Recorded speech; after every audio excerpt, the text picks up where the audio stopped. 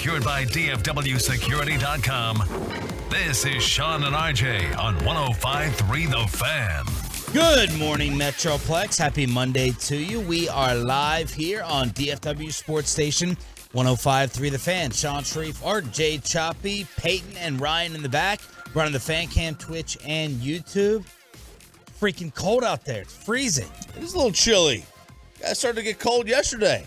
It was beautiful. Gorgeous on Saturday. And then yesterday, you get that wind whipping. I had my first experience with stuff falling over in the backyard into the pool. Oh. Yeah. What went in?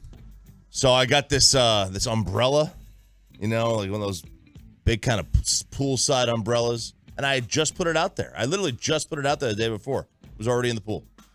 That's a heavy weight lifting out. Yeah. Yeah, it is. It wasn't, especially when the pool's 60 degrees. Did you go in? Oh, no. I didn't go in. I then my kid get in, like, waist high to grab this thing. Really? Oh, yeah. I was like, get in there. You got nothing else to fish it out? I mean, I needed something. I've never once gone in. Yeah, to fish it out. Like you have the skimmer. Yeah. Get the skimmer underneath the the umbrella and bring it on over to you and then fish it out. It was kind of like I just needed like. This is part of his punishment for being Yeah, kind of.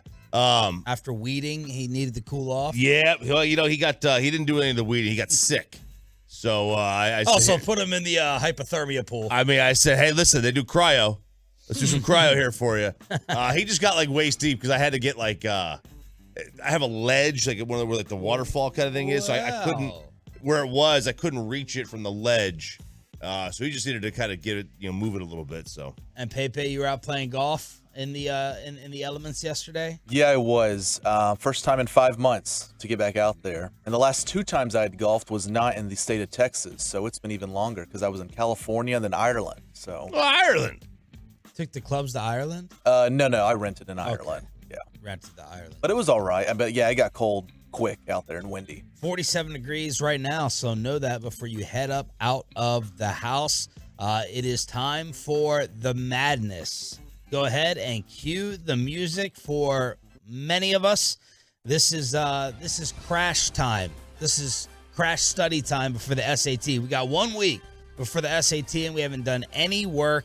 But RJ Choppy, Zach, and Eric from the BetQL Network are all over your college hoops. What stood out yesterday from Selection Sunday? I thought Texas A&M got a little bit hosed on their seeding. They were a 7 seed. I thought that was a 4. I'm sorry, I thought it was more of a 5 seed team. I don't think I like the idea of them being a 7 seed. I honestly think the committee got it right. If you want to say a snub, Oklahoma State would be it. Their Ken Pom is higher than Penn State. It was an at-large team.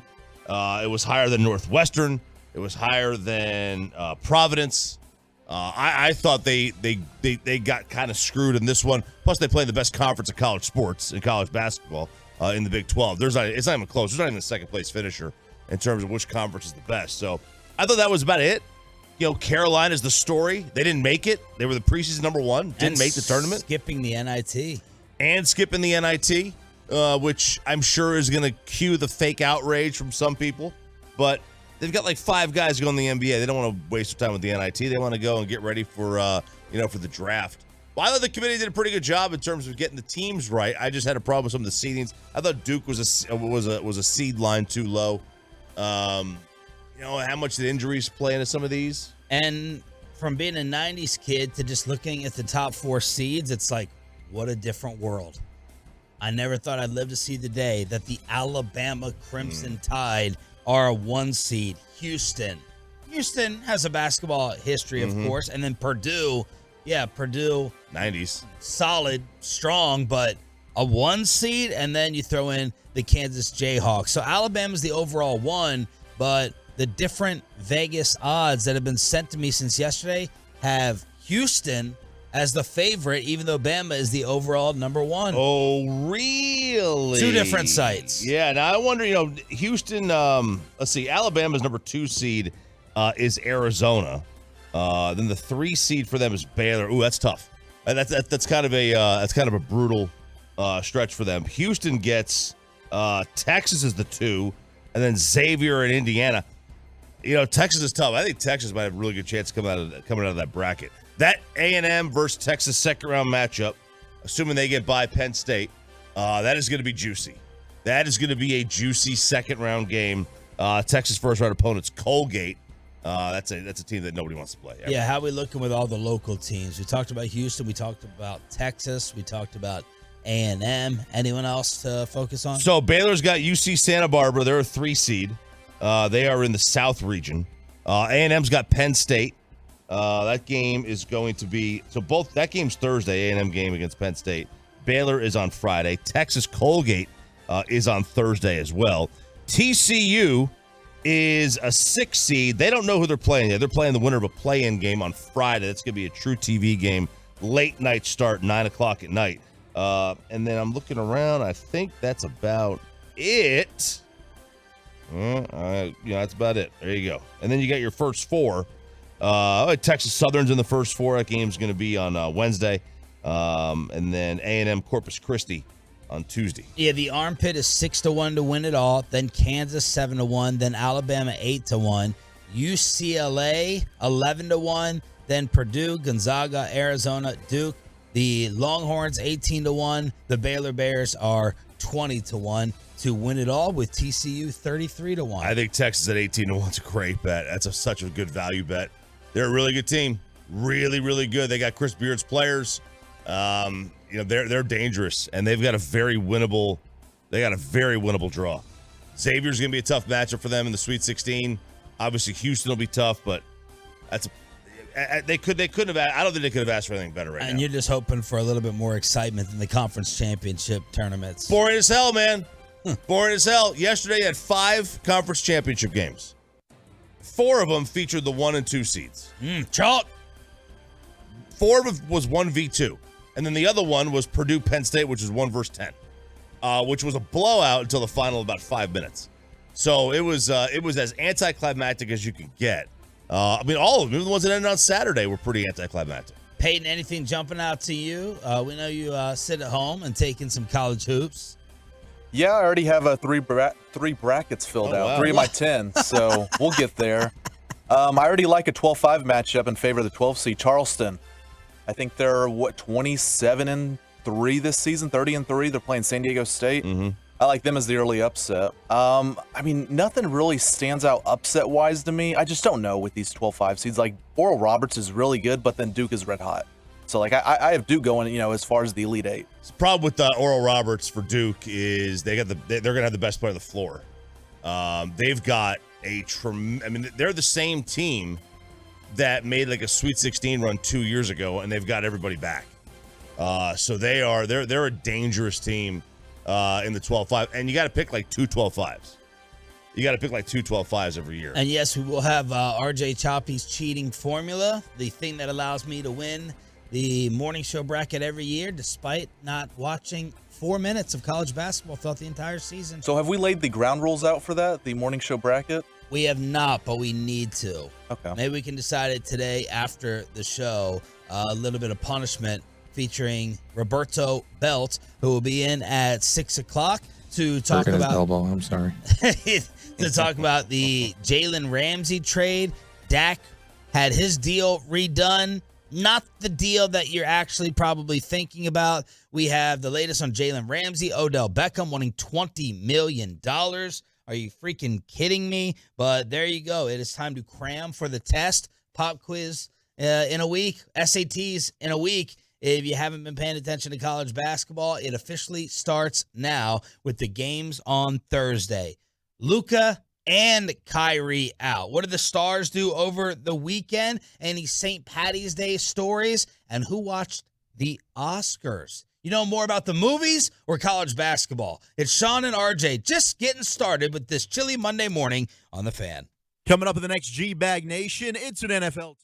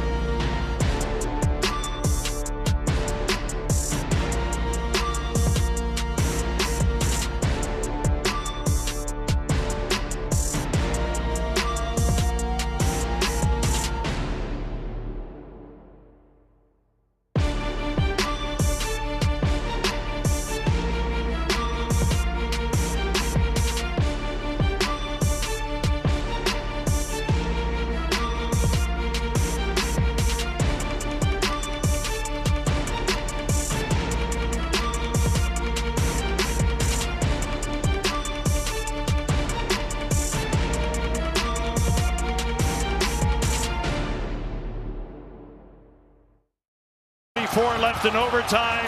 Dallas gets the extra point. Stars beat the Kraken Saturday 4-3 in overtime. So the Stars getting an overtime win, and the Dallas Mavericks losing to the Memphis Grizzlies. They had a late lead that disappeared with no Luka and no Kyrie on the floor for the Mavs. And those 4 teams will face each other again tonight. Stars Kraken at 9 p.m., and you're going to have the Mavs taking on. So Mavericks looking for some revenge today. Yeah, they are. Well done. Well done. Chopped up that old school Bobby Belt resume tape. And then Memphis against the Mavs tonight. Luka's out. We'll see what happens with Kyrie with a foot issue. Welcome back, Josh Green. Decent little performance.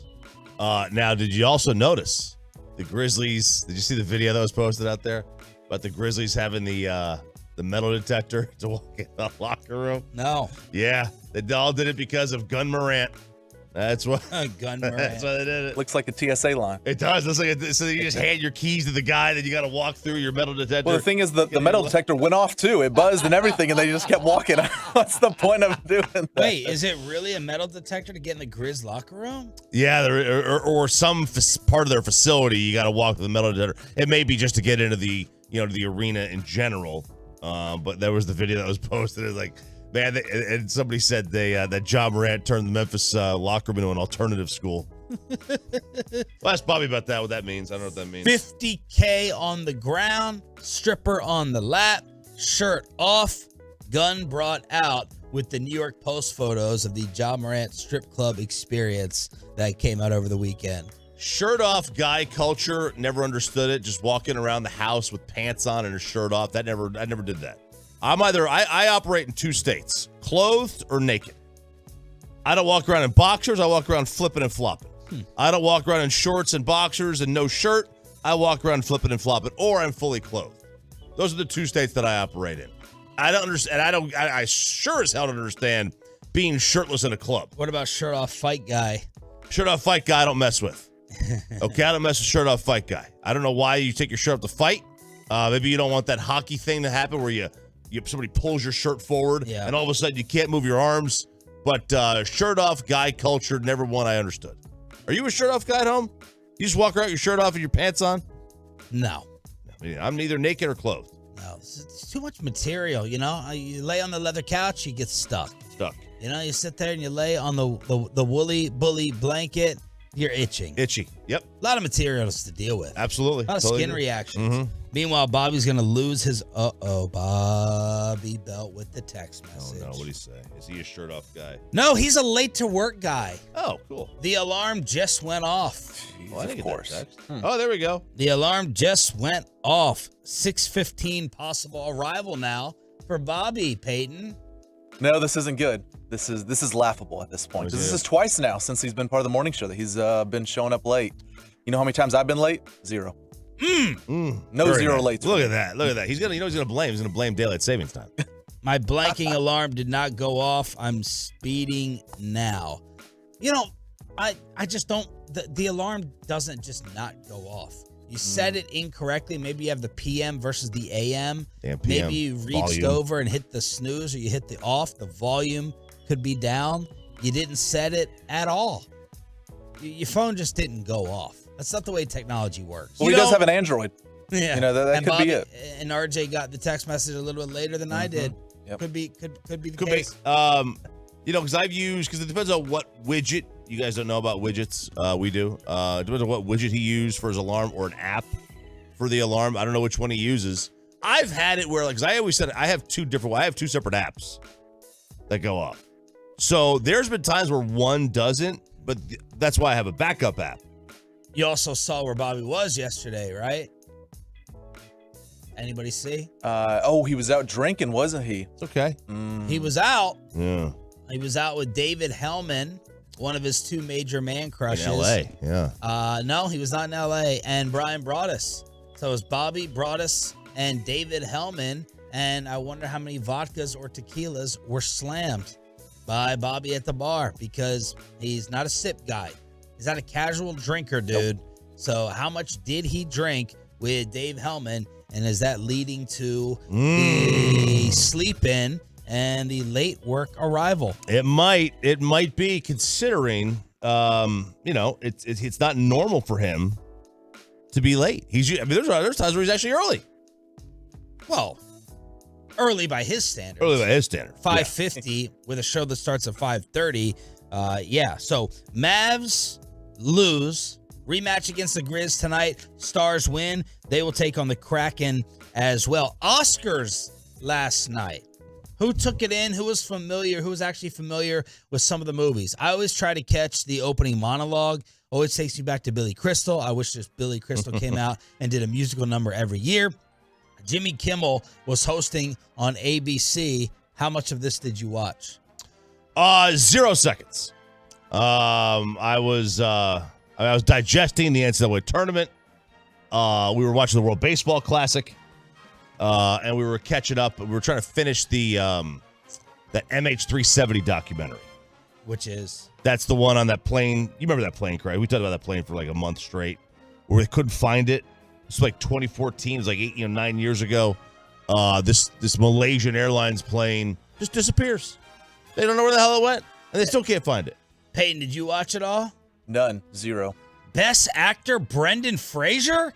Was it Whale? The Whale? Yeah, whatever? The Whale. Never saw it. You were acting. I heard about it. Yes. It's the official show of Sean and RJ. That was a start. Like you were going to break down the movie. Yeah, when I saw Brendan Fraser was nominated, Jimmy Kimmel said it. He goes, "We are living in a world where two people from Encino Man are sitting here at the Oscars." Yeah, I never thought of Brendan Fraser as like the great actor. Like he was kind of like he's got like a chiseled jaw, and he's probably kind of good looking, and let's just put him in some of these weird mummy movies and let him go. Best Picture, Everything, Everywhere, All at Once? No, I don't know. Never heard of it. No. Peyton? That's why I don't watch. It's fake awards. Fake awards, Everything, Everywhere, All at Once. And I believe the actress from that won Best Actress. I haven't heard of her either. Michelle Yeoh? Yo?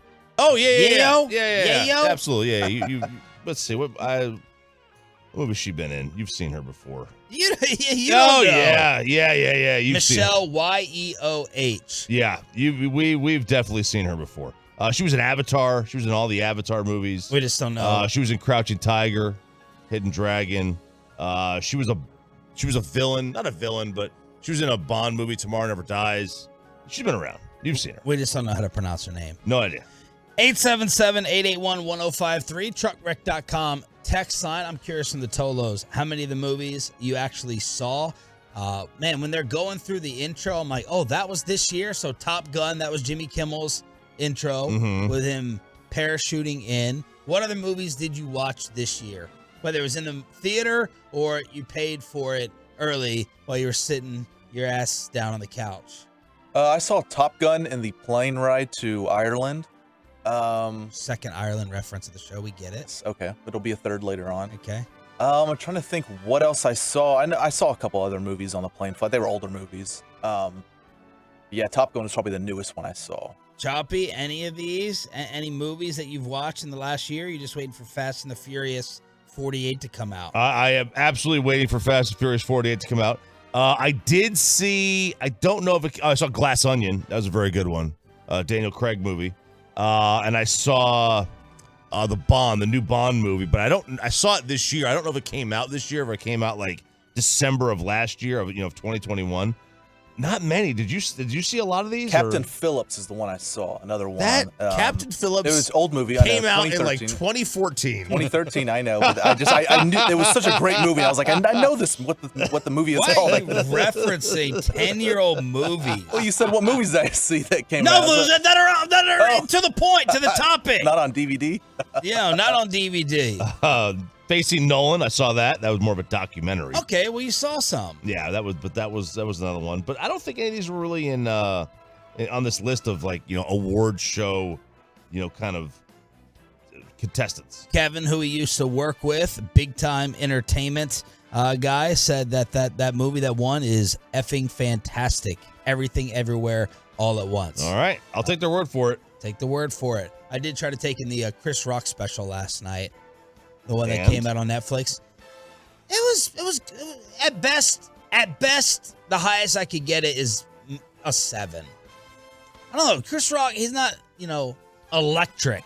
I feel like the crowd also wasn't there. He was in Baltimore, and, the crowd can determine your reaction a lot of times, right? They're exploding. Obviously, they were hanging on every Will Smith reference, but, I thought it was okay. I didn't think Chris Rock was laugh out loud funny. Wasn't amazing. We saw him last fall.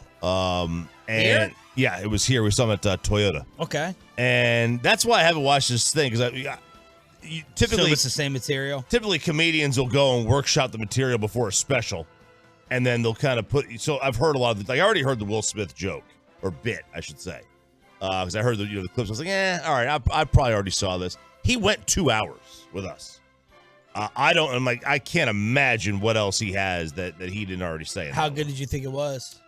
I thought it was okay. Yeah, it was okay. Yeah, I thought it was okay. There were some parts where it was really funny, and there were some parts that kind of just dragged down. But again, it was like a 2-hour set. Like, comedians don't usually do 2 hours. Micah Parsons trending all Sunday long. Jerry Jones trending all Sunday long. Why? Because of the Jalen Ramsey trade to the Miami Dolphins. Should the Cowboys have been offering up the same exact thing? We have a trade with the number 1 pick. And how much does Odell Beckham want with the Cowboys not showing up to his workout? 6 a.m. headlines with no Bobby Belt. Next on The Fan. The latest from the Star in Frisco, as well as inside information.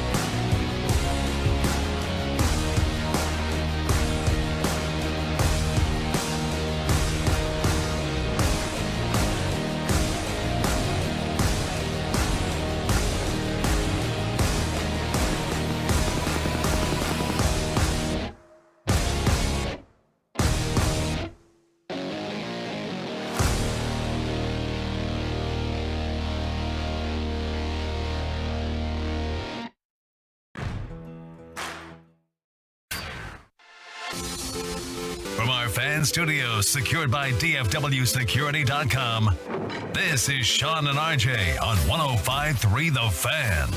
Good morning, Metroplex. Shout out to the 6 a.m. club. Hopefully you had a fantastic and safe weekend. Chilly this morning. We're going to get you through your day and your week as quickly as possible on your home of America's team. Sean Sharif, RJ Choppy, and no Bobby Belt. Oh, man. As he has overslept the alarm, or the alarm just didn't work. Bobby's he's so extreme, he'll go and buy a new cell phone right after the show to prove that it was the technology and not operator error after he was probably slamming liquor with David Hellman and Brian Broaddus. But Tolo Jason is right. We need to start having a punishment.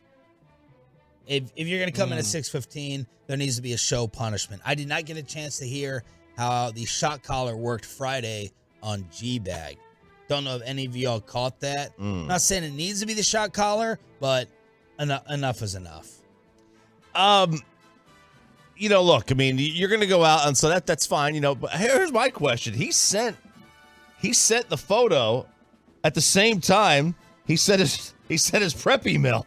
So was he doing his email work at the bar with Broaddus? Who knows? Who knows? All right, there's a lot to talk about. Let's go around the NFL. The number one pick has changed hands. It's the Carolina Panthers on the clock. But first, let's get to more of the Cowboys-connected story. Jalen Ramsey gets traded to the Miami Dolphins. The compensation, a third-round pick, number 77. Keep that in mind. Number 77.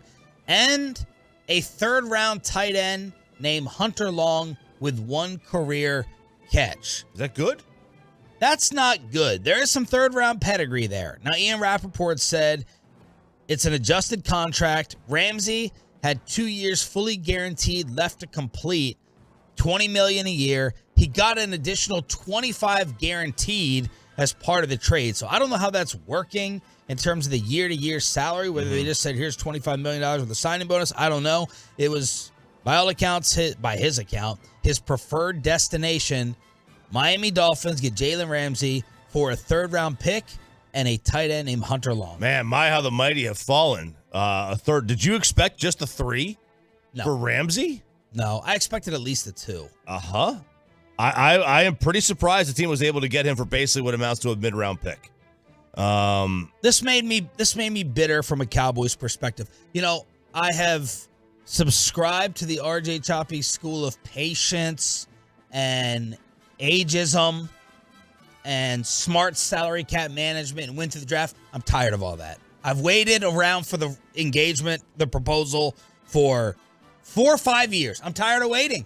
We've been living together. You've been promising me this. We go on a vacation. I think you're going to pop the question there. I'm just sick and tired of waiting. I want the ring now. I want the engagement. And I want to go ahead and pick out the planned honeymoon. I'm tired of waiting around as the Dallas Cowboys. Last week, and you heard it during the 5 a.m. replay, you're never going to have a better time in the NFC. It's a joke. The fact that the Detroit Lions have the 4th best odds to win the conference. Now, some have pointed out a couple of different things to justify the Cowboys not getting this deal done. And they're fair. Number one, the Rams have number 77. The Cowboys pick in the round is at 90. So just off the third-round pick alone, the Miami Dolphins had a better offer.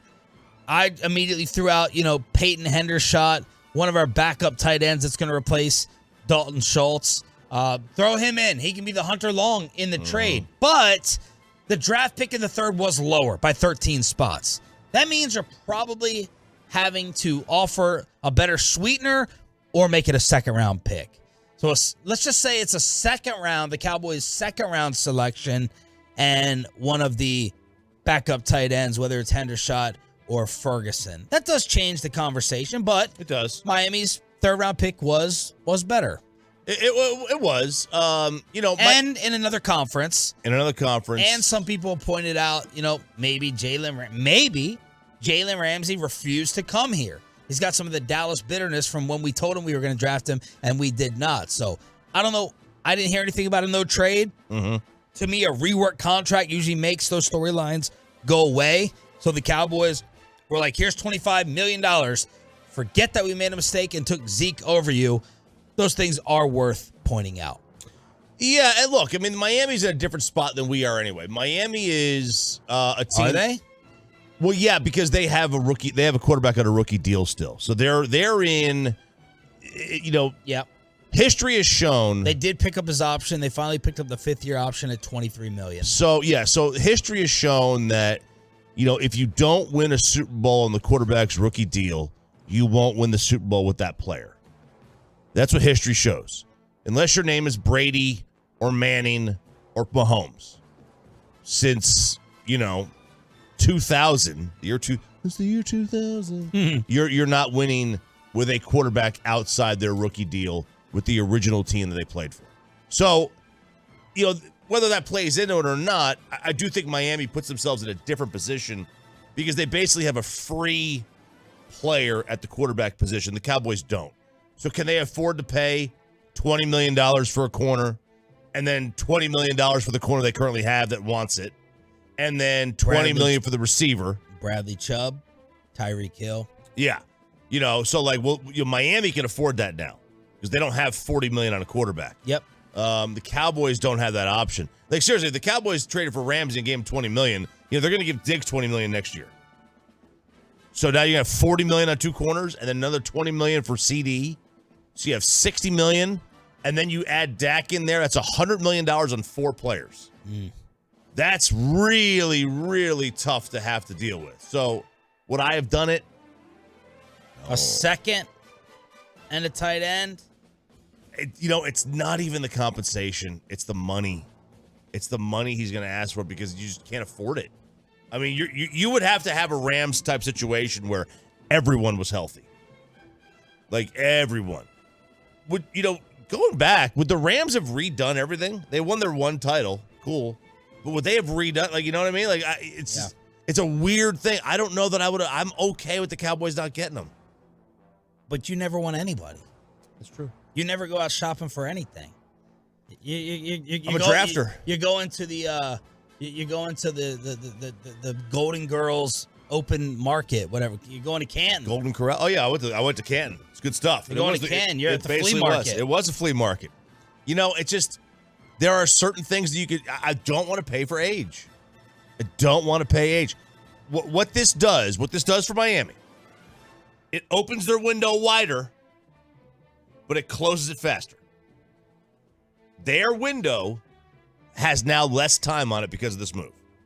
It's just going to look really bad if the Jones boys sit back on the yacht playing shuffleboard this week and the NFC is wide open. No. And you don't do anything. You're not a bit more aggressive. And maybe Jerry thinks that Odell Beckham here. See, I feel like the Odell Beckham courtship that happened last year with him sitting courtside at the Mavs game, that made, and all the hype and all the hoopla and all the circus that came from that made Jerry want Odell even more. He just saw all the headlines that were being made, and I'm thinking, views that as the over-the-top splash piece that we're all going to do backflips over. But do something. Take the stick, poke the dog, the dead animal on the ground, see if it's awake. This is the opening. This is it right now. San Francisco doesn't have a quarterback. The Philadelphia Eagles have 18 free agents. They're about to handcuff themselves financially with the Jalen Hurts deal. The Green Bay Packers are losing Aaron Rodgers. Tom Brady is gone. The Minnesota Vikings are blowing it up.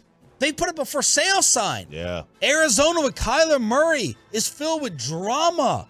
What, the New Orleans Saints with the Hallmark car? Are you seriously? With the tears flowing? You're telling me New Orleans is a threat? Come on now. Come on. Meanwhile, Odell Beckham worked out on Friday. The Cowboys were not one of the 12 teams in attendance. And Mike Floyer reports that Odell Beckham is still looking at that $20 million figure. That pushes me out of the conversation. I am totally with you. Nope. Not for that. Not for somebody who, is coming off an injury, his second ACL, and is up there in age. The To me, Odell and Jalen Ramsey are largely the same guy. Ramsey's probably a little bit better at what he does at this point of his career than Odell is, but you're going to pay for age. You're paying for, somebody else already got the best out of him.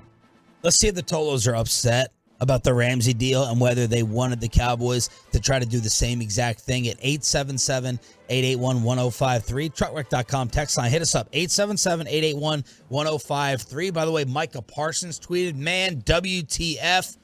Never mind. Tyreek Hill saying, stop all the crying, bro. I'm surprised Tyreek was able to tweet back, considering he was in running relay races over the weekend. He could have tweeted while running with the way he dusted that field. He could have literally crossed the finish line, tweeted, and then the other spares just would have gotten over it. Yeah. Just would have gotten past that line. He dusted them. I was like, who's Coffee? What's Coffee? Coffee High School. That was his high school track uniform that he put on and dusted everyone over the weekend. But that's Micah Parsons showing some frustration, and Tyreek Hill laughing at him, saying practice going to be crazy. Man, you better not light me up like you did in the Pro Bowl, Jalen. Otherwise, we're going to be fighting. What are the Tolos saying about the Cowboys not getting Jalen Ramsey again? No Ramsey, question mark, meh. Cowboys going to run with the same squad with less players that won't resign. No to Odell, get Hopkins or Thielen. Let's see. Just stop with the Jalen stuff. He wasn't a Cowboy anyway. We act like he already was. Until its unrealistic fan base turns on Jerry, nothing will change. Jerry's gonna Jerry. They overpay on certain players, but not players that fit their scheme. Get Thielen, cut Zeke. The way the wide receiver landscape is in the draft or free agency, they need to use one of their day 2 picks on a vet. We didn't need Ramsey. Pass on Ramsey at that number. We would be moving on from Diggs. OBJ going back to the Giants. Pretty frustrated with that. Move for Jalen Ramsey. Really, really hoping the Cowboys are going to do something soon. Hey. Yeah, on Twitter, definite outrage. More Cowboy fans upset and angry that this deal did not get done. But Odell, $20 million? No thanks for that. How about the teams that were in attendance for Beckham? And again, is it like the draft where you just feel like you can get the tape? Don't have to show up. I bet you get the tape. We've talked enough. Jerry's talking to him. Jerry's talking to his mom. Jerry's talking to all the in-laws. Jerry's done, had a lot of discussions. Spring break anyway. So, yeah, I'm sure Ramsey's agent is filming this and then sending it out to all the teams. Sure. Giants are there. Panthers. Patriots. Rams. Cardinals. San Fran. Buffalo. Kansas City. Minnesota, Cleveland, and Baltimore. It was later added that the Jets were also present. Yeah, I mean, some of those teams are like, okay, I don't want to be associated with any of those teams. And then you look at it, okay, it's San Fran and Kansas City and Buffalo. I want to be kind of lumped in with them. So there, it was a good mix of squads. Both teams that are win now teams, and then are others that are win tomorrow. Meanwhile, maybe Aaron Rodgers can finally get Odell Beckham in New York. They didn't get him any of that help in Green Bay. Aaron Rodgers was at a charity event, and Brandon Marshall caught up with him and tried to break some news. How was it meeting Woody Johnson? How was that meeting? Oh, that was it's always interesting meeting important figures in the sport. Yeah, it's always interesting. That's all I'm giving you. I'm just there now. That's all I'm giving you. Hey, Rod. Brooklyn. What we doing, A-Rod? Stay tuned. Stay tuned? How long we got to wait? Well, I think it won't be long. There's a time limit for all this. Can I break the news?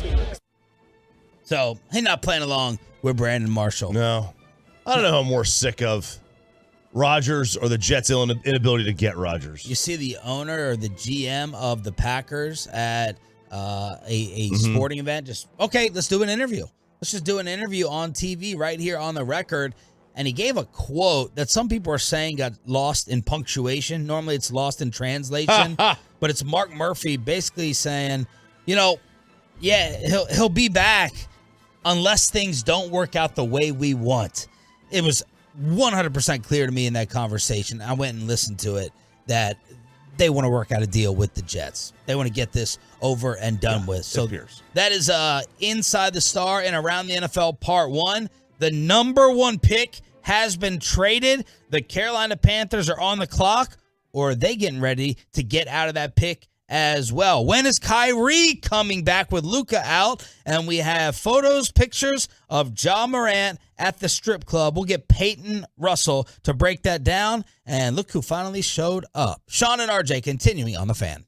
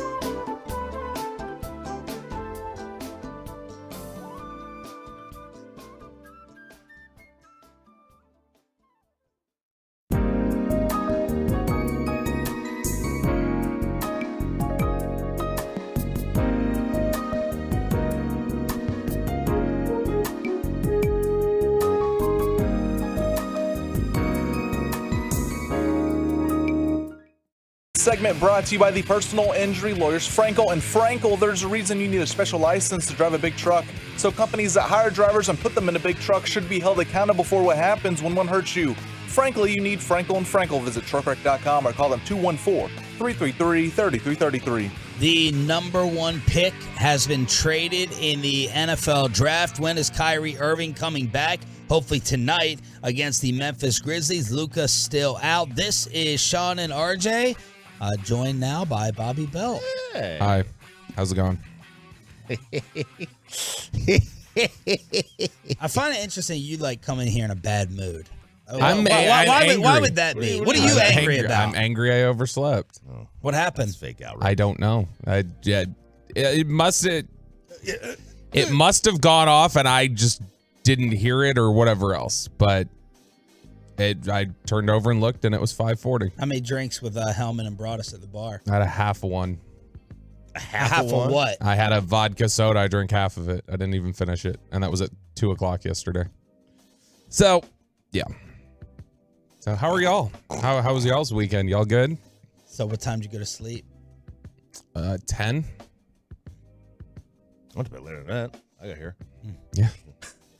Got here earlier than I was even supposed to. Good job. Yeah. I know. You get here 6:11. Yep. That's why you get paid more than me, chap. So what was the process of looking at the phone? How'd you wake up since it didn't go off the alarm? I looked at the phone, jumped up, screamed the F word, and woke up everybody in the house, got dressed, and left in 2 minutes, and then drove 105 the whole way here. So, Did you brush your teeth? 105.3 is how fast I drove. No, I didn't. I didn't put on deodorant or anything. Awesome. Nice. Do you not carry deodorant with you in your No. backpack? Nope. I don't carry You're a not gonna backpack. let him share it unless it's a spray. It's not a spray. No, I would. I mean, you wipe it off if you want to. I'm okay. Thanks. I think carrying deodorant's a must. Probably. I have like 5 in my house. I basically have one in like every room, just in case. Paranoid about that, about stanking. Yeah. But yes, I come in a bad mood at myself. Yeah. Well, that helps us. Yeah. So appreciate Carry it that. over. I would take work home. He comes in late and he's in a bad mood, so it's a win-win. The Chicago Bears trading the number 1 overall pick to the Carolina Panthers from number 9 to number 1. What did it cost? Well, Chicago's going to have the number 9 pick. They're going to have the number 61 pick. They're going to get a first-round pick next year, an additional second-round pick in 2025, and DJ Moore, the stud receiver from Carolina, who I saw this sad note. DJ Moore, with his receiving yards right now, would have the most in Bears history. I didn't go back in the Football Reference Chicago Bears stat line, but that is sad. No receiver has ever thrived and dominated for a long period of time in Chicago, whether it be the elements or the quarterback. Choppy, you don't like this trade for Chicago. Oh, no. I mean, I love the idea of the Bears trading down. I just think they got hosed in this deal. They got absolutely nothing. They gave up almost as much to move up 1 spot to get Mitchell Trubisky. To move up 1 spot. They gave up not quite as much, almost as much. San Francisco gave up more to go from 12 to 3 to get Trey Lance. They got, jobbed in this deal. There is no other way to put it. They got 1 extra first-round pick, a second, and then an expensive player that they may not have a quarterback to throw to him. This is teams that make these deals, that trade for the player. They are not ready to compete. They do not need DJ Moore today. They need picks today. And they didn't get that. Maybe they trade DJ Moore. If they trade DJ Moore and get back a 2 or another 1. Well, they need to help their quarterback. They all off season has been about whether they're going to have Justin Fields or not. And this is a vote of confidence towards Justin Fields. Let's try to get him a little bit of help. I get that, but that's the problem. Like these teams that try to get the quarterback help. We've seen enough great quarterbacks don't need help. He's not great. Then you need to get a new quarterback. That's the problem. Then you need a new quarterback. If he's not great, then you need a new quarterback.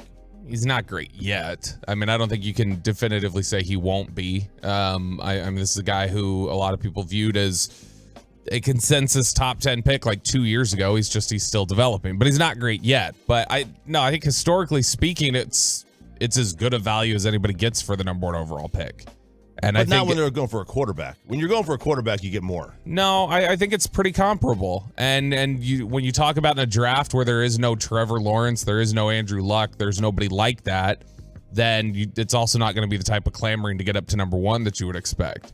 And so I think the return was generally fine, especially when you consider you're getting an established player. Like, that's somebody that you know. There's no question about DJ Moore.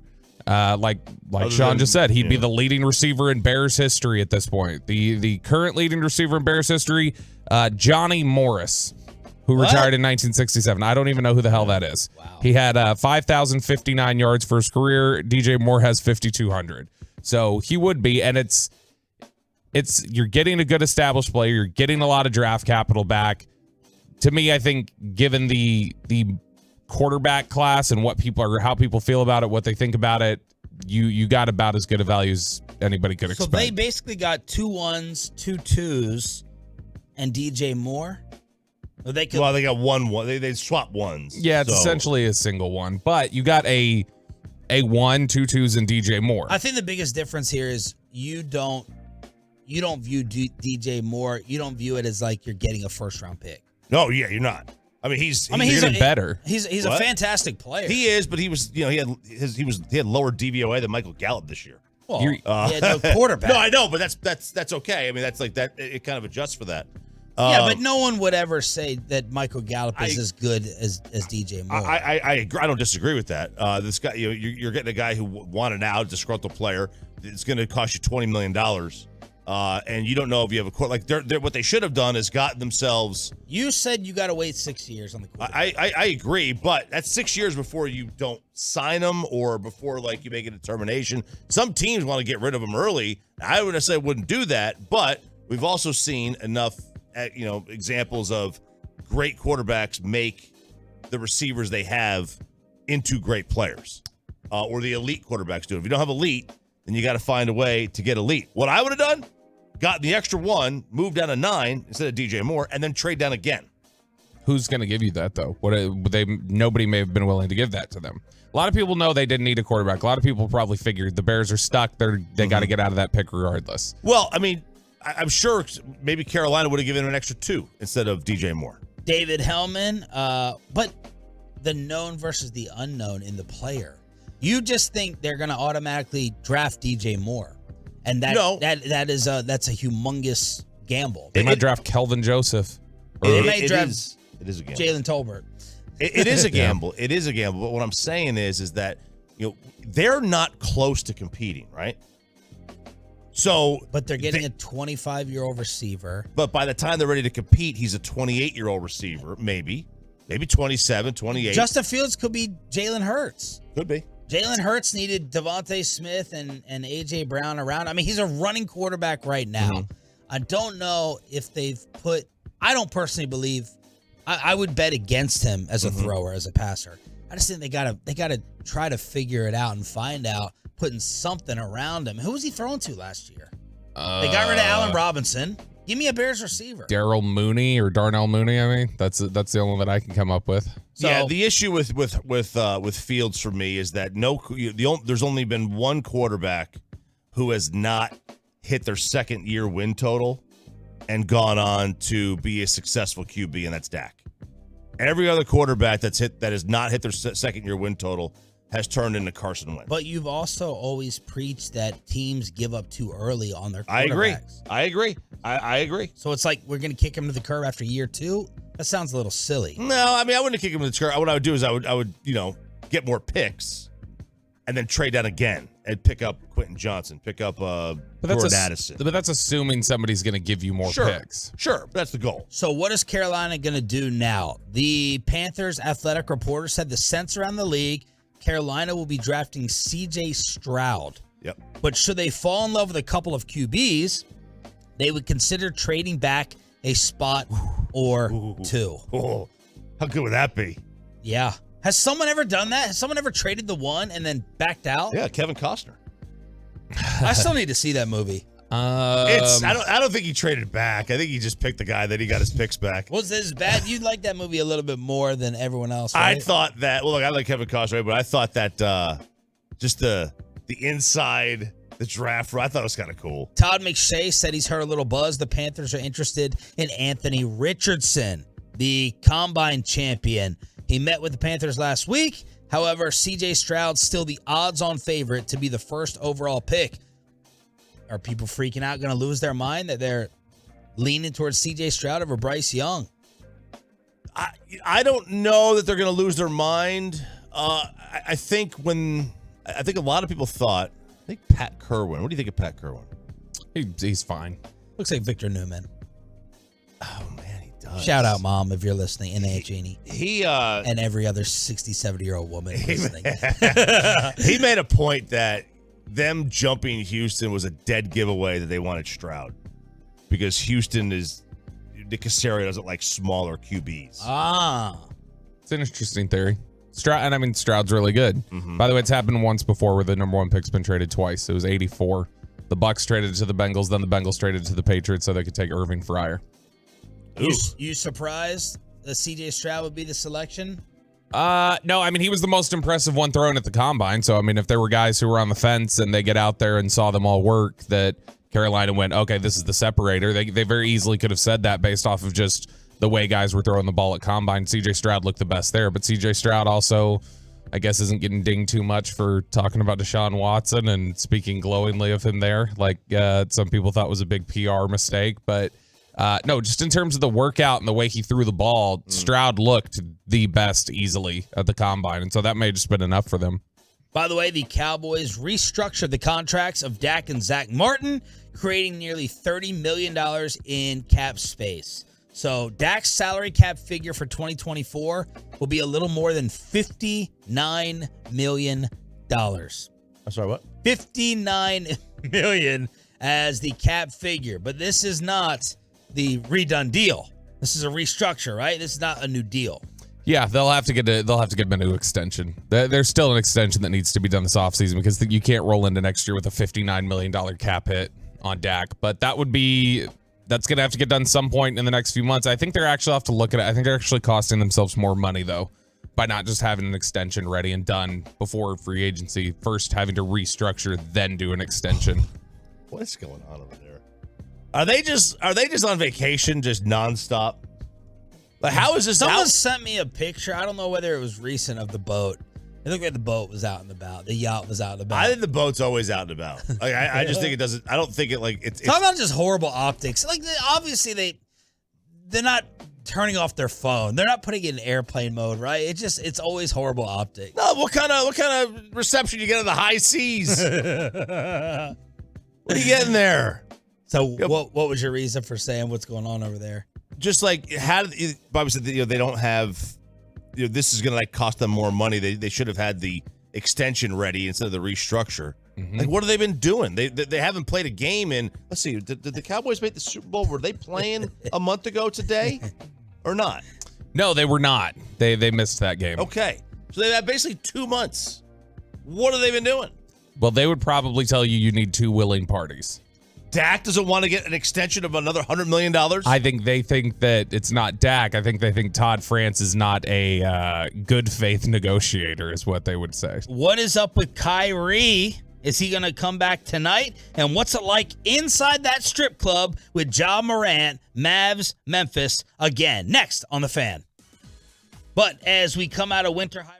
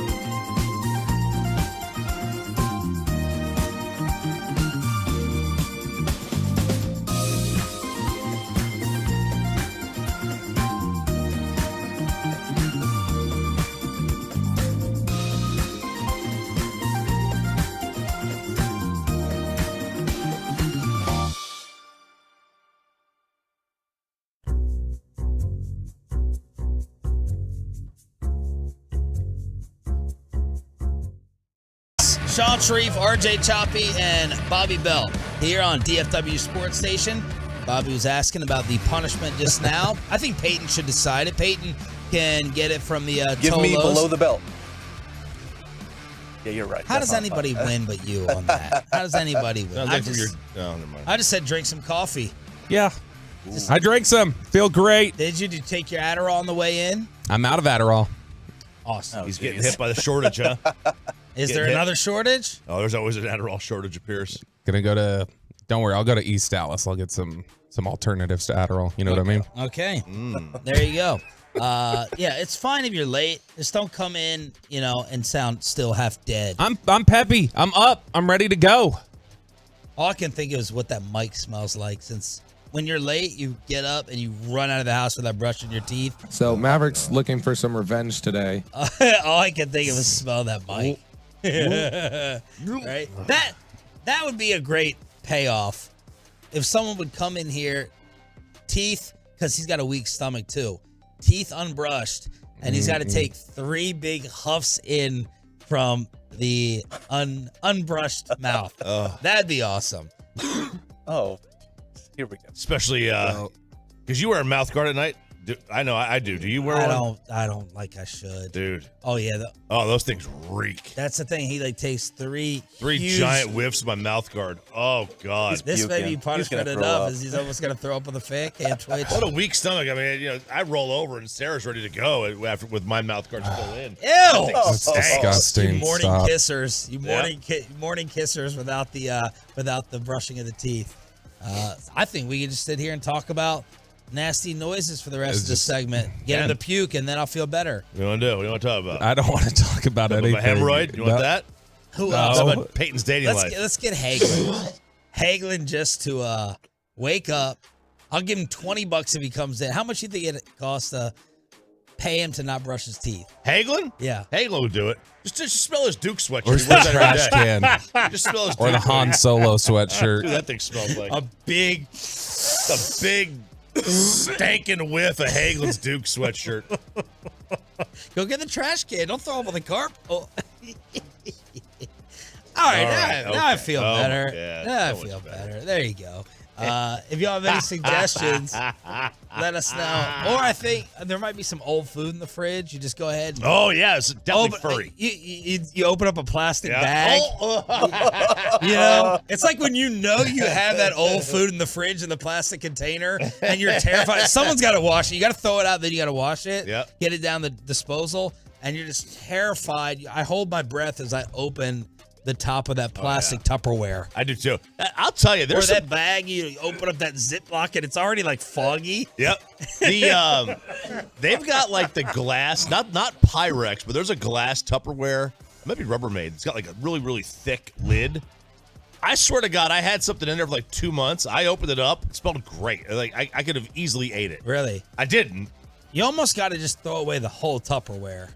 And rather than open it up try to re-clean it. Yeah, I mean, I don't mind soaking it. I'll soak it for a couple days. Like I had an old yogurt here in the fridge. Yeah. And, just imagine yogurt over time, Bobby. No. And someone, cleaned it out. I washed it out and set it to the side, and it's just still sitting there. It's like one of those old Tupperware containers, and I just think of something 100% chance. Marinating up in there. Something in there. Some raspberries or blueberries have got fur all over them. Oh, yeah. Or there's a hot dog from the silent era that's still in there. There's a hot dog in there from Jake's. We could open that up in just one big whiff. Little relish? Yeah. Oh, the relish. That'll keep. Yeah. That'll and a keep. hot dog will keep. Hot but dog just keeps. It's not even real with meat. that smell, like boiled water. Yep. Just a huge inhale of You it. like mayo? You want mayo on it, Bobby? What do you think? Some separated mayo. Oh. Separated. Jeez. Look, he's tearing up. Oh, Lord. He's crying. Yeah. All right, I feel better. Yeah. All right. 877-881-1053. Y'all are welcome. Hopefully you're on the Fan Cam, Twitch, or YouTube. Rye, get that out. Get that on a clip. That was 6 minutes of magical radio. All right. So Kyrie Irving did not play on Saturday. Two different things happened with Kyrie. We got foot soreness, making him questionable for tonight, and he also went back to Jersey to attend a funeral.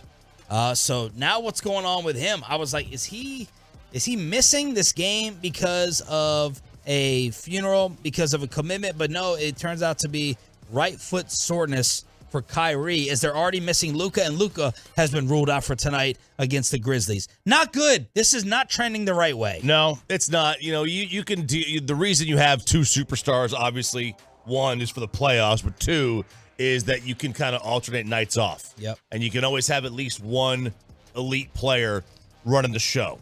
That didn't happen. And who knows when that's going to happen again? Who knows what's going to happen tonight? Like you said, Luka's already ruled out. And even if Kyrie were to go, is he 100%? Kyrie had an excused absence Friday to travel to Jersey, attend the funeral of an anti-violence activist who was fatally shot by police. And Kyrie said it's tough already to lose someone and deal with the circumstances we're in right now. Just out of respect, I wanted to pay my respects. Right now, there's just a lot going on. It's hard. The Mavericks are the 8th seed. Look at the standings. Look at the standings with the games back, starting with the 6th seed, Golden State Warriors. They're 11 back. Minnesota's 12. Dallas is 12. Utah's 13. OKC's 13. The Lakers are 13. New Orleans is 13. That's how jumbled up it is in the West. From 11, 12, 13, Portland. From Portland at the 13 spot to Golden State at the 6, there's 4 games separation. But right now, we're the number 8. I've never seen this. Everyone's 500. This is crazy. And it's not even like it's great records. No. Jumbled up. It's all 500. I wonder, is this a product of, so we said this in the postseason. Every game was like a blowout. Remember in the playoffs last year? Every game was like a blowout. This team wins by 20 this night. They lose by 20 the next night. And it's because of the 3-point shot. Yeah. Not everybody is hot on the same night. Every night, somebody's going to be hot. And it may be on a different team, and that team is going to be the one that wins the game. And we see this in the NCAA tournament with a 3-point shot. Well, I wonder how much of the records of the West are a product of A, the 3-pointer, but B, where load management is so important that these teams are actively saying, we don't care about the regular season. We are only worried about getting in the tournament.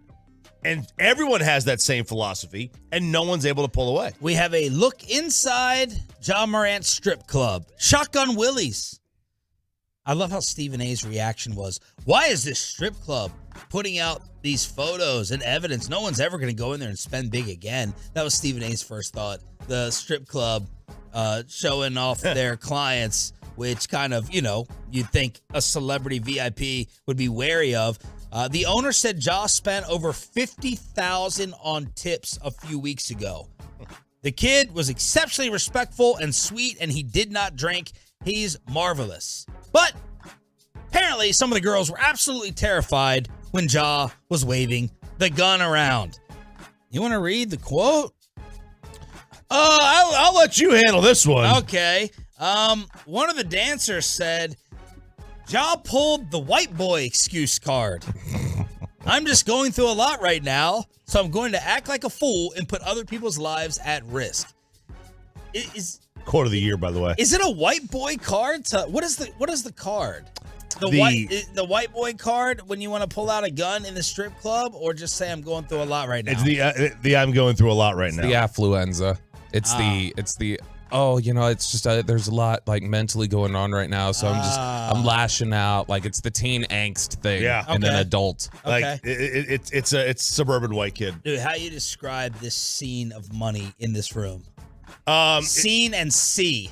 It looked okay. So have you seen Ocean's 11 when they rob the vault? And there's all the fake money just spread around the floor everywhere. And then is Andy Garcia just kicks it away and says, "Get a look at the video. Does the floor say Bellagio? We had it installed last Tuesday." All right, so like that scene, that's kind of what it looked like. I've never seen money spread around like this ever in my life before. You can't see the floor. Can't see the floor. You cannot see a single square inch of the floor. It looks like the room was designed that way. That's how much money is on the floor. And Ja was sitting there shirtless with the girl right there on top of him. Yes, she was. Yes, she was. Peyton, your evaluation and breakdown after your Fort Worth experience. Yeah, Ja has a little bit more money than I do, so he can do this. His room was a little larger than my room. Mine was a 1 bench, probably a 2x8 room. His was like a 15x20 room. Yeah. He had a living room. Yeah, that's what he had. He had the den. I've never seen.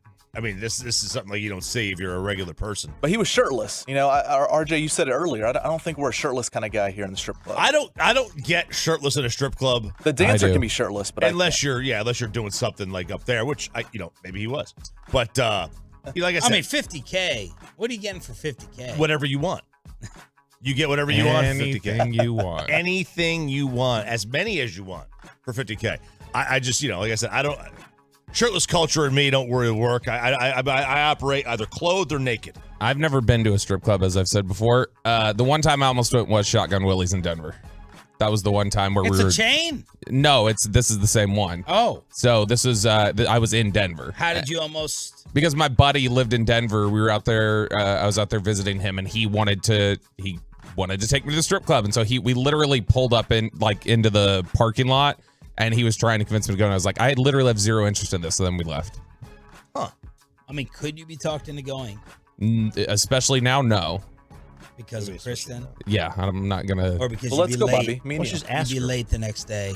Why don't I ask her? Say, hey, look, we're going to go. The guys will go to the strip This has club. come up before. I'm not. Well, gentlemen's club. She would just kill call it me. gentlemen's Yeah, club. gentlemen's club. Just tell her we're going to go. She'll be fine. Yeah. Oh, okay. All right. We'll see how that. Does she think you're going to record hook her up with a stripper?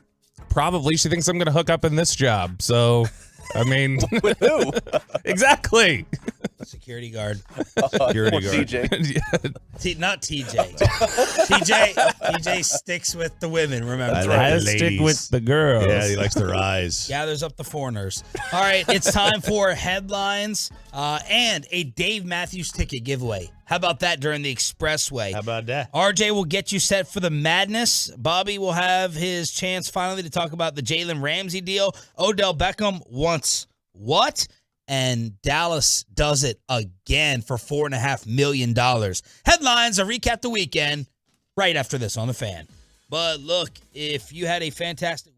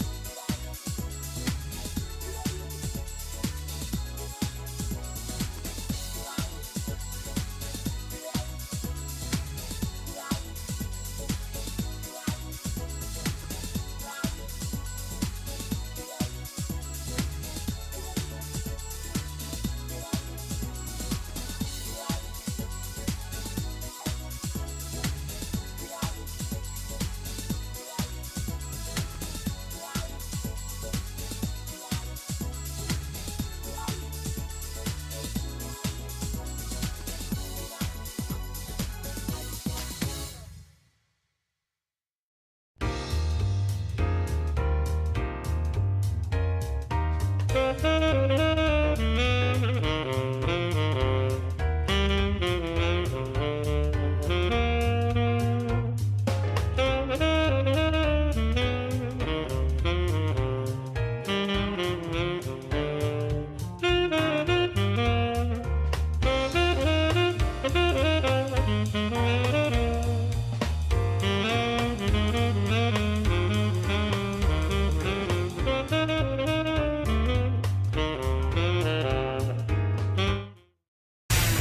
our fan studios secured by DFWsecurity.com, this is Sean and RJ on 105.3 The Fan. The Texas Longhorns win it here in Kansas City. What a great job by Rodney Terry's team. That was the call on ESPN. RJ Choppy glued to the madness, which starts on Thursday. You got some play-in games. I think Bobby is setting up a little mini station watch party on Saturday. We are ready to go. Headlines here on Sean and RJ 105.3 The Fan. Take us through the brackets. What jumps out? All right, well, I think A&M is, to me, from a local standpoint, A&M is the one that stood out because I do believe they were underseeded. They got a 7 seed. I don't see how they're a 7. Over the last, I would say probably since the start of February, they're probably one of the 12 best teams in the country. Since the start of February. They made it. They were the 2nd overall seed in the SEC tournament. They made it all the way to the tournament final. I thought they were grossly underseeded as a 7. Guard play wins in March, and they've got a tremendous one in Wade Taylor. I think this is a brutal draw for them. They're going to wind up playing Texas in the 2nd round, assuming they get by Penn State, who I don't believe should be in. I think Oklahoma State should have been in over Penn State. They're a better team, better conference, much better in the Ken Palm and all the other stuff. Texas is a 2 seed. Baylor got a 3 seed. TCU got a 6 seed. Those are some of the locals out there. TC who? TCU. Oh, the Texas something or others. What did Clark Kellogg call them? But keep an eye on those Texas Froghorns. They are a terrific team. Mike Miles is outstanding in the backcourt. Remember, they blew Kansas out in Lawrence earlier in the season. This is a very scary team seeded number 6. Okay, the Froghorns. The Froghorn Leghorns. Okay, that's what the TCU is. It's nicer than the Horn Frauds, which you called the football team. Well, they were the Horn Frauds, 65-7. Arizona State, they will get the winner of Arizona State, Nevada. That's a play-in game. That'll be on Friday, so that game will be played on Wednesday, the Arizona State-Nevada game. That's what TCU will get. Texas gets Colgate, which I'm a Colgate toothpaste user. I don't know what you guys are. I rock Colgate, the Max Fresh. Crest. I'm a Crest guy. Not this morning, you're not. No, not this morning. This morning, I'm a hot chocolate and coffee guy. All right, very nice. Some of the other play-in games, Texas Southern takes on Fairleigh Dickinson. A&M Corpus Christi will take on Southeast Missouri State.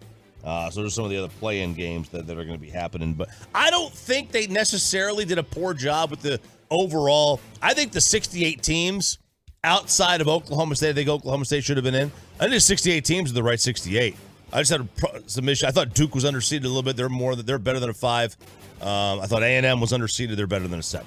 Greg Gumbel making the announcement of the overall number 1 seed. 29 wins to set a school record.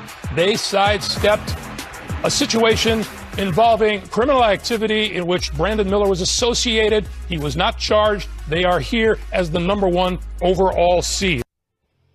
I don't know why anyone made a deal of this. Were they saying that he shouldn't have mentioned it at all? No, of course. Of course he should have mentioned it. He didn't say anything wrong. That was a perfect way to handle it. He didn't say they're gunning for a title.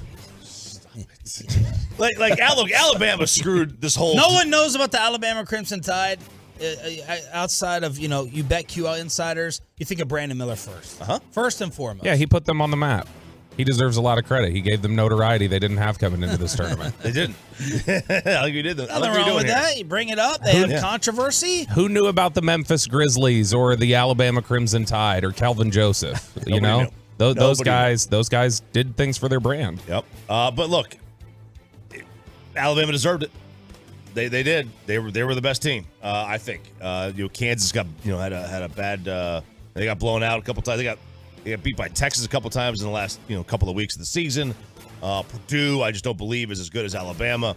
Houston, There's always a question about, whether or not they have the strength of schedule or the schedule in general to be able to be the number one overall team.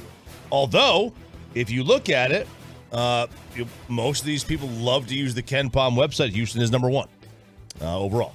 A huge trade in the NFL, Bobby. Jalen Ramsey goes to the Miami Dolphins in exchange for a third-round pick and tight end Hunter Long. What do you think of the deal? I think it's the compensation that we all talked about that I think we figured they were going to get, essentially. That it wasn't a second-round pick. I think that's what we had settled on. But you look at the recent history of good 29-year-old corners that have been traded. Texans trade Bradley Roby. He went for a third and a conditional sixth. Jaguars trade A.J. Bouye to the Broncos. He went for a fourth. Lions trade Darius Slay. He went to the Eagles for a third and a fifth. So Ramsey for a third and a player, to me, seems like the exact type of value. He's a little better than those guys, and that's why I think we said a second. But to get a third and a recent third-round pick, I think says that, quite frankly, we nailed the compensation. That sounds right to me. And buyer's remorse? Non-buyer's remorse if you're the Cowboys? We like our guys, right? We like our guys. That's going to be their line. Donnie Nelson? Look, it's money.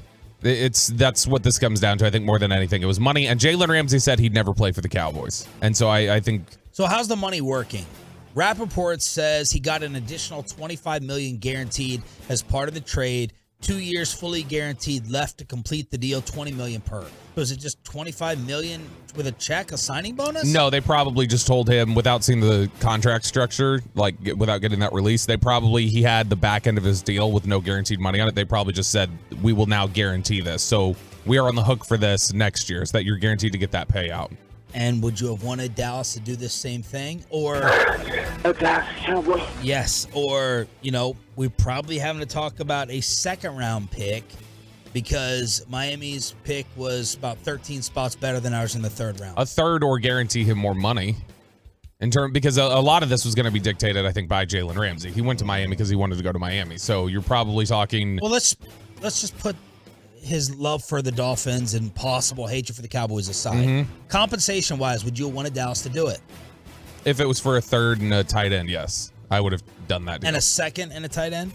No. Probably not. And the $20 million a year. Sure. Yeah. See, I look at it, and I don't disagree. I don't agree either. I look at it like Miami's in a different spot than we are. They have a free quarterback. They do. So the Cowboys would be in a situation where they would pay $20 million for Ramsey. They're going to pay $20 million for Diggs next year. Nope, they would not. If they were making this deal, it would have been let's go for it this year, and then we are not paying Trayvon Diggs. I think. Really? That's what I think it would have been if they would have made the deal for him. So they also may be that may also be what they decided. Is they decided we want Diggs over Ramsey. Well, if that's the case, then I'm fine with them not doing it if it's going to cost you Diggs because of the age. Well, the age is a big thing because let's just say they kept Diggs, $20 million for Ramsey, $20 for Diggs, $20 for Lamb. 40 for Dak. That's $100 million on four guys. Probably more like 45 for Dak, 25 for Lamb, 22 for Dak. Okay. So yeah, I mean, you're talking about a large investment. And that's if you get up to 110, 112 million, that's literally half your cap on four guys. I don't think anybody, if you're talking about if they would have had Diggs and Ramsey here, you would have been paying probably $50 million for that room. There would be nobody close, I don't think, in terms of positional spending to the Cowboys if they were paying that much for corner. And then what does that mean about your third and fourth corner? How bad are they going to be? Because they're going to be Well, Deron Bland, you got him on a rookie cheap deal. I'm fine if you have that much money in the corner room. Rather be than the running back room around here. Sportsline increased the Dolphins' chances of winning the Super Bowl by 50%. 5-0. Isn't this a little awkward, though? Like, Tyreek Hill was all super excited about practices are going to be lit. It's like, isn't this the same guy who 3 years ago made a point in press conferences to talk about how Tyreek Hill's an all-pro at returner, not an all-pro receiver. He's an all-pro at returner. He's not one of the best receivers in the NFL. Now, that's weird. They'll get over it. Okay, Micah Parsons also tweeting, man, what the F? Never mind. Micah's just dying for any type of free agent to come here. He's just dying to add anyone to the squad. It's not going to be his guy, Deron Payne, as Deron Payne got paid second highest D-tackle contract in the history of the league behind Aaron Donald. So he gets locked up in Washington. Really good player, but man, That's a lot of money for a guy who has some 3-tech rush ability, but is also largely a 1-technique run stopper. And so 4 for 90, 60 guaranteed. Oh, gosh. 4 for 90, 60 guaranteed. I mean, it's not the same average annual value, but in terms of guaranteed money and stuff, that's very similar to the deal DeMarcus Lawrence signed 4 years ago. The Carolina Panthers trade from 9 to 1. Right now, the feeling is they're going to take C.J. Stroud. The Chicago Bears moving back from 1 to 9. They get some draft capital along with wide receiver DJ Moore to try to help Justin Fields along. And Tom Pelissero says, despite a report to the contrary, the Packers and the Jets have not agreed to the framework of an Aaron Rodgers trade. But this just seems a matter of, what's the biggest thing that could surprise us here? Rodgers retiring? Rodgers go back to Green Bay. Probably, yeah. Rodgers back to Green Bay is probably the most surprising of the 3 outcomes, I would guess. Man, doesn't the money have to keep coming down? Like the Packers have to be losing negotiating power, right? Or is it going to be a standoff? They're like, you need a quarterback. You want Aaron Rodgers. And the Jets are like, we know you don't want him, and you're not talking to anybody else. I mean, clock's ticking for both. What's happening at 11 today? We got a 4-hour clock countdown in the National Football League. That's the legal tampering, right? Is that what it is? They get 2 days basically where they're allowed to.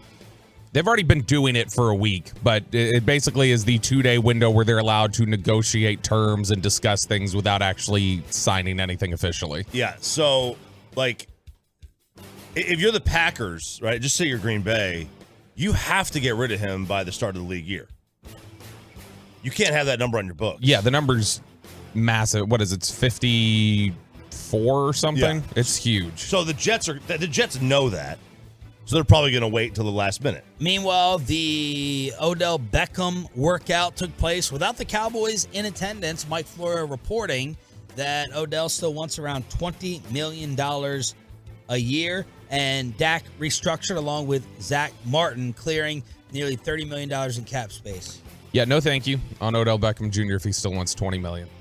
Like, I mean, that's a ridiculous amount to ask for a guy who already is on the back end of his career, hasn't, shown that he can physically do it, hasn't shown he can stay healthy.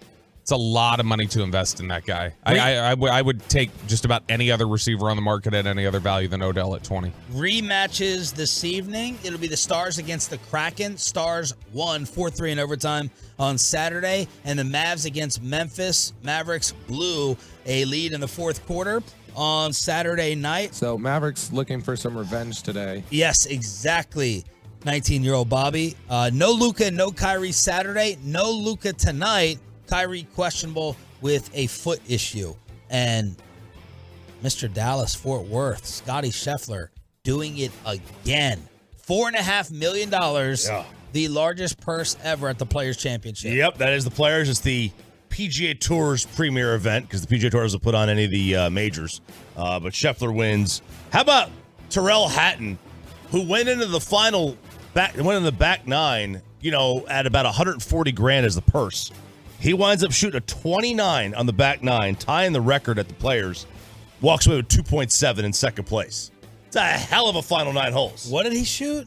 29 in the back nine. 29?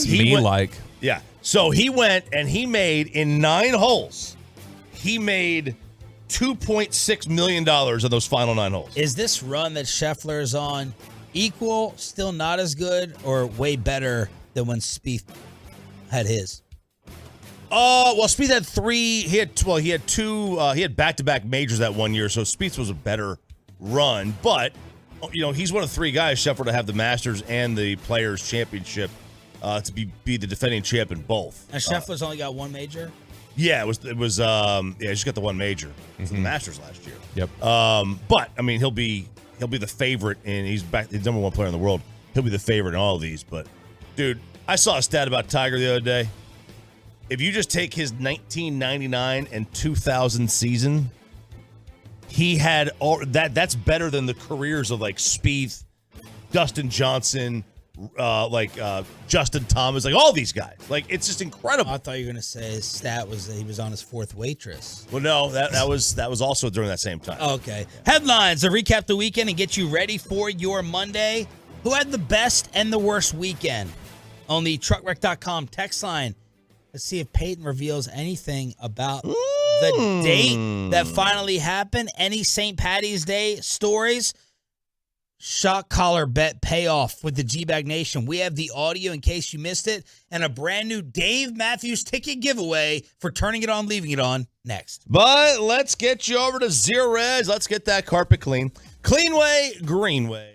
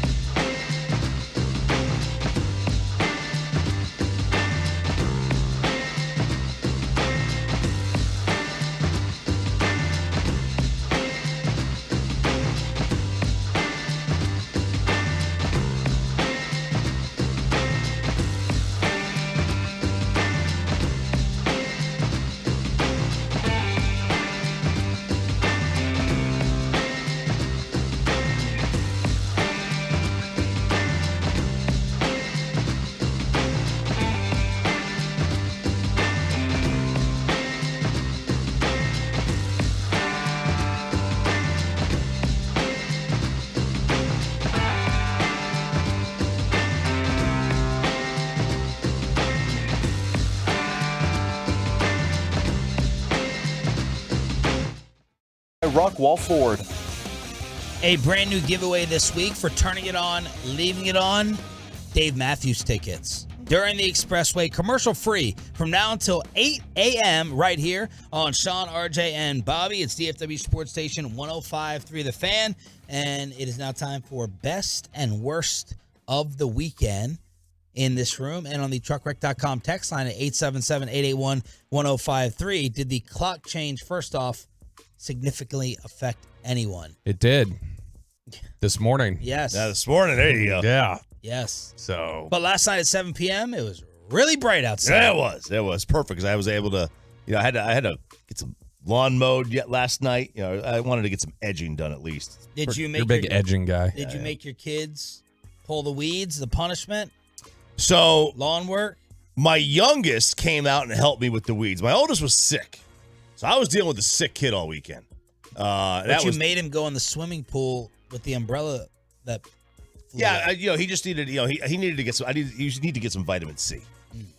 Or is the sun vitamin D? Whatever it is. Vitamin D is the sun. Yeah, there you go. I say you need some vitamin D. Get outside, get in the sun. I need you to get this thing out of the pool. The pool was 62 degrees, by the way. But he wanted to go in. I mean, it's like cryotherapy for him. So Yeah. I think he felt good after that. Felt a little refreshed. But I got the weeds pulled. The youngest one helped me with the weeds. Pepe, the date actually took place. It did. Birdie's Social Club in Fort Worth. Hadn't heard of it until about last week, and so I checked it out on Yelp, and it got great reviews. So I said, "Let's do it." Now she lives out there? Yeah, she's in the Burleson area, so it was like a little closer to her than me. Because your obviously. dates are like what, 45 hour 15 minutes away? Oh yeah, usually. Because I mean, no one wants to go to Rockwall, so I'm like, you know what? I got a Camaro. I'll just drive out to you. How many times he just dropped that in? Like it's a Range Rover. 30 miles to the gallon, but okay. But so no, were you nervous that it was actually going to happen? When did you feel concrete that the plans were locked in because she had to reschedule with the 2-year-old? Friday afternoon, I was more confident when she said, "Okay, it's happening," and I was like, "Okay, thank goodness." And the date was on Friday night. Friday night. Okay. Yeah. So took a nap, took a 2.5-hour nap after the show, and then made the drive over around. I probably left the house a little before 6 o'clock. Got there around 7:15, 7:20. Oh my God! I know it was a long drive. Should have just taken the family helicopter. And RJ, you're gonna be disappointed, but I paid for parking out there in Fort Worth. Couldn't find a spot, man. It was packed. It's right off of 7th. It was packed already by 7:30. 7th, you're gonna pay. You're gonna pay at 7th. I'm talking like downtown, like Sundance Square. They've screwed you. They've screwed parking. There's like one free garage now. So you got there at 7:15. Date was when? A little after 7:30. So I waited a little bit. So because she had the child and stuff, so I had to wait for her to find the sitter and them get to her place. And so I was waiting, but no, it went fine. I mean, it lasted almost 4 hours. Whoa! Wow, you lasted 4 hours. Good job, buddy. 4 hours Yeah. at the place. Yep. We had a few drinks apiece. We were at the bar though. We didn't pick like one of the patio areas and stuff. It got really windy quick, man. I tried to man up and like not wear a jacket out there. Got really cold and my leg was like twitching the whole time. Wow. 4 hours is great. And it was all conversation. I mean, no. Well, lying, what it else was, would it be? Well, Yeah. I think you're supposed to call a doctor if it goes more than 4 hours. You are. But no, I mean, like conversations flowing and stuff. It was fine. It was a lot better than I expected. Did she hear any of this on the radio at all? She brought up the station, but did not mention of listening at all. So I think we're safe. I didn't want to tell her, "Oh yeah, we talk about you all the time and stuff." So I left it clean. And I don't think she's listening right now, or else she would have been texting probably. So you feel good? I feel good. I mean, there's still some things to work out with it, if a second date happens and stuff. Again, the whole child thing, I really have to think about it, until I get dating. Well, she didn't hear that. Do you think that she is number two? Not kid, but date number two? I think so. You guys texting throughout the weekend? Yeah. We were still texting and stuff. I didn't ghost her or anything like that. I didn't want to be that guy. But yeah, we're still texting stuff, and if she brings it up, we'll see. Okay. Very nice. You better hope she's not listening. Wow, what did he say wrong? That sounded very just lukewarm on the whole thing. It did. Well, I didn't want to lie and be like, oh, I'm all about it and stuff. I just, if we're still texting, we're talking throughout the week and things go well, and we'll see if a second date happens. Okay. All right. I don't want to promise anything. I mean, it took, a while to get to the first date, so. That's right. 4 hours is not that's not a short time. That's like a great, amazing first date. What are you first dates usually? Like a couple hours in and out? Two max? Two? Yeah, there are. I Really? mean, it depends. I mean, depends on who it is and how good it is and such. But Did you pay? No, we did not pay. Or I did not pay. Would you? You skipped the tab? Would you? Yeah.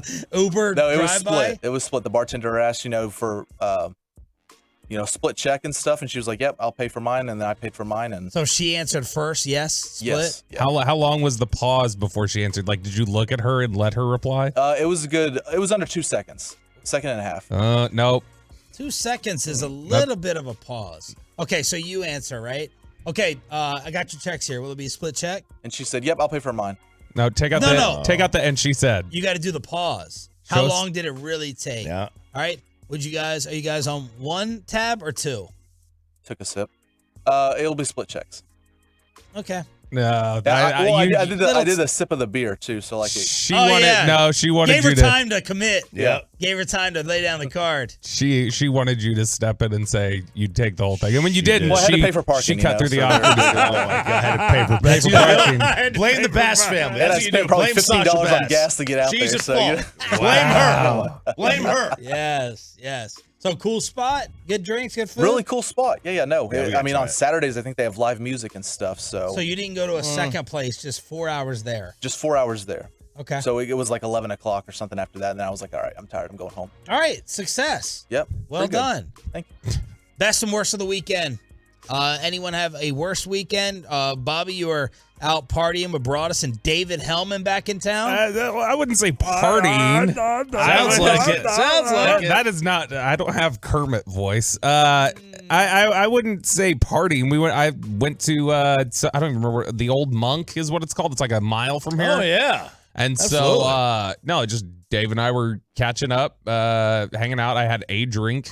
Didn't even finish that one. And then while we were there, Broadus called to ask me a question, and I was like, "Yeah, we're just hanging out here, Dave and I." And he's like, "Oh, I'm around the corner from the station. Let me come through." And so then Broadus showed up. We just hung out for he didn't get the initial invite. No, he did not. He kind of invited himself. Okay. No, but then we spent, I don't know, we're there for maybe like an hour and a half, just catching up, talking, shooting Hollywood. shooting the S. And yeah, he was, it was good. We got him scheduled to come in this week now. Is he on tomorrow? Yep. Yeah. 8 to 9 in studio. All right. Let's do it. So he's going to come in here and hang out before he's jet setting, before he leaves town again. He's going to Chicago tomorrow. Well. And so he'll come in and hang out. But no, it was good. Other than the lice scare we had, obviously, that I told you guys about off the air, where my wife was convinced the girls had lice. She's whenever somebody around us has lice, she is the queen of, I think my head's itching. My head's itching right now. I think How do you get those notifications? I haven't heard a lice alert in a long time. Is it very consistent for your kids as well? They'll send out an email or a text message. Anytime something happens at the school. Anytime something happens. Outbreak, COVID. Yeah, you didn't get instant messages on the lockdown situation, but you get it for infestation of the head. We got one message on the lockdown that says your kid's school has been locked down because of a threat. Oh, we'll update you in an hour. Yeah. Well, meanwhile, we got dandruff alert. Yeah. We got 9-year-old dandruff. We got dandruff. We got lice. They're gonna be updating you left and right. No, we didn't get the update. There was a girl, like one of my daughter's best friends was over there playing, and she was talking about how her head itched. And so Kristen took it into her hands to examine her scalp and see if she had lice. And then was invasive. like, I saw something moving on her head. But we took him to the doctor, and they're like, nope, they don't have anything. And she still was pretty convinced. Didn't allow them to sleep in their room till yesterday because she wanted to make sure there was a couple days where nothing would have survived. Fumigate it? She did, yeah. Like, I mean, in terms of How she went did through a fumigate deep it? clean. She took lint rollers to things, deep cleaned it. That Lint rollers exterminates the species. No, but it is something that'll pick up live ones that you can't see. You gotta wash. Then you gotta wash. With Yeah, a special she soap or washed something and like she that. did all that crap, and she sprayed down stuff. It smelled like chemicals in the house on Friday, and so we finally got past that. Looks like we're not worried about the infestation anymore. And Is it oatmeal? Is that what you're supposed to do? Is oatmeal? Or what is the oatmeal one? You're supposed to wash something that's in oatmeal? poison ivy, right? Is that poison ivy? I Yeah, can't bathe in the oatmeal. Yeah, something like that. What And- about St. Patty's Tales? Who went out and about? When's the last time you've gone to the St. Patty's Day parade? Last time I went to the St. Patty's Day parade, Armin lost 3 teeth. Yeah. Armin Katayan? No. Armin Williams? Yep. That was what, 10 years ago? Probably. 10 years ago when we had the fan float. You ever wanted to venture on out there? You're young. Yeah, I've never gone though. It's a madhouse out there. I think you got to pick a spot and just stay there. So I did not attend this year. Okay. Maybe next year. Let us know. Oh, 8. You couldn't pay me to go out there. Unless you're going to give me a sweet setup where I can just overlook. I'm up top. And it's kind of like what I imagine Mardi Gras, right? The people up top who throw the beads down. Mhm. You look. I have to be looking down upon everyone. Yes. You're better than everyone. I have to be. Yeah, you do that normally. Down my nose. I'm making my own joke, so shut up. Let me finish my own joke. I'd have to be up in the balcony, looking down on everybody, and just people watching. I'm not walking around in puddles of puke and old stale beer. No, it's the sky. And then I have no getting desire. out of there. No desire. I mean, getting in with the Uber Lyft situation, fine. Getting out, no way. Dallas, Texas TV on Twitter was a clutch resource this weekend. All day Saturday, and then even Sunday stuff that carried over late at night. Yeah. I loved it. Watched all the highlights for free. I don't follow them. You did? You should. No, I just don't. No, I've never been to the St. Patrick's Day Parade or Mardi Gras, and I've had opportunities for both, and I don't want to go. It seems like a madhouse that I wouldn't want to deal with. It is a madhouse. Why do they do the? We were talking about this yesterday. Why do they have it this past weekend? Literally, it's Friday, right? St. Patrick's Day is Friday. This coming Friday. Yeah, why wouldn't you you have just done it the next day? It makes more because sense. you're past it, right? At that point, it's like Halloween. Do you have it the weekend before Halloween, or do you go the day after Halloween? Because then you're in November at that point. I mean, I don't know. I would probably do it the close. I don't know if it's on Friday. Yeah, it's hard to do like parades and stuff on a Friday. That's the only thing. 940 ran a 5K, saw the parade, then went to Deep Ellum. That's a busy day that I wouldn't want any. I mean, you're impressive, Deep 940. Ellum should never show up at the end of your text. If you're gonna go to Deep Ellum, I went to sushi lunch with the wife. Deep Ellum, early lunch. There's a cutoff time for Deep Ellum. Never make Deep Ellum the final part of your night. Yeah, what year did you get here, Chop? To Dallas? 97. Okay, so you may remember. You remember on UPN late at night and stuff like that, they would have the Deep Ellum live video series, the VHS. I had the impression as a kid that Deep Ellum was the most sinful, just, salacious part of the entire country, just from those Girls Gone Wild type of VHS tapes they would sell late at night, which I have no idea who was distributing or creating these. So we had that. We had Cheaters taped in Dallas too. So we're all over TV. All over. One of the few times that Sarah has called me a boomer is when I said I have no desire to go to Deep Ellum.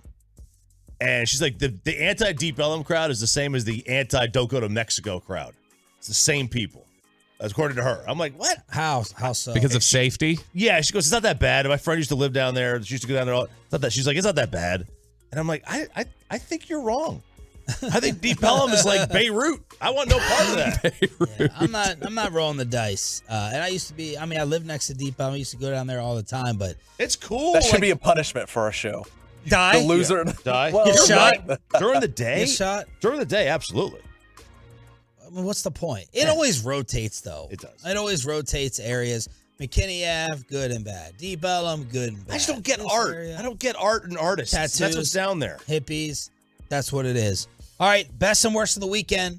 Truckwreck.com, text line 877-881-1053. Whether it was St. Patty's, whether it was the 5K, whether it was blacking out during a movie that you're trying to watch. Yeah, that happened. Off the Henny. Yeah, so, I guys had some Hennessy this weekend. And But are you a West Coast rapper in the 90s?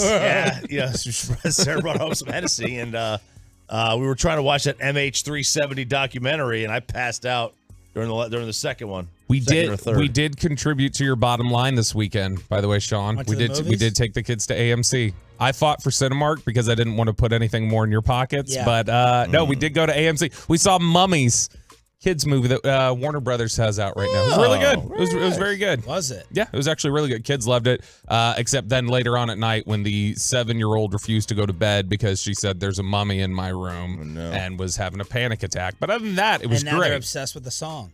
Oh yeah, they love the it's called New Song is the name of the song from that movie. But soundtrack is really good. It was a Spanish language film that Warner, this has become the new norm. I don't know if people realize that this has become a thing that movie execs are doing. They're buying popular movies from like Spain and other countries, and then they're basically just re-recording all the dialogue with English actors and then pushing the movie right back out. So it's a little irritating because even in the 3D animation or whatever, you can tell their mouths are not totally matching the way the dialogue is being delivered because it was originally in another language. Did you watch or care at all about the Oscars last night? I turned it on for like a second, but no, I used to be so big into the Oscars and just in general the movie scene. Every year AMC used to have the Best Picture showcase. They may still, but they will, for a $30 ticket, you used to get free popcorn, free drink, and they would just marathon all the movies nominated for Best Picture. So it would take like all day. You would sit in the theater and watch every movie. How many of these this year did you watch? None. I have kids now. You didn't see Top Gun? Oh, was that nominated? I didn't realize that one was nominated. I saw Top Gun, but that was also leading into the week of my colonoscopy and everything, where I thought I was dying. So I don't even remember half that movie because I was sitting in the theater the whole time going, I have stomach cancer and I'm dying. That's what I thought. Oh. It wasn't real. By the way, when I say that, there wasn't a real chance I had it, just in my head. That's what I thought I had. All right, the G-Bag Nation with the shot collar bet payoff on Friday. Peyton, set us up for 2 of these clips. Yeah, so this will be part 1, part 2. So they did the questions that will shock you. It's a little different than what you guys did, Sean and RJ, when you guys had the shot collar. Now, did y'all see any video of this? It wasn't an actual shot collar they used. No. It was just like, okay, you know the thing you put on like a muscle, like a little pad thing, and it's attached to a wire, and you hit the button and it like kind of moves your arm and stuff like that? That's what they used. So they put it on their neck and had someone sit behind. Different from what we used? I mean, it's not terribly different. I think it's kind of, I didn't see the video of it. No. Yeah, they're using the ones that like they give you when you have like tight muscles and stuff like that, where you got to put on the pads and then just basically jolts them. Very nice. That's what we did. Yeah, well, we use more of a cattle prod, but whatever. Okay. Just tougher. So someone asked the question, and then you had a few seconds to answer, and if you got it wrong, they shocked you. And so this first part is about 90 seconds. It's Zach and Eric. Eric will answer first, and then Zach, and they obviously both got these questions wrong. Within 10%, what percentage of the Earth's wildlife is found in the ocean?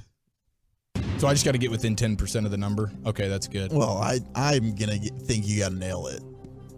But yeah, within 10%. I mean, the world is mostly water, so I would think there's more wildlife in the water than there is on the land by a healthy margin. Give me 73%. Oh, no. Shout out to Tyler Smith. It's incorrect. How do you know? You can't do math. Someone help him with the 10% caveat. Well, it's 94%. Ride that line in, Chief. Okay. Wow, Sparky number 2 is wrong. What's the capital of Nevada? Nevada. That's actually a good question. That is a good question. Carson Now, Sutter. if you've seen Shanghai Noon, Walchuk, you'll feel better about this. Is that a hint? Whoa, no, it's not a hint. It's been, Shanghai Noon is so old. I mean, did that help any of you? It's been decades. I knew the answer. I knew the answer. Never handled that in 5th grade. I saw it. Owen Wilson. Yeah. It's not Vegas. Thank God you said it's not. I know it's not Vegas. Could you name a single other city in Nevada? That's the problem. I don't think so. Bishop Gorman. Is it out of battery? So then we didn't. I think we should have a bonus question. Oh, there it is. I told you, dude. Your face kind of loses feeling. It like ruptures the eardrum. Okay. All right, we're still humming. We're back in action. Still humming. I turned it down too much, maybe. Okay. Oh, boy. How about that? Is that okay? This is fun stuff. So it seemed like Broadus had a little bit of issues there at first, but man, he let him have it. Good. I was hoping Broadus wasn't going to get zapped. So G-Bag with a shot collar bet payoff. Sean, RJ, and Bobby here on DFW Sports Station 105.3 The Fan. Let's do a little earlier hookup for the Tolos today. Turning it on, leaving it on Monday. Good start to your week. Let's get you the tickets. That's right, Tolos. Caller number 10 right now at 877-881-1053 wins a pair of tickets to see the Dave Matthews Band at Dos Equis Pavilion on May 20th. Get tickets and information now at livenation.com. That's caller number 10 at 877-881-1053. All right, couple of NFL updates. Jeremy Fowler, ESPN, reported multiple NFL teams. He was told multiple NFL teams predicting to him no one will make an offer for Lamar. Fowler said he talked to a number of teams. None of them can see a team in the league making an offer. Something else complicating things, according to Albert Breer, if a team signs Lamar to an offer sheet, Baltimore has 5 days to match. That knocks that team out of free agency, essentially. because you're frozen for 5 days waiting on the cap space. You could lose other available quarterbacks. Not impossible, but difficult. Man, there's a lot to digest with that, because that is a great point. Like, teams are not going to. Oh, well, thank you. Teams are not going to risk free agency and such on something they know is not going to happen. They know Baltimore is going to match. At least I think they are. I think this exactly what Baltimore's doing is they're taking the opportunity to let somebody else negotiate the parameters and then move it, and then going to just agree. It's very possible, but I also think there's a better than 0% chance that they would not match it, because I think they're really irritated in general with him. Could be. And look, it's a risky investment. In general, people always have some sort of concern, it feels like, whenever they're talking about how much money do we pay a quarterback, how good do we feel about making this investment, whatever else. They're all very self-critical about that in their evaluation. But when you're then adding into the fact that it's a mobile quarterback who already looks like, are we seeing signs of breaking down? That's a terrifying investment. Bill Barnwell with his best Lamar fits. Number 1, the Atlanta Falcons. Number 2, the Carolina Panthers. They're now out. They just traded for the number 1 pick. Number 3, the New York Jets, waiting on the Aaron Rodgers drama. Number 4, Indianapolis. 5, the Raiders. 6, the Tampa Bay Buccaneers, as Ian Rappaport reported over the weekend. They're interested. There's a lot of Baker Mayfield's agent is doing a tremendous job. Or these teams are still trying to give him another flyer to see if it works out. So Baker Mayfield maybe joining Kyle Trask for the Buccaneers QB competition. Sam Bradford, he got a lot of chances. Number 1 overall picks are going to get a lot of chances. Wentz got a lot of chances as the number 2. Yeah, I mean, Baker's going to Baker's going to find a place to start. It's going to be the Rams. It's going to be San Fran. It's going to be Tampa. It's going to be somewhere. He'll get a chance. He's the number 1 pick is going to get a million chances. He's not going to get as many chances as Bradford, I don't think. I think this will be, I don't know how many years Sam started. I would say, like, Baker Mayfield, tools-wise, talent-wise, doesn't match up with Sam Bradford. Oh, totally agree. I mean, totally Baker's just, he's short. I think this will be his last chance as a starter. I'm guessing there's Rams discussion, but now Tampa Bay, according to Ian Rappaport, is interested. If I'm like, Atlanta's got the 5th or something like that. Yeah. If I were them, I'll draft somebody. I'm not gonna go for. I'll just draft somebody instead of paying $40 million for Lamar Jackson. And although, why? You're getting, in your opinion, one of the best quarterbacks in the NFL who is still young. He's 26, and you're on the map. You're on the map. You have to change your mindset, I think, a little bit about just assuming that all of your drafted players are hitting. Oh, no. I don't know. You haven't known. I mean, Lamar Jackson, I know you feel this way about DJ Moore, but if you believe in Lamar Jackson and like him as much as you say you do, I mean, you're an instant player in the regular season if you're Atlanta. Oh, you're the best team in the division. And he's 26. You're the best team in the division. Do you have to trade anything for him, or you just sign him? Lamar? You got to trade. No, yeah, you got to give up 2 first-round picks. Yeah, you got to trade. Two first-round picks, and then the $40 million. Right. That's at least 40. And yeah, at least 40. All guaranteed. All guaranteed. That's the sticking point for a lot of people. Is that now? I do believe there is no price too high for an elite quarterback. Okay. I would give up 10 first-round picks for Patrick Mahomes. Okay. 10. And Lamar is a what quarterback? He's not elite. He's in the If Dak Prescott, if the Cowboys announce he's on the market and you were Atlanta or another team, what would you give up? I would take Lamar over Dak. Okay. Not by a wide margin, by a little bit. Okay. Because his upside's better. It just is. I know you don't like it, but his upside's better. But then again, they both have injury concerns. Yeah. Sure. Although I don't really consider Dak to be injury prone, he has been injured quite a bit. I'm just saying, would you trade 2 first-round picks for Dak? If you're another team. I'll trade you for. Yeah, I would. Now again, if I had the 5th overall pick, I mean, the chances are you're gonna get a great quarterback, or you have the opportunity to get one. If I was because you don't ever view quarterback classes differently. You just say a quarterback's available, that's who I'm taking. You don't knock it up or down. You just think a quarterback is there, you have to take the quarterback. You don't judge the class. Right, because I think talent evaluators generally suck.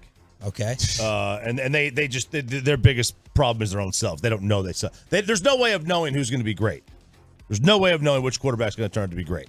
We've missed on can't miss players before. So rather than take the scout's opinion, you would rather just say all these guys are the same, blank canvas, opportunity to hit, draft them. No, they're not all the same. They're not all the same. But people are generally very bad at evaluating talent in general.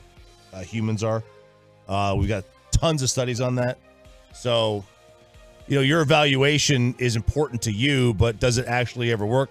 I mean, how many times do we see guys miss or hit on players? We see it all the time. There's no, you can't predict who's going to be great. Miami, number 7 for Lamar Jackson. They just picked up Tua's 5th-year option, which Bobby says you should always do for the quarterback. Chicago, number 8. That's not happening. They just got Justin Fields, DJ Moore. I don't think it's happening. The armpit, number 9. Now, do you understand it now, Texans fans? Has it sunk in? Why the final game of the year screwed you and why that was so bad? Has it registered? Chicago was not going to pick there. So now you've been leapfrogged. And if you want to move up, you got to give up some compensation. So hopefully it kind of settles in the mind of all the Texans fans who didn't get it the final day of the regular season. Tennessee, 10, 11, Washington, 12, New England, 13, Detroit, 14, Minnesota. What's up with the Vikings, by the way? Side note, San Fran, 15, and number 16 for Lamar Jackson, the Green Bay Packers. What is going on in Minnesota? I didn't understand this when I saw it. Minnesota is for sale. There's for sale signs with the Vikings. You'd think that they're kind of in the same QB category that we're in, but yesterday reports Arizona and Minnesota for sale signs if you want to come calling. What's up with that?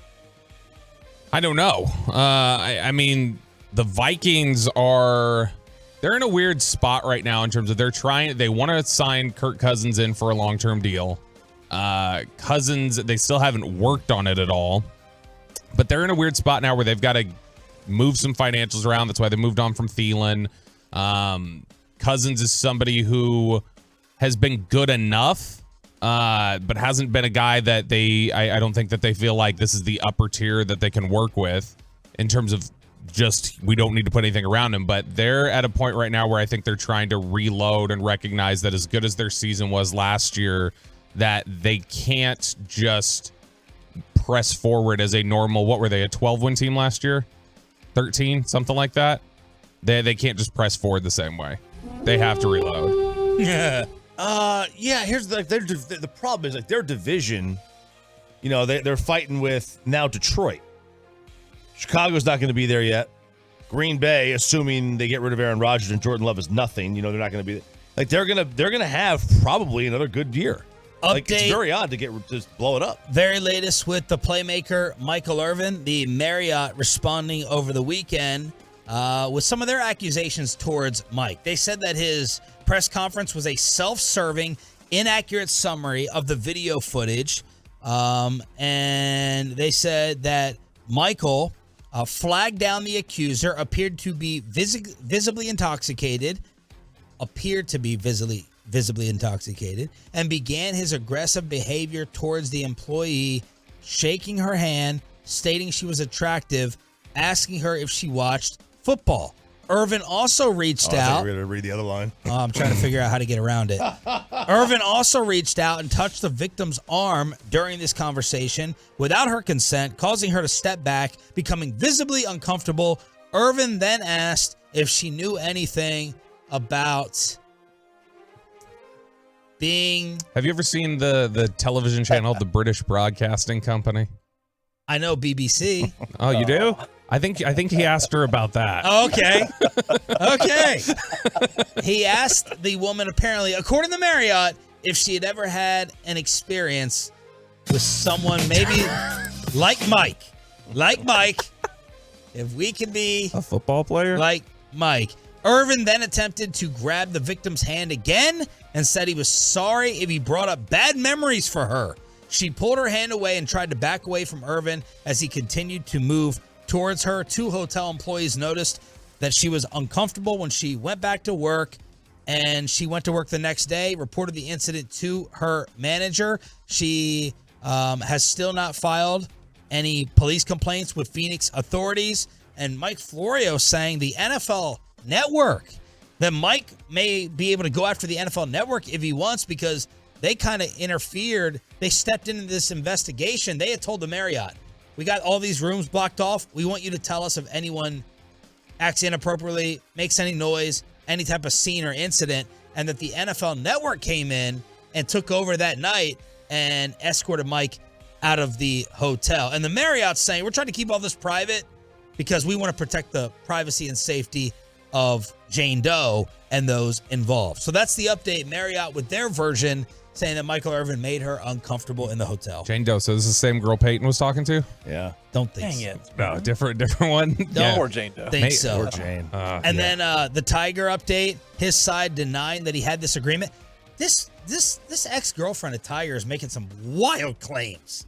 She's suing him for $30 million. $30 million. Which, by the way, if you're Tiger Woods, she can go away real easy. $30 million? He's worth $1 billion. $1 billion. That's like us letting somebody go for $30. Well, she says that they had this agreement. After we break up, you can still live in the house for 5 years. That sounds really weird and odd. 5 years, and then she's trying to break the NDA agreement because of harassment or sexual harassment, which I didn't know you could have sexual harassment if you are in the relationship. So that's Tiger and his side answering back saying, no, we didn't just drop her off at the airport with a fake vacation and change the locks. That's what she's saying.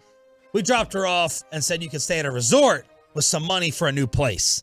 So that's the back and forth with the legal proceedings all over the sports world. It's a mess. It's a mess. But, man, he is cold-blooded. He is cold-blooded. I do love him. I do love the general. Let's drop off at an airport and be like, thanks, see you, lady. We got Luka dealing with Kyrie and Micah dealing with the Joneses. After the Jalen Ramsey trade reaction from Micah, who are you more worried about eventually losing here in the Metroplex? Micah or Luka? Next. Well, let's get you over to Dr. Mark Bishara's office.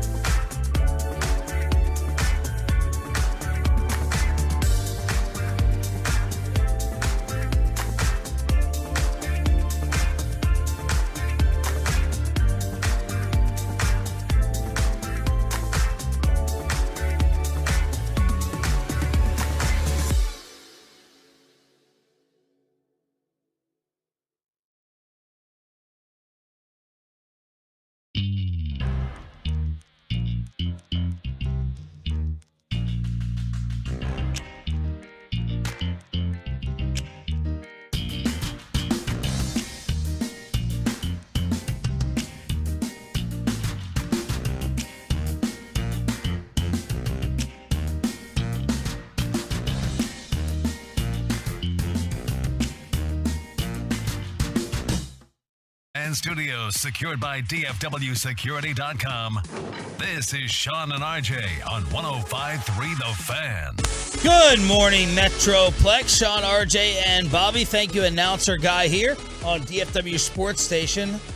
RJ, Bobby was asking in the commercial break, what's up with the roads? Has spring break officially started? Yes, it has. My kids are on it this week. I think There's most kids are on it this nobody week. out there. Yeah. We'll see people next week. We'll see you next week. So the majority of schools are this week? Yeah. My kids are this week. I just didn't have any idea that everybody took off for it. Do your kids try to have you create some type of extravagant plans? My buddy took his kids to London for spring break. Great city. Thank you. Oh, cultured one. I didn't remember spring break when we were in school being like a thing. Me either. What? I was homeschooled, but Well, yeah. Oh, you didn't. You guys, you had spring break. I don't remember. We were weird though. We had a winter break in February, like around President's Day. We got President's Day week off, and then our spring break was in April. It was a little bit later on. I thought we didn't get out of school till late June. I just remember spring break being for college. The Girls Gone Wild videos. I didn't remember particularly with high school. Did you always have spring break? Yeah, in high school. It was usually like the second or third week in March. For a week? For a whole week, yep. Wow. yeah, my kids have always gotten spring break, and they do try to make a big deal out of it. The girls will enjoy their spring break. The Vapor will not. He's in trouble again. He is? Yeah, he is. For the vape? For some stuff. So yeah, he's in trouble again. In fact, he's probably thrilled I woke up late this morning, because had I woken up on time, he'd be sitting in that back room back there. But I didn't have time to pull him out of bed this morning. Oh, he was gonna come in as punishment this morning? Oh, he wasn't gonna be leaving my side. Did he get in more weekend trouble? No, nothing over the weekend. It's just now he's out of school.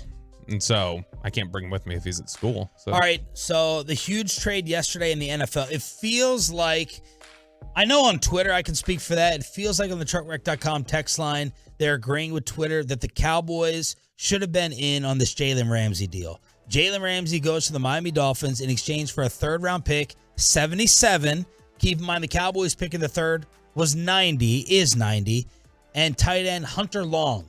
One career catch, but a third-rounder. What? I'm just observing what's going on the fan text right now. You're getting set up again, Peyton? Some offers are out there. I got to check and see what's on the table. Right, people are dropping Instagram handles, and I just happened to notice it. You mean to go out on a date? Yes, yeah, he's getting invited out. Really? Mm-hmm. Looks like it. From the Expressway segment? This is all happening over the last 2 minutes on the fan text. I was think here the watching first it. text I see from him is 7:34. Okay, so yes, during the how many Express. handles are on there? I just see one. Okay. I see it. I'm looking up the handle right now. Have we heard from Jane Doe 1 anymore at all? Nothing. Zero. Have you reached been out? 60 days. I have not reached out yet. There you go. Of course you have it. You got to reach out. No, don't reach out. Don't. Let it be. City boys, we up. We We're moved not. on. We moved right. on. What about from And the she's brother? kicking rocks. Wait, yeah. Man, Peyton was so scarred by me telling her to kick rocks. It was funny, though. It was funny. Yeah. Deal with it. You don't put my boy on hold for 2 months. But the Tolo brother, hopefully we still have him. Oh, he said he and was hopefully hanging. he didn't take offense. No, he told us. He said, sorry, I'm hanging around regardless. Like, you know, he was all about it. So he didn't have a problem with it. And that's, look, he's our demo anyway. You know, that's all we're worried about. We're worried about Big Bro. All right, so I was a little bit bitter that the Cowboys didn't make this deal. I get it. The third-round pick. Look, maybe Tolo said they were one of the deal Jalen Ramsey to the AFC. I don't know if the Rams are in that space right now, right? If you do that if you're a current competitor. It feels like the Rams are kind of blowing it up. Now, if they refuse to trade Stafford, which Michael Lombardi reported they are trying to trade Stafford, if the reports are true, they're trying to keep Stafford, Kupp, and Donald. Okay, I get you're trying to be competitive and you would only want to deal Jalen Ramsey to the AFC. I feel like the Rams are trying to deal Stafford. They're in more of a blow-up phase, and they would have been fine within the NFC. Maybe Jalen Ramsey refused to come here because of what happened on draft day. But, RJ, you are fine with the Cowboys not paying this future salary to him. Yeah, because, I mean, if you look at it, it's going to be $20 million-ish, you know, and then Diggs is going to want the same. And does that mean they get rid of Diggs? I mean, is Ramsey better than Diggs? I mean, look, the age is the problem. Like, obviously, Ramsey's career is better than Diggs. This messes up my strategy, and I know I'm the only one that feels this way. I want to build the defense up. I want to keep offensive weapons. I want to build the defense up to overcome Dak Prescott. I'm so tired of this. Yeah, you can roll your eyes. You can make a face. I didn't roll my eyes. I made a face. You can't really get better than you have been the last 2 years defensively. Who? How many more first-round picks can I surround? Yeah, I can get better defensively. Well, but here, if you get Ramsey, you're probably going to get worse defensively. Explain. Over time or next year? Well, both. Because, I mean, the cost you're going to have with having you don't want high-priced guys on defense generally don't work. You want high-priced guys on offense. You want depth on defense. It's going to ruin your defensive depth by putting $20 million into him because you already got $20 million in the tank. You're going to have to pay him. I'm just Diggs. tired. You are the girl that no, you're the guy. You keep promising the engagement. You keep promising the proposal. Not promising anything. You just want to draft and you want to wait and you want to develop and you want to hope and you want to wait and this and that. And I want the you're Gavin Dawson. You know what's better? You know what's better than building your defense? Get a better quarterback. Where you don't have to worry about it. Well, I'm dealing with reality. I'm dealing with you just gave me the middle finger. He just gave me the middle finger. No, I'm not giving you the middle finger. I'm scratching my eye. He just gave me the middle. I'm not giving you I'm not giving the middle finger. They're not getting rid of Dak. They're not moving off of Dak. So I would like to build the defense up to have a better offense, try to win like San Francisco, because I just don't believe it's going to come on the right arm for the left ring finger. That's me. So I wanna get Jalen Ramsey.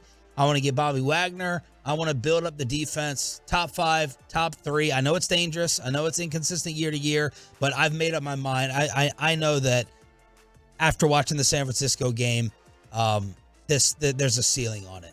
Look, I agree, but the thing is, the defense has already been there. Yeah, the defense has been really good. Yeah, but I want to try to make the defense great.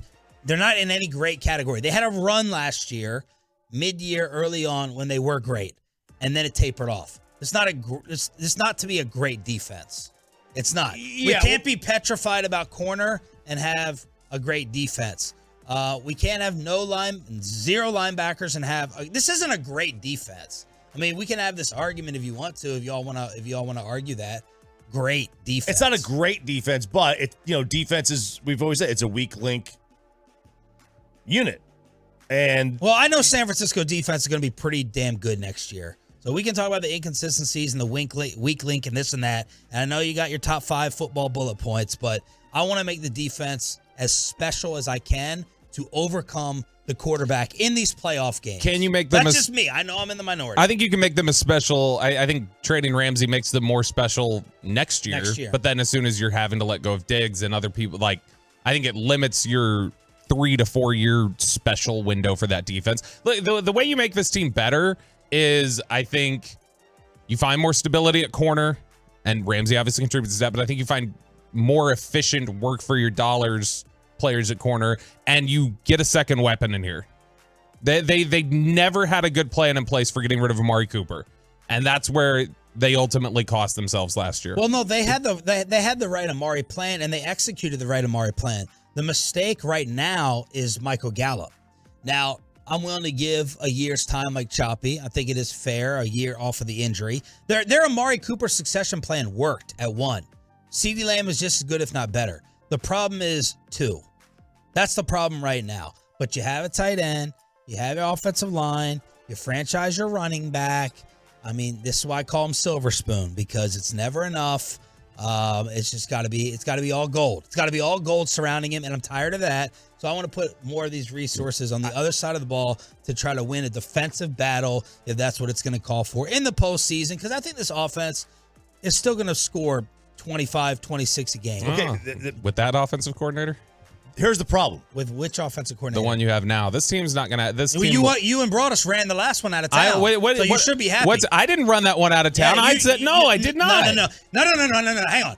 You get away with this stuff with Hurts. When we didn't have you in here, when you weren't in here every day, and now it's easy for you to say, I love Jalen Hurts way more. You guys just didn't remember. Now we've been doing a show long enough. You're not going to lie about Oh, my about gosh. your Kellen Moore. I'm not- I didn't- No. Let me finish. You're not going to lie about your Kellen Moore criticism, and you and brought us picking him nonstop, and now you want to shed a tear. And he's off over in L.A. I've been doing the show with you, so I know. I at this point. absolutely was critical of Kellen Moore in spots, but I also consistently said he's a top third of the NFL offensive coordinator, and the grass isn't always greener. And if you're going to walk away from him, you better have a better plan in place. And they didn't. This team, I'll make whatever bet it is. This team finishes outside the top 10 in points and yards next year in offense with McCarthy calling plays. Wow.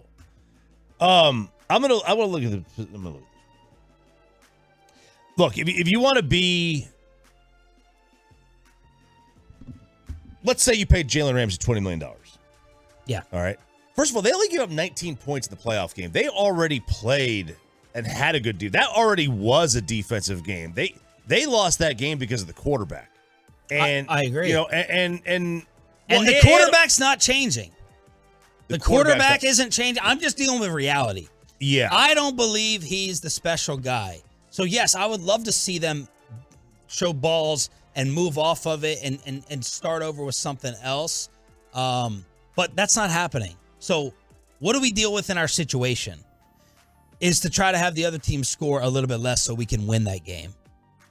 That's the way I'm thinking. Yeah, I understand that. I'm just wondering, like, if you get Jalen Ramsey in here, yeah, okay, and that's fine. You're going to take away from some other part of the defense, most likely. And I want to pay corner. I love the cornerback position. A couple of teams out there didn't really pay corner. They're kind of moving to pay, not pay the corner. Okay, well, I would not want to have two great corners and two bad ones, because the bad ones are the ones that are going to get picked on. Why would you have the bad one though? You've got Deron Bland here for the next 4 years at least. Oh, but who's after him? I mean you do that's need 3 corners. Yeah, you do need 4 though, right? You need. But I thought you said Kansas City didn't even have one. They didn't, and they were fine. So then what's the argument? Why would you need 4 if they don't even have one? Where are you taking away from when you bring in Jalen Ramsey at $20 million? You probably take away from defensive line. You're probably taking away from edge rusher. Outside of linebacker. Yeah, which means they would try to replenish it through 4 years worth of rookie contracts. You'd move around from Tank. I'm just saying, we've done this patient approach. We've done this wait. It's sometimes you got to strike a little bit more aggressively. Now is the time to do it. You're in the NFC. It's freaking wide open. I think the best point that you bring up is I don't want to pay Diggs and Ramsey and Dak and CD all that money, $100 million it's going to be. And look, the Cowboys pick would have probably had to have been the second round pick. So the second round pick in Hendershot or the second round pick in Ferguson, right? Because you didn't have a better third than Miami. And maybe the Rams said, we want AFC, and Ramsey doesn't want to go there. So maybe it's all a moot point. I'm just talking about the point of this segment for me is, and I know no one else agrees, I want to load up more defensively. I know what the offense is, and I don't think it's going to have another level, a next step to get to. Maybe they get a better receiver than Gallup, and I'm proven wrong on that. But that's where I stand right now with number 4, even though they mess with his money along with Zach Martin's to free up $30 million in cap space.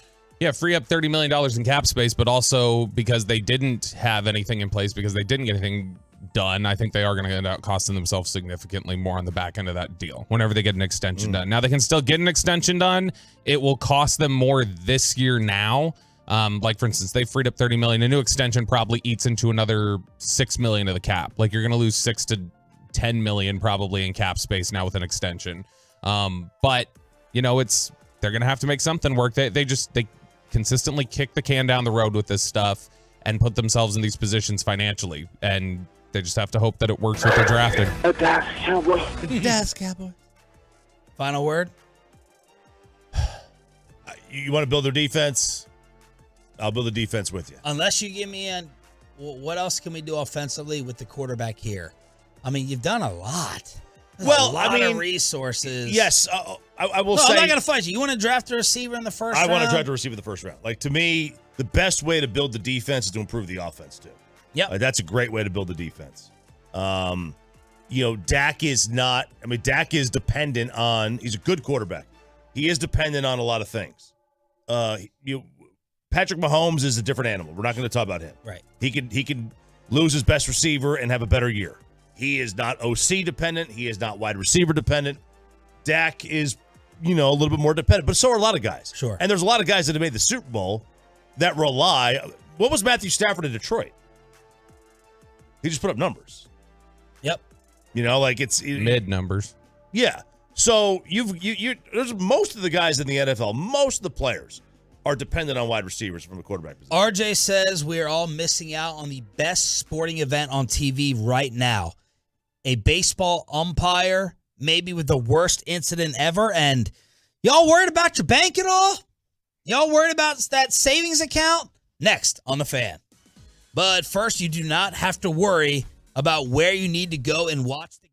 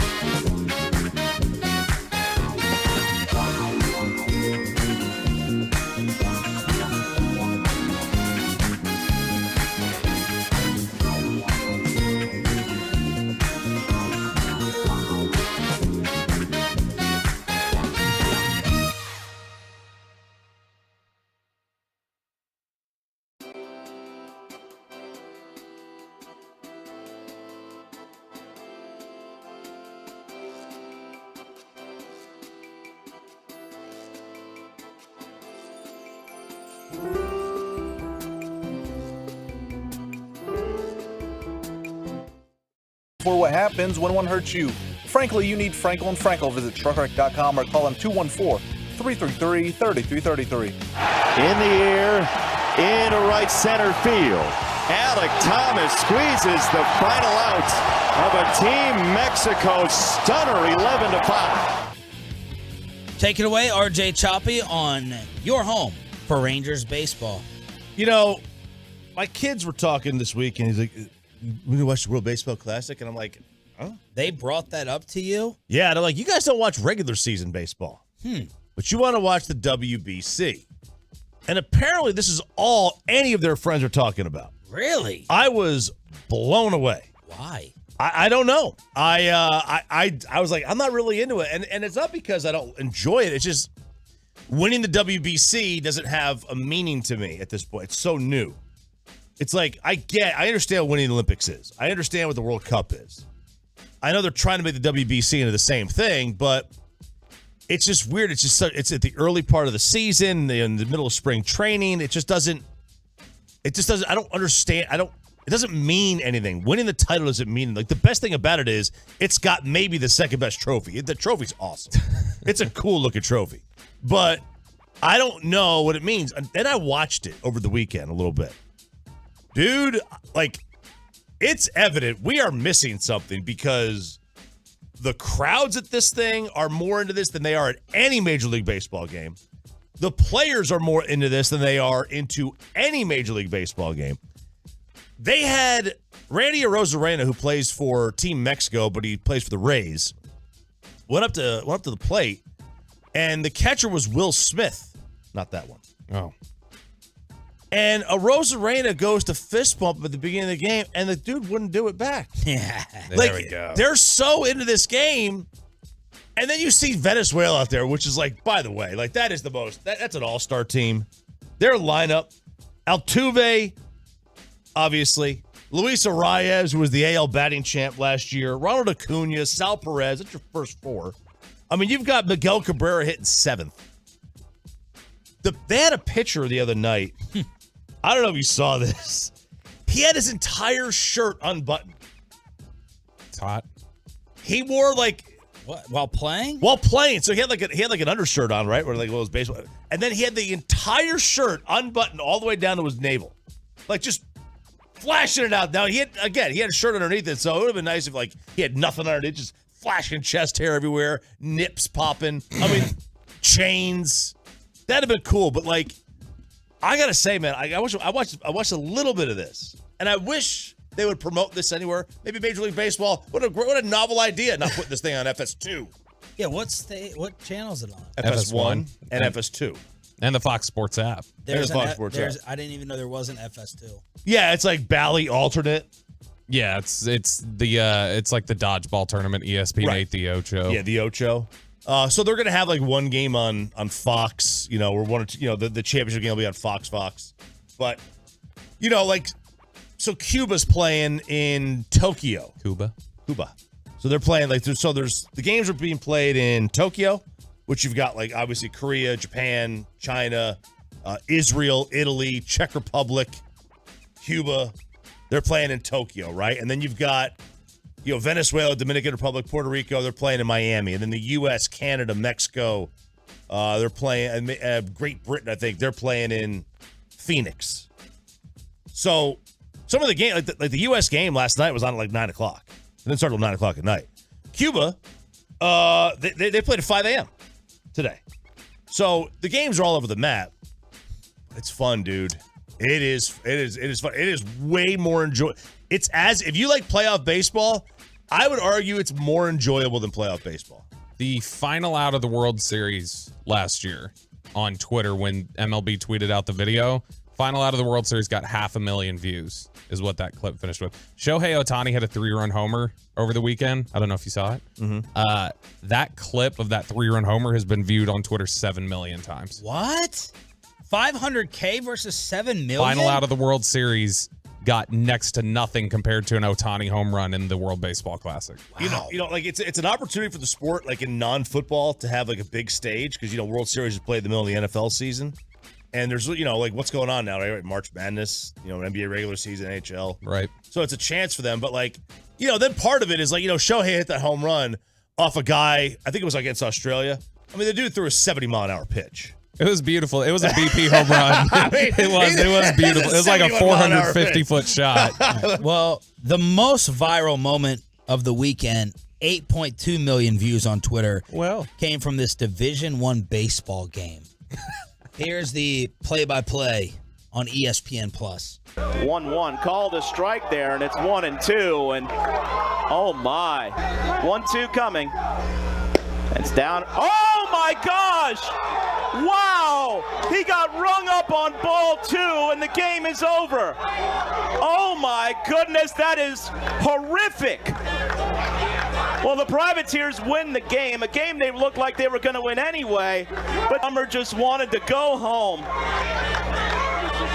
The Privateers are a winner, 7-3. So the first pitch. Now look, the batter. Not one person on the internet. I know where you're going. I agree. Not one person called out the batter for acting like a petulant child, jumping up and down.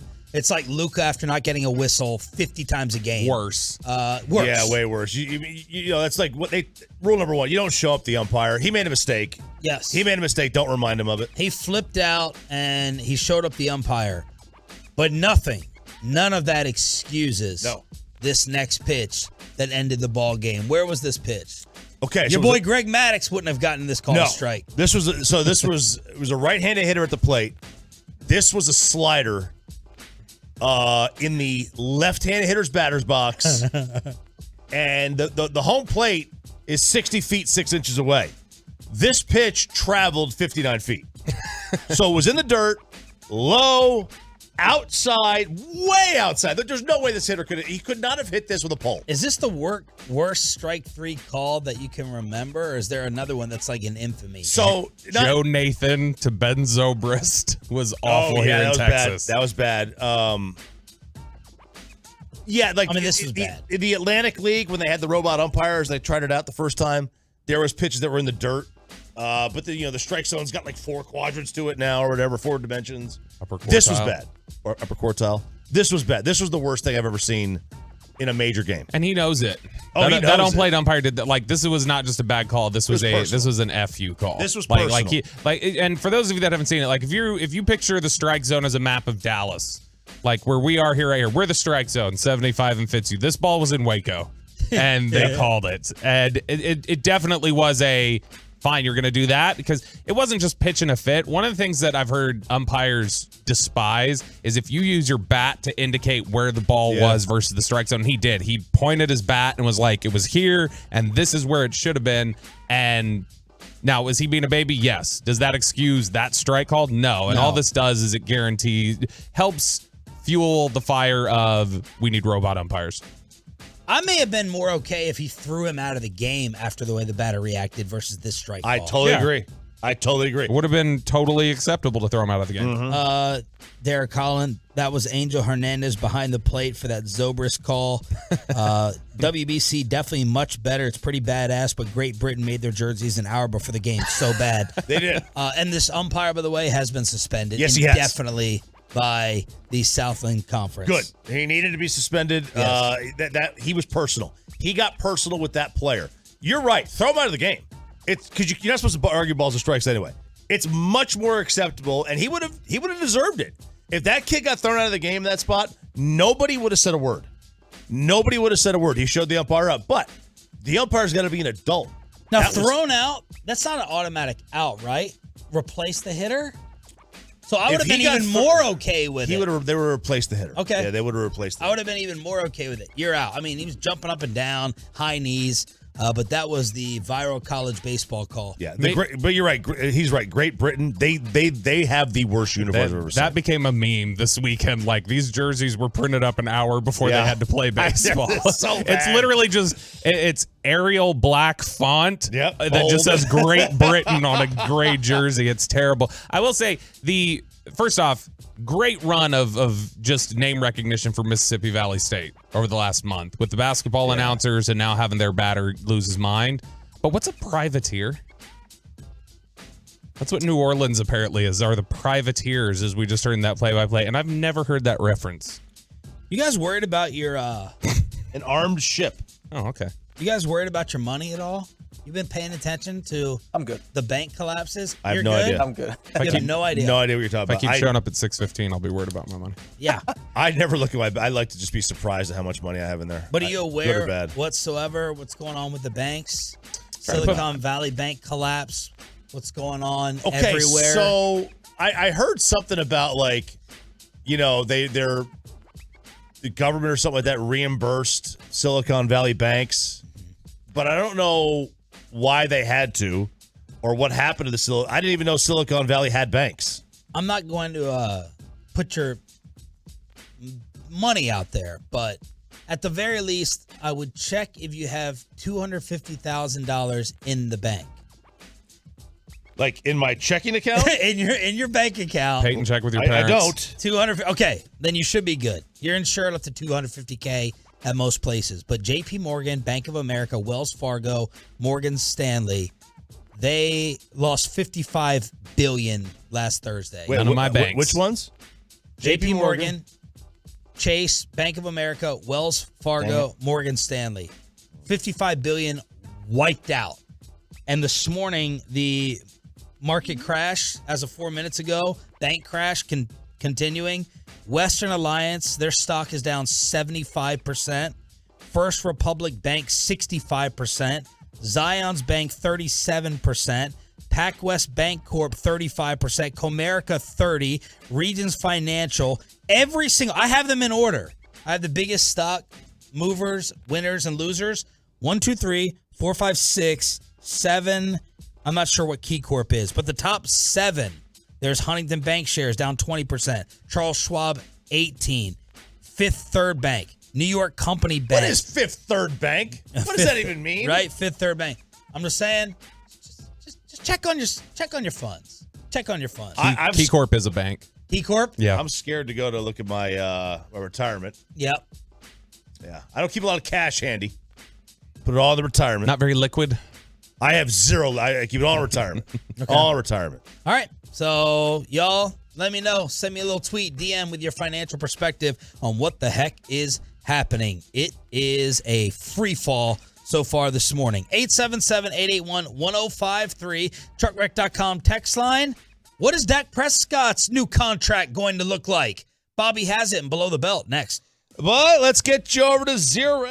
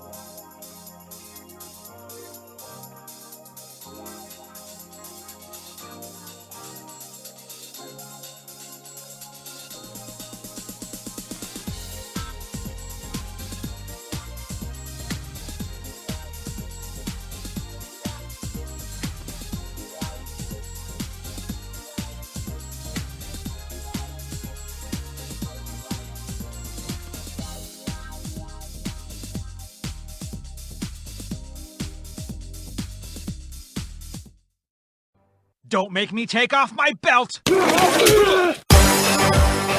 Are you guys ready to lose your minds? Are you ready to be very angry? Tolos, 877-881-1053. I like that hook. That's a good hook. It's going to be Good tease. very expensive to get an extension done with Dak Prescott. So I was talking to some people around the league this weekend. Well, yep, I try. I was trying to figure out, okay, where... This isn't Dave Hellman yesterday at the bar. No. Okay. No. This was Friday afternoon, Saturday afternoon. I was reaching out to some folks, just trying to figure out, generally, now that the Cowboys have gotten the restructure done, where is his extension going to come in? How much is it going to cost them? You know, what markers do we need to look for? If talk to a lot of agents, talk to some personnel people, just said, what do you expect Dak Prescott to go in there and aim for? And his representation, Todd Freeman. Okay, so this restructure does what to his contract, his future? What does it really mean? Does it mean anything? It does mean something. It frees up about $22 million. And what it does is places, it's about $6 million per year extra on each contract year the rest of it. So over the next 4 years, the Cowboys basically just put $6 million of dead money on each of the next 4 years on the cap. And if they release him before then, it accelerates his money and it's all due at that time. So if you were to release him after this season, the $18 million or whatever remaining in dead money that they just put on the cap would all come due right then. So it's going to be tough to get out of his deal even next year. Before you get into these nauseating numbers, yep. Try to put your love aside. Try not to be a Dak head for a second. Ooh, it's tough, but go ahead. What percentage chance is there that they are taking or would take any type of wait and see approach with him versus let's get this done as soon as possible? Like a wait and see, like we heard the first time around when Jerry was apparently asking people in the room, are we totally sure? Are we totally sure? Even though you thought the tone of that may be a little bit different. Did yesterday wipe that out? Like, is yesterday a sign or the weekend the sign when they restructured it? Like, they're definitely 100% all in? Or is there any percent chance of hesitation, evaluation to do something different? Do they want money? Do they want money to spend on people? For what? For extensions for Micah, Diggs, Lamb, any of these guys, if they want any money to operate, they have to give them an extension. Okay. They have to. All right. So what you're looking at here is I was trying to figure out, okay, what's the general range? What are the things? Is this as simple as he needs to make this much on an average annual salary, or he needs this much in a signing bonus or whatever else? And I was told, no, there are a few different things that you're going to have to make happen here, or that Todd France will likely look for. So the new money range. So basically not including the extension year. This is where Sean and I check out. You don't need money, to. I can make it old money. I can make it very, very simple. So I'll look at it this way. Let's say, Chop, your contract here at the station, you're making a certain amount of money and you're under contract for the next year. If they were to say, we're going to go ahead and give you a new deal right now, a year out, we're going to give you a new deal and you're going to be making X amount of dollars over the course of that 2-year contract that you're getting. You're only worried about the average of those next 2 years, not including it into the third year. So basically, let's say you make $10 and you want to make $15 annually, is that they will not then say, okay, we're going to average out, including the last year of your contract, to where you make 45 over 3 years. We're only going to make sure you make 30 over 2, and you're still making 10 in this third year. So new money is basically just when the new money kicks in, what are you averaging? So Dak would... By the way, I still don't know what the hell he's talking about. I thought that was about as basic as I... That's so what I mean. All right. Okay, Rocky Top. So do they not... They don't rip the contract up, then? Not typically. No. Now, my proposition here is that they might on this one. So the new money average, whatever deal he signs, whether it's... Get the Bobby throw up drop ready from him earlier in the show, a Bobby puke sound effect, and just put it on loop. Okay. I have a feeling. Dak Prescott right now averages $40 million a year. The new money average is probably going to be 46, 47, somewhere around there. Because that puts him third, roughly, puts him right around Deshaun Watson, puts him right around Kyler Murray, puts him behind Russell Wilson, behind Aaron Rodgers, where Aaron Rodgers is right now. So it's not as simple, though, as just saying, here's $46 million annually. You've got to come through with a certain amount of guaranteed money. And so when I asked around the league, and I said, what is he going to look for in terms of guaranteed money? What is it? That 46 is obviously just a quote for media outlets to be able to say he's the whatever ranked player. That's why agents are concerned about that. So what's more important than the average annual value is going to be how much guaranteed money he gets in the first 3 years of the deal. How much is guaranteed to him? And that number, ladies and gentlemen, will need to be somewhere between $105 and $120 million over 3 years. So, you have the puke? Right? That. No. Get another one, right? Without me in it. Here are the leaders right now of guys under contract in terms of most fully guaranteed money they got in the first 3 years of the deal. Deshaun Watson, 137. Russell Wilson, 124. Two of, we agree, the worst contracts in the NFL. Russell Wilson and Watson. I don't know. Why is, yeah, I don't know. I'm not bailing on the Watson. Watson being fully guaranteed at 46 means you have no wiggle room if it goes bad. So in that sense, I think it's a bad contract. Okay. You have no wiggle room, but the assumption is that he's going to be a really good player again. If he finishes the deal and plays the way he has, it's He not going tends to be a to bad finish. deal. He does tend to finish. So the next number is Kyler Murray at $103 million. So you get a more than $20 million drop off from number 2 to number 3. Dak is probably going to come in somewhere in between that. So with that in mind, I think that you're looking at having to give him, I was kicking around different contract values, trying to see, okay, what would this potentially look like? I think the extension, Sean, RJ, 5 years, $230 million, $114 million of that guaranteed at signing, all coming paid out to him in the first 3 years, and then $156 million total guaranteed. Oh my. 46, 114, and 150 are the numbers I wrote down. Yeah. So that $230 all I million heard was 5 years. That's all I heard. But that's literally just going to be an accounting trick. You're really on the hook for the first 3 years of the deal. And so, you as an individual who put up one of the most impressive postseason prediction records of all time. Yep. One loss, I think, in all the playoffs. Yeah, some say that it was miraculous. Some say it was some miraculous. Have said that. You as that same individual Uh-huh. think that these numbers and that move give the Cowboys the best opportunity to win the Super Bowl moving forward. Yes, they have to. I mean, they can't. They if they don't, they just completely say goodbye to this group of players. Like in terms of a window with this group of players. Because if you walk away from him, your cap is completely screwed up for 2 to 3 years. This is an accounting move they have to make. Wait, so if they were to walk away from him today, can they not just take their lumps all in 1 year? I don't think that's possible, because if they were to cut him today, it's like a $40 million negative hold on the cap.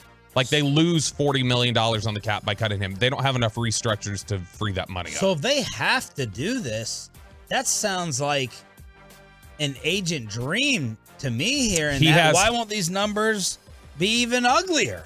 They have to do it. He has all the leverage, to be honest. He has all the leverage. Dak has a no-trade clause. They can't franchise him again when his contract runs out. He's got a no-trade clause? Dak has a no-trade clause, and he has a clause in his contract that says he can't be franchise tagged. Wow. And so you are, there we go. You're basically going to have to make the best out of a situation. So between a roster bonus and his salary next year, he's currently due $34 million. You have to guarantee at least that next year. Okay. So that would be his salary. It would be $34 million fully guaranteed. If you do this deal, if you have an extension of 5 years, $230 million, give him a signing bonus of, $34 million, you basically end out setting yourself up. $34 million salary in 2024, $46 million in 2025. His salary cap number in 2025 before restructures, which they can free up a lot of money by restructuring high value base salaries like this. His cap number in 2025 would be $78.25 million. Woo! All right, so just Chop is literally about to pass out, I think.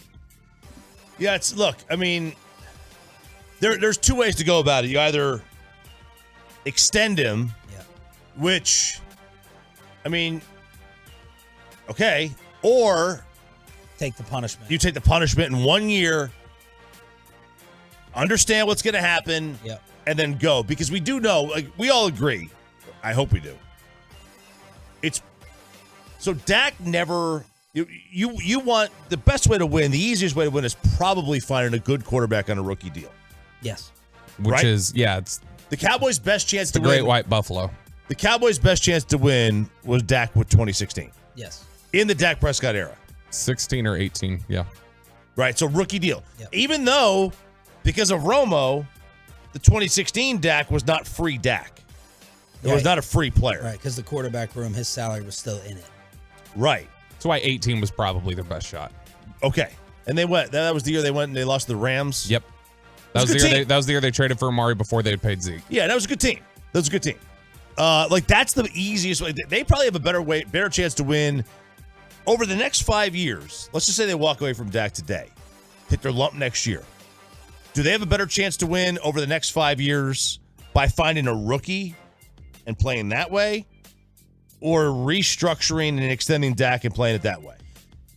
Depends on who the rookie is. That's the chance. That's the risk. That's the risk. That's the risk you take. Like, the rookie has to be as good as Dak Prescott was early on, or Jalen Hurts. Or he could be Trubisky and Rosen and all the rest of the balls. And anybody else that Indianapolis and Washington have tried to find for years. But Indianapolis and Washington are not that, because they never went that route. Even Mitch Trubisky went at least 8-8 every year in Chicago, but won. Here's even Mitch Trubisky. If you take right now, they have $8 million or like $14 million in cap space right now. If they were to release Dak right now and just say, "Hey, let's get our lumps done," like you suggest, Chop, they go from $14 million in cap space to -47. They don't have the moves to get $47 million more dollars freed up if they do that.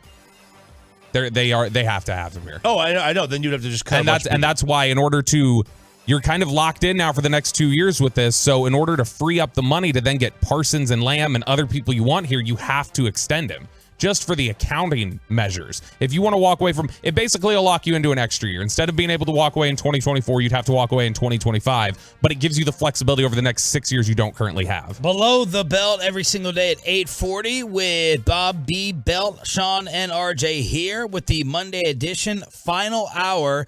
Is Kyrie going to come back tonight? The NBA player who called out Luka for being scared, and Jason Kidd tries to answer the question that we're all wondering. Final hour of the show next. Let's get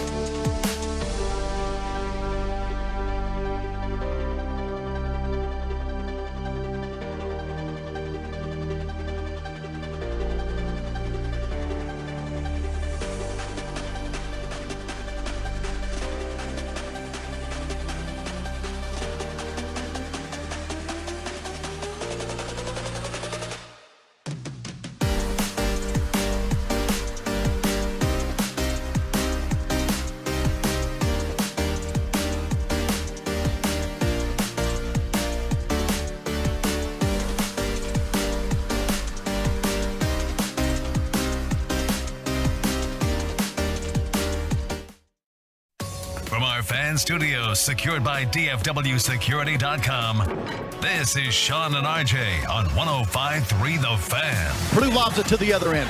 Zach Edey knocks it out of bounds, and the Purdue Boilermakers are the Big Ten tournament champions.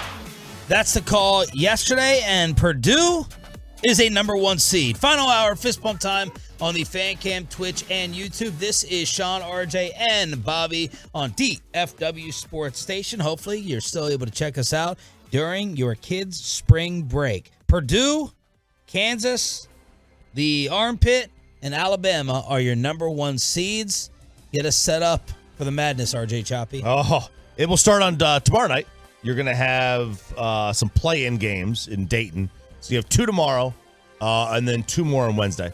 And then obviously on Thursday, the real stuff gets going. The local teams, Texas is a 2 seed. There was an outside chance. I think some Longhorn fans think they should have gotten a 1 seed, but Alabama, Houston, Purdue, Kansas getting those 1 seeds. You know, you could argue that Texas could have gotten that last one, maybe over Kansas, to consider they beat them twice in the last couple of weeks, or maybe over Purdue. But in reality, those are the 4 best teams throughout the course of the year. Texas gets the 2 seed against Colgate. I think A&M got jobbed. They're the 7 seed. They'll play Texas in the second round if chalk holds, and then Baylor as a 3 seed. The Big 12, I do believe, was not given the benefit as being the greatest conference in the land, which they are. Oklahoma State not getting in, considering that they had a higher Ken Palm, which is, you know, one of the best sites that you can use, and one of the ones that the committee says they don't use, but everybody on the committee actually does use this one. They were higher than Penn State. They were higher than Miami. They were higher than Northwestern, higher than Providence, higher than Mississippi State, higher than Missouri. Like, I just didn't understand what the committee was thinking. It was NC State. I didn't understand what the committee was thinking in some of these. How do you approach college basketball with your Longhorns versus following the rest of it and tournament time? So typically, I've always followed college basketball a lot more closely than I have probably the last 2 or 3 years. But I still obviously check in on the Longhorns and see what they're doing. And by the way, it keep looks up with like the Chris Beard Ole Miss hire is happening, according to reports right now. Oh, hide your kids, hide your wives in Ole Miss then. No, I think that I try to keep up with Texas as best I can. So, like, I mean, I like Marcus Carr. You know, I think Dylan Mitchell's really good. But outside of that, it's just basically tacitly keeping up with the Longhorns in the last couple of years. But Marcus Carr has been nuts lately. There's no load management there. Not like that's been the same for college basketball. But you're talking about a guy in the Big 12 tournament. He played all 40 minutes in the first game, then I think 38 and 38 the next 2 games. So that dude's a workhorse. And you fill out brackets? Yep, every year. Oh, okay. We're doing one. And Peyton, you've filled out how many? 3 so far. I'm still thinking on the other 7, how I want to approach them. 3 out of 10 he's filled out already. Treats his brackets like his women. Yeah, isn't that the foul? You just fill out 1. Yeah, but then that one screws up and you're on to the next one. Well, I get 25, so I think if I go 10, that's less than, you know, what they're giving me.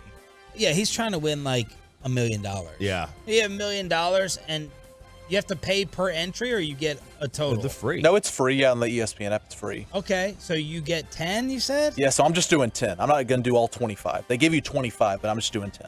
Okay, and will you have 10 different winners? No. No, a couple will be, you know, repeats, but How 7 do or you 8 of keep them. track of what's different? Well, because each time a team loses, it gives you like you're in a percentile. So like your either percentage is going to go up or down. So that's the bracket you kind of keep watching after the first round and stuff like that. All right, so we'll do a show contest, and then whoever finishes in last place, we'll come up with a little bet. Maybe the boss man Gavin Spittle can come up with something. I always finish first. Not today, you didn't. Yeah. Well, he arrived. He definitely didn't arrive first. Maybe he did. Maybe he did. So there it is with the madness. 877-881-1053. Truckwreck.com text line as the brackets are all being printed out. I wonder if this is like tournament participation, bracket participation. Has it gone up or down? And I wonder if this is the least that the country has ever known about college basketball while still filling one out. This era is. That would be my category. This era is. the era that we're currently in over the last 20 years or so, it's been the least that the country has ever known about the sport. Obviously because kids they're one and dones. You don't follow it the same way. You don't see a team build itself for 3 or 4 or 5, 3 or 4 years anymore. You just don't see that. You have a lot of one and dones, and every once in a while you'll get a team that sticks around. You'll get a player like Oscar Tshiebwe, who was the player of the year last year, decided to come back. Doesn't happen that often. Luka and Kyrie were out Saturday as the Mavs lost to the Grizzlies. That was a painful loss to go ahead and watch in the fourth quarter. They have a rematch tonight. Luka is out with the thigh. Kyrie is questionable with foot soreness. Kyrie did have an excused absence as he went back to Jersey to attend the funeral of a friend. But what's going on with the foot? Even with Luka and Kyrie out, while losing to Memphis, who of course did not have Ja Morant, Christian Wood, did you see this? How is this possible? This is 100% a done deal that Christian Wood is not back here unless he takes a ridiculously low contract. Christian Wood played 15 minutes. Is that 15 minutes for by far your third most talented offensive player. Jason Kidd explained why. Yeah, you look at just the depth that we have with all the bigs. We're trying to get them in the game and see who has the hot hand. And, right now with Maxey back, that's going to cut some of his minutes down, especially when we're healthy. And so that's just the way it is right now, and it can change as we go forward. All your bigs, Jason? All the bigs. By the way, did looking for some revenge today. Did Markieff Morris play this game? No, he didn't. Did JaVale McGee? That's exactly what I'm looking at. JaVale McGee did not play. Markieff Morris did not play. Maxey scored 4 points, and Bertans played 7 minutes, scoring 6 points. Christian would have 14 points in 15 minutes. I know that everyone says he's horrible defensively. I just would have thought in this game, you want to punish him? You want to make your statement when you have offense out there with Luka and Kyrie? Fine, I get it. But in this game, with both out, he played 15 minutes. At least Jaden Hardy put up 22. Hey. Get Jaden Hardy some run on the floor. Josh Green with 21. 15 minutes for Seawood. I mean, it just wow. And what the a stubborn man this guy is. Like I really hope that Christian Wood, that we find out like he skips practice, like he doesn't show up. I hope we find out something like, that he is something that makes sense, right? He doesn't practice. He doesn't show up for games. He shows up late to game day. He insubordinate, breaks team rules. Like I really hope we find something like that out about him, right? Otherwise, it makes absolutely no sense that he is basically persona non grata around here. The Mavs, without him getting minutes, give up 124. They give up 120. It can either be mid 120, high 120. So I guess Jason Kidd's telling us it would be in the 130s or worse if Christian Wood was out there on the floor. It's not like you're giving up. It's not like you're giving up 110 with him out there. You're giving up 120 with him off of the floor defensively. I mean, this isn't working. Like not just the Christian Wood thing. I mean, everything about the Mavericks recently isn't working. What is it now? They're the 8th seed. They're the 8th seed. So out of the 20 teams total between both conferences that are in the playoffs right now, the Mavericks have the worst record over the last 10 games in the NBA. Wow. That's where they're at right now. Say that again. Between the 20 teams that are currently in the playoffs between the Eastern and Western Conference over the last 10 games, the Mavericks have the worst record in the NBA. Wow. They're 3-7. And they're at 500 now. And if they lose tonight without Luka, potentially without Kyrie, we're talking about an under 500 basketball team after they looked like they were going to be in a position to make some noise right after the Kyrie trade. How about, I love this guy now. He's my new favorite, Dylan Brooks. I thought this was a fake quote. Dylan Brooks is the Memphis Grizzly who gets into it with Draymond. He's the new bad boy of the NBA. After it was announced that Luka will sit out Saturday's game, that he was going to miss the game, Dylan Brooks told reporters, quote, "It goes to show that sometimes they ain't ready to come back to a physical game." Who is they? That would be number Basketball 77. players. Calling out Luka Doncic, saying he's too scared to return and face the Memphis Grizzlies. On October 22nd, Luka had 32 and 10 in the Mavs' 41-point victory. You Luka Doncic. So I don't know if Luka Doncic is too petrified after they won by 41 in October, scoring 32 and 10. But Dylan Brooks, I love this guy.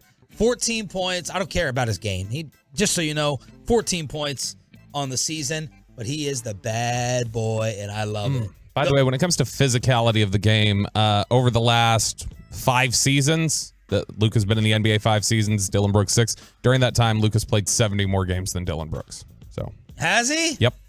Yeah. It's a shame that they're finishing off the Grizzlies schedule right now.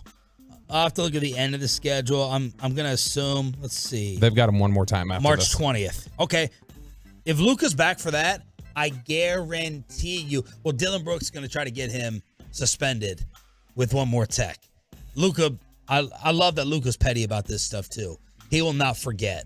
And he will have words face-to-face with Dylan Brooks after he basically called Luka scared and a little chicken. The Ja Morant strip club photo was released. Gun Morant. From Shotgun Willie's. Hey! Ja Morant spent over $50K on tips a few weeks ago. And the photo of this is just the entire floor is covered in green. It's just green. That's it. And the entertainer, the female entertainer, was on Ja's lap as he was sitting there shirtless in the club. The owner of the club said he was respectful, sweet, did not drink. He's marvelous. Some of the girls, though, said they were absolutely terrified when he pulled out the gun in the VIP room. Yeah, but first of all, Shotgun Willie's does not sound like the name of a gentleman's club, does it? Well, it's not like the one that you attended back in the day. What? Oh, Frank's Chicken House. Yeah, Frank's Chicken House. In Manville. Manville. Good place. Good place. If I was a Jaws attorney, I would say that the strip club was, they were encouraging. They were promoting weaponry. That's exactly what they were doing. Yep. Yeah, exactly. people to the Trucker.com text line. Shotgun Willie's, you got to have a gun in a place like that. Got to have a gun to get in. Now, it's like a saloon. Yeah. Now, did you hear Gilbert Arenas' spin on this? Yeah, I started reading it. You didn't appreciate it? He shares a photo of the security shot of him with the dancer on him. He says, can all the media outlets apologize to Ja Morant for the smear campaign they did by calling him a thug? This family man, hero, role model, franchise player, future face of the league, and now philanthropist. Here he is shown donating his money and time to a local historic place called Shotgun Willie's that houses misguided females of the community. Future doctors and lawyers, right? That's what they are. That's the old joke. Powerade has apparently pulled Ja Morant's marketing campaign. All of his new ads have been wiped from the internet. So that's what's going around. Ja Morant, Powerade, the new face of the brand, not happening now. He'll get a Smith & Wesson sponsorship. He'll be good. Their largest marketing campaign in their history. Hey, listen, Powerade, I'm here for you. I'm free. I'm not free, but I'm available. I'm ready to go. I am a Powerade drinker. I don't drink that other stuff. Okay? That stuff that starts with a G. Why? Why? Because I'm a Tennessee Volunteer. And where was that other company? Where was that other drink made? Florida. University of Florida. Okay? I don't drink it. We don't drink it. They don't sell it on campus in Knoxville. All right? I will be your spokesman at Powerade. So you're not going to vote for DeSantis? Why? Why wouldn't I? I don't know. Because he's Florida. Thank you, Peyton. 877. That's the state. I like the state. I don't like the school. I'm going to write in Kyrie's name. That's who I'm voting for. Write in Kyrie. Yeah. And thank you, Peyton. 877-881-1053. Truckwreck.com. Text line. We're going to crosstalk with the KMC Masterpiece at 9:40. But look, you're talking about Kyrie, the Mavs struggles. Poll question that we didn't get to an hour ago. It blew up yesterday on my Twitter account. Micah doesn't seem thrilled about the Jalen Ramsey trade.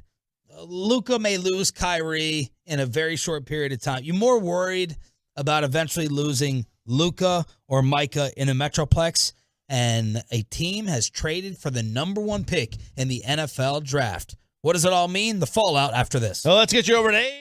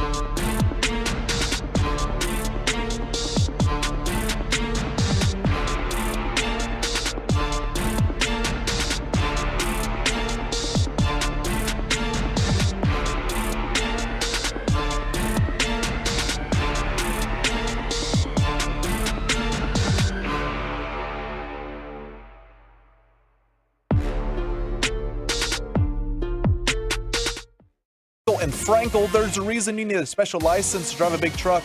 So companies that hire drivers and put them in a big truck should be held accountable for what happens when one hurts you. Frankly, you need Frankel and Frankel. Visit truckwreck.com or call them 214-333-3333. Crosstalk with the KMC Masterpiece coming up at 9:40 here on Sean, RJ, and Bobby. It's DFW Sports Station 105.3 The Fan. So Jalen Ramsey, we'll get to the poll question because Bassick just came in here during the commercial with a very, very hot opinion. Jalen Ramsey to the Miami Dolphins, 3rd-round pick and a 3rd-round tight end. Did you scout this tight end? Hunter Long? Yeah, it was a long time ago, though. I didn't pay that close of attention to him. Well, I thought he was, drafted in 2021. No, but I'm saying, he was one of these guys that I didn't get deep on. I didn't get deep into the tight ends that year. 3rd round. What do you want me to say? I hate you. Did you not do that on purpose? No, I didn't. Just like I didn't. That's why I laughed. I thought you did it on purpose. You usually get real deep in the tight ends.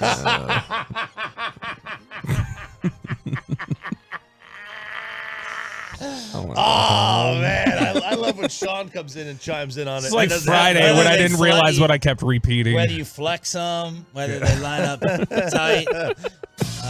Yeah, there you go. Spread offense. So, look, it's man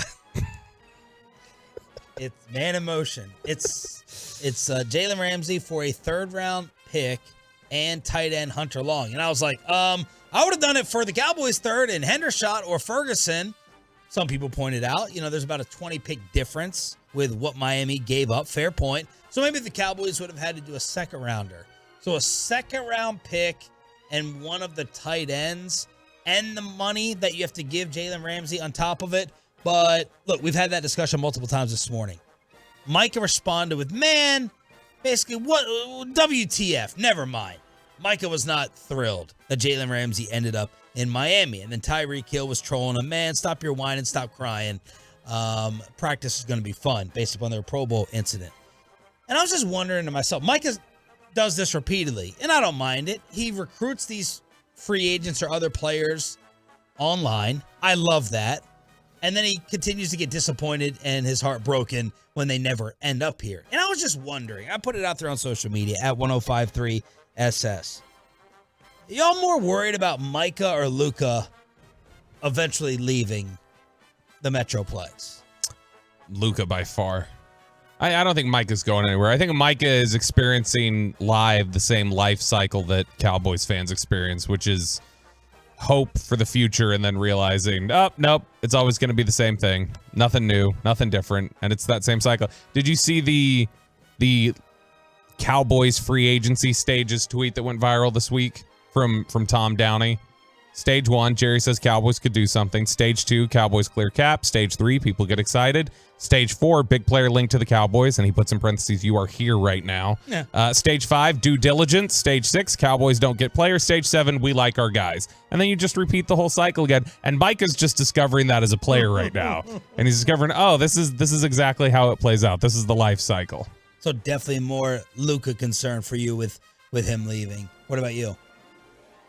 Now, Bassick just came in and said, Micah, he can't go anywhere. He's not going to go anywhere. You go through your contract, you get your 5th-year option, and then you can get franchise tagged 2 different times. I would counter Mike back and say, if you want to get out of any situation badly enough, you can, right? How many years was Deshaun in before he forced all this stuff out of Houston? 17, 18, 19, 20, 5, 6. Okay. Like okay. Well, I still wonder, think you could force your way out. He could. He forced a lot of things at the end of his time in Houston, apparently. I think Luka is the one I'm much more concerned with of losing. First of all, Micah plays for a team. It doesn't matter whether Micah plays edge rusher or linebacker. They're going to pay him $30 million because Jerry thinks linebacker and edge rusher is both worth $30 million. He might pay him $60 million. I don't know. All right, so we have no concern over Micah's extension. The only thing is that Luka has got the money, and the NBA salary structure makes it so that you always sign that deal after 3 years, which he did, and then that locks you. So he's got several years left of his deal. He could force his way out at any time. But in terms of who I think is less likely to sign a free agent deal here, I would say Luka. Stan, Damon, and Cowboys 23-6 on Twitter all say Micah. Micah for sure. The Cowboys have not shown much flexibility in their practices. Mavs literally got one of the biggest free agents, while the Cowboys have yet to land anyone. If I'm Micah and serious about winning, I'd leave the Cowboys in a heartbeat. Well, they did get Kyrie, but I don't know. I would, even though Adrian Wojnarowski and Chris Mannix on this show said they would favor Kyrie staying here, I would favor Kyrie leaving, probably. I don't Sign know. and trade? Sure, but the sign and trade, I mean, I think that's why the Anthony Davis stuff came up with the Lakers. Yeah. So would Anthony Davis make Luka stay here? The point is, yes, they got Kyrie, but Kyrie could be gone in a month or 2 months. So does it really matter in terms of keeping him? But here's Nolan, Micah, Jay, Micah, Matt, I guess Luka, Rob, Micah. I should have made this a poll question because it got a ton of responses, including from Dutch. Make this a poll. I'm curious to see. Good idea, Derek Holland, the new radio guy. So just curious, truckwreck.com text line if they're any different. 682, please leave the Cowboys. Micah, you deserve better. Coming from a Cowboys fan. Looks like there's a, generally, I think the consensus is Luka, but we've also been worried about Luka now for, like, here in Dallas for what, a year?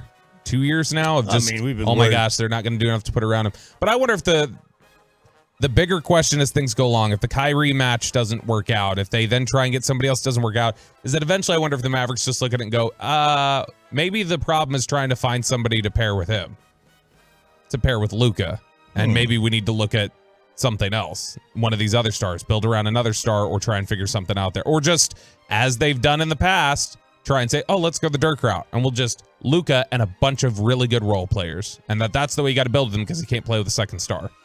All right, so I was just wondering that. Micah, not thrilled that the Cowboys didn't get Jalen Ramsey. How will Luka end up feeling about the Kyrie deal? Will Kyrie play tonight against the Grizz with Luka out? Number 1 pick in the NFL draft has been traded for. The Carolina Panthers moved from 9-1. Choppy, you and Bobby on opposite ends of this. Bobby thinks that Chicago got enough. You don't think they did. Look, I understand that, you know, they need a wide receiver to pair with Justin Fields. If they buy, this obviously signifies that they, I think, believe in Justin Fields. Yep.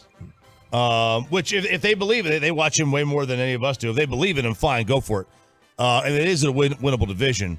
I would have thought that their route, considering they're probably a little bit further away from a championship than most, would have been get an extra pick instead of DJ Moore.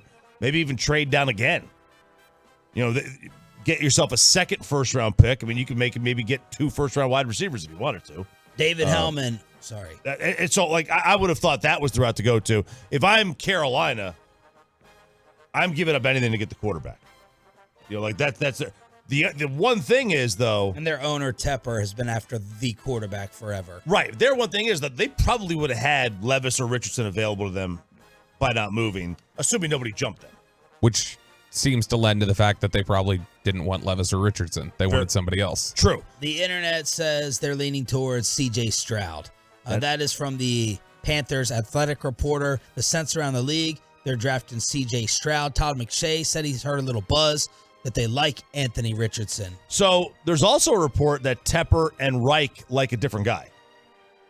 That they disagree? both like the same guy, or that they just split on it? They split. They like different players, which I saw that over on the Twitters yesterday, which that would scare me if I was a Panther fan. That they can't line up already? Right, they can't line up. Like if you're going to trade up and you're going to give a lot up, you would think everybody's in lockstep, right? This was interesting from Peter King. Oh, that's why there's the rumor, I guess, that they're not married to one and that they could move back again. Carolina's open. They put out the message this weekend. We'll move back. Could you imagine if they from trade up to get to 1? They gave up this year's 1, next year's, and then DJ Moore plus extra. And they get a 1 back to move back down? Make Houston do it. And you still get a quarterback? That just seems like you unnecessarily moved around, though. But it also means like it means you would have gone. Let's just say they go back to 2, and let's say they go to 3, right? And that person at 3 gives them a 1. Okay, to move up to 1, which they probably would. They'd probably be in a 2 and a 3, but that you basically get from 9 to 2 or 3 for DJ Moore. You know what I wonder is the rumors the whole time had been Indy from 4 was going to be the one everybody thought would move up to number 1. Like, does Reich still have people in that building that he understands? Like, oh, you can hold them hostage. You can get a lot for that pick. Peter King with an interesting Frank Reich note. 17 years as in his 17 years as an NFL head or assistant coach, a grand total of 6 games were started by quarterbacks under 6'4". Wait, say that again? In his 17 years as an NFL head or assistant coach, 6 games were started by quarterbacks under 6'4". That's from Peter King. He likes those big boys. That's what he wants. But how is that possible with Kyler and Baker? A grand total of 6 games were started by quarterbacks under 6'4". For Reich? But he didn't have Baker. Yeah. I thought this was just talking about like his time in the league. No, he's talking about his players that he's had on his team. His players. So okay. Wentz, Rivers. So this is basically a knock towards Bryce Young. Peter King's trying to say Frank Reich maybe wouldn't take Bryce Young because he's not familiar with the shorter quarterback, 5'10". I mean, maybe. Sorry, I thought they were talking about throughout the league during his time. No, it's who he's had. CJ Stroud's under 6'4" as well, He's though. 6'3", so it's just right? Richardson and I think Levis. Yeah. Okay, but how tall is he? 6'3". 6'3". Okay, 6'3" versus 5'10". I know, but if he's setting the 6'4" mark, then that would seem to indicate, like, is King hinting more he must like Levis or Richardson? It's a shot at Bryce Young. Man, Levis is a huge human being. My gosh. He looks like a linebacker. What do you think about the compensation? I think it's fine. It's historically exactly what most teams have gotten, especially if you talk about in a quarterback-starved draft like this, or not quarterback-starved, but one that's there's not like a, oh my gosh, this is a can't-miss stud. This is a guy everybody's clamoring to trade up and get. I think it's pretty much in line with what people have gotten. You know, Chop mentioned earlier the Trey Lance trade and how they didn't get enough compared to what San Francisco gave up to get Trey Lance. Which I'm guessing you're not knowing you, Chop, I'm guessing you're not a fan of the trade value chart. Or you think it's silly? The old one? Just in general, the current one that gets used. Well, the Jimmy one? No, not the current. yeah, the totaling up point values for each pick. I am a fan. I am a fan of it. That one's obsolete though. Nobody uses that one. No, but the Jimmy current values, not the ones that so the Bears, the first pick is worth 3,000 points. They got back 2720 from the Panthers and DJ Moore. The Dolphins gave up 2,200 in the Lance trade. The 49ers sent back 2,152.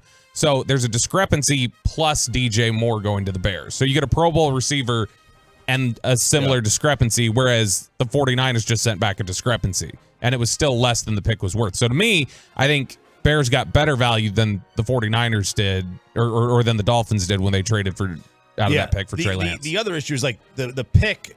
The pick holds value, but the position you're trading for also does. Right? If you're trading for a quarterback, I'm going to hold you a little bit more hostage. Let's crosstalk with the KMC Masterpiece to close out the Monday edition of Sean and RJ next. Let's get you over to Platinum Chrysler Dodge Ram Jeep. It is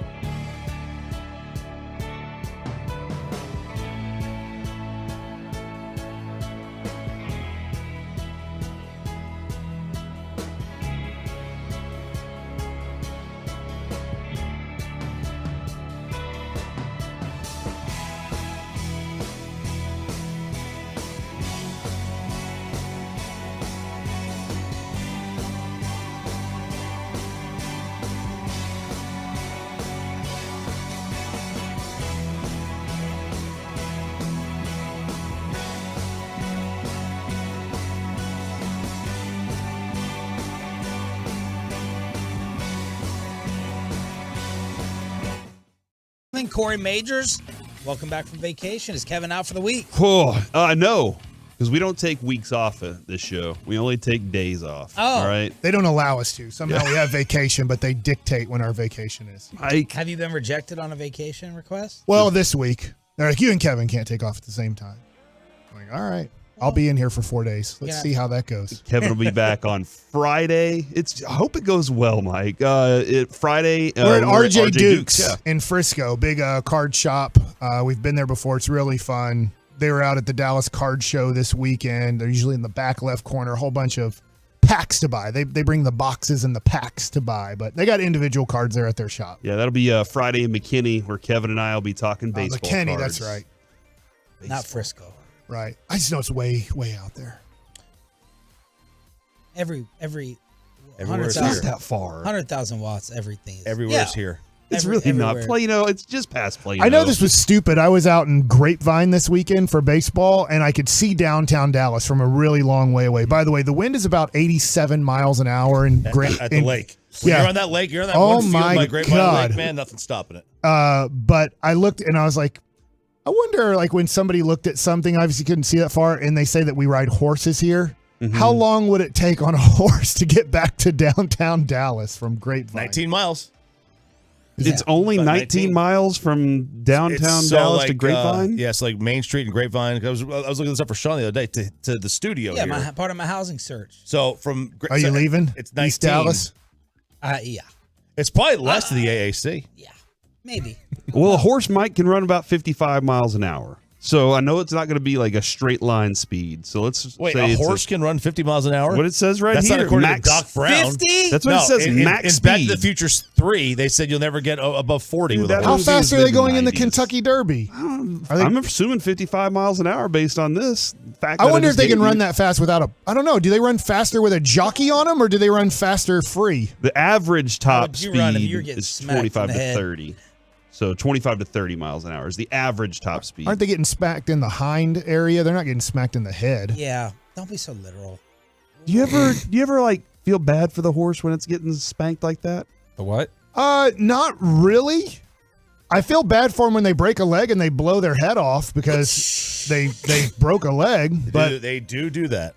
But I guess they have to. So we'll see how this week goes. The horse. What'd you do on vacation? Nothing. Like I got dental work done, and I went to go see one of our clients out at Platinum Chevy. Got to meet Stephen Gilchrist again. was Say the hi to client?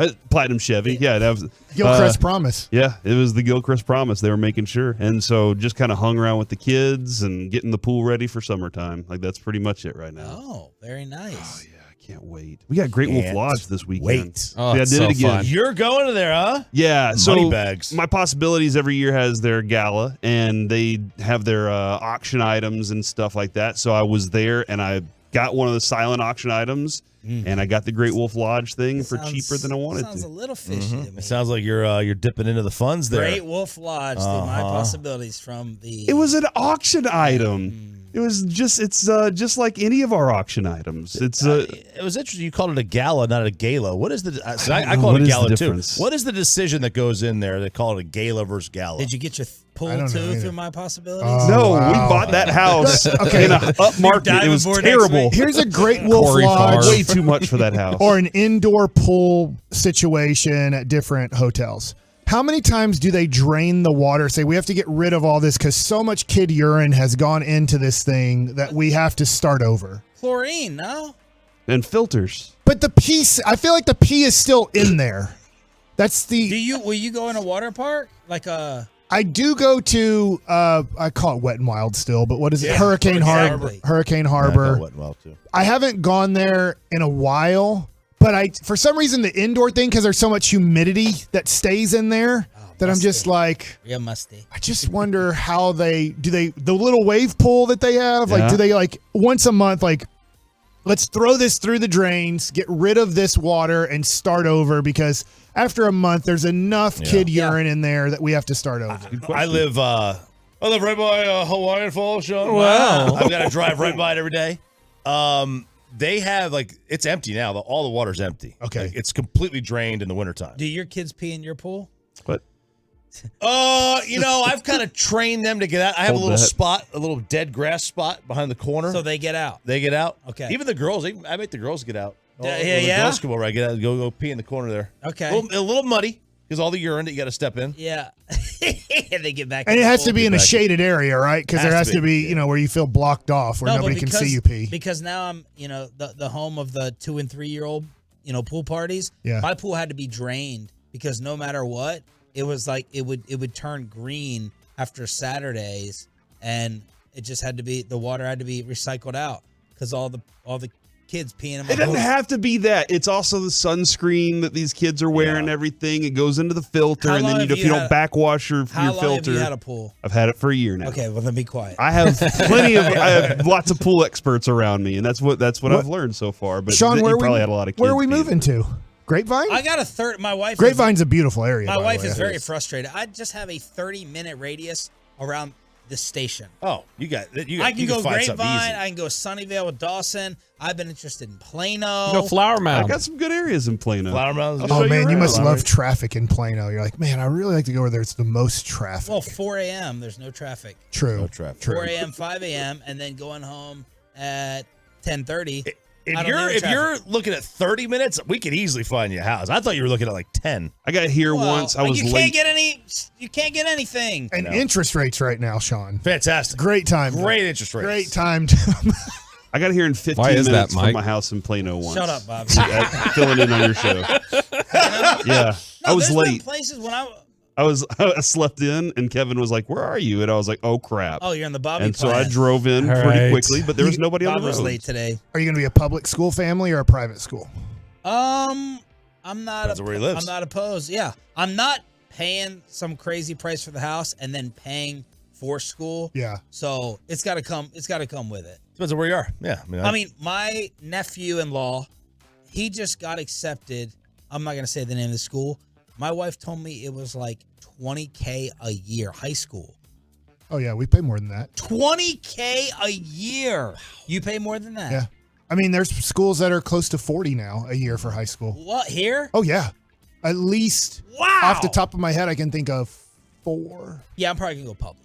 I'm thinking close to 40 is St. Mark's, ESD, Probably Sandler School. Parish. Green Hill, yeah. Green Hill is over 30, I think, Jesuit. but Jesuits around 25.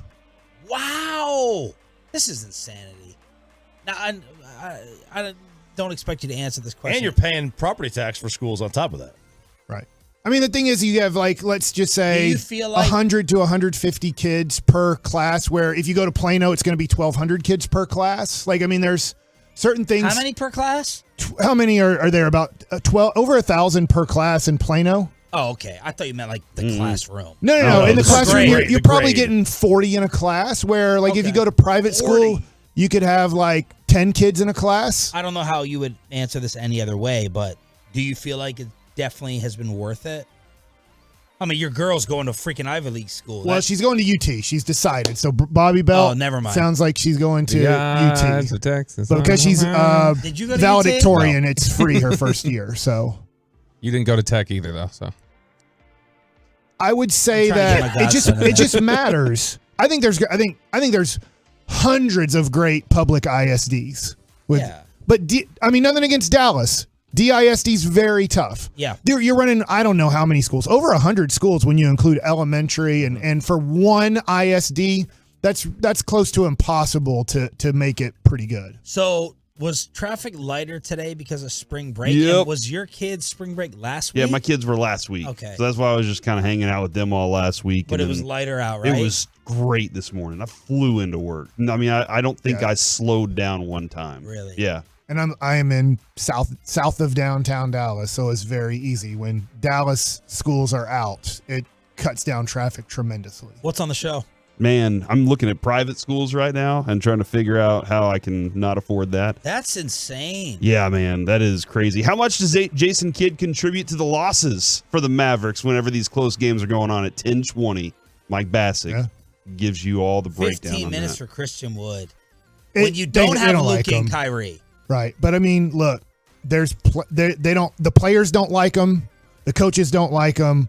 The league hates his agent. I've said this on the air. I'll say it again. Christian Wood, if you're listening, there's a lot of things you need to clean up. One thing is you got to get rid of those two guys that are your agents. They have Nasir Little and him.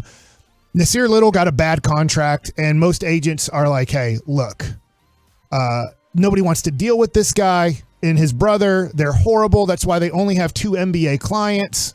So then you're dealing with that. Not only does Christian Wood have his issues being on a basketball team and contributing and being a liked player on the team. The guys don't like him? From what I understand, no. And so then you have to deal with your 2 guys that are agents. Nobody like literally all 30 general managers are like, don't want to deal with them. And luckily we don't have to. They only have 2 NBA clients left on their list. They pretty much have like, let's say 20 European guys, and not from Europe, maybe like American guys that are playing overseas. So it's an S show with Dallas. I mean, we'll talk about, this was the first time you have to deal with the Kyrie situation. He didn't feel like playing, so you have to deal with that and just say, hey, it's cool. If you don't want to play tonight, you don't have to play tonight. You think it was more that than this right foot thing? Nothing. Yeah, didn't he go to a funeral? Like, there's a personal issue, and he personally was like, look, I just emotionally don't feel like playing. If you read the book about the Brooklyn Nets that was a few years ago with a lot of Spencer Dinwiddie in it, you get to learn a lot about him and Kyrie and DeAndre Jordan and Kevin Durant, and you get to learn about their organization. These are things that come with Kyrie. If he doesn't feel like playing because there's an issue, whether it's in society, in his personal life, you just have to let him have the freedom. Do you want to play tonight or not? Corey, you filling out any brackets? Where are they? Y'all got a bracket for me? No. I mean, there's a website. You can just go print one out. You hit make print. copy. Boom. I got my copy right here. Carter's a big college guy. though. So he'll have brackets. Do you usually fill them out? Yeah. Every year, what I usually do, I have a strategy. I go in and I look at standings and numbers and all that crap, and then I pick my teams. What a great strategy! It's amazing. That's brilliant. I pick by mascot. Just with my kids now, I'm done doing it. I used to do it obviously in baseball. There's a big bracket thing. Like, it's fun. In the major leagues, they'll start getting to the point where you get down to the Sweet 16 and they'll be like, all right, 16 guys, you can share if you want, but it's $10,000 a team. Pick out of the hat. If your team wins, you get $150,000. If your team is in the championship game, you get your $10K back. Wow.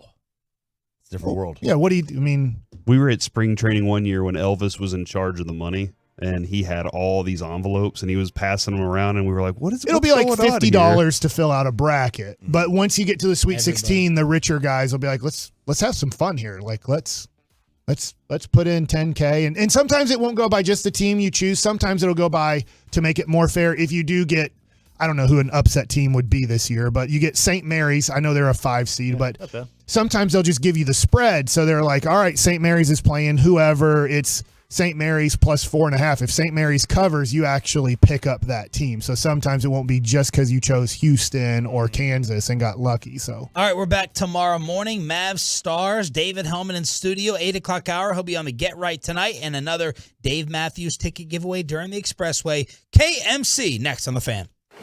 Hey, thanks.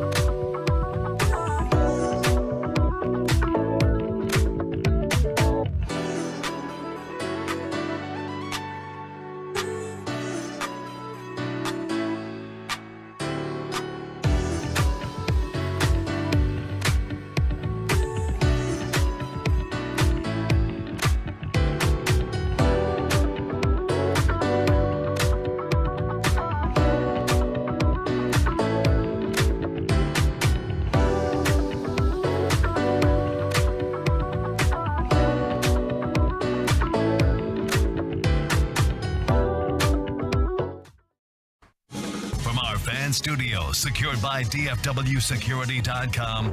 It's the KNC Masterpiece on 105.3 The Fan. Hey, we're back here on the KNC Masterpiece on 105.3 The Fan. It's me, Corey Majors. I also got Mike Bassick and Joey with me today. And Mike, I'm really happy to have you here today because I do want to get into some more baseball classic stuff in a little bit. 1040-ish? Yeah, 1040-ish during Baseball Nuggets for sure. Like, it's a blast. I had it on the TV all day yesterday. I just was like, man, I can just turn this on, leave it on. I can Tolo that. Man, I can Tolo that for sure.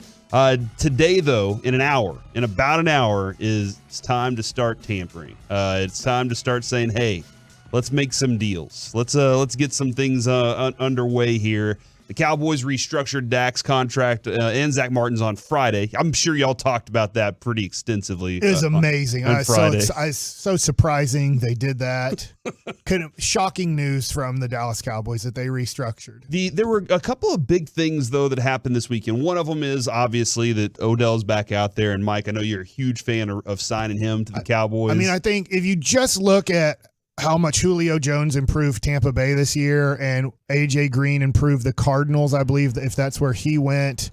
I just feel like in the history of the NFL, if you look at usually 30, 32-year-old receivers, when they move to other teams, I feel like they do a tremendous job of taking that team to the next level. Here's my thing. At this point, Mike, the way that guys are coming out of college ready to play as receivers, there's like, why even go to the third contract with? Why even get once they hit a certain age? I don't even know what that age is. It's different for everybody because it matters their injury history. Yeah, but with a lot of these guys, it's like, man, I'm ready to move on to the next one because they're just pumping them out every year. And I'd say, look, Larry Fitzgerald, who stayed with one team, injury history, not much, was able to play into his mid 30s. I'll say very well. Late 30s, obviously fell off quite a bit. Randy Moss. Maybe I'm wrong about him. I don't remember him having a major injury at all with Minnesota, Oakland the 1 year, and then obviously he goes, around 30 years old to New England and was tremendous. But he wasn't having knee surgeries and groin surgeries the way that Odell Beckham has, and the way that maybe you look at Julio Jones from about age 29 to 32, what he was dealing with injury-wise. So I just look at it and go, man, there's a lot of hype. I get his name. He made the catch. Kids will still say I Odell'd it, so he will live for a while in NFL history because of the catch against the Dallas Cowboys, against the guy. The last time the Cowboys actually signed somebody that was considered a solid free agent was Brandon Carr, who was covering Odell Beckham Jr. on that catch. So if you want to go back in history, you can go to, I can't remember what year that was, but that was the last time the Cowboys decided to spend a lot of money on a free agent that wasn't their own. In 263 games, Larry Fitzgerald started 261. He only, in 5 seasons, missed games. Okay, in his entire career, so from 2004 to 2020, that's 16 seasons, he missed in 5 seasons, missed games. Twice, he missed 1 game. 3 times, he missed 3 games. Other than that, 16 games started and played for Larry Fitzgerald in his career. Amazing. I mean, that's pretty special right there. The big story I thought, though, that really drove Cowboys fans nuts, or probably is that when the big headline stories are up, the Cowboys aren't involved. Yeah. Whenever Jalen Ramsey gets traded, the Cowboys aren't involved, and Cowboys fans lose their S. Like, they lose their minds about it. Probably this. helps them out for the people that lose their minds is that Micah Parsons, the Cowboys' best player, also is not happy when good players or great names. I do think Jalen Ramsey's still good, so I do not put him in the Odell Beckham Jr. category. Mm-hmm. I still think he's not what he was, but he's still like borderline top 10 cornerback in the NFL, and I understand that, when people get upset with that because it wasn't a compensation of first-round picks or anything like that. 877-881-1053. Are you losing your mind about this right now, or are you like, this is the Cowboys. This is just what they do.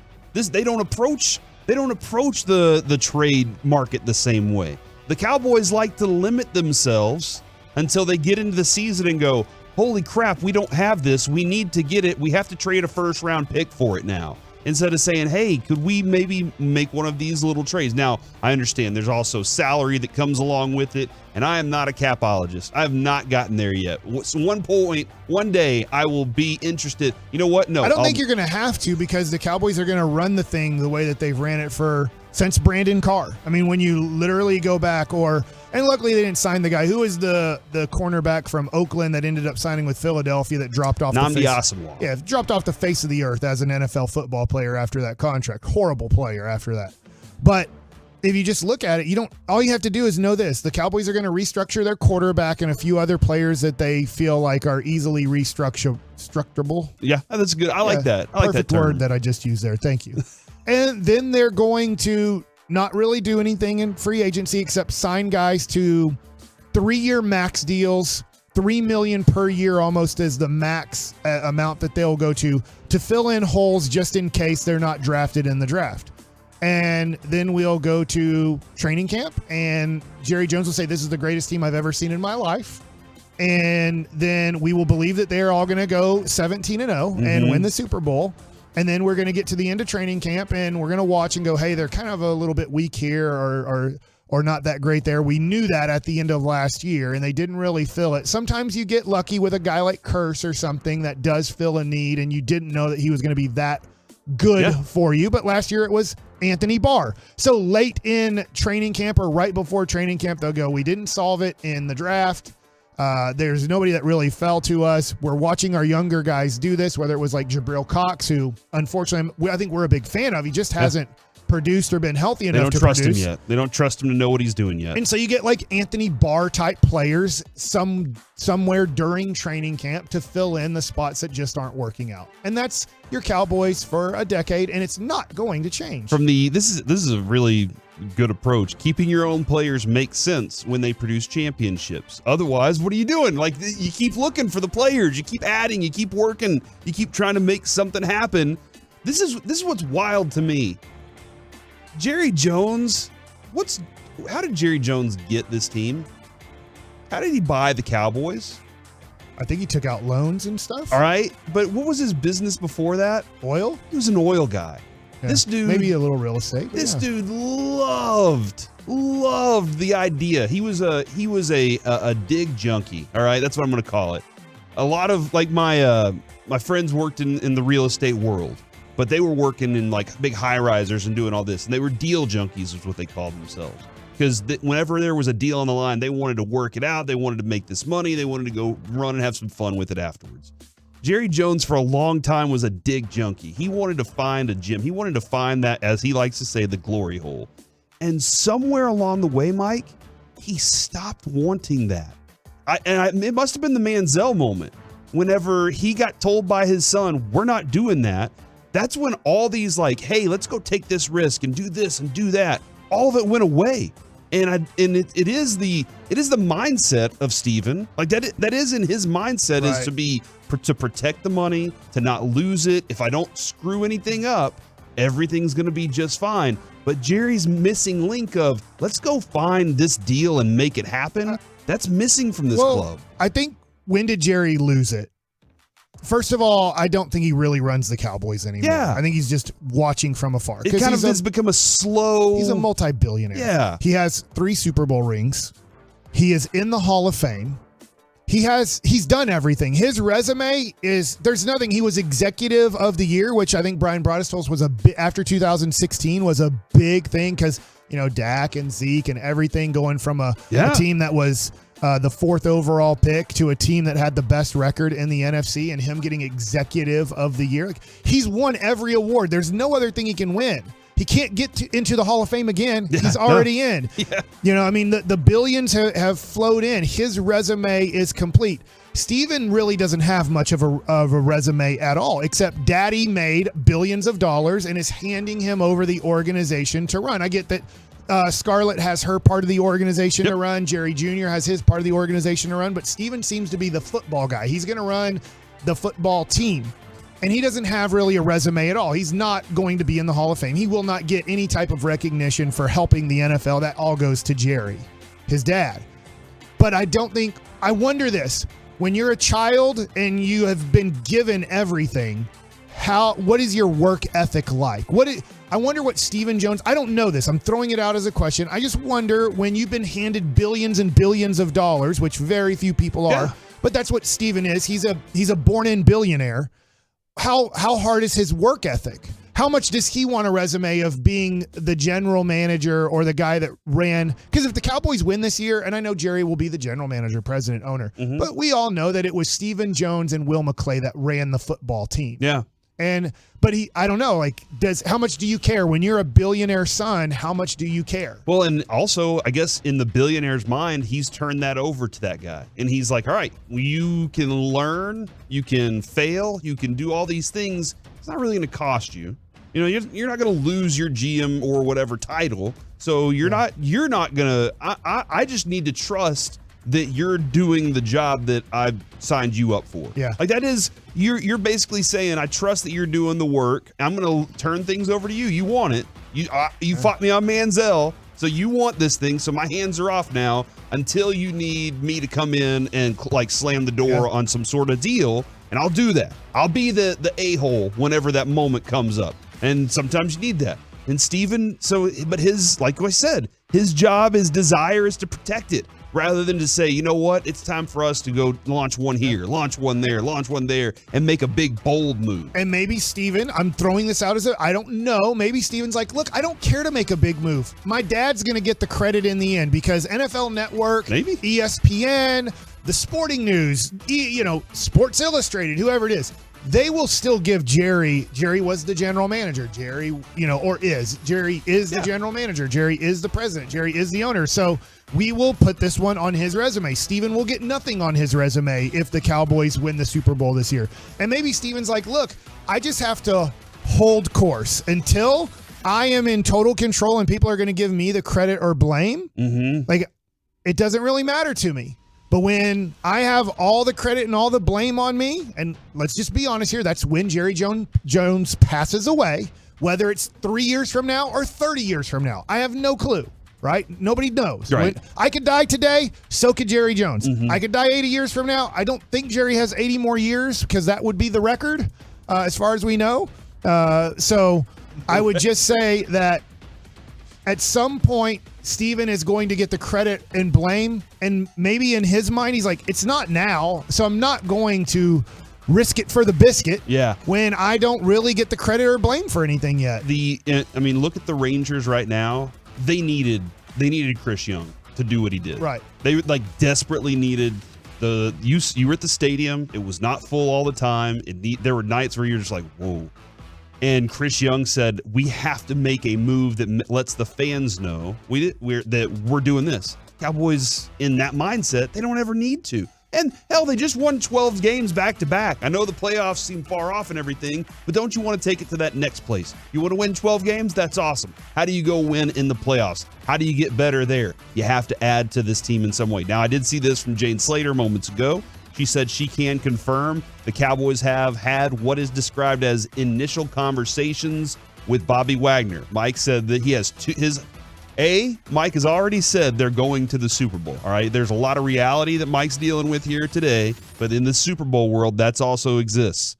So he said if they got Bobby Wagner and DeAndre Hopkins, he can guarantee a win in a Super Bowl right there. They have had discussions with Bobby Wagner, but again, does the money and value make sense? And that's where the Cowboys are like, we're trying to get you on a value deal. We're going to the dollar store and hoping that this can of tuna isn't expired. That's essentially what the Cowboys want, is maybe you're not expired and maybe we can get you on a very cheap deal. Bobby Wagner likes money, and I don't think he's just going to settle for whatever the Cowboys are throwing out. We're trying to get Anthony Barr. We're trying to get James Washington. Those are... Just go down the first 50 list, mark them all off your list. Yeah. Once you get to 51, the Cowboys will start shopping around there. That being said, we will be on alert at 11 o'clock today when all those things do begin. We'll have all of our insiders ready to call in and be part of that today, because there could be some significant moves. The Cowboys could lose a couple players today. They could lose a couple players really quickly, and then you're thinking, now, how do I replace that? And the Cowboys are going to have to turn their heads to the free agency area. They just don't like to do it early, because that's where you spend the most money. Coming up next, congratulations to this team, and how much does Jason Kidd contribute to close losses for the Mavs? Next on The Fan. All day.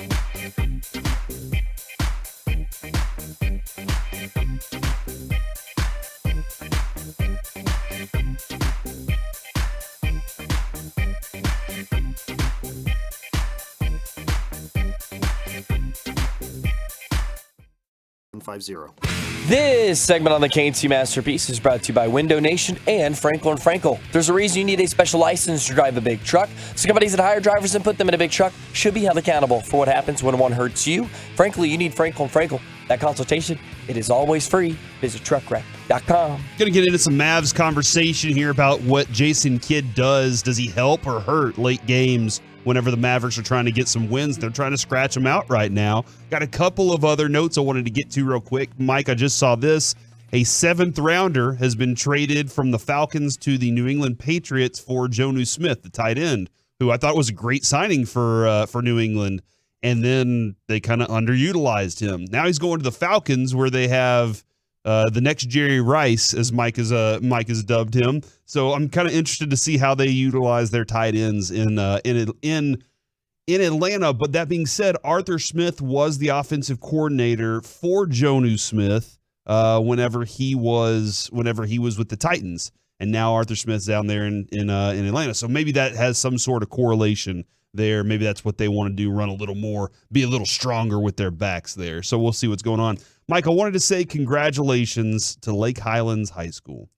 Okay. They are 6A champions in basketball this year. Yes. And Trey Johnson scored 29 points in the state title game. And Samson Alton, he had 10 points, 10 rebounds, and 7 blocks. Dude, that's pretty impressive. Lake Highlands right around the corner from where we are in the studio. So not only Lake Highlands, but Kemble won state championship, and I think it's called Family Faith. They might have won like their 3rd one in a row, and I'm sorry, that's an Oak Cliff school.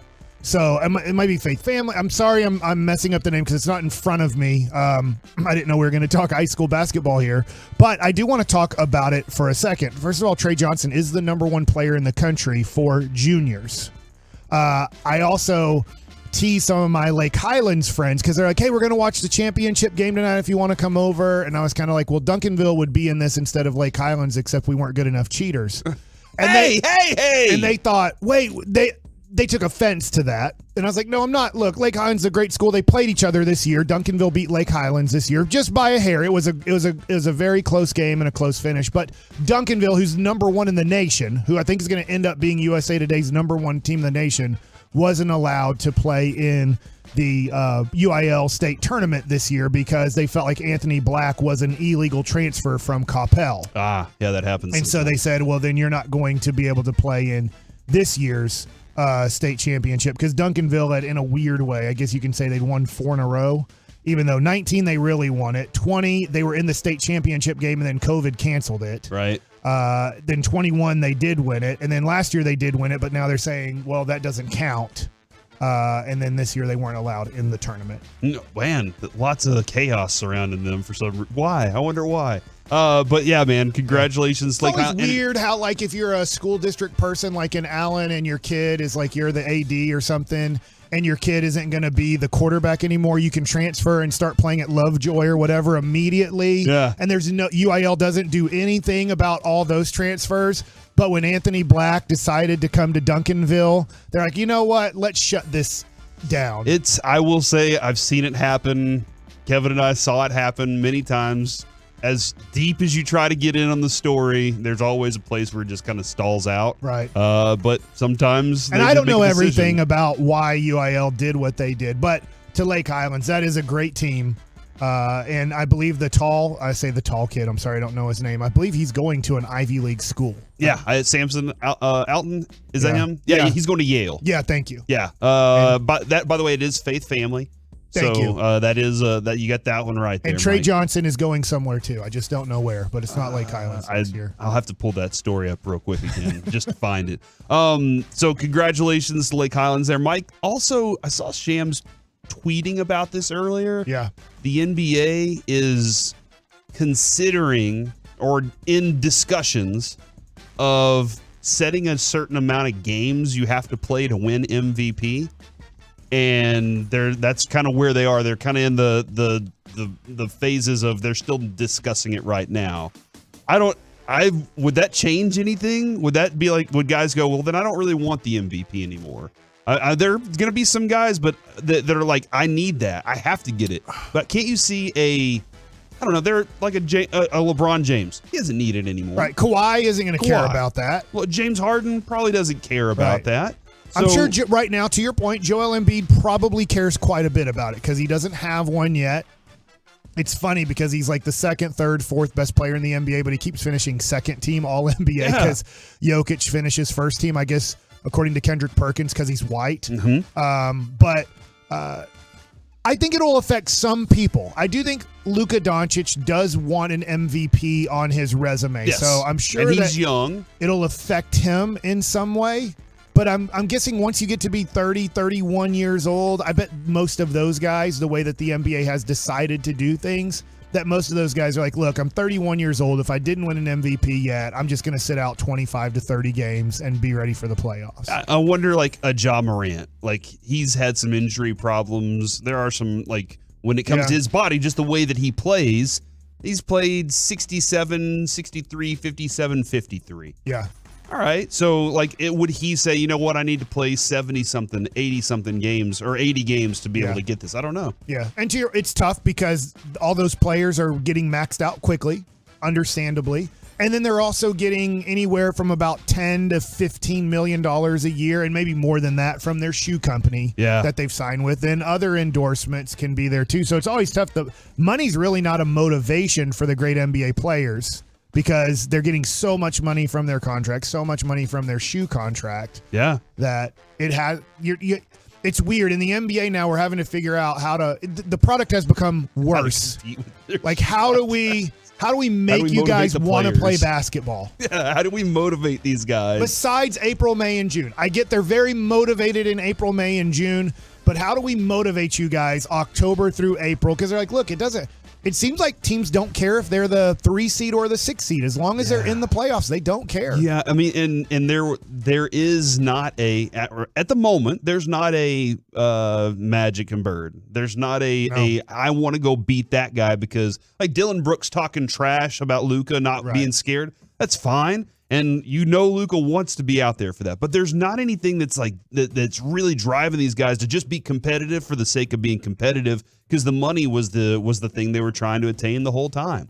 All right, so the Mavericks lose again. I can't believe it. And it's Mike, it's getting to a point where I'm flustered. I don't know what to think about why this team is what it is. Yeah. But without its stars, we'll talk about Kyrie not playing at noon today. Right. Without its stars, you can kind of be like, okay, this team's going to struggle. But man, when it comes to close games, when it comes to some of these decisions that Jason Kidd's making, are you frustrated? Are you like this? He was in the Western Conference Finals with this team last year. Not just because of Luka, but a lot of it was. Right. And obviously Jalen Brunson's coming out party in the playoffs. He was great for most of the playoffs. Jalen Brunson was unbelievable. And I thought they were going to lose to Utah because of the Luka injury late in the year. I would say this about Jason Kidd. I do not want to give him all the credit, and I don't want to now give him all the blame. So I don't give him all the credit for the team making the Western Conference Finals, but I do give him quite a bit of credit. I'm going to give him credit. I have to give him some blame for this year because the Mavericks, if they lose tonight, are going to be under 500. And if they lose tonight, there's a possibility they're out of the playoffs altogether. They could go to the 11 seed. I need to see the rest of the schedule. But now you have teams right behind them that are just a game under 500. So if you fall, or 2 games under 500, if you fall in this and the tiebreakers aren't in your advantage, you now go to 11th place and you're not even in the play-in situation. And Jason Kidd, to me, this year has been a bad basketball coach. One, he has not figured out the Christian Wood situation. And maybe it's this. Maybe the dude just shows up to practice not ready to practice. He shows up to the game not really knowing and I know this, he doesn't really care about the other team's strengths and weaknesses. He does not care about the matchup they have. He's just trying to get his. And it frustrates the coaching staff tremendously. It frustrates his teammates tremendously. And so they're to the point now where they just said, we quit on you. We're going to play you 15 to 20 minutes because we are so bad as a basketball team. We have to play you. I don't even think they really want to play Christian Wood a second, but they know they have to because they just don't have any other options. They're not going to play Magoo, which I wish they would play Magoo 3 minutes. That was Jason Kidd's guy. Jason Kidd had McGee, if you don't know who I'm talking about, JaVale McGee. I call him Magoo, and that's what he is. But he had him in LA when they won the bubble championship. And I'm assuming Jason Kidd was the one who said, listen, I coached him. I was an assistant coach there. I know how much he can help our defensive rebounding deficiencies in the playoffs, how he can help our defensive protecting the rim in the playoffs that we can't do. And he won't even try him 3 minutes. Like at this point, I'm like, just try him 3 minutes. What does it matter? We're going to stink all the time. We're horrible. Try him for 3 minutes. If for 3 minutes Magoo's like, I don't care to play, I just want to collect my $5 million per year for the next 3 years, there's nothing you can do. You made a horrible decision. You signed him. But give Magoo 3 minutes in the first half and see if he wants to contribute. He can only play 15 minutes a night because of his age and everything like that. That's all Phoenix used him for last year. That's all the Lakers used him for back in the bubble. But see if he can give you, if he gives you 3 minutes, see if he can give you 5 minutes. Then after 5 minutes, take him out of the game. See if he can give you 3 minutes in the second half. If he gives you 3 good minutes, see if he can give you 5 good minutes. And that's all. Now I'm getting 10 minutes of a dude who's 7'3" who can maybe block some shots, get 5 to 10 rebounds, but he won't even try that. And I know I'm being specific there, but Jason Kidd, it's a 50-50 proposition with less than a minute to go side out of bounds that the Mavs even inbounds the ball. Like they can't even, we've tried. He goes to Hardaway to inbounds it sometimes. He's gone to Kyrie. He's gone to Luka. The other night it was Reggie Bullock who threw the ball to the other team. And it's just like, we don't have an out of bounds play. Like literally all year, we've been practicing all this time. You won't spin. How many games have been decided because the Mavs can't even get the ball in bounds? That is And you weird. won't even practice, like for an hour. We're going to practice out of bounds plays and how to get open. And what is our best 5 on the court? Like he's not even doing that because like I don't control the team. I'm not the point guard. And it goes to this. Jason Kidd is falling into this category for me, and we need to get rid of him as fast as possible. He's going to be the coach next year. He's Magic Johnson. He's Isaiah Thomas. He's Steve Nash. He's Jason Kidd of before. Jason Kidd in Brooklyn was a horrible coach. Jason Kidd in Milwaukee was a horrible coach. And we're starting to see the warts of, for some reason, the greatest point guards of all time in our lifetime are the worst NBA head coaches. And it's like because they can't control the ball themselves to dictate the tempo, flow, and rhythm, they don't understand how to control it from the sidelines. They can only control it with the ball in their hands. And I don't know why that is. Yeah. But when you look at the greatest coaches of our time, Phil Jackson, I'm not saying Rick Carlisle, but I just mentioned he is a very good coach who's been a very good coach. Pop, Steve Kerr, is getting into the dude Spoelstra, who never even played a second, He's a really good coach, man. When you start looking at all these guys that have had major impacts in the last decade or two of coaching, none of them are considered like, hey, these guys are point guards that were starting point guards and then Hall of Fame point guards. In fact, when you get Hall of Fame great point guards to coach, they're horrible at it. The ones that are actually pretty good at it might be Jacques Vaughn, Tyronn Lue. Like these guys who are kind of backup point guards seem to be. In fact, Doc Rivers, like he does have a championship on his resume, but there's a lot of people that are like, dude, I'm not sure how good of a coach he is. And he was kind of like a good, him and like Derek Harper fall into the category of very good point guards in the league, but not like all-star point guards. Mm-hmm. I don't know what it is, but Jason Kidd is now proven to me throughout this season, and maybe he can prove me wrong if this is a good 3 weeks the rest of the way in playoffs. But he has now proven to me that he is Isaiah Thomas. He is Steve Nash. He is Magic Johnson. This isn't for him. Hall of Fame player, but not a good coach. And Cuban bringing him in, obviously it was, hey, take hands off. Because what did Jason Kidd want whenever he and Carlisle got together? Hey, man, stop calling so many damn plays. Let me just do my thing. And I got it all figured out. The IQ's here. Don't worry about it. I'll set it all up. We don't need to call plays. And won a championship. And all those things are really nice. And so they said, hey, we got this Luka kid. He's the guy. We got to get rid of Carlisle because they're conflicting. They hate each other, right? And we just saw that last week. How much they hate each other. Let's bring in a guy that's going to be hands off. That's going to say, "Hey, you guys do your thing." And now we need somewhere in between. And here's the issue: late in games, we can't stop anybody. Can't get defensive rebounds. I'm not blaming Jason Kidd for that. That is Mark Cuban. Mark Cuban constructed a horse-ass team for the last 5 years. He has done after drafting Luka, you couldn't have done a worse job than Mark Cuban has done constructing a team. But then when you look at the late games here, and the only way to try to win it is offensively, have you seen Jason Kidd draw up a play where you're like, dude, that was great off the ball movement. Not. That was great. Literally, he's like, well, I just watched the game. So he's literally I'm not drawing up an out of bounds play.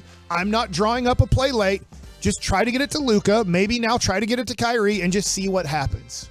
Coming up next here on the KNC Masterpiece, it's time for some baseball nuggets. Mike, where we heading?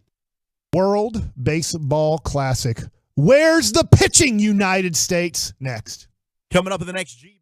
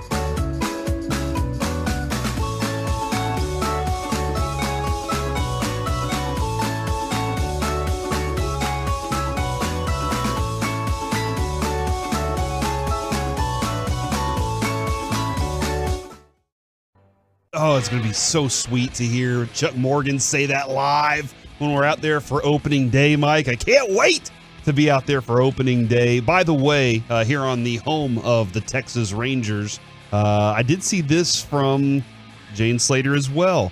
Adam Thielen, productive free agent, so there is potential interest.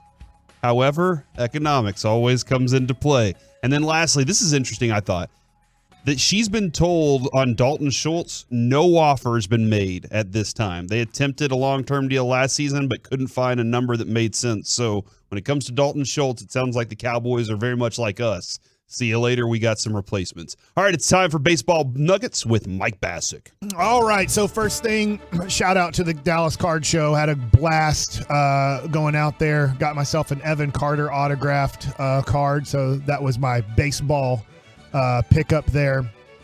But also saw nice. RJ Dukes out there, which RJ Dukes, we will be out at their shop Friday. That's right. Doing our show Friday out it's in McKinney. It's right off the tollway. That's my best way to explain it. I forget the exit. I just know it's off the tollway. Really easy to find. There's a McDonald's near there, but we're going to have a lot of giveaways, a lot of fun stuff going on Friday at RJ Dukes. Good, 400 really good North guys. Central Expressway. 400 North Central Expressway in McKinney. Okay. So there is that. Next, World Baseball Classic. I had no clue, Corey, what you were watching on your kind of vacation. And obviously the World Baseball Classic, for the most part, really started this weekend for the United States, for all of Latin America, for I know a lot of people that are rooting for Mexico. Last night during the game, I believe it was the third inning that they interviewed. Why am I drawing a blank off the top of my head? Mark DeRosa, yes, the manager of USA. He's like, we're the visiting team here. Like, this is a pro-Mexico fan base. This is not, even though they're in Phoenix, it was not more United States fans there. It was more Mexico fans there. And Mexico was great. After having an upset loss in their first game to Colombia, I believe, they just boat raced the United States. I'm going to be honest, at 7-1, I was frustrated, and I said to myself, I'm going to try to go to sleep now. I don't know how much longer this game is going to go, but it doesn't look like the United States pitchers are going to get them out anytime soon. Yeah, it was the pit. Mike, we went through the pitching staff while we were at spring training, and we were like, what happened here? And it seems like some of those the other pitchers wanted to get prepared for their seasons, I'm guessing. I don't know. Some of them, like the Rangers wouldn't allow Jacob deGrom to do it. Okay. Doesn't that make all this? If you give a dude 5 years and almost $200 million, you're like, hey, we kind of have to really watch. Yeah, and Eovaldi, he had an injury situation that popped up on him. So if you look at this, if I were to tell you, okay, the starting five for the Texas Rangers this year is Adam Wainwright pitching first, Kyle Freeland pitching second, Nick Martinez pitching third, Singer, I think it's Brady, pitching fourth. You'd say, well, that's an okay rotation. We can survive, right? Like, we're obviously going to need to have a really good offense, right? Because that's who the United States are using as their best starting pitchers, the guys to eat up innings. Yeah. I don't know that it gets extended from this point on. If you get to out of pool play, if you get to semifinals and stuff like that, you can extend the pitching count where your starting pitchers can make more of an impact. But I would say out of the top 50 starting pitchers that are United States pitchers, I don't know if they got one of them. Okay. Now, you start going, okay, like maybe you get to 25 or 30, and maybe that's where a Nick Martinez, a Kyle Freeland, a Brady Singer, like Adam Wainwright's obviously a very old pitcher, maybe that's where but out of your top, I'll put it this way, out of your top 25 starting pitchers in the United States of America, I don't think any of them said yes or could say yes. Like Kershaw said yes, but then insurance wouldn't allow him to pitch in this thing. So I don't think the United States has a chance of defending their title because they're going to have to score 10 runs a game against the best teams because they're just going to get outpitched by everybody else. But Corey, you said you've been watching a lot of it, and how fun is it to watch these kind of all-star lineups face each other? The lineups are great. Like that's part of it. For me, it's the other little things, Mike, that are blast too. Watching the atmosphere, the guys that are ringing up strikes in the background, the fact that Italy has an espresso machine in their dugout. Like there's all these other, and that makes sense, right? Italy should have an espresso machine in their dugout. The Dominican team should be creating this. Puerto Rico, Dominican Republic? Wednesday night. That'll Wednesday be that night. game. This game is going to be the atmosphere is going to be as insane as you've ever seen a baseball game. That was the game that my son wanted to go to. And I looked up for standing room only. This was a month ago at the Super Bowl. It was $200 to get a standing room only ticket. If you wanted a seat, it was $300. If you wanted a seat that was kind of between first base and third base, kind of, or behind home plate, that area, you were looking at anywhere from about $450 to $2,000 a ticket. It was more than the Super Bowl. To go to that game was more than to go to the Super Bowl. So if you're like, why are we talking about this? Get back to football free agency, which the Cowboys do none of. I'm just telling you right now, that game for Dominican and Puerto Rico. By the way, the Venezuelan tickets too weren't like cheap. If you want to see Venezuela, who has done a tremendous job. What a team. And you know what's fun is I showed my sons this as they were like playing video games. I'm like, come here. And as whether it was, I'm trying to think of somebody who got a big hit. I know Perez has gotten plenty of big hits for Venezuela. I know I won't bring up, like Altuve, but when you see their dugout, jump out of the dugout and waving the guy around on themselves like, ah! They're into the game. This is College World Series stuff, right? This is, in fact, I think that it was Yadi Molina, who is the manager of Puerto Rico. Take this for what it's worth, because he does have world championships. He says, it's more important for us, this Puerto Rican team, to win the World Baseball Classic than it is to win a World Series. We would rather be like, if it's Francisco Lindor or whatever, Jose Barrios, who's just become a horrible pitcher. I don't know what has happened to that guy's career, but he is horrible. And I think it's just confidence. But they would rather win the World Baseball Classic, than win the World Series for their team. It's no shot. It's just, that's how much it means, especially to Mexico, who I know is not in that one, but in that pool. But when you look at Dominican, you look at Venezuela, you look at Puerto Rico, this is everything. Japan, this is everything to them. And so you're seeing the energy and the emotion that I think everybody's like, I wish baseball was like this all the time. Well, it can't be. You play 162 games in 183 days. It's impossible to have that emotion. It would be like us coming in and having the same emotion. If the Cowboys were in the NFC Championship game that week, we would be going crazy. We can't have that same energy every week. It's just impossible every day to have the same energy if the Cowboys were in the NFC Championship or Super Bowl. It's just a different energy that we get when a team makes the playoffs. Yeah. So yeah, no, it definitely is. Playoffs is a different style. I think here's the great thing. I don't know if you watched this or not, but game one when Venezuela beat Dominican Republic, Martin Perez looked great. Yeah. He looked like, if you're worried about what is he going to look like, and look, it's a glorified spring training game. There's a lot on the line. He can't pitch more than 65 pitches, but he looked great against the Dominican Republic, and that's an all-star lineup. So he faced all-stars left and right. Think he can be a 2.89 again guy? I think he can be a 3.4 or below. He pitches within what Mike Maddox preaches. Yeah. Like he is the Mike Maddox pitcher. He will pitch to contact. He does have strikeout stuff, but I was like, man, he pitched great in that game. Just watching that, and this has been really fun. If you haven't been watching tonight, the United States has pretty much a do or die game tonight. Against Canada? Against Canada. I believe it's on Fox Sports 1. A few of these games for the United States, their first one against Great Britain was on Fox, which Great Britain, I don't even know if they had jerseys before the game. I think somebody I don't think they did.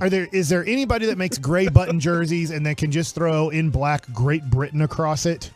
Do you know who's pitching against U.S. tonight for Canada? No.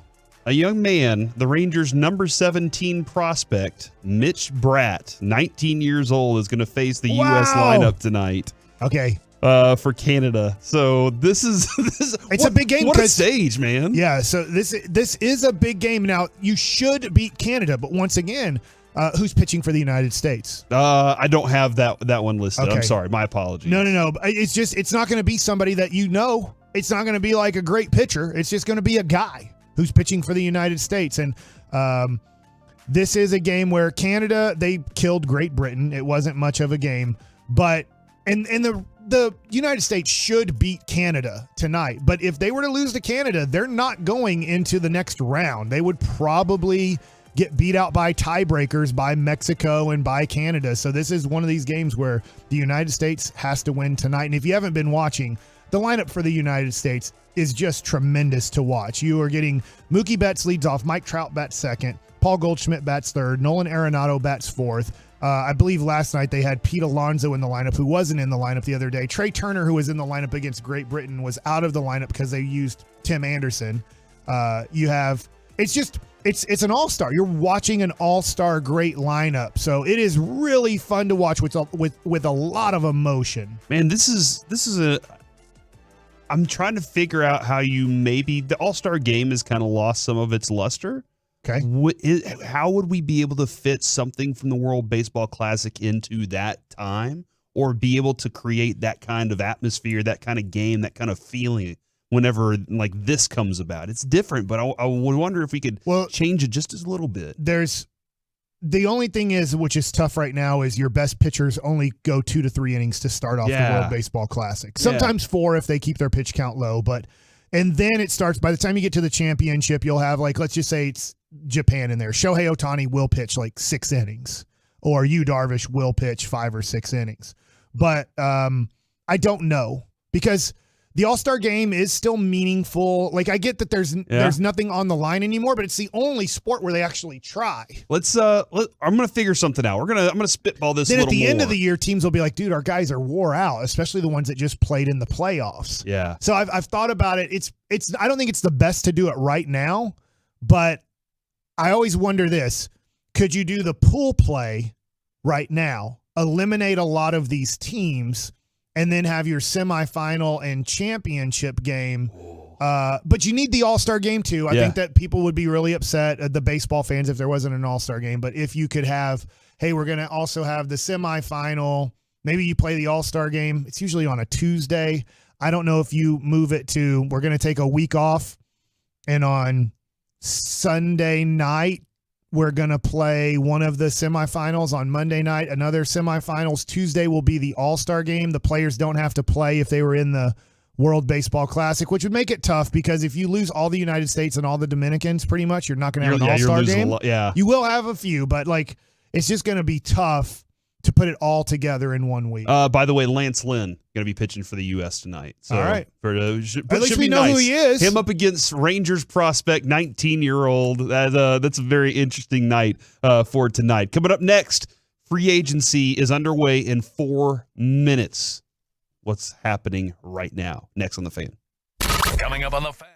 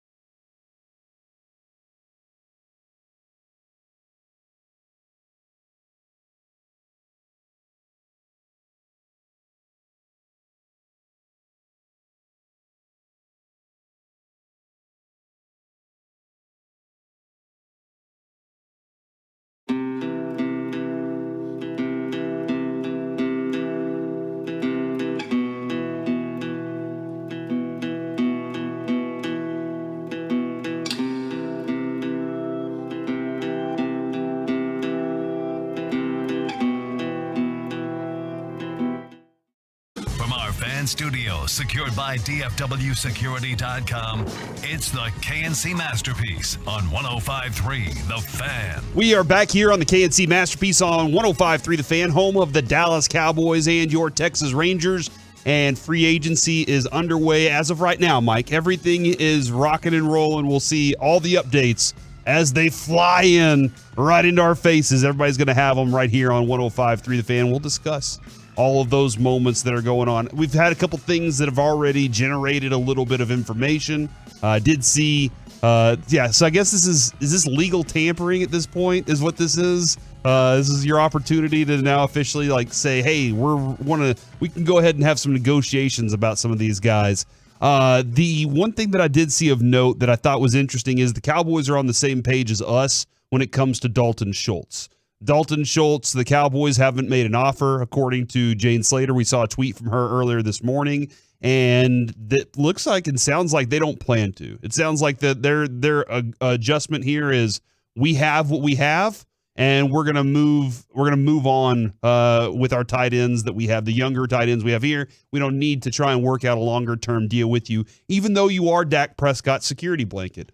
That's a player that the Cowboys, they look at him and say, you're a pretty replaceable piece.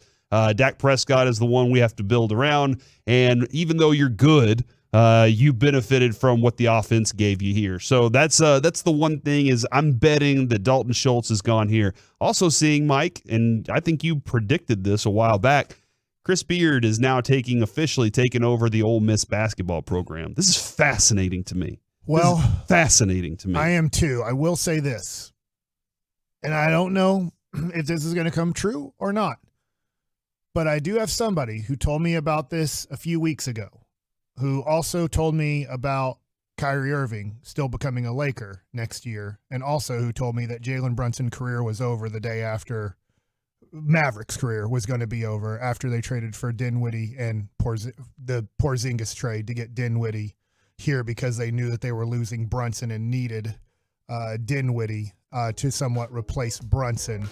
So it's the only surprise to me is how well connected this person is and knowing things that are going to happen a few days in advance, a few weeks in advance, a few months in advance. So I know we're not here talking about Kyrie yet. That'll be in 1 hour, but just know that I'm not telling you I know, but I'm telling you the person who seems to know knows. There you go. He's like, beer. I'm like, serious? He's already got another job? He's like, oh yeah, that'll come down any day now. And here it is about, I'd guess 8 days later that it finally came down as official. Now, some people may say, hold on, is this really legal tampering? This is a negotiation period for the NFL. This is their opportunity for the players in a window of legal discussions to have these types of discussions before real free agency begins. So they can start having these conversations, and basically whenever free agency starts, they can just say, bam, all these deals are signed, and we're running them off the plate here. You'll start to hear whispers over the next few days. According to one fan texter, you won't hear a lot of whispers out of the Cowboys as they have a boat in the Cayman Islands right now. But that's a different story that I don't have any proof of. I need a picture of that boat in the Cayman Islands, and then I'll report that. I was looking at the Bears trade, though, and were you guys off air whenever that had finally come down? Because I saw it on Friday. We were at the Dallas Card Show, and Kevin and I were near each other when Kevin was looking, and I was behind a table talking to somebody, and I had just heard about it 5 minutes ago, and then Kevin comes over, and he's looking at some cards, like, hey, Kevin, what's up? What do you think of the trade? He's like, what trade? And so Kevin hadn't heard. Wow, look at you, Mike. Breaking news to Kevin. Well, it wasn't me. It's actually my buddy Cole Tucker, who's a Tolo who listens quite a bit. And he's like, no, here's the trade. And I was just my opinion and Kevin's opinion, because I can speak for him, because we both feel like Chicago didn't get enough for the first overall pick. For dropping down to 9, they didn't get enough. Yeah, I don't, aside from the fact that they got a really good receiver. That's interesting that on most reports, DJ Moore was the last thing noted there. I agree. You want a haul for the number 1 overall pick. I think that if they fell to 4, that would have been a good trade. Yeah. I'd have been like, okay, I get it. You're still going to get, whether it's the kid from Georgia or the kid from Alabama, you're still going to get them. At 9, you got to wait for 8 guys to go off the board. Now, that being said, are you sitting at 1 then and just taking a player there?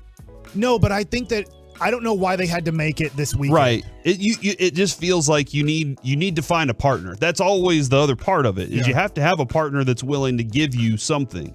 And if none of the other teams were willing to give, then this was the best deal they could possibly take, then that's another situation. But it does seem like number 1 overall pick should be a monster get for a lot of people, especially considering some of the things we see for receivers and stuff like that. They picked up one extra first-round pick. That's all. Yeah. They got one to drop down 8 spots. They got one extra first-round I do pick. wonder if more teams out there are thinking it's not valuable enough for us to change that. So it's better for us to keep cheaper prospects. And I do wonder if Anthony Richardson changed some people's minds. He doesn't change my mind. He doesn't change my mind at all.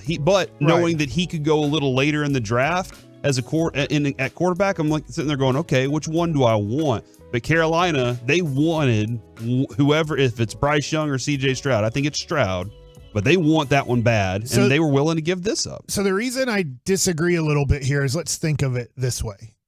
All right, so let's just say teams are thinking the way you said, which I don't think they are at all. Name me the best team in the NFL. The Chiefs. They won it all. Okay. How did they get their quarterback? They drafted him. And traded way up. Yep. I mean, traded a lot to get inside there to make sure that they got their guy. Now, it wasn't all the way to 1. Who would you say the second best team is in the NFL?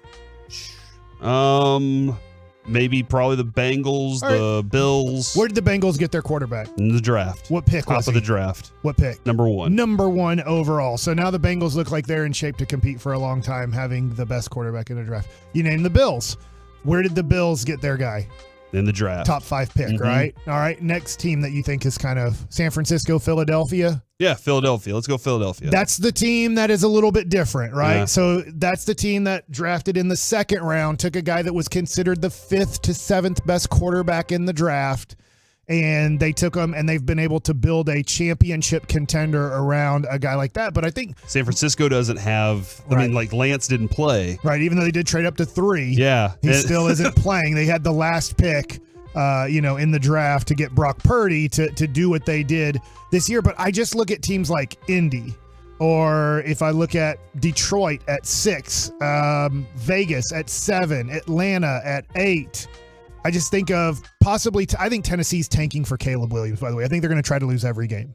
That makes sense. Yeah. I think by the time we get to the season, we'll say, hey, I think Tennessee's the worst team in the NFL. And I think it's the smartest thing that they can do. Do you think Carolina is going to be able to win next year? Not at all. Okay.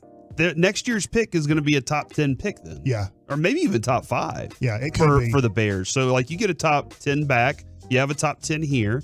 And then you still, again, I think DJ Moore is a really good receiver, and Justin Fields needed something. Like, he has Mooney, and Mooney's fine. They got Claypool, and I think Claypool's overrated, but DJ Moore is a legit stud. So that's a good thing, and they needed a player like him. And I'm on the borderline of stud for him. I think it's very tough because he's never had a quarterback in his career. But I think he's like a great number 2 and an okay number 1. Yeah. Yeah. Like, do you think he'll ever be better than CeeDee Lamb? DJ Moore. No. I mean, he DJ Moore puts up some good numbers, and he's been in hell. Yeah, that's what I'm saying. Like 833 yards, I believe, is what he had last year. I was watching this morning a station talk about DJ 788 is what I see here. Okay, for last year? Yeah. Okay. Oh, no, it was 888. You're right. So but he had 3 straight 1,100-yard seasons. And he's working with Baker, the candy maker, and he's working with Sammy D. I mean, he's working with some bad quarterbacks there and still putting up pretty good numbers. PJ Walker's been in there for some time. So I think when I'm the Bears, I'm looking at my team. So I was saying, I need a receiver. And a receiver. I need a receiver. Can I get this in the draft? Can I get this in the draft? Their offensive line for sure. So I think that there are some things there that they got value. But I agree. When I saw one first rounder this year that puts you at 9. And then I saw 1 first rounder in 2024. I was like, oh, and that's it? Yeah. But I think the addition of the receiver made it palatable for them as a team to say, and we gave Justin Fields something explosive to work with. We'll see how the draft plays out. I'm looking at a mock draft. There's thousands of them. I know at some point we'll be talking mock draft this week. But right now they have 4 quarterbacks in the top 7 picks. So I'm wondering if Chicago's like, look, we're not taking a quarterback. And we know when we get to pick number 9, we're going to get the 4th best player in this draft that's not a quarterback. Because right now in this mock draft, they have Bryce Young going 1. For some reason, I just don't think that's who Carolina's going to pick, but I could be wrong. But they have the kid Anderson going 3, Jalen Carter going 5. They have Tyree Wilson, which I can't believe, not that he's not good, I just can't believe there's a Texas Tech defensive player that's a top 10 pick. And then they have Paris Johnson going number 9, who's an offensive tackle from Ohio State. So if Chicago pegged, this is very tough to do because you have to wait your turn. But if they pegged, you said they need offensive line help. I agree with you. If they're like, dude, we love this kid, and we think we can drop all the way down to 9 and still get him. Now, that's a big risk to take. But if you know that 4 quarterbacks are going in front of you, that means you're going to get the 4th best player in this draft. So I'm still not crazy about the trade for Chicago. I feel like they should have got more. But at the same time, if they can get the guy that they really wanted to help out Justin Fields, because they did a horrible job of helping him out. Maybe Justin Fields is just an average quarterback. Maybe so. And a below average passer. But we don't know. It's impossible to know. Like, we know about Zach Wilson. Unfortunately, we know about Zach Wilson. Yep. They did a lot to help him out, and he regressed as a player. He didn't progress, he regressed. So this will be Justin Fields' year.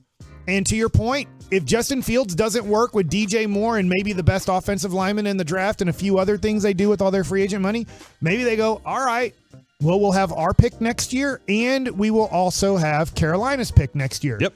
Maybe we get lucky enough to get Caleb Williams. Yeah, they got 10 picks this year. They have their first round pick, 2 seconds, 2 4s, 2 5ths, and 2 7ths. You can work with that. You have a 3rd round pick as well, and then you have the additional 1st round pick next year. So I say there's still a lot of moves to be made. They have a lot of roster they need to grow there in Chicago. Significant trade, but Mike, what is the greatest all-time trade for the number 1 overall pick? Do you know what it is? Like, who gave the most? Who won? This is the greatest trade. Who won out of this? The Oilers and Tampa Bay in 1978.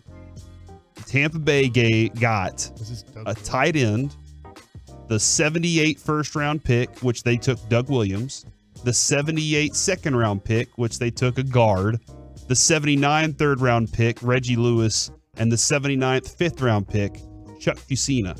Okay. The only Reggie Lewis I know played for the Boston Celtics and died. Do you know who the Oilers picked at number 1?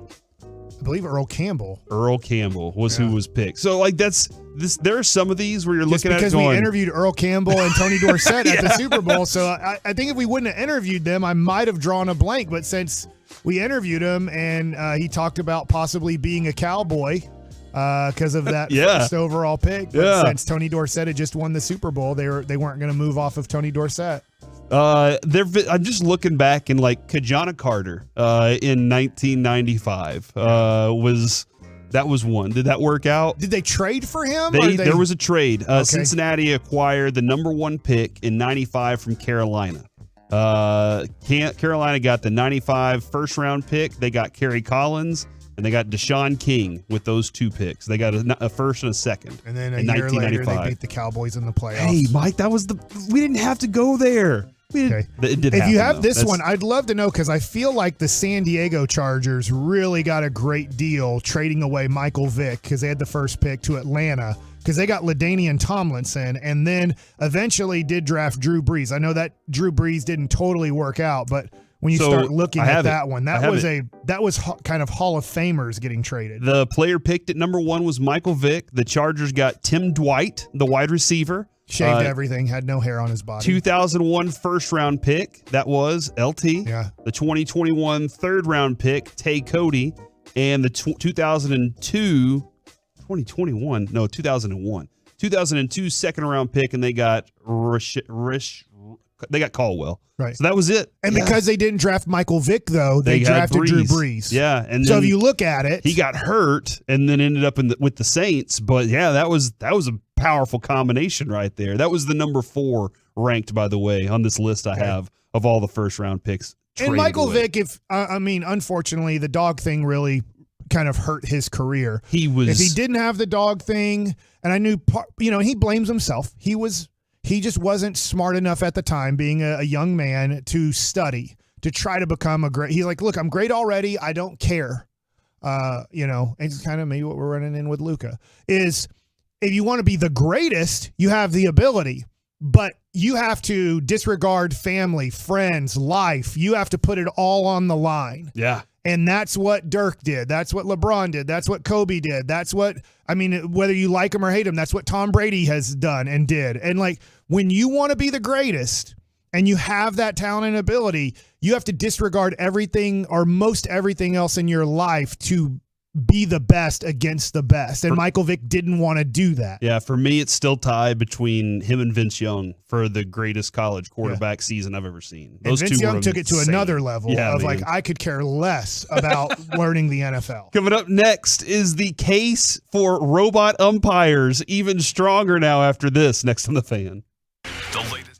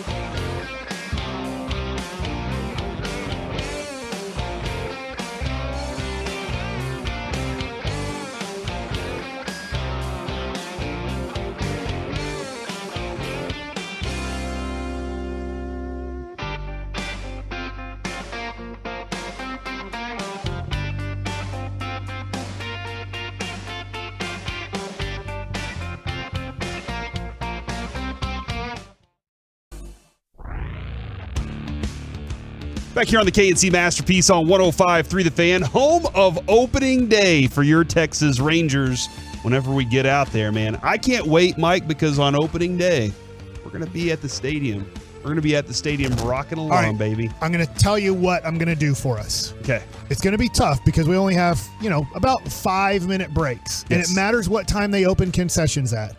I will make sure that Hurtado's brings us over. Gosh. One, their Tex-Mex nachos, which here's the great deal.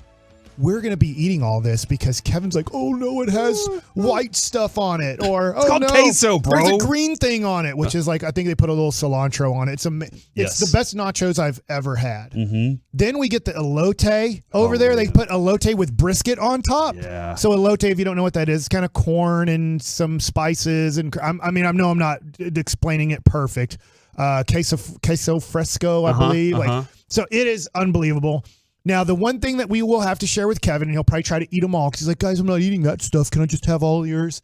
Is they have unbelievable ribs. Now, I'm not sure what Hurtado's menu will be at the ballpark on a daily basis, but I know they're going to have those unbelievable nachos, some of the best nachos you'll ever have in your life, the best by far at a baseball game. And the elote is amazing if they're going to still do elote at the ballpark, plus other things. But I'll get Hurtado's to come over to wherever we're doing our show from and make sure that they deliver us the Hurtado's barbecue. You know, the great thing about them is, they start out there in Arlington. They got their thing going out there, and they're a little pop-up. And then last year, Mike, you were saying that throughout the season, it was just hey, the ballparks or Globe Life is inviting locals to come in and cook and be a pop-up Is in the inside. left field corner. Yeah. It's just for weekends, not weekday games. And then they called them back and said, you guys were so good. People liked y'all so much. They would sell out y'all every to time. have your own booth inside the stadium. So would you please do that? And Brandon Hurtado is like, yeah, that's pretty easy for me to say yes to something like this. So, that's really exciting, Mike. I can't wait for that. Opening day for the Rangers. That's going to be against the Phillies. And they have a day off the next day. Still very weird to me. They're going to open and then have a day off. This is the way baseball go. All right, so speaking of the way baseball go. Yeah. This is an interesting story. The plate umpire who was calling the New Orleans and Mississippi Valley State game on Friday night. Yes. Has been suspended indefinitely. And this is, when you hear this play-by-play announcer do what he does, you'll understand. Here's what happened. 1-1, called a strike there, and it's 1-2, and oh my. 1-2 coming. It's down. Oh my gosh! Wow! He got rung up on ball 2, and the game is over. Oh my goodness, that is horrific. Well, the Privateers win the game, a game they looked like they were going to win anyway, but Hummer just wanted to go home. The Privateers are a winner, 7-3. All right, so Mississippi Valley State left fielder Davon Mims was up with a 1-1 count with 2 outs in the ninth when Reggie Drummer called 2 straight strikes on him. The first one he called was a little outside, and the umpire called it a strike.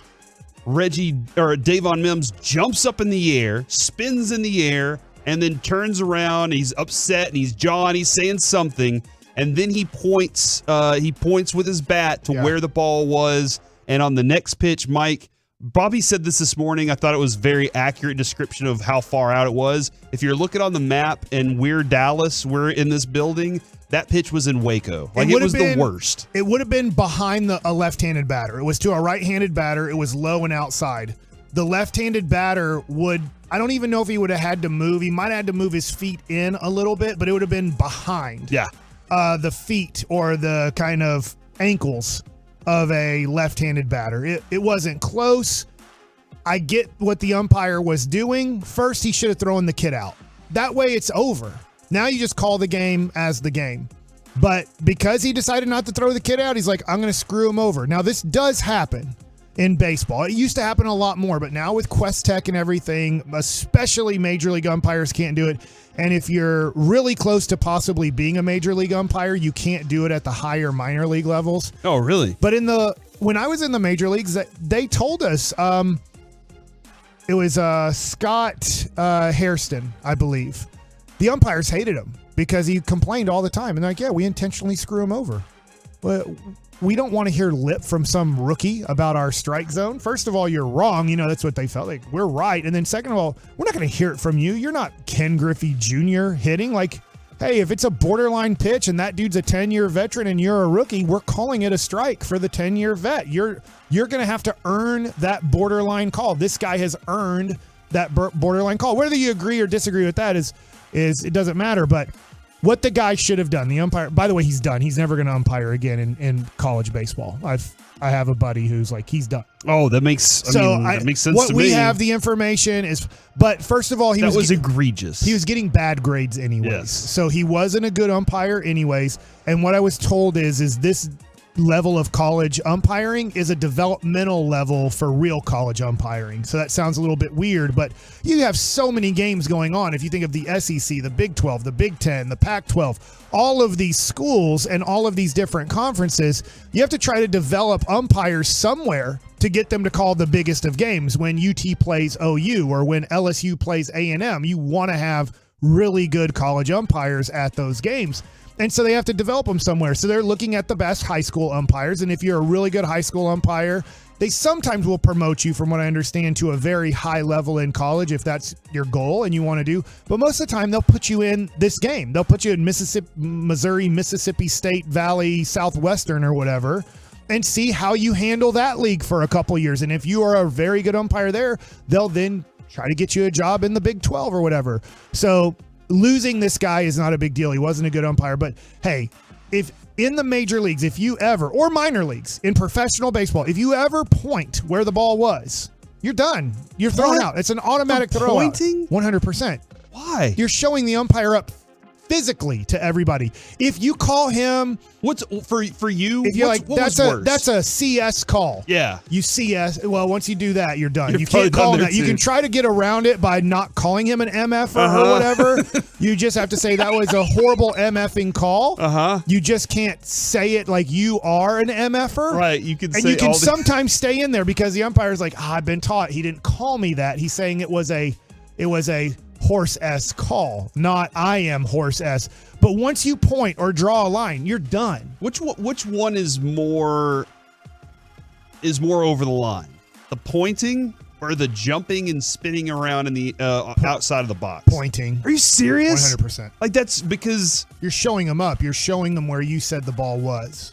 Interesting. If you saw, you're still showing them up by jumping around. It's wrong to do. But sometimes an umpire will be like, I'm gonna screw him over.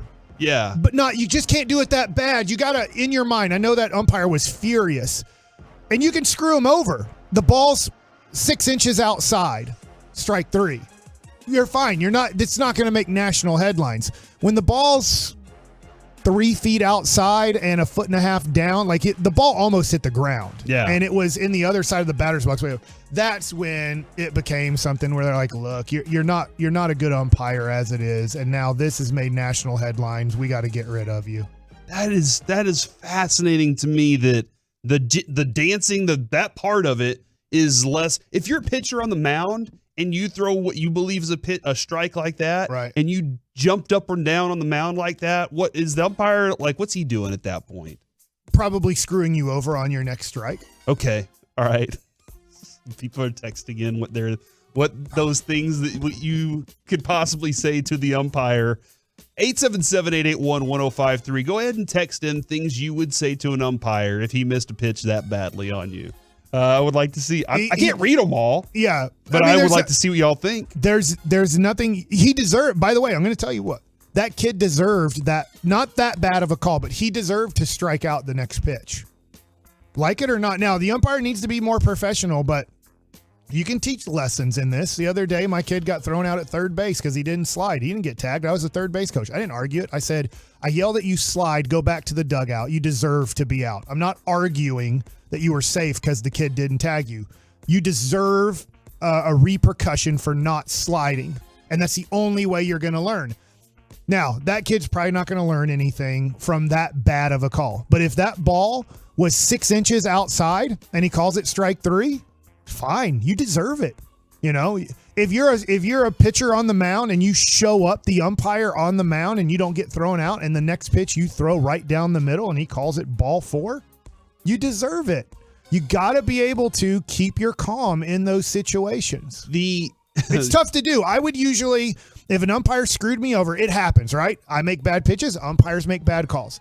I would catch the ball and I'd walk to the back side of the mound. You can't do this anymore. I'd walk around the mound and I'd take my time to try to gather my thoughts, to not let it affect my next pitch, which is very tough to do. And then I'd also in my mind go, I'm going to stall this game, you MFer. You think you want to go home?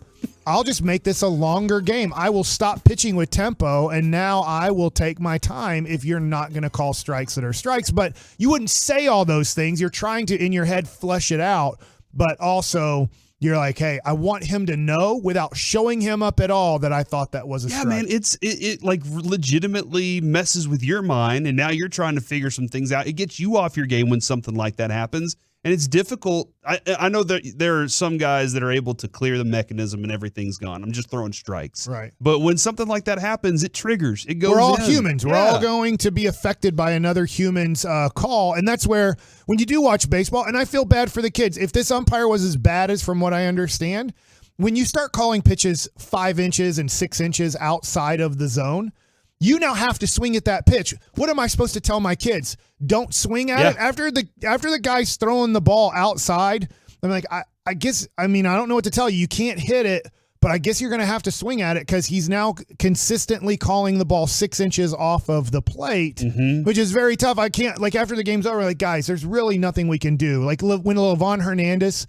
and Eric Gregg was the umpire in the 97 NLCS, there was nothing Fred McGriff or Chipper Jones or any of those guys could do. If you're going to give a foot off the plate, my arms aren't Manute Bol. I can't turn into Sean Bradley right now. Yeah. So that's going to be unhittable, and I'm just going to have to take it and walk back to the bench. But it was funny. I mean, I'll tell you this, when I saw it, I was like, wow, that's funny. Have you ever seen a batter react that way? I mean, I feel like that's nothing new. That's not somebody going, well, that's just entitled new, millennials playing baseball. And I think in the major leagues, it'll be rare because they'll get thrown out. Yeah. Usually you just, if you don't want to bat anymore, if you think the umpire's bad, by the way, guys get intentionally thrown out. They're like, I'm not hitting with this. Like sometimes when Angel Hernandez is behind the plate, guys will say before the game, as soon as he makes a horse-ass call on me, I'm gone. Man. So they'll tell like the guy, if they're like a little bit tired, it's game 88 of the year, and they are in a bad mood and maybe their knees bugging them a little bit. They're like, hey, they might tell, let's just say Josh Smith is the backup shortstop for the Rangers this year. Corey Seager might go to him and say, this might be a bad example, but I'm using it. It's like Seager might say at 5 o'clock or whatever, hey, just be ready to go in. If this guy calls a bad one on me, I'm letting him have it. I'm tired of him, and I need a day off. Barkley admitted basketball players do that. They'll get, hey, I don't want to be here anymore. Watch, I'm going to hit 2 T's, and I'll be out of here. I will see you later. All right, coming up next here on the KNC Masterpiece, lots of things happening. Already starting to get fake tweets sent my way, but it's time for some gridiron gravy next on The Fan.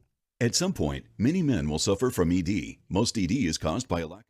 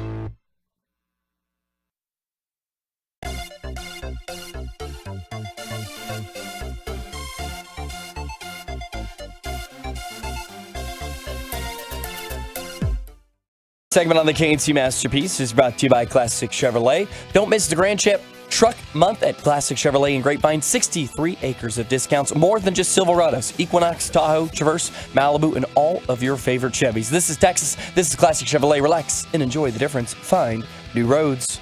Back here on the KNC Masterpiece on 105.3 The Fan. If you need some break from the banks conversation, it's okay. We can definitely provide that as we are underway in the negotiation period for the NFL, and it's time for some gridiron gravy. Biscuits, but aren't all these teams money in banks, and then all the banks are failing, so then they're going to tell all the free agents we don't have any money, but we can make you or let you smoke weed more and have less practice so we can lower the cap number again on you? I'm reading up on this, Mike, just to get some more understanding of what happened. It's the tech world, all right? It's tech that really suffered here. Texas Tech, I get it. I mean, Beard leaves, then he does his thing at UT. He's at Ole Miss. Then the dude Adams does what he does. He's gone. I get it. A little Still bit. got Coach McGuire though, running everything with the football team. Everything's gonna be fine there. I haven't checked their baseball team out lately, but we will for Tech's sure. obviously having issues. Did you see Tyreek Hill run his race? I think it popped up a few minutes ago on the TV. I have not. You have not seen it. On Saturday, he won the men's 60-meter dash in the USA Track and Field's Master Indoor Championship. The age bracket 25 to 29. His time, a 6.70 second time, and I do believe that he blew everybody out by I think the next closest time was a 7.27. So he was, just tremendously fast. Everybody's still trying to figure out where does this line up, though? Like, where would you put him if he was to run the 100 meters? What would that make him? But either way, dude's doing some stuff in the offseason. Isn't he one of the shortest fast guys? I'm just wondering, I know Bolt is retired, but that dude was 6'5", right? Yeah. Is 6'5". He's still alive, but I don't know, the strides, at what point do strides just become, if you're striding the same, if your feet are running as fast as they run the exact same, isn't Bolt going to just crush a guy like Hill because his strides are so much longer? I would love to be able to compare his 100-meter time so that we would have an idea there of what the difference is, because Usain Bolt's best time, I do believe, was a 9.58. Am I wrong about that? Something around there. So that's about 3 more seconds with 40 more yards. So Mike, I think that it has something. What's the theorem? Is that what it is? What's the algorithm? I don't know what it is. Whenever it comes to height and weight and distance, Does he weigh as much as Usain Bolt? Does he weigh more than him? How much power is he exerting as he's pushing this weight? I think all those things matter, but stride length makes a lot of sense there too, and part of that. So I have no clue, but I want to see it. I want to see it someday, but it'll never happen. That was one of them, though. The Cincinnati Bengals. Have you seen this? This is fascinating to me. They are attempting to strip all athletes in Ohio of their workers' compensation benefits. There's an email out there that the Bengals have asked Ohio legislature to restrict Bengals and Browns players of their workers' compensation that other employees in the state of Ohio are entitled to for injuries they suffer at work. Simply put, it's an attack on your rights as an American and a player covered by the CBA. They are doing it to increase their profit. So they're saying in this state, you shouldn't be able to do that. Would that conflict with what their CBA is, or would the CBA say we then defer to the state and you just have to deal with that? I thought that was a really interesting thing over the weekend there. I have no idea. That is wild, though, that a team would be working with the legislature to say, no, even if you get hurt, we're not going to be able to do that for you. That's wild to me. Austin Eckler. That is going to be the running back. The prized possession of one Kellen Moore has requested permission to seek a trade. He's due, I think, $6.25 million next year. And he said, hey, we've had our initial talks. We've had our initial discussions when it comes to my contract in the future. If y'all aren't going to pay me more, if y'all aren't going to have me be a bigger part of this thing, then go ahead and trade me.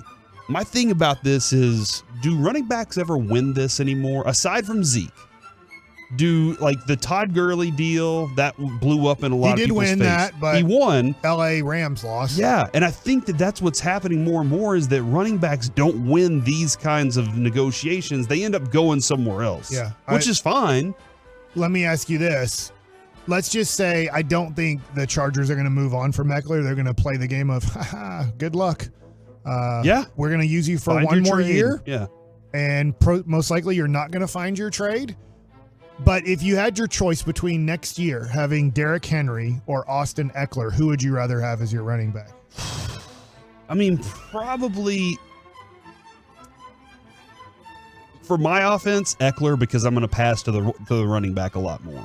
Now, can I design an offense to run with Derrick Henry? Absolutely. I definitely can design an offense, but I'm probably going to throw him the ball in the flat a lot more than I am Derrick Henry. More of a complete running back, but Derrick Henry. He is the running back's running back. Yeah. You know, the old traditional days of just hand him the ball and let him run. Now, you have to be able to block it. If you can't block it for Derrick Henry, there's a lot that he has to do on his own, and that's not necessarily what I'm asking him to do. I'm building an offense that creates lanes and says, now try and stop this big dude from running because you can't. So that's where I would put that. Jason Kelsey has tweeted this out. I put much thought into whether it makes sense to play another season. After talking it over with my wife and many other friends and family, Jason Kelsey is deciding to return for another year of football. Thanks to all you supporters and detractors for fueling me. And he said, I'm not done yet. But he also threw an F word in there, so I could not say that on air. Kelsey family likes. They love the F word. They really do. I will say this. Do you think it was because like his wife did like that Any Given Sunday and he was like going to retire and she slapped him in the face? Like, was it Dennis Quaid? Was he the quarterback? And like, over my dead body, I want your money. Yeah. That was a really weird situation where he's like, my body is done. Yeah. I can't play this game anymore. I broke my back. I don't want to go out there anymore. And she's like, you get out there and get that cash. I think it's always tough when you're famous.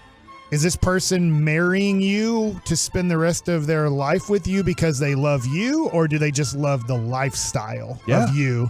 And once that lifestyle is over, they're like, I'm done. Like, this isn't what I signed up for. I signed up to be the wife of an athlete or the wife of an actor or a husband of an actress or whatever. I'm not signing up to actually be with you. Yeah, that is a difficult thing to try to find and figure out. Whenever you already have the money, that's which is great, because before I got this job with the amazing money that we make here, my wife was already committed. You know what I mean? 5 figures. Yeah. Well, sometimes. Not per paycheck. No, yeah.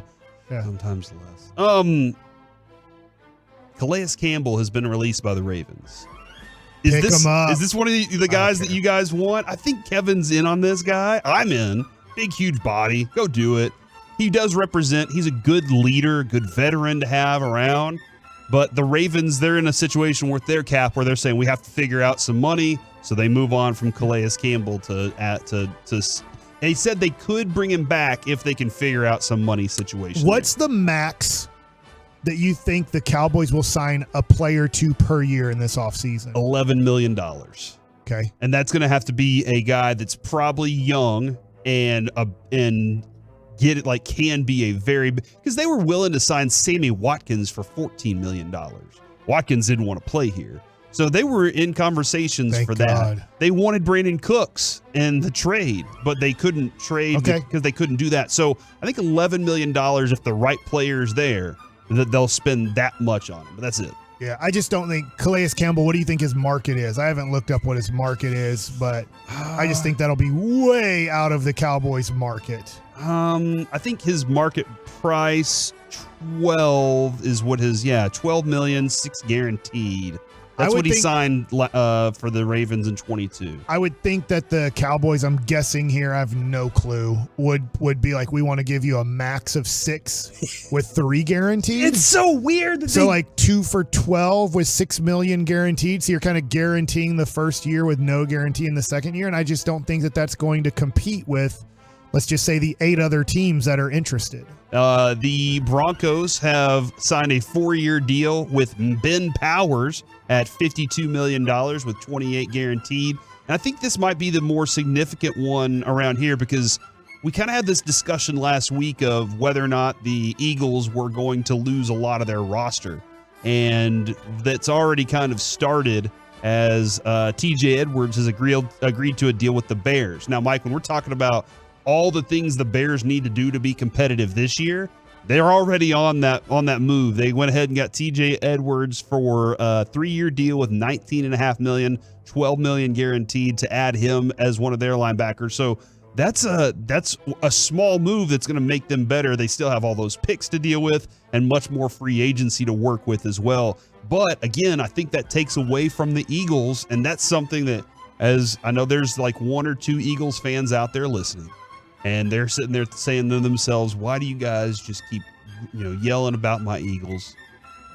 Well, it's because the Eagles are in the Cowboys' way. That's why. So it's going to happen. So seeing them lose more players is a good thing for us. I think it's a good thing on this side here. And the Raiders and Texans are expected to pursue Jimmy Garoppolo right now. So we'll keep an eye on what's going on throughout the rest of the NFL as their free agency beginning negotiation periods are currently underway. Coming up next on the KNC Masterpiece, did Kyrie really just sit out a game because he didn't feel like playing? Next. Be a part of the show. Text us on the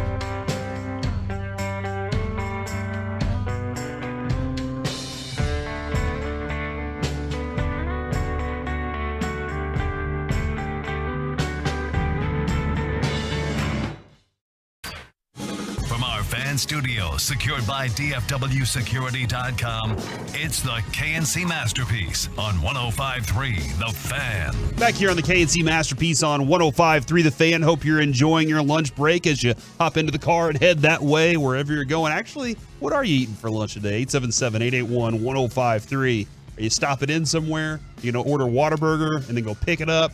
You go straight to the line. You'll have it by the end of the show, is what Kevin would say. So kind of keeping an eye on what you're snacking on for lunch today. A couple of real quick things, Mike. Tampa Bay is looking to trade Shaq Mason. They're seeking potential trade partners for Shaq Mason. And then Dan Graziano is reporting that the Broncos could trade a wide receiver. Denver has had talks with teams about Sutton, Judy, and Hamler. Teams say the Broncos are asking high prices, not just looking to dump him, but it's not out of the question that one gets moved. So would the Cowboys be interested in making a move for one of those guys, as they are still trying to seek somebody that can take some of the load off of what CeeDee Lamb has to do? So Jerry Jeudy was a whisper that the Cowboys were talking about during the regular season, just unable to make the deal happen because compensation was too high. If compensation is really high right now for the Broncos, I really don't expect the Cowboys to be in on that right now. All right, so tonight, Mike, I do believe I saw earlier that Kyrie might be missing tonight's game as well. And I was just looking up injury report, and as of like last night, Luke is out. Luke is not playing tonight. In fact, Shams is reporting that he thinks that Luka has a chance to play the next game against the Spurs. Kyrie right now, according to the Mavericks, is questionable with a foot injury. Oh man. Hold on. Why do you say it like that, Mike? You say it like you need your feet. So unfortunately, reading the book about the Brooklyn Nets and then the situation with Boston and Brooklyn and maybe even a little bit with Cleveland, you just don't know. He gets hurt a lot. So you're dealing with a player that gets hurt a lot. You're also dealing with a player who has sat out games because he doesn't feel like playing. And I don't know which one this is, but just looking at his last few years, his years in Boston, 60 games, 67 games. By the way, 67 is by far the most games he's played in a 5-year period. 20 games, 54 games, 29 games, and this year, 51 games. He gets hurt a lot. He sits out a little bit when he doesn't feel like playing. It's documented. This isn't me making it up. This is documented. Sometimes Kyrie doesn't feel like playing. And so this is, either way, it hurts you. Is the guy you traded for, which I wasn't a fan of this trade, but I'm trying to go with it, okay? He is a tremendous player. Watching him play is amazing. But you have to look at the history of his career once he got into his only mid-20s. He's going to miss about a third of the season, if not half the season, for multiple reasons. One being injury. Two being at times I don't want to play. I don't feel like it. Something has gone on in my life where I mentally don't feel like playing. And so I was wondering, is against Memphis the other night, where the Mavs did play for their role players the way they played great. They gave themselves a team a chance to win. Now, we have to remember the Grizzlies were missing 3 of their starters too, because Ja is suspended, Steven Adams is out with injury, and I'm drawing a blank on their other guy right now, but he's a starter / heavy minute guy, and he blew out his knee and he's done for the year. So they were missing 3 of their kind of 8-man rotation guys, except, you're missing your 2 best players. But it just made me think, and I did, hear questions from people of is this a Kyrie injury? Which, hey, if it is, it is. He gets hurt a lot. It happens a lot. He's going to miss 20 games due to injury. He's probably going to miss another 8 games because he doesn't feel like playing. And then you're going to have to sit him out kind of another 5 games at least just to watch his back-to-backs and watch his minutes. And that's a Kyrie season, is he's going to miss approximately 25 games on you because of these 3 different situations. And so I think it's irresponsible of us, if you're mad at me for mentioning this, because we're in the honeymoon stage of Kyrie Irving. If he was in Brooklyn right now, they would be roasting him for sitting out. And I don't know. I don't know if it's because of injury. I don't know it's because he doesn't want to play.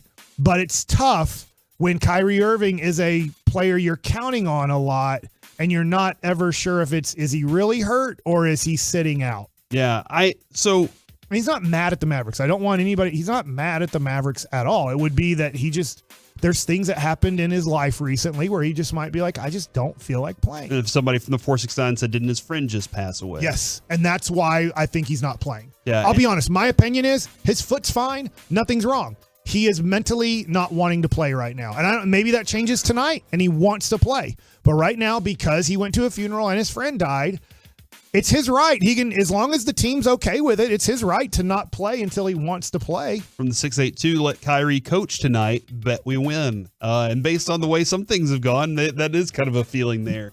And he's a great point guard, and I think we're realizing you should never hire a great point guard as a head coach. Not a single great point guard has ever been good. It was brought up by Reggie. There's only been one in the history of basketball, and it was Lenny Wilkins. Literally every other person who's tried to coach that was a great point guard has really failed. Because Scotty Brooks wasn't that great of a coach. No, it doesn't mean if you're a point guard you can't coach. It just if you just look at the recent history, if you name the greatest point guards of all time that decided to get into coaching, Magic Johnson was probably the worst. Isaiah Thomas and Steve Nash are like, hey, you shut your mouth. We might be the worst. And now Jason Kidd's like, well, don't look at my resume because, it was really horrible in Brooklyn and really horrible in Milwaukee. And the Milwaukee thing is playing out the exact same way here, where there was a big improvement, regression, then firing.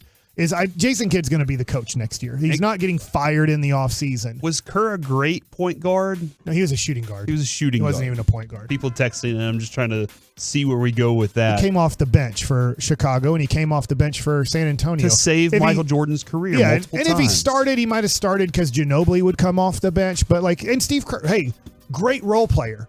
Great role players make the best coaches, or I guess if you never played, make really good coaches too. Ask like Chuck Daly and Eric Spoelstra and stuff. Like they ain't bad at it either. But great point guards die in this league as head coaches, Mark and Jackson. we're seeing it. Bad coach.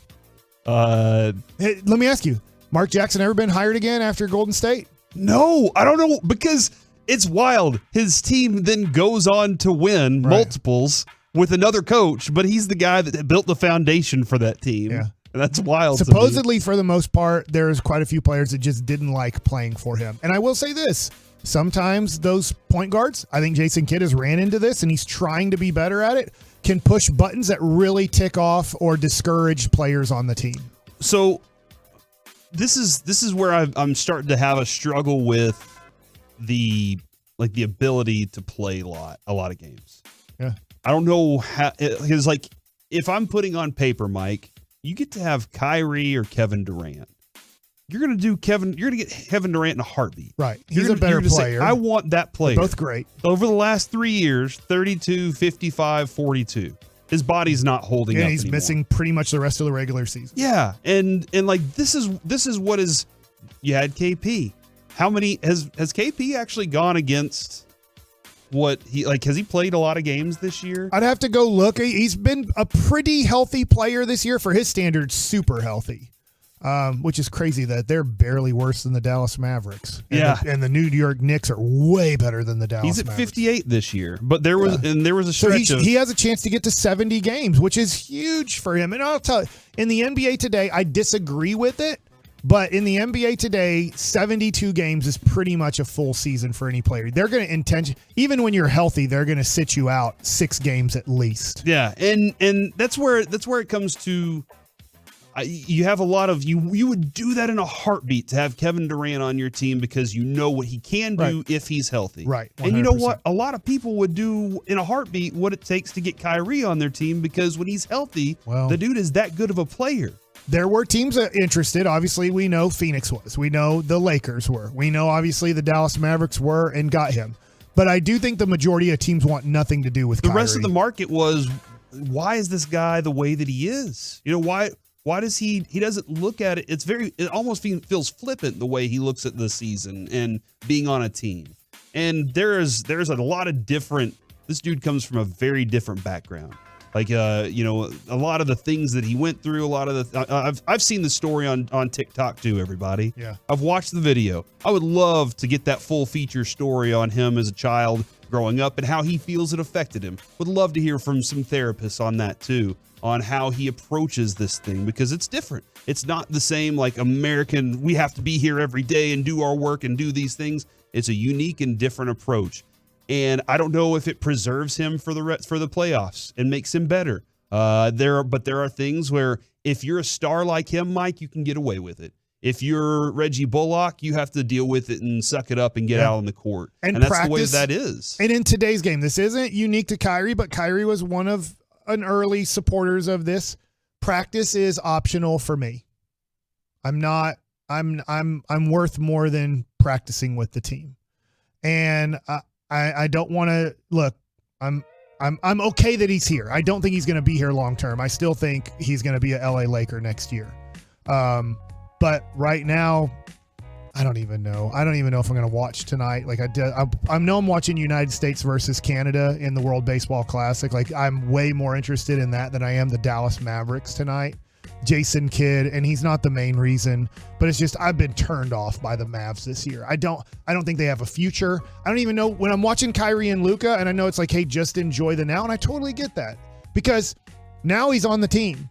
But I don't even know, like, is it 12 more games they play together? Is it only 6 more games they play together? Because you're like, there's no future for the Dallas Mavericks. The only future is, Luka is going to be here. Like my kid the other night, Jaden Hardy had another great game, and we were watching part of the game. He goes, man, I want a number 3 Jaden Hardy jersey. I said, let me wait till the offseason's over for that one, Jake, because I don't even know if he's going to be a Maverick next year. There could be a lot of moves. Right. They could be like, no, we're going all in. Since Kyrie decided to stay here because the money was right, and the LA Lakers went on a run with D'Angelo Russell and Vanderbilt and Rui Hachimura, and Anthony Davis was healthy, and LeBron came back. We're not taking the risk of losing all of those role players just to bring in Kyrie to play with LeBron. We're actually going to keep Russell and Vanderbilt and Rui and all of these guys and try to do something with these guys.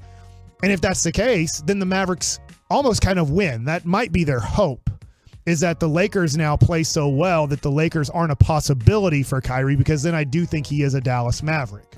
And in that case, now you go, all right, we're building the next 2 to 3 years around Kyrie and Luka, probably in opposite order. Really, Luka first, Kyrie second. But that could mean you trade Josh Green, you trade Jaden Hardy, you trade everything that looks like possible help in future just to do a now situation. We have 2 years to win a championship, and I think that'd be a bad decision. But I mean, look, I'm not the decision maker. Hopefully it'd be a good decision, but they've made bad decision after bad decision after bad decision. So let me ask, so Mike, you've entered this Kyrie thing with he's probably gone next year. Like that's where your mentality is. A little bit. I'd say 55% in my brain. He's just playing out the rest of the season with the Mavs, and then he's a Laker next year. And if he gives you, 80% effort in that 55% of that, if he gives you that kind of, 80%. He's given great effort. He's a great player on your team.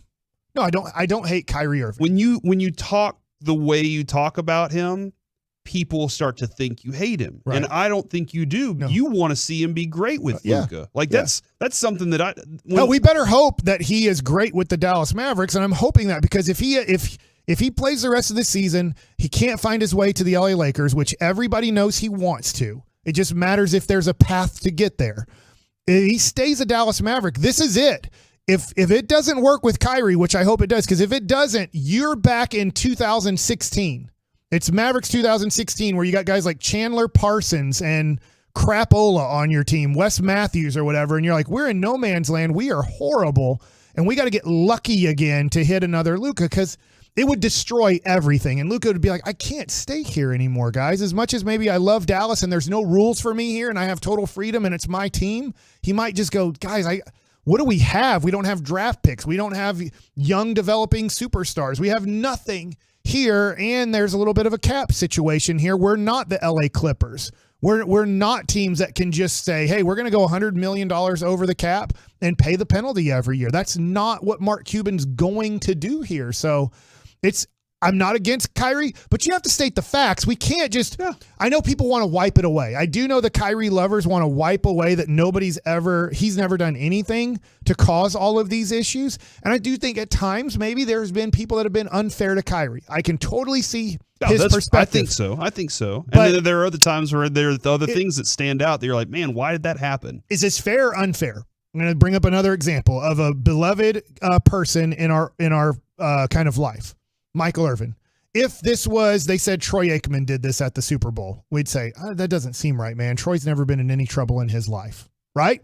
But because it's Michael Irvin, this is where it stinks. But part of his history plays into, are we sure nothing happened there? Yeah. And that's when Kyrie Irving, when you're like, what's going on here? Mm-hmm. And then there was something, and it is a real tragedy in his life. Something really bad happened in his life. He didn't just decide to sit out because of nothing, but you have to realize he was in the bubble and said, quit basketball. I want every human being to quit basketball until we get our United States right, which I'm going to just let Kyrie Irving know if he's listening. It's never going to be right. There's going to be racist issues here in the United States of America. There's going to be racist issues the rest of your life all around the world. There's going to be racism at all times the rest of our lives until this world is no more. But like he wants to take at times big stances, which is fine. That is, Kyrie Irving has every right as a human being to do it. But as an organization, you have to realize at times there's things that can upset him or make him feel the way that he feels. And he's like, I just don't feel like playing basketball. And you're going to have to deal with that with him on your team. Yeah, I think with that, I'm thinking that like he thinks if I can use my platform in this way, then if you won't let me use my platform, then I'm going to be away from it. Yeah. I just want to make sure I'm not mad at him. It's like, dang, like he needs to play. But if he doesn't want to play, he doesn't want to play. There are a lot of other teams that are after him, but the Bucks evidently are currently pursuing Baker Mayfield. We'll get into more free agency and why the Cowboys are afraid of it next on The Fan.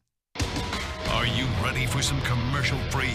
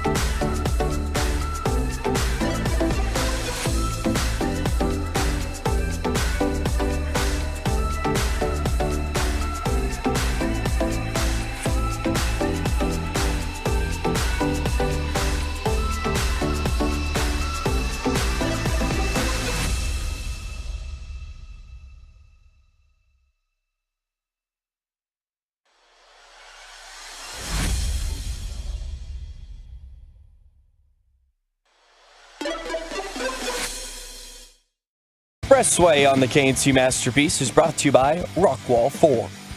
Back here on the KNC Masterpiece on 105.3 The Fan, I just saw a tweet from David Hellman, who I believe is going to be on tonight from 7:20 to 8 o'clock in studio with the Get Right. And tomorrow morning. But he said, wishing a happy grumpiest week of the Cowboys calendar to all who celebrate, because this week is whenever you find out nothing's happening. You're just like, basically the biggest report right now regarding the Dallas Cowboys is they aren't signing Dalton Schultz, have not given him a long-term deal, and they aren't negotiating with restricted free agent Terrence Steele, who got a second-round tender, until the summer. That's when they'll say, okay, he's on schedule right now, Mike, according to reports for recovery from his ACL injury. But they're like, hey, we'll talk with you later on down the road. That being said, another Eagle is gone. And somebody texted in earlier and said, hey, for every one Eagles player that leaves, 2 people are going to want to sign for Philadelphia. I'm guessing because they have the Eagles logo or whatever it is. I don't believe that. Here's the deal. NFL players, Major League Baseball players, basketball players, they want the money. And whenever you don't have the money to spend on them, they will go elsewhere and find the money. Javon Hargrave is signing a 4-year, $84 million deal with the San Francisco 49ers. That's one of their best defensive tackles. He's amazing. I would love to have him on my team. And he's going to another contender for a significant amount of this $21 million a year that he's going to play for the San Francisco 49ers. When the Eagles have a big situation where they have to pay their quarterback soon, and they have other people that are going to want to eat too. And so this is like, it's difficult to keep this. It's difficult to do what the Eagles did last year. And that is say, we have all the things in this 1 year, also a cheap quarterback, let's make a run. So it's difficult to ensure that you have those guys for a very long time when you know you have to pay your quarterback soon. And that's just the economics of the NFL and most sports. Somebody's going to get a lot of money. And if they don't get it, they're going to go try and find a way to get that from another team. The tough thing is, and in a good way, this helps out good players in the NFL, is great players never become free agents. Like I was telling Sean Sharif when he asked the question of Micah Parsons or Luka, who's going to leave first? I'm like, the NFL players gave up their right to become a free agent. And people are like, no, the NFL fans that don't follow any other sports, they're like, what are you talking about? You name me the great player who hit free agency in his prime. Because when you're drafted, you have, if you're a first-round pick, you have 4 years of fifth-year option, and you can franchise tag a guy 3 times if you'd like. Now, the third one gets a little bit crazy. Now, in that violent of a sport with that many injuries, how many times does an agent say, all right, hey, let's get franchise tagged, plus pick up the option, and we'll just play on 1-year deals in our prime, and then when we hit 30 years old, we'll hit real free agency. So the NFL players gave up real free agency. So, a guy like whether it's J.J. Watt or T.J. Watt or the Bosa brothers or Micah Parsons or any quarterback who's great, even Lamar Jackson, who Baltimore does not believe in as their future quarterback. I mean, they're showing that they still won't let him become a free agent. Mm-hmm. Deshaun Watson said, I'm never playing for the Houston Texans again. Deshaun Watson then had the situation with 30 different massage situations. That's true. Still never became a free agent. Yeah. He still was traded. Yeah. Like, you just look at, they're never free agents in this league. But what it does help out is if you do become a free agent in the NFL, so you eliminate the top, let's say 50 players in the NFL, they'll never become free agents because they're just too good to ever become free agents. So then these guys that are good players but not great players become free agents. And that's where Stephen Jones, I'm not agreeing with Stephen Jones here. That's why Stephen Jones won't sign anybody. Because great players never become free agents. We've made it in our league that Micah Parsons will never be a free agent until his career comes to a close, like DeMarcus Ware. Your great quarterbacks never become free agents. You just never, when you're a running back and you become a free agent, your career's coming to a close. And they're like, look, that's fine. You can be a free agent now. You're 30 years old. Speaking of DeMarcus Ware, I just wanted to throw this small story out there. A buddy of mine, a very close friend of mine, works at an electronic appliance store, if you will. And DeMarcus Ware comes in to buy, I don't know, TV or something. and he's talking to him about what's going on and everything. And then, because he's my friend, he was like, "Hey, by the way, my friend works on the Fan. His show's the KNC Masterpiece." DeMarcus Ware Mike said, "I love that show and I love that station. Huge fan." So just a little feather in the cap. DeMarcus Ware loves us because not a big deal. You know who we are as people. Yeah. That's awesome. That's awesome. I was just Texas size rips is like baseball isn't much different when it comes to free agency. And I'm like, do you not just see what Jacob deGrom, the best pitcher in baseball, just got when he hit free agency? Juan Soto's about to hit free agency at just turning 25 years old. Like Carlos Correa has hit free agency now twice in his mid-20s. Like, are you kidding me? But it's when they don't know, they don't know. Trout had he signed he decided to sign a huge contract as he was coming up on free agency in his, at 27. But he was actually going to be a free agent at 25 years old, but decided to sign a long. Yes, that can happen where you sign, but there's plenty of premium players. Yeah. Shohei Ohtani's about to become a free agent. Juan Soto's about to become a free agent. Jacob deGrom just became a free agent. Corey Seager became a free agent. Marcus Semien became a free agent. Manny Machado became a free agent from the LA Dodgers. Obviously got traded from Baltimore to LA, became a free agent in his mid to late 20s. Like, there's no such thing as a free agent in his mid 20s. It's like, dude, is that the best defensive end in football that just became a free agent? No, it's never happened in the history of football. A lot of people texting in, no, it is neither Radio Shack nor Circuit City, as I do believe both of those have gone out under. Fries. It's not Fries either. I don't think Fries is around anymore. Fries is done? I think so. I just remember not that grocery store in California, or is it Arizona? I think my dad used to drag me to that store all the time. Yeah. So no, it's neither one of those. From the 469, Deion Sanders. When I think in regards to that, at that time, Mike, I believe that the cap was not involved when it came to Deion Sanders, right? Like the cap was. That's actually a great one. That was actually one that did happen right when the cap started. The cap started in 93 or 94. Okay, so and he became a free agent because I don't think that San Francisco traded for him. And he signed a 1-year deal and then signed a long-term deal with the Dallas Cowboys. But that's a great one. That did happen in our lifetime. So that's one.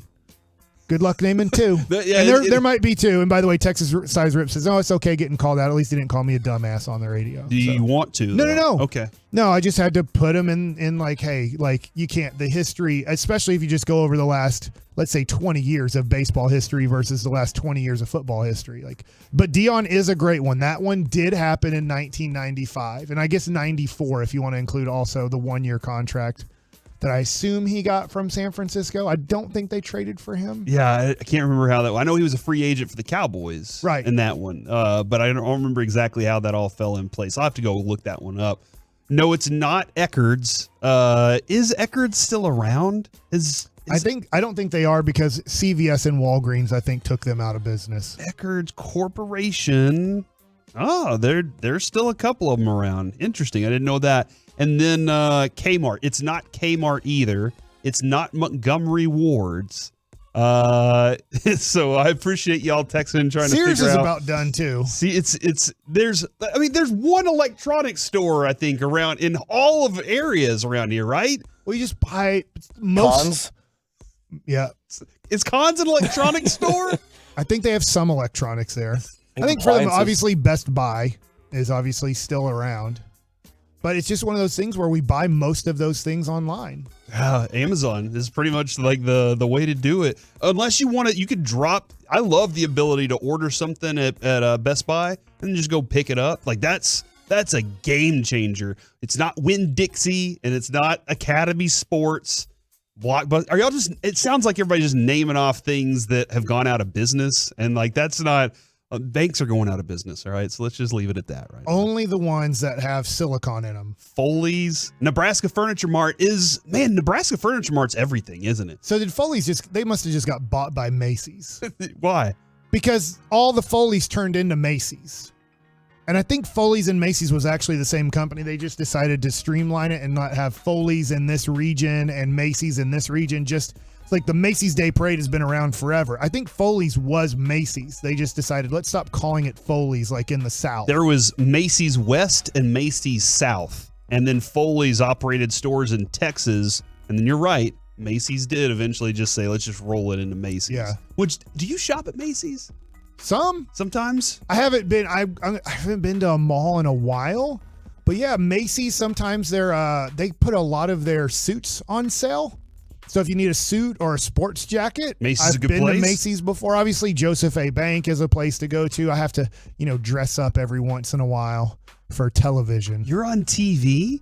Yeah. Look at Mike. Are you going to be on? You're not on TV for opening day, are you? No. You're on with us, though. Yes. Out at the stadium. Yes. Out at the Globe Life Field. I have done opening day before. It is very fun to do the television, but I have to leave our show an hour and a half before you get off the air, because the pregame show for opening day is at least an hour on Bally's, and I know not bring up that name draws a lot of hate. Yeah. But I'll never watch Bally's again. I believe it's an hour pregame, if not longer, because they like going to the live feed of the introduction of all the players and opening, the first pitch who's ever throwing the pitch out that day. And so I think it might be even an hour and a half pregame show.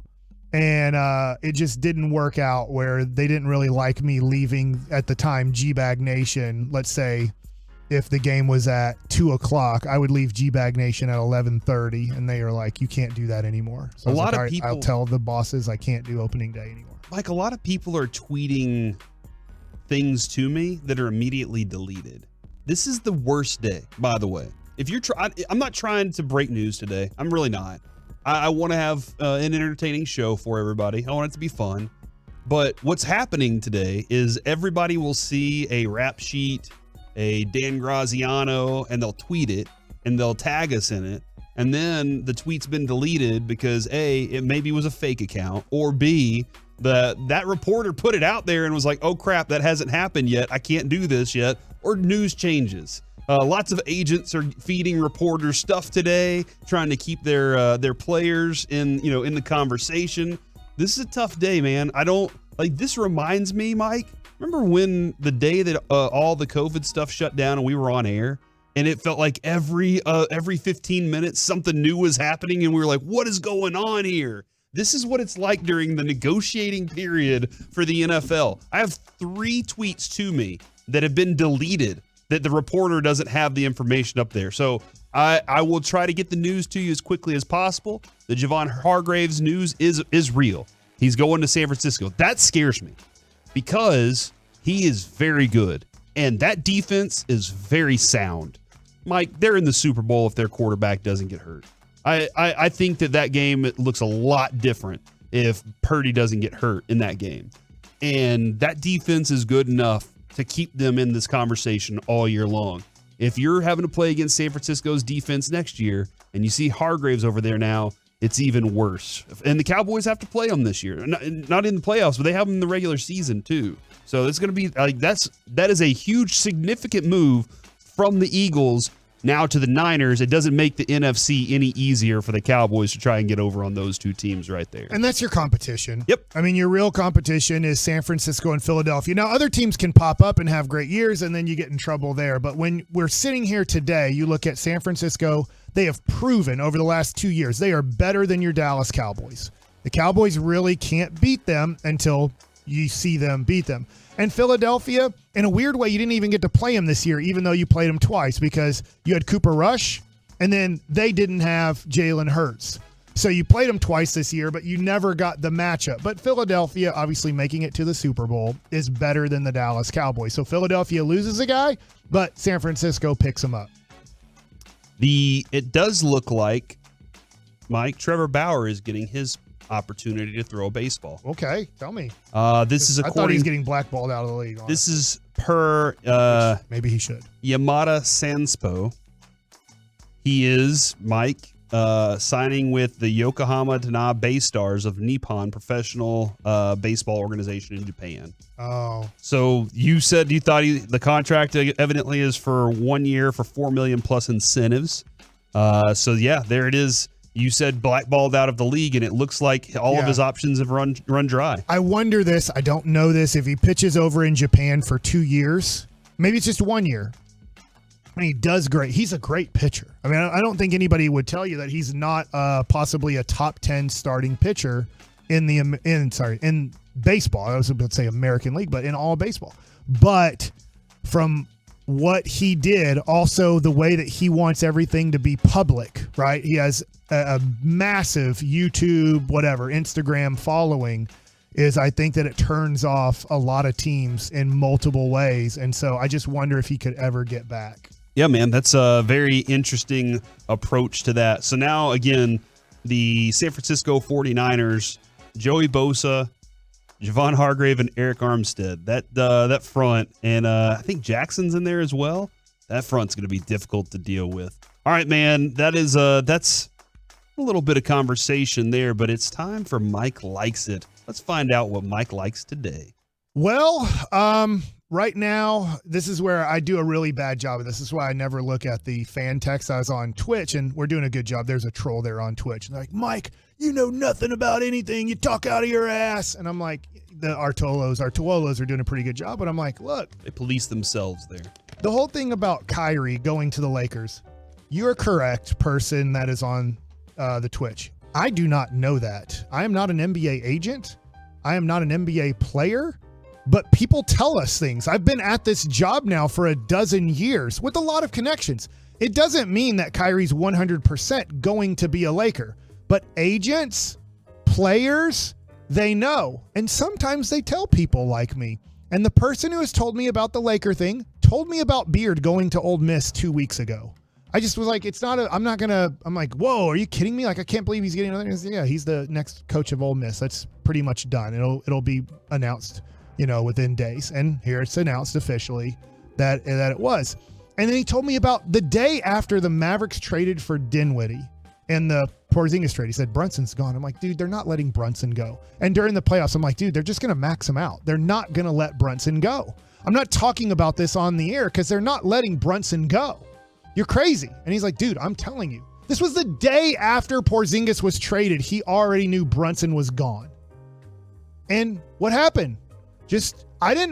I'm not the one making these things up or talking out of my butt. I'm passing along information. And when a person gets this good at giving me information, I'm not telling you I'm 100% right on the Kyrie. I'm passing along to you, the listener, information. If you want to say I'm an ass about it, or so I might be, but if you want to say like you don't know what you're talking about, I feel like I'm kind of giving you information of just be prepared. It could happen.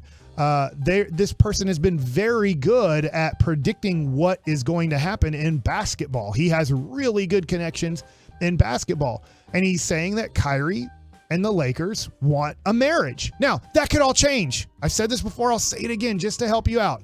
If the Lakers make the real playoffs, if they go on a playoff run, D'Angelo Russell looks like a great fit with Anthony Davis. Vanderbilt and Rui Hachimura and all these guys are the role players they all dreamed of having when, they started collapsing because of the Russell Westbrook trade. That can change everything. The Lakers could go, hey, Kyrie, I know you want to be here and LeBron wants you here, but LeBron is not saying he doesn't want you here anymore. But unfortunately, this now works. This actually, but right now, as of today, Kyrie wants to be a Laker. The Lakers want him to be a LA Laker. The Mavericks do have to help out.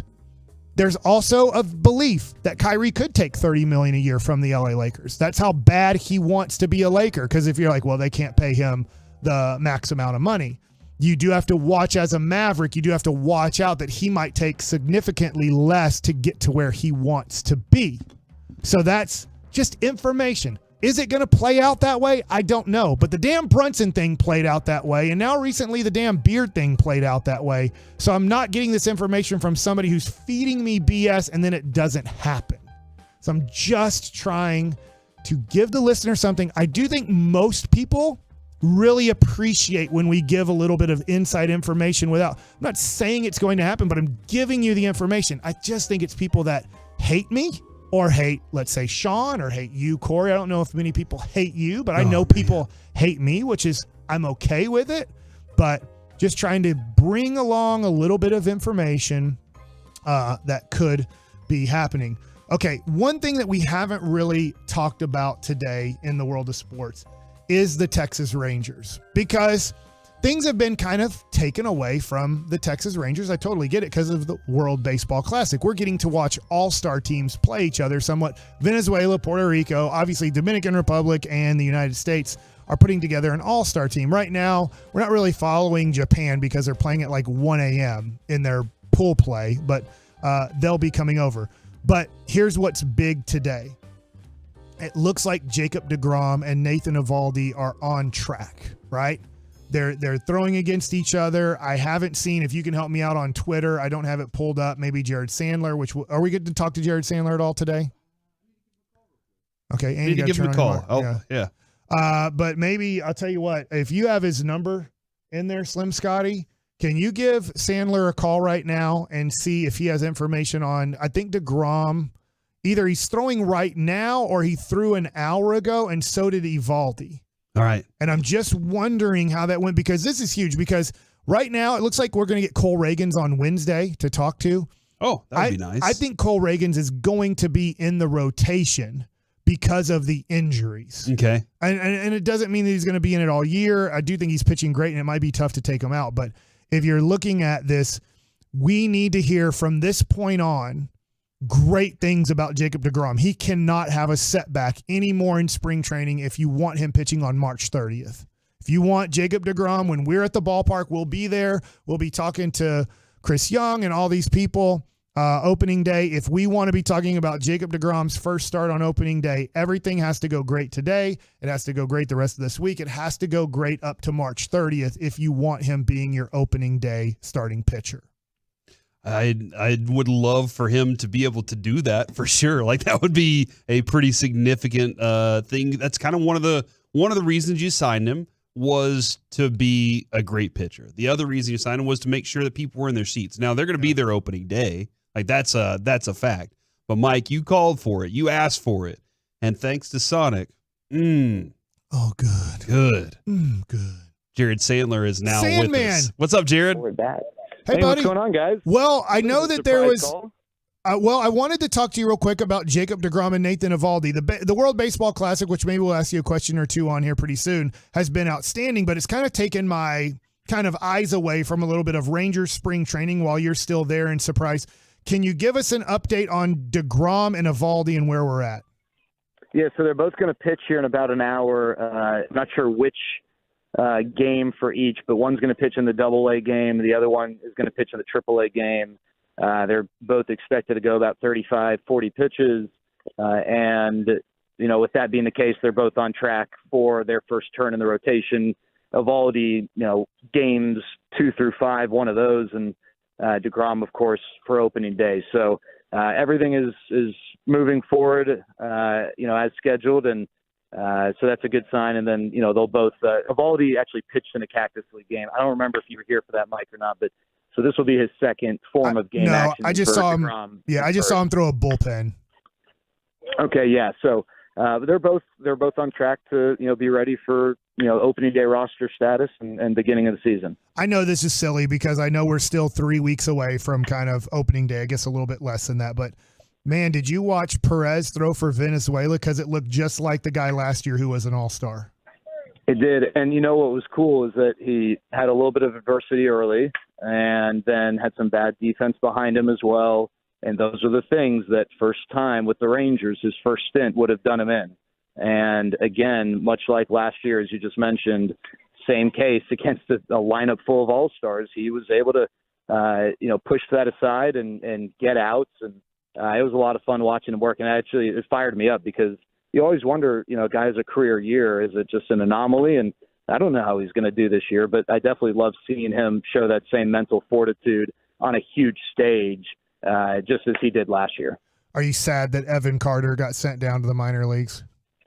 No, I mean, I definitely loved watching him, but it was obviously expected. And I think we might still see him in a game or two, but, you know, it's good for him and all these young guys because Evan wasn't going to break camp with the Rangers, and now they can get going with their teammates and assimilate in, you know, minor league camp and get going with that schedule. But I really, guys, I wouldn't be surprised. I mean, he's 20 years old, but I would not be surprised if he makes his major league debut at some point this year, and I'll definitely be looking forward to that.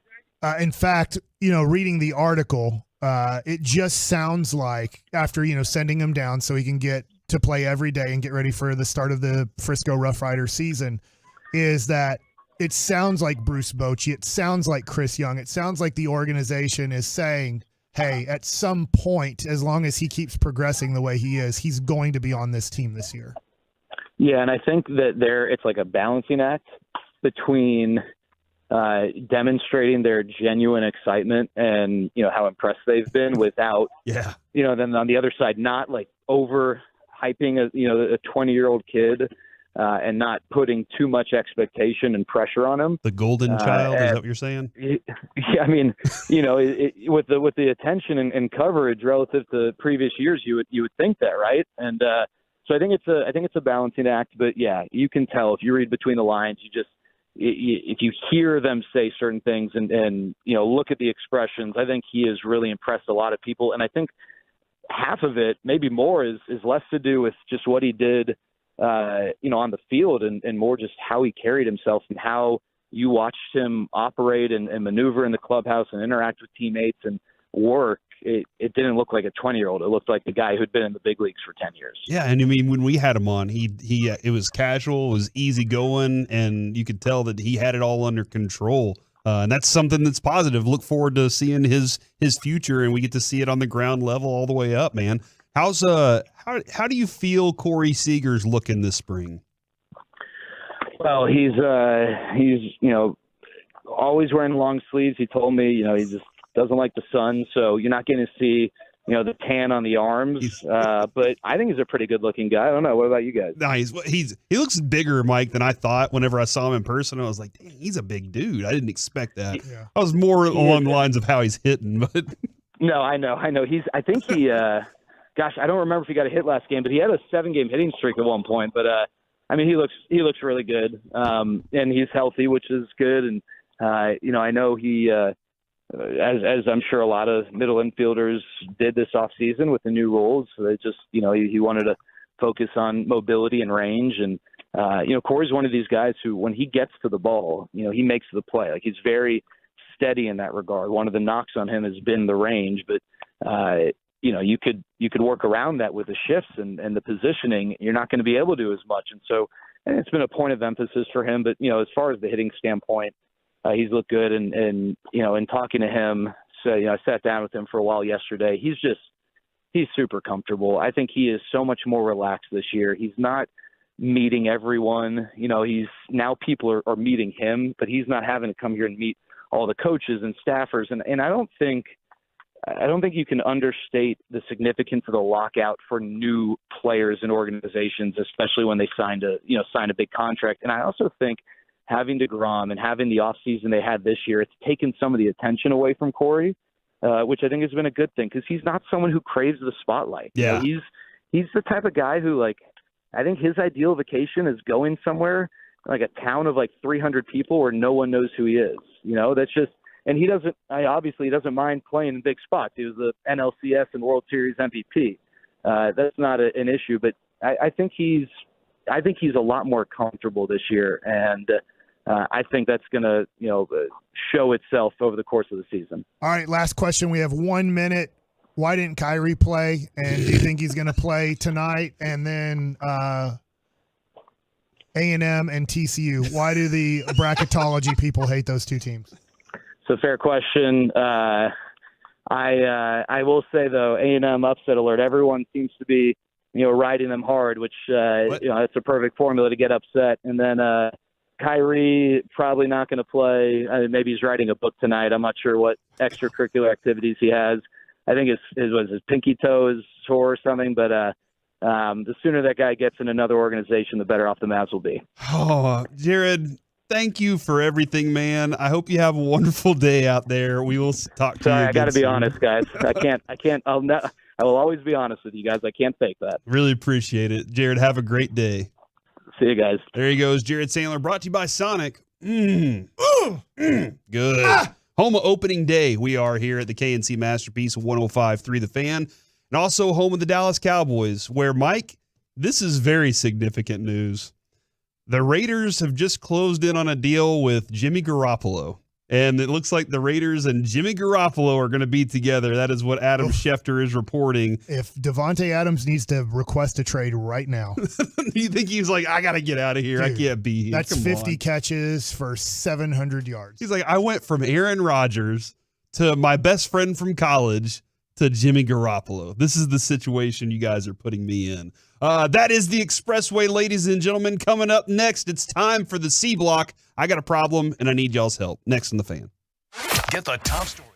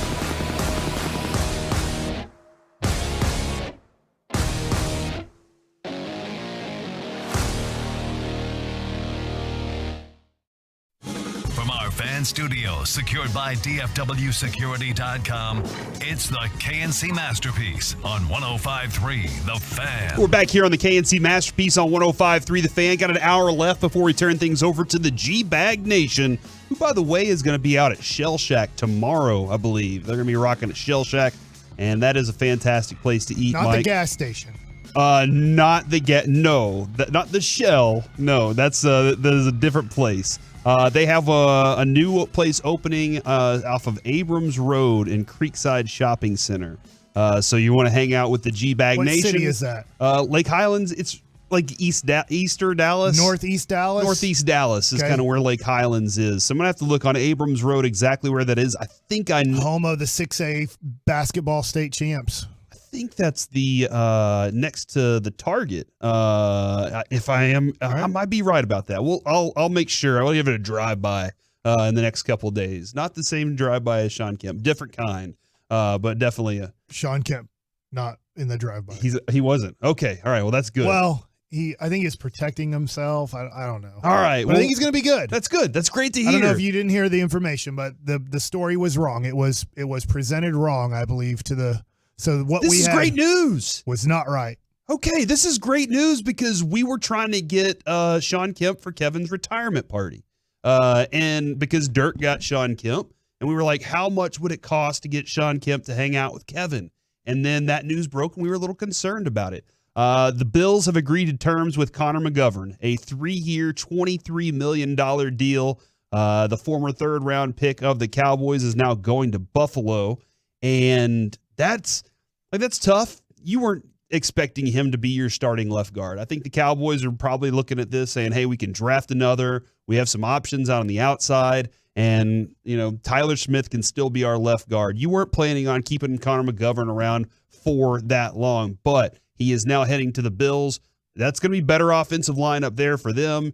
That's probably a lot more than the Cowboys were even close to being willing to sign him for. So there you go for more free agency information. So where does that put the Cowboys offensive line as of today? If you said the starting offensive line for the 2023 Dallas Cowboys is Terrence Steele on the right. You think he'll be healthy enough? They're saying he's on schedule to be ready for summer. All right. I think you're right guard. Man, this is questionable. Probably Zach Martin. Okay. Just throwing that out there. I don't know if anybody restructured his deal, so he's good. Okay, he's going to be here for a minute.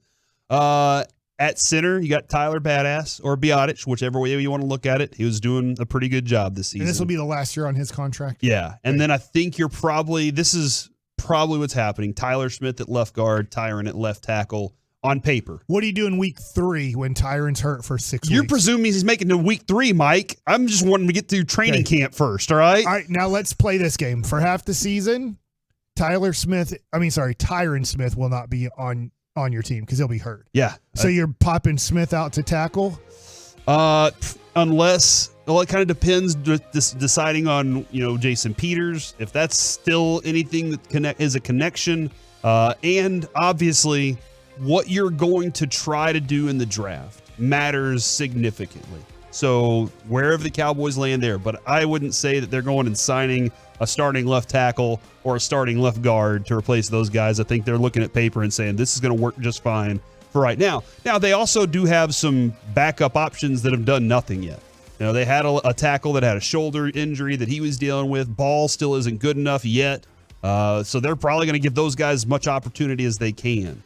Okay. But I'd say that's what it looks like on paper, and I don't have a backup plan yet. But I bet we could get Broadus and Wolchuk to show us their backup plan for guard or left tackle. Well, and that's what I was wondering is, after you answer that question, my next one would be, how likely is it the Cowboys in the 3rd or 4th round take a guard? I would say significantly likely. Yeah, I would say, I'm not saying 1st round, probably not. 2nd round, if one falls that they're in love with, I get it. But I bet 3rd or 4th round they take and I wonder if they want him to be able to play center too, because if you lose Biotic, because think about right now, you're going to play Smith, Tyler, I should just say his first name. You're going to play him at guard, but he's your future tackle. Yes. You know that he's going to probably have to play tackle some because Tyron Smith's going to miss at least half the season. And you look at Biotic, who's going to be a free agent, and you look at Martin, Martin looks like he has all the signs in the world of playing the next 2 to 3 years. But you're looking at him and going, well, he's not like on a 10-year contract. He's not 23 years old. So you start looking at it and go, guys, do we want to, if this draft doesn't work out well, do we really want to go into the next year with our guard popping out to tackle, our center leaving in free agency, and then having guard and center? We have to go pick up 2 rookies to play those positions?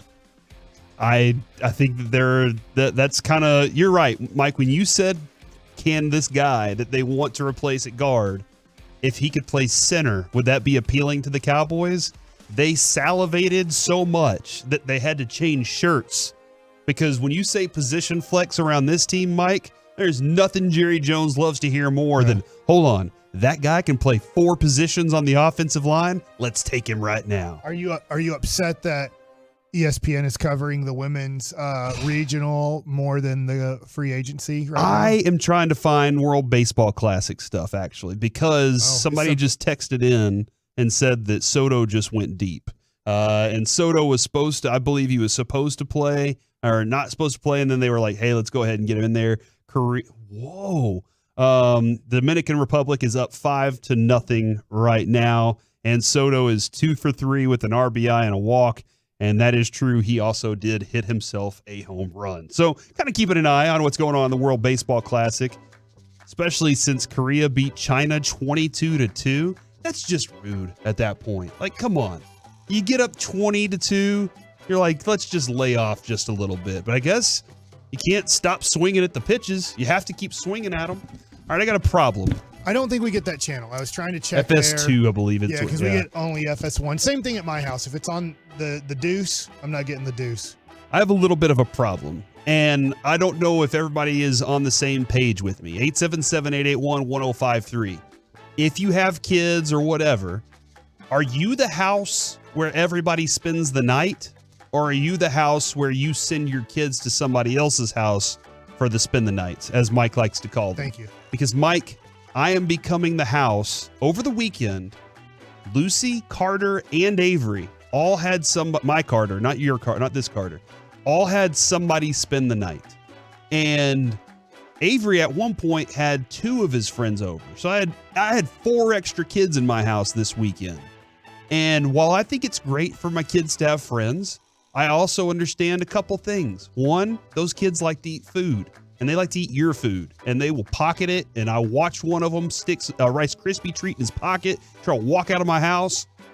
You have to be responsible for them. So I can't just like ignore these children. I guess let them run amok in the living room, but one of them's, they're 15. And like, they might sneak out of the house. So I got to keep an eye on that now. So I don't know if I like being responsible and for that many kids, and I'm trying to figure out, how do I not become the house where everybody wants to spend the night? Can I not be the house where we're like, you know what, I'm sending my kids away? Are you like this? I know it's, my house as a kid was kind of the spend the night house. Mine was too. Growing up, my parents were constantly restocking our pantry, and I enjoyed it. You do have a swimming pool now in your Plano estate. Yes, on our grounds. That's true. Now, the swimming pool doesn't matter right now unless you're going to spend thousands of bucks to heat it up. And do you have a pool? We have a heater. If anybody can help me fix it, they said it was good whenever we bought the house, but I haven't been able to turn it on. So it doesn't work. Yeah, I don't know how to turn it on. So that's what I'm trying to figure out. That much pool. I wonder how much money it costs on average to heat a whole pool up. It takes 3 days to get the pool heated up. So oh, really? It takes 3 hours to get the hot tub heated up and 3 days to get the whole pool heated. Okay. But yeah, I don't mind being the house that everybody stays over at, because I feel like now I like having my kids at our house. You like having and your I don't kids. mind their friends coming over. Now, there's been certain situations where I've got ticked off at the, like what they were doing or whatever. But hey, I totally get it, right? They're way too loud, right? It's like 1 a.m. and you're like, dude, it is bedtime. You got to settle down. Like, I'm in here trying to make sweet love to your mom right now, and you kids are being loud, right? Is that how? Yeah. Okay. But if kids are spending the night, that ain't happening. That's true. What was I going to say? You totally got me off of my. My 14-year-old, he doesn't like spend the nights anymore. Oh, really? He said Okay. I'm done with them. He's like, we stay up too late. It's just not my thing. I'd rather just go home at like 10 or 11 o'clock. What a responsible young adult. He's already hitting adult stages. Which is great. Amazing. Yeah. He just, Dad, let's just. Well, because I sleep at I think 10. every parent can say this. When your kid goes over for a sleepover, the next 48 hours are miserable for that kid because they probably didn't go to bed till 2 a.m. or didn't go to bed at all because they were up playing video games or whatever. And so they get 2 hours of sleep or something, and that one day ruins the day. That day because they're tired and irritable, and then they need to kind of almost oversleep, and you don't really catch up too much, and so the next day's not a great day either. Mm-hmm. So all of a sudden you have a bad Sunday and a bad Sunday to try to get your kid ready for Monday school. So it's just not worth it. Yeah. I'm not really like super nice to the kids, but I'm not mean. I'm not a jerk to the kids. But they're all like most of my oldest one, he's like, Dad, all my friends say that you never talk to them when they're here. And I'm like, I don't. I want them to fear and respect me. I don't need them to love me because then they'll start taking advantage of stuff. I just want them to know that if that guy walks into the room, I should probably go to the next room. Like, that's kind of what I want out of it. It's the Michael Scott effect, right? Would you rather be feared or loved? Yes. And you want to be both. I want to be loved by my kids. Your kids, I want them to, like, they can come into the house. They can have a bed to sleep in. Somebody did suggest to make sure that I get healthy food snacks and just keep those because the kids won't want them. They'll just be like, ugh, I'm not, and hide all the good snacks like the Rice Krispie treats and any chocolate bars or anything like that. From the 214, Mike is totally right. Larkins are so fun on the front side, but absolutely brutal after they're done. I don't know what Larkins means. I know the shortstop and the Barry. His son, that was a miserable draft pick for the Mavericks. Great hockey player named Dylan Larkin, too. That's par for the course for a Mark Cuban-led organization, yeah. From the 302, Pop's looking for some respect. That's all I'm asking. You know, if you're going to come into my house, just be nice. Just be cordial. From the 972, 0 sugar. Just make sure you don't have sugar around the house, and the kids won't want to stay there anymore. That's might be the approach. I think it is, for me growing up, my dad would wake up on Saturday morning and he would always say, there's half a cow in leather shoes sitting on the floor, like sneakers. He's like, it's just all you kids are size 13 and y'all are all sleeping all over the place and it's fine. He was perfectly cool with it. And we didn't take advantage of it. You know, we made sure we were nice. I made sure my friends were nice to him and everything. So we didn't take advantage of it or anything.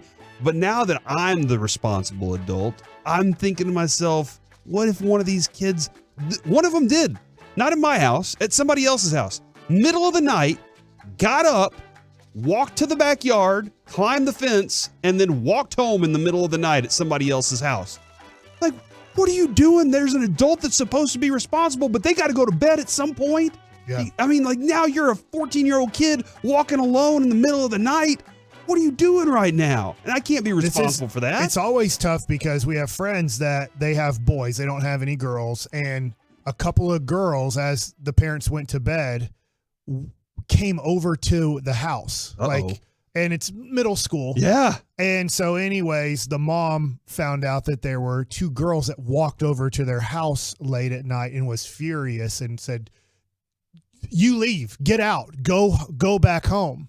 And afterwards, because she was so mad, was like, I probably should have taken them home myself. But I was like, they walked over here somehow late at night. So I guess they could walk back to their home. I'm thinking the same way there. Like, it got here somehow. Afterwards, like the next day, she was like, God, maybe I should have, taken them home to make sure. And she could have given the backseat reaming too on the way home. Oh yeah, definitely just staring into the rear view and just the whole time. From the 214, when I was a teen, I was staying with my friend and we were too loud after bedtime. His dad came storming in butt naked. And everything was flying around all over the place. They didn't say whether or not they went back after that, because I'm probably not going back to that dude's house after that. No, I'm done. My son, I do know at one of his friends' house, if he ever does stay the night there, the next morning the dad gives them chores. My son loves it. I'm like, you don't do chores at my house, but you'll sit here and pick up limbs out of his yard. What's going on here? Doesn't make any sense to me. So I love the idea that I can have my kids here, watch and observe what's going on. I don't have to worry about some other parent trying to parent my kid either, or man, God forbid something bad happening to my kid while they're not around me. So I do like that, but I'm just trying to figure out if I do want the responsibility of being the dad that has to watch all these kids in the lock-ins. All right, coming up next here on the KNC Masterpiece, DJ Moore, he's gonna be nice in Chicago. The Cowboys are very light at this position and just got lighter here. We do it next to the Fan. Where you going?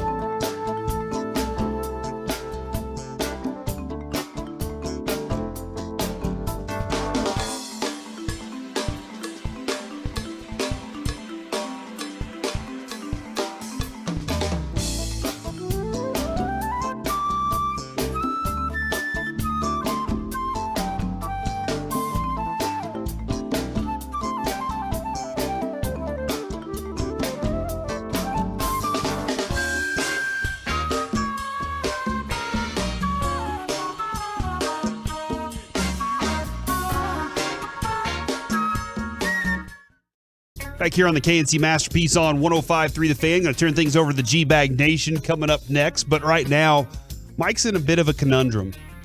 His favorite quarterbacks have just swapped offensive tackles. Well, Jaguars didn't swap anything, or did they? No, the Jaguars got something or no? No. Yeah, the Jaguars just lost an offensive tackle, a starting offensive tackle. Juwan Taylor has agreed to a 4-year, $80 million deal with the Kansas City Chiefs. Yeah. He was the offensive tackle for the Jaguars. So wait a second here. This is great news for Patrick Mahomes. Yeah. Terrible news for Trevor Lawrence, unless they got a backup. Yeah. So, okay, Jaguars, we have a lot of money, okay? What's happening here? But Kansas City Chiefs, awesome job, man. Let's keep this dynasty going. So how does it feel to be like rooting for two different teams regarding the same things? I think I've become more of a, what is it, Gen Z? Oh my gosh. 877-881-1053. Is Mike a Gen Zer? When it comes to rooting for NFL stuff, I just root for quarterbacks. But in my order is Patrick Mahomes number 1. But number 2 is Trevor Lawrence. And so now that Trevor Lawrence has lost an offensive tackle, I'm just wondering what they're going to do, because they have a very special quarterback that they need to keep building around. And one of the things that you really need is an offensive line. And so let's see what Jacksonville does. They exceeded expectations in his second year, so they don't have a top pick. It's not like they can now pick again another offensive lineman. Last year, it just so happened that the draft was with the first pick. They took a defensive lineman. So it's like, all right, Jaguars, what are we going to do here? How are we going to help this out? Because we can't just lose an offensive tackle and not replace him when you have a third-year stud quarterback. Now, Mike, I might be wrong about this. I'm looking at a story right now. This is going into free agency that said that the Jaguars only projected $6.9 million in cap space this year.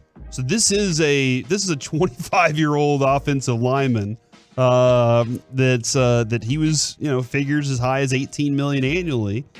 And they're having to do this because of salary cap situation. I thought they had more money to go throw around than they actually did. Well, and obviously a lot of Cowboy fans led by Kevin Gray, and I love Kevin Gray. He's going to be on the Get Right tonight. David Hellman will be on for, I believe, 30 minutes or longer live. Is that he's like, Jerry Jones, will tell you it's impossible to sign big free agents when your quarterback's making as much money as he's making. But here is the Kansas City Chiefs signing an offensive lineman to a 4-year, $80 million contract, and Patrick Mahomes makes $45 million a year. Couple of things, Mike, that might make you feel better. They were paying Cam Robinson $15 million a season, and Brandon Scherf, their right guard's contract was there. Walker Little, their 2021 NFL draft pick, appeared in all 17 games last year. An overall grade of 61, according to PFF. But they said he showed promise still on his rookie contract with the Jaguars. So maybe that's it. They're saying, hey, we have to go with the cheaper option. Juwan Taylor was that's just part of it, man. So there it is. Keep an eye on your boy Walker Little, Mike, as you go along here to protect Trevor Lawrence for you.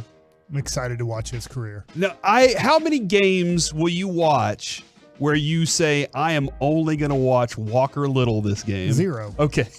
Because it's a team sport. There will be pretty much 0 games. I just watched Tyler Smith play or whoever. I am your prototypical NFL fan. I'm watching the quarterbacks. I'm watching the wide receivers. I'm watching the running backs. You're watching the ball. Yes. Wherever the ball goes is probably where your eye. That's what the NFL, they've trained you That's that why way. I said this the other day. Football's a great sport. It's the most popular sport by far. But you can't name the offensive line for the Philadelphia Eagles. You can't name the defensive line. They were just in the Super Bowl. You play them twice a year. And we can't name them. And then the Giants and Washington, you can't. We love football. But we're not going to learn. It's just hey, nobody knows the relief pitchers in baseball. I totally get it. Guess what? Nobody knows the offensive linemen on any team except yours. We know all the offensive linemen on the Cowboys. We only know the special ones on other teams. From Michael Gelkin, by the way, he did point out Connor McGovern joining the Bills. And despite the departure, he says don't rule out the Cowboys starting Tyler Smith at left tackle this year. So that is still on the table for potential of like, where could he be? What are you doing there? I think that that's going to be. If that's true, then you really need to get a guard in this draft that you think can play immediately. Unless they found one in free agency that they can take the role, or they feel like they already have something in house maybe that they can work with there. I'm going to tell you, like like we just saw, Connor McGovern got what, 3 years, 23? Yeah, 3 years, $23 million. Connor McGovern is, if you were to put this, I don't know, let's say unbelievably great, good, average, below average, horrible as a starting player, what would you put him? Good. Okay, so a little above average? Yeah. So good, above average? He might be average. Yeah, I'm not. Again, you said, what do you think the most the Cowboys are going to spend? And I said $11 million. That's $11 million. They weren't going to give him an $11 million. Yeah, but 3 for 23 is like 8, right? I mean, it's just below 8. Oh, yeah. Yeah, that's right. I was thinking 33. If it's 33, I was thinking 33. But the Cowboys aren't going to spend that much money on an offensive lineman. No. So if Connor McGovern, who had a good year last year, I agree with you, and it looks like he's blossoming into a guy you can count on, because his first 3 years in the NFL you couldn't count on at all. Mm-hmm. Fourth year, you're like, hey, I think we can count on this guy. Well, if you're going to replace him, the Cowboys are only going to pay like $3 million to like a free agent offensive guard. So what are you getting if you're going to pay less than half of what McGovern just got? What are you getting? Yeah, and now I guess now you got to pay a fullback too, because McGovern was your fullback option. I think if you can bring back Zeke on a very small contract and turn him into a guard, yeah, I think that could be a possibility. I think he'd be just fine with eating 50 pounds. becoming a guard. Might be he's a little undersized height wise, in my opinion, for what I want at guard. But I see where you're going with this. But fullback, yeah, fullback, 10 pounds. Fullback, yeah, I think he could do that, and I would run that out there a lot more often. He catches the ball like a fullback. Dak's personal protector, and to spell Tony Pollard, because Tony Pollard's going to get his money now. I guess one of the other things, Mike, that I'm kind of curious about, I'll talk about this wide receiver thing for maybe tomorrow, is do you keep an eye on Micah Parsons' Twitter at all? Micah Parsons comments on everything that happens in the NFL. Like if it's a good player going somewhere, Mike is like, man, should have been my teammate. Like that's what Twitter is for Micah Parsons. Is it's him basically saying, look at all this stuff that's happening. What's happening for me? How can I be the best version of me if I don't have all these other great tools out there as well? He's pointing out, look at what the Niners have on the defensive line and what Warner can do. Fred Warner, their linebacker, look at what he can do because he has nobody on his legs as soon as the snap happens. And I'm kind of curious as to not if it's going to affect the relationship of him staying here, because people keep throwing that out there on the fan text. Luka and Micah out of here forever. Sean did that. You can't, once again, there's no such thing as football players leaving an organization. Sorry, it doesn't. Once they start exiting their prime or whatever, it happens, or you don't want to pay them the money. Yeah, and they can never hit real free agency, so you don't have to worry about this. I do. Whenever you hear Jerry Jones talk about those teams, when he talks about the Deion Sanders contract, you've heard him tell this story before. He went to Emmett and Michael, and he went to Troy, and he sat down with those guys and said, "This is a lot of money. What do you guys think?" And they said, he can help us win a Super Bowl. So Jerry said, all right, I'm going to sign this deal. And so when that means to Jerry Jones, the players have his ear. They probably still do. I do wonder if Micah being vocal about things would bring about any change. No. Does it ever in sports? 0%. Does that ever happen with other owners? In baseball and basketball, yes. I don't know about hockey, but yes. Go get me a team that it didn't work for Trout. He's never said anything either. Lucas signed off on Kyrie being a Dallas Maverick. Luka decided, look, I'm tired. I don't like sitting the bench for 6 minutes. I do think Jason Kidd, once again, the reason he should be fired is he hasn't even messed with Luka's minutes. He still plays them 12 minutes, wears his ass out in the third quarter and plays them all 12 minutes and has never tried to do anything different. But Luka, I think, going, dude, I can't even sit out for 3 minutes without us blowing like a 6-point lead and being down by 3 when I come back in the fourth quarter. And he saw the Kyrie opportunity. And yes, Luka complained. Tim McMahon wrote it. Mark Cuban denied it. It was true. What Tim McMahon wrote was true. And so they went and got Kyrie. It happens all the time in the NBA. How many times has LeBron said something throughout his career and they tried to help out in that situation? It happens in the NBA so much. In MLB, a little bit. But in football, no, the players don't have any power. They gave up all the power. Yeah, and that does feel like that. Like I want him to be that difference. You know, hey, look, man, we have the defensive coordinator. We've got the defensive talent, the players we need. We need a little bit better.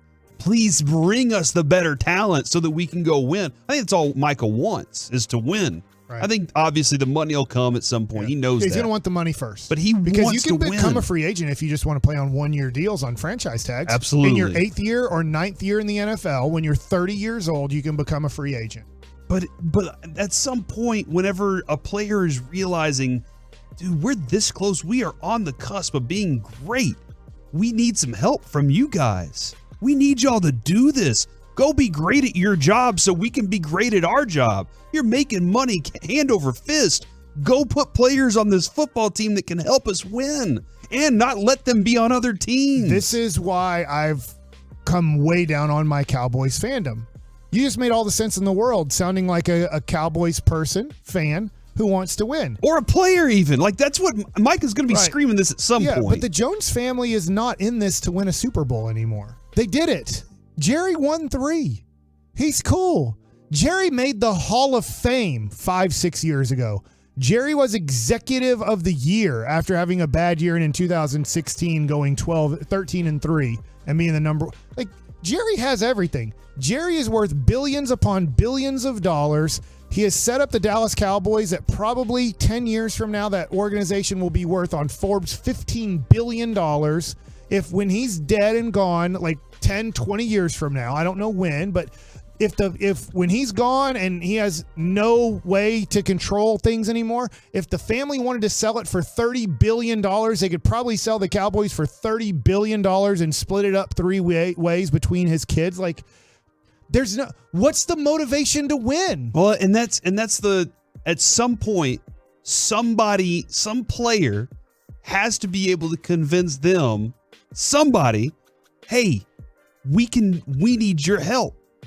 You got to do this for us. Y'all have all the things. Now do this for us. From the 806, he's the first guy that isn't a company man. He speaks his mind and is going to apply to pressure to Steven. Whether it works or not is to be determined. It's a difficult wall to knock down. By the way, Mike. Because you know what they'll do to use that against him? All right. I'm glad you said that, Micah Parsons' agent. You know what would really help us? You want $33 million a year, like when he hits free agency. How about let's do a 5-year deal at $100 million? Well, why would I do that? Well, you'd help us out. You're trying to win. You want better players. There's a salary cap in this situation. If you take $10 million less per year than what you're worth, that it allows us to go sign another $10 million player or trade for a $10 million player. What? You said you wanted to win, Micah. You said you wanted to win. All right, I will give you the list of players that I want you to get. You have to get at least 3 of them with that money. Okay, but first sign the contract for 5 years, $100 million. And now that I've signed, you're signed. You don't have to worry about that. Mike, your Mike White card might still have value. Okay. He is I don't signing have it anymore. with. No! Why'd you do that? Because when he won that game, I gave it away to somebody at the Dallas Card Show. He has agreed to terms on a 2-year deal with the Dolphins, so you know he's going to get lots of playing time. Yeah. Because unless this judo thing works out for Tua. All right, coming up next, let's chit chat with the fellas from the G-Bag Nation next on The Fan. Join me.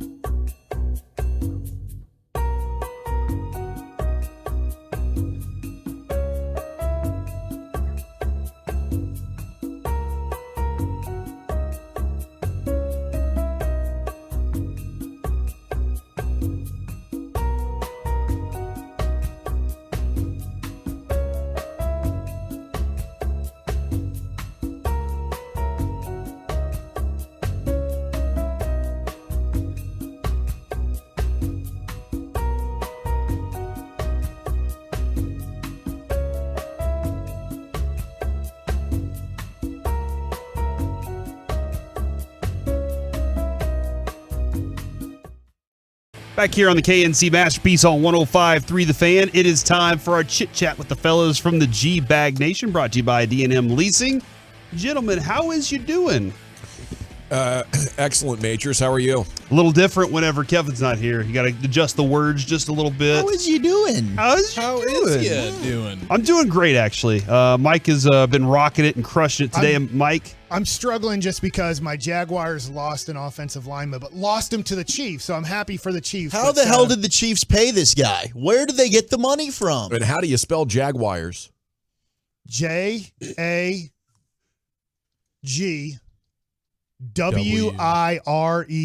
Yeah. Jaguars. Yeah. Jaguars. There needs to be, you weren't here this last week, there's going to be a basic dictionary because Webster got to do his. I think there should be a basic dictionary, and I will correct all the things. PH is totally out. No such thing as PH making a fuh. That makes no sense at all. You know. What else? What else we got here? There'll be, follow. No PHs? No PH. What's your wife's profession? She's a doctor. Okay. She's a physician. That should start with an F. F makes the fuh sound. We don't need to have any other thing make the fuh sound. Fuh is F. Are you cool with the Y making an I sound?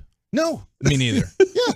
It's all out. It's a Whoever lie. did this, Webster got his own TV show, then he makes his own dictionary, and we have to follow That's it. not how that No. worked, by the way. Webster was not, the show was not the same. I always fall down that rabbit hole too. What Webster looks like now, that kind of thing. The thing when they're child actors, and then what they look like now. Is he still with us? I probably not. I don't think so. But I should ask click on that link. Reggie? Reggie's not here. Gosh dang it. We need Reggie. Reg. Yeah, I do Joey? the same thing. I They click on dropped the ball, Reg. Hi. Google? Do you know who Webster is, Joey? I know of a Webster. All right, that's all he knows is of a Webster. Maybe Yeah. Jeeves knows. I did see this. Maybe y'all are interested in this. Jacob deGrom has thrown pitches. In his first outing, he struck out 2 and then allowed an inside the park home run on the backfield. Sounds like bad defense to me. Yeah, man. We've been by those backfield things. Yes. It's a lot of shakiness going on in the Yeah. backfield. Whenever you're I could see hitting the ball over there. It's kind of like Fenway Park out there. Whenever your center fielder dives for a ball right at him and he misses it, you're on the mound going OS. Because the right fielder and left fielder have to go run to the 400-foot marker to go get it. So, it's just one of those things when an outfielder probably dove for a ball that was kind of hit like Adam line drive, and he dives forward, and if he doesn't touch that ball and it rolls all the way to center field, you're like, we're screwed. It's all over with from here on. That's what I'm just guessing. That is our happened. Jacob deGrom update for now. As more comes in, we'll keep you abreast. Did you ever get I up love inside the staying park, Homer? abreast. I believe I did in Albuquerque. What base do you cover? I mean, do you just run around? You jog back home. That's a good question. You're like, oh wait, I need to be over at second. Oh no, wait, I got to be at third. Well, wait, I got to be at home. I never backed up second base ever. We do it in spring training. Like, hey, we're going to work on backing up second base when I give up a hit. I'm like, no, I gave up a hit. It's a single. If our asses can't get the ball to second base correctly, we're screwed anyways. Like, that is not my job to back up second base. I felt like it was an eyewash waste of time in spring training. Have you ever seen in professional ball a guy give up a base hit to left field and then go run behind where second base is? And we'd have to do that as a drill. I'm like, no, I'm not doing that. I'll back up third and I'll back up home. Those are very important because obviously if the ball gets in the dugout, it's 2 extra bases. But I was like, this backing up second is stupid. There's way more things. Thought you had respect for the game, Mike. Yeah, I was about to say, for the love of the game. But Mike, if you were a pitching coach in the major leagues, what drills did you do that you wouldn't practice? That you would stand there and say, we're not doing this. We're not doing the backing up second base. Oh, I got that Waste one. of I got that one. I would say this. Buck Showalter had an interesting way of doing rundowns. He trusted pitchers so little during rundowns. He drew lines with the Texas Rangers where they were about 6 feet away from the baseline. Like if let's say we picked off a guy at third and I had to run at him. I had to stop where that line was. I wasn't allowed to cross the line. And I was like, you know what I want? I want the runner to stop too. And I'm just sitting there with the ball and he's just standing there. And I'm just like, But Coach said he has to break, right? Yeah. He has to, whichever way he breaks off of your shoulder, like you're trying to push him back to third. The best way is to push him back to third, get him on your right shoulder. And if you can push him back that way, now he's not running home. And as soon as you push him back that way, give the ball up to the third baseman and let the position players do the rundown. Totally get it, understand. But I always thought, dude, if I never cross this line and he never moves, we just stand here for an hour and a half until like he moves, or what do we do here? Did he have an answer to that thing. question? Did you ever ask him? No. Oh. I was a guy fighting for a job with number 67. Like that ain't happening. But I just thought this is kind of silly that you won't let us cross the line. I get that at times we're not very coordinator as athletic as the position players, but you're letting the catcher get in a rundown. He has like 7 pounds worth of gear on and runs like he has a turd in his butt. So Buck Showalter has no idea that you didn't want to do that whole backup second base thing. He thinks you probably loved that drill. Well, nobody ever does it. The other thing, too, is have you ever watched a baseball game and Jacob deGrom gives up a base hit to right or left field and he's running behind shortstop? Or like nobody does it. Like, what are we doing here? It's just like it was more of like a drill for the rest of the team, but we decided like you have to move too. And I'm like, yeah, I can just stand here and watch like I do in every game. Baseball's not a spectator sport, though, Mike. Yeah, quit standing you do and support watching. running out, like ground balls and stuff, right? Yeah, I would say the way that you're taught in the major leagues, because you play in 162 and 183, is give me 100% of what you have that day. If I know you're in the training room and you got a hamstring, I don't need you pulling a hamstring on a routine ground ball to the shortstop. Like, I get where you're at, but if you're Bubba Thompson and you run like the wind and you hit a ground ball to the left side, dude, there's a chance you put pressure on that guy to make a bad throw. You know, so I think different things. I'd be like, I understand the 162 and 183, why at times guys don't do it. How do you know when to yell, I got it? That's a good question. When you can't yell, I got it till the ball hits its peak. If you yell, I got it before, how do you know? The ball's just been hit. Once it gets to its peak, and it's going to be a higher fly ball hit by an adult, now you can call it. The other thing, too, is, though, obviously, that's when you can say, There's I got a 16-year-old catcher for the Padres. You have to say it 3 times. With junior's an adult. I got it's not good enough. It has to be, I got it, I got it, I got it. And that way you should be able to let the players around you know that now I'm off of it. Sometimes guys say take it. Coaches will sometimes say, I don't want you saying anything because if there are 25, 30,000 people and he's like, I got it. And then you say, take it. He might think you might be saying I got it too, and then pop-up priority comes into play here. And then, if you're the third baseman and the shortstop says take it, he might think you're saying I got it. Shortstop has pop-up priority over the third baseman. Does every player know those rules, you think? Who has priority? You go over them, and you should. I mean, you learn those in high school. The thing that only changes is the 9th player on pop-up priority in professional ball is the pitcher. And in high school, usually your pitcher's the shortstop or the first baseman. Your best athlete. So you're like the pop-up priority changes in high school because I want my pitcher catching the pop-up because he's probably one of my best players. Yeah. How often do you not listen to the guy what base to throw to?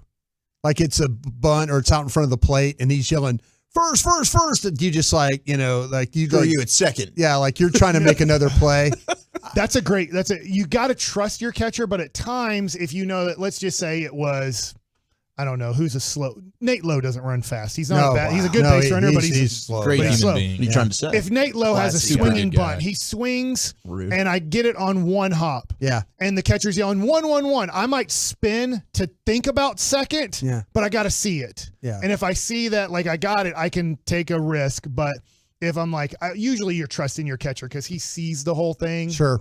But there are times where you're hoping that your catcher understands the risk reward of the situation. Are we still calling out things in football like Peter and Oski and stuff like that? Oh, yeah. Special teams for sure. Yelling out Peter. Right? Stay the hell away. Yeah. Don't touch the Peter. And Oski is the interception. Right. Yeah. Don't know why, but it is. So we can turn and block. We're going to score. Yeah. That's what I'm talking about. Oski, baby. Putting points on the board is all I'm at. We're getting offensive. So who do you think the Cowboys will sign today during your show? Nobody. What? They just lost McGovern. They have to Jake refill that McQuaid. spot. Jake McQuaid, the snapper. That's they might re-sign one of their own. Though, right? You think they can afford him? He's the guy that got injured, and we brought another snapper in, and so Jake McQuaid will be your first. I hope he hasn't gotten too costly. Boys, I think they might bring in Adrian Peterson. They are going to restructure Michael Gallup. Take that. And then do nothing. Why did you see something? Is that on did Archer just tweet that? No. Well, they need that money to sign the draft. Gut feeling. It's just a gut feeling. prediction. All right. I like that. Jake McQuaid, that's my prediction. First signing for the Cowboys. Will Tyler Smith be your left tackle next year? Yes. Oh, yeah. 100%. Who's the guard? Tyler. Oh, sorry. Tyler Smith, left guard. Tyron Smith, left tackle, right? Yep. That's, I'm kind of going that route I think myself. I asked Tyler, but I could be wrong. I'll have to go back. You said Tyler. Okay, if you said Tyler, then I will go, no, he will be your left guard. Your left guard. He said Tyler. I think Tyron. Tyron will be your starting left tackle for the first day of training camp, but then by the third day of training camp, it'll end up being Tyler Smith for the rest of the year. And then we're going to replace that guard spot with a rookie. Farniak. Farniak. All right. I like where we're from going. Within, baby. At least we have some sort of backup plan in place. What do you guys got coming up on the show, Graham, today? Pure Gold, as always. Thanks for asking. Huge day in the NFL. We'll have all the details here right out of the gates. I love it. You guys have a fantastic show. I'll be listening, so be on alert. All right. We'll abreast you on more DeGrom. I like being abreasted as well. All right, guys, that's been it for today. Until tomorrow, you've been Masterpiece. Spell Webster, Corey. Nobody knows how to do that. Always a welcome sign for this clubhouse. Featuring breaking sports.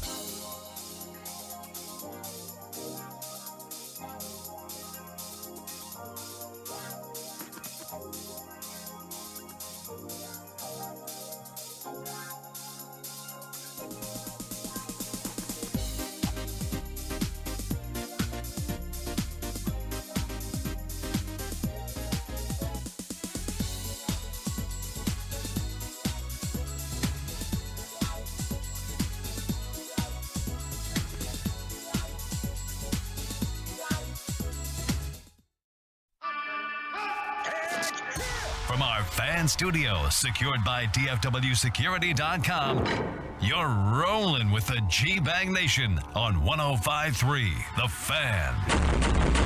It's hour one of the G-Bag Nation on 105.3 The Fan. I hope you're having an outstanding day as we're off and running. It's a huge NFL Friday for you as signings are going left and right. And Chiafalo's laughing right here. What do we have? What's so funny already? God, if it's Friday, this is awesome. What you drinking, what you thinking at 5:30, baby? This week flew right by. This is going to be awesome. It's a free agent frenzy. I will say, to your defense here, Dawson, you had a hell of a soccer weekend. You've been buried in coaching. You've been so focused on making your team great. Some cement, yes, or cement, not quite sure. Yes, I cement. I think I have Friday vibes going because I just found out I'm going to take Wednesday and Friday off. Oh, yeah. Put you in the Friday spirit real quick. Jeez. Congratulations. Hey. And there's been a full week's worth of NFL news just in the last 2 hours alone. Yeah. So I kind of feel like it's a Friday as well. Stay tuned. I think it won't be long, says Aaron Rodgers. There's a time limit for all this. That's what he said this morning on a podcast, right? And now there's news that maybe it's happening. Is a number of people across the NFL nation are tweeting like the Aaron Rodgers news is going live here to the New York Jets. Yeah, that seems to be the case. Is it Dove Kleiman? Dove. Well, we got Trey Wingo that said hearing the Rodgers to the Jets deal is done. Jets and then receiver Garrett Wilson. Okay. Yeah, Garrett Wilson, the receiver, said I can finally enjoy my vacay now. So they must be hearing internally. And then we're going to get it broken here in the next couple of minutes, couple of hours at most. Brian, what do you think? Yeah, I think there's a pretty good possibility of that happening. I'm got my guys around the league I'm texting with right now. It's going to be kind of a wild show for me, working the phones and then trying to get what we're doing. But we'll get it all done. We'll see. When you have players eternally talking about it from the team, I think that's one of those indicators you got to clearly keep an eye on, that they're getting the lowdown that something is in the works. We're reading tea leaves all day, baby. Yeah, we are. The free agent negotiation period is officially underway. No signs the Cowboys are deviating from their plan to sign their own and try to hit the second and third waves of free agency and ace the test on draft day. That is their approach. And the last two seasons where they've clearly been coming up short against a roster constructed to be better than them has not deterred them from that path yet, guys. How discouraged are you by that news?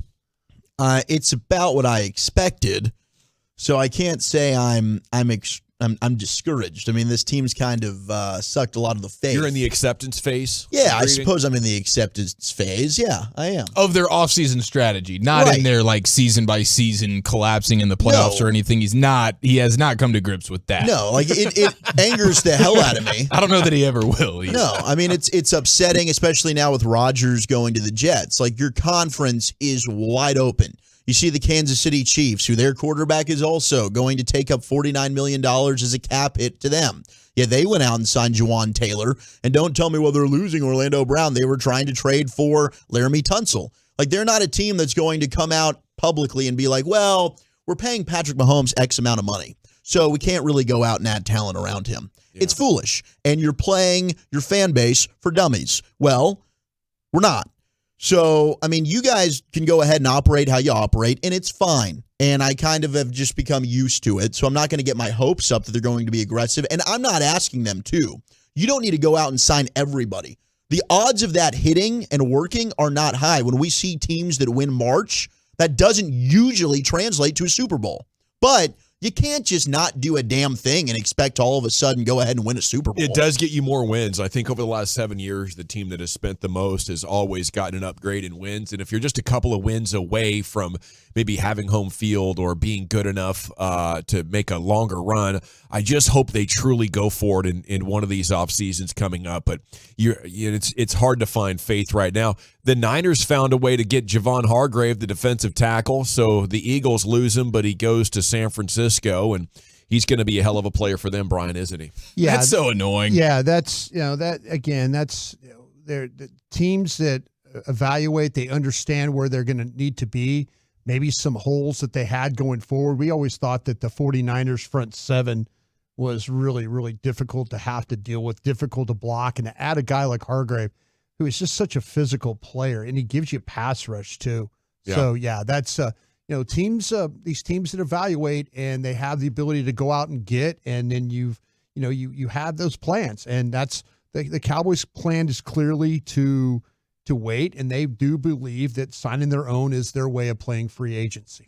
And maybe blast him with Tyler Smith. You got to hope that, if he is going to play left guard, he has a big year and he can handle players like that. Yeah. True that. I did just see Ian Rappaport saying that nothing has actually happened yet between Aaron Rodgers and the Jets. Yeah, Ian Rappaport. Now, Aaron Rodgers has been on record multiple times saying guys like Ian Rappaport, naming him by name, have no idea what's going on with me and my business. So Aaron Rodgers has come out and said that before. He threw Adam Schefter in there too. He probably threw Schefter. Those are the two big dogs. Are the two big dogs. So honestly, take it as a sign of respect. If you're Ian Rappaport there, he called you out by name. Like, he's not calling out Dove Kleiman. He doesn't care when Kleiman gets it wrong. He cares when Dan Rapsheet gets it wrong. Well, because Dove Kleiman we'll see if he's getting I just reached out. He takes everyone else's information. Yeah, he's I just just a bottom reached out feeder. to my guys at the Packers and see if they answer back. They might not. Cowboys are losing Connor McGovern to the Bills. Left guard played pretty well. Is it 3 years and $22 million, something like that? And that's a clear sign that it is going to be Tyler Smith, the left guard, right? Is that how we're interpreting that news?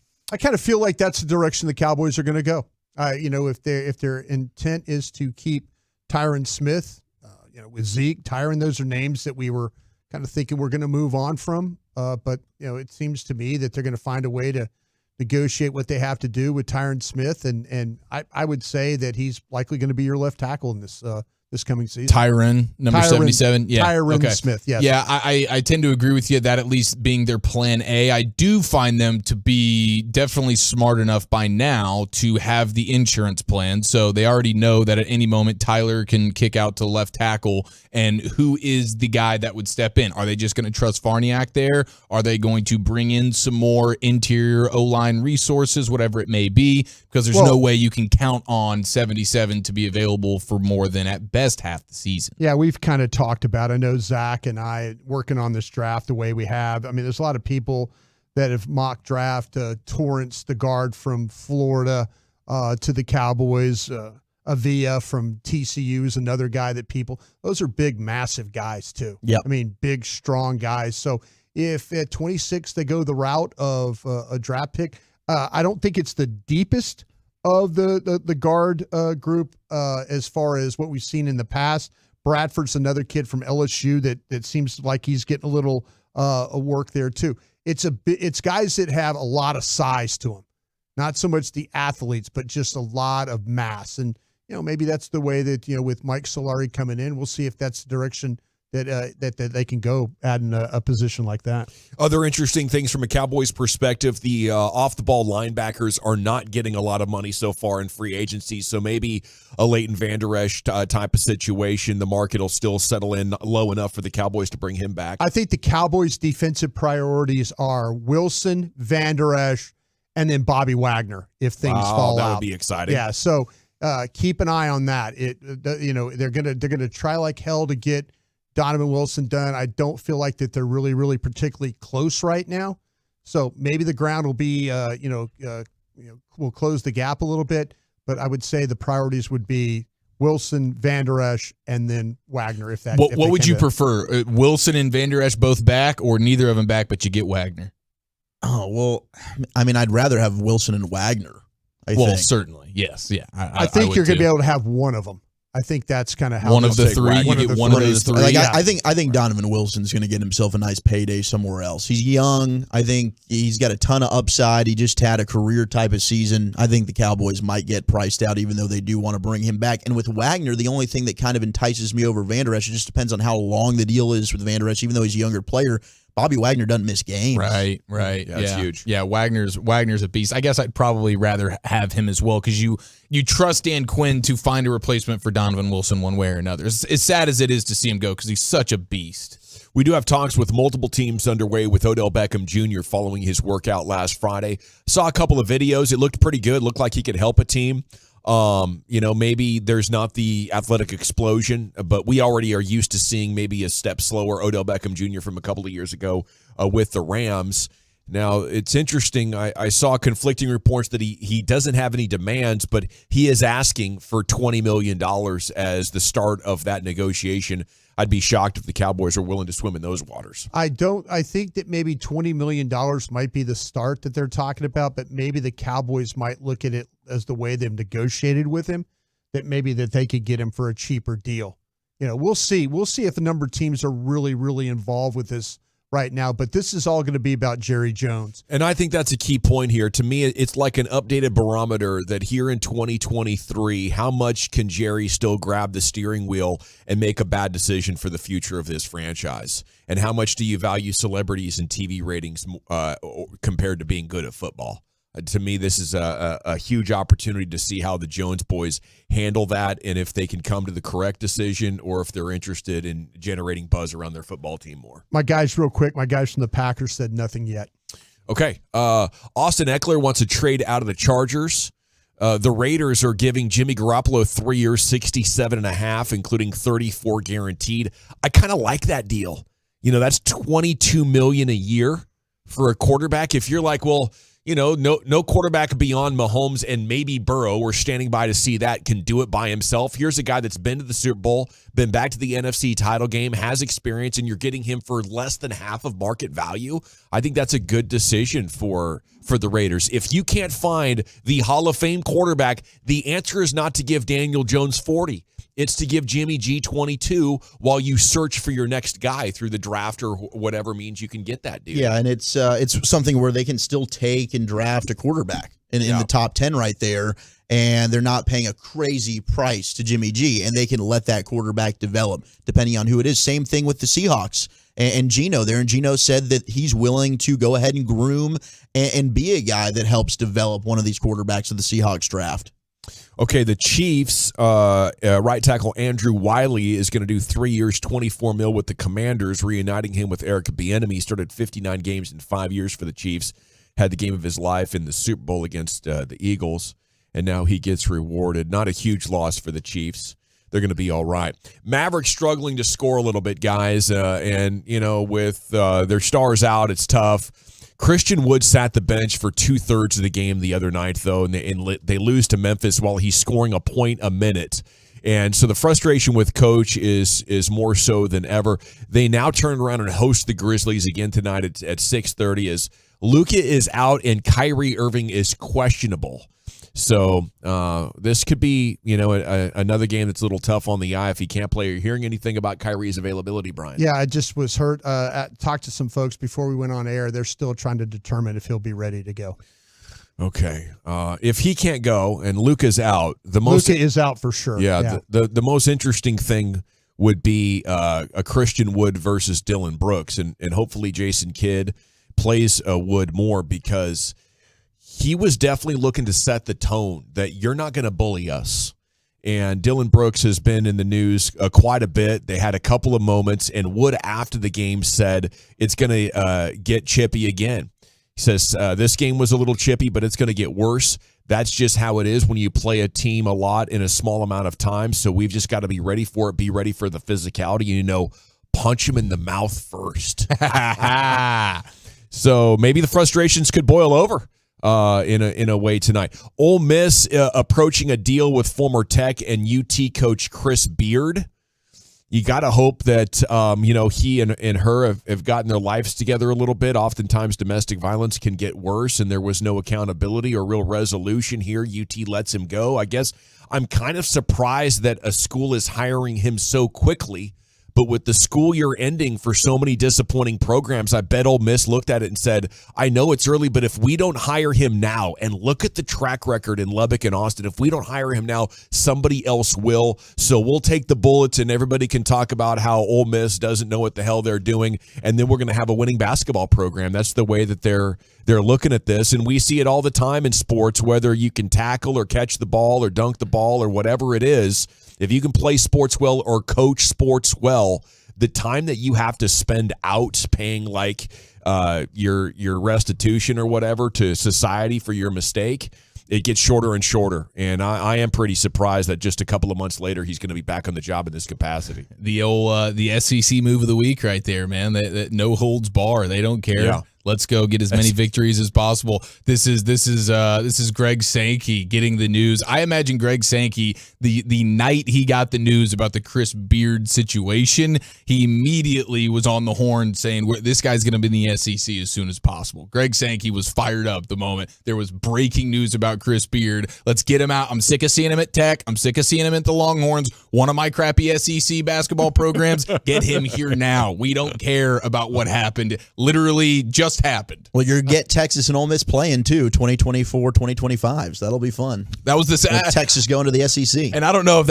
I said that was the SEC move of the week, but Bama's basketball coach Nate Oates saying that, quote, they got their locker room got a bunch of high character guys on the team. That might have been my favorite SEC moment of the weekend. Just means more. Yeah, just means more. We got a bunch of high character guys in that locker room. Broadus, I thought he was coming after your beloved SEC, but it seems you like it. Oh, no, I tell you what, the fact that, like I say, it's all, everybody wants to be in the SEC. It's all about the TV dollars. It's all about paying, it's one of the premier conferences of all sports. Basketball, football, baseball, it doesn't matter, man. Well, we show up and play. Brian's in a good mood here in the opening segment, but be on alert because Krusty has gout again in his left foot. I'll tell you what, I don't know what it is. It must be the trips to the buffet that's getting me. There's something in my little buffet trips that are kind of like making my gout. I got three letters for you. MSG, brother. You're just consuming it at an inordinate rate. It's the seafood that flares up. So are you eating a certain amount of seafood there? I think the seafood dishes, have something to do with that. Absolutely. And I take a little pill for it, and it just doesn't seem to work. Is it a blue pill? No, it's not the blue pill. But Gavin, I appreciate the concern. It's hurting like concerned. A son of a bee right now. I'm not going to lie. I'm concerned for my broadcast partners over here, Wolchuk and Chiafalo, because I know you can get a little ornery when the gout is back. And I had gout. Captain Krusty's going to be tearing people up. I had we'll tag team him. And bunion on the same time. That was even worse. But right now, this is not feeling good. Every time I tap my toe, bunion on the same every time I tap my toe, this pain shoots up the left side of my body.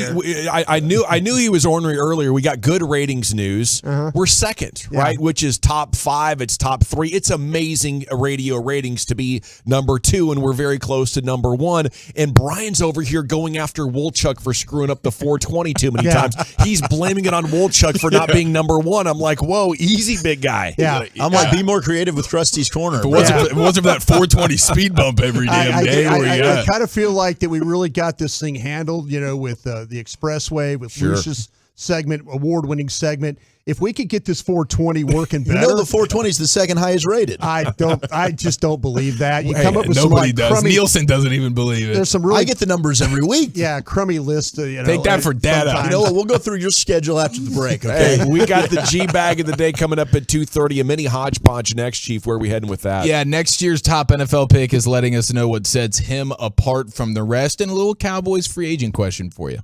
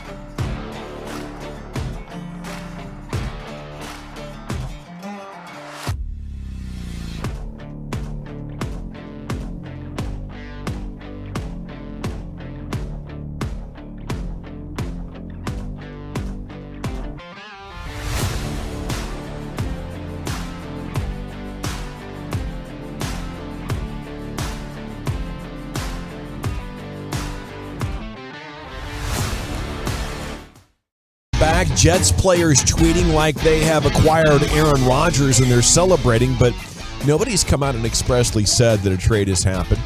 Okay, so we got an eye on that story. Segment here is brought to you by Soda, the state of the art, and the Frankels. There's a reason you need a special license to drive a big truck, so companies that hire drivers and put them in a big truck should be held accountable for what happens when one hurts you. Frankly, you need Frankel and Frankel. The consultation's always free at truckwreck.com. Here's Giafalo. I'm sorry, I just can't stop thinking about Broadus right now and what type of medical anomaly he is gimping around in here, where he has gout and bunion on the same foot.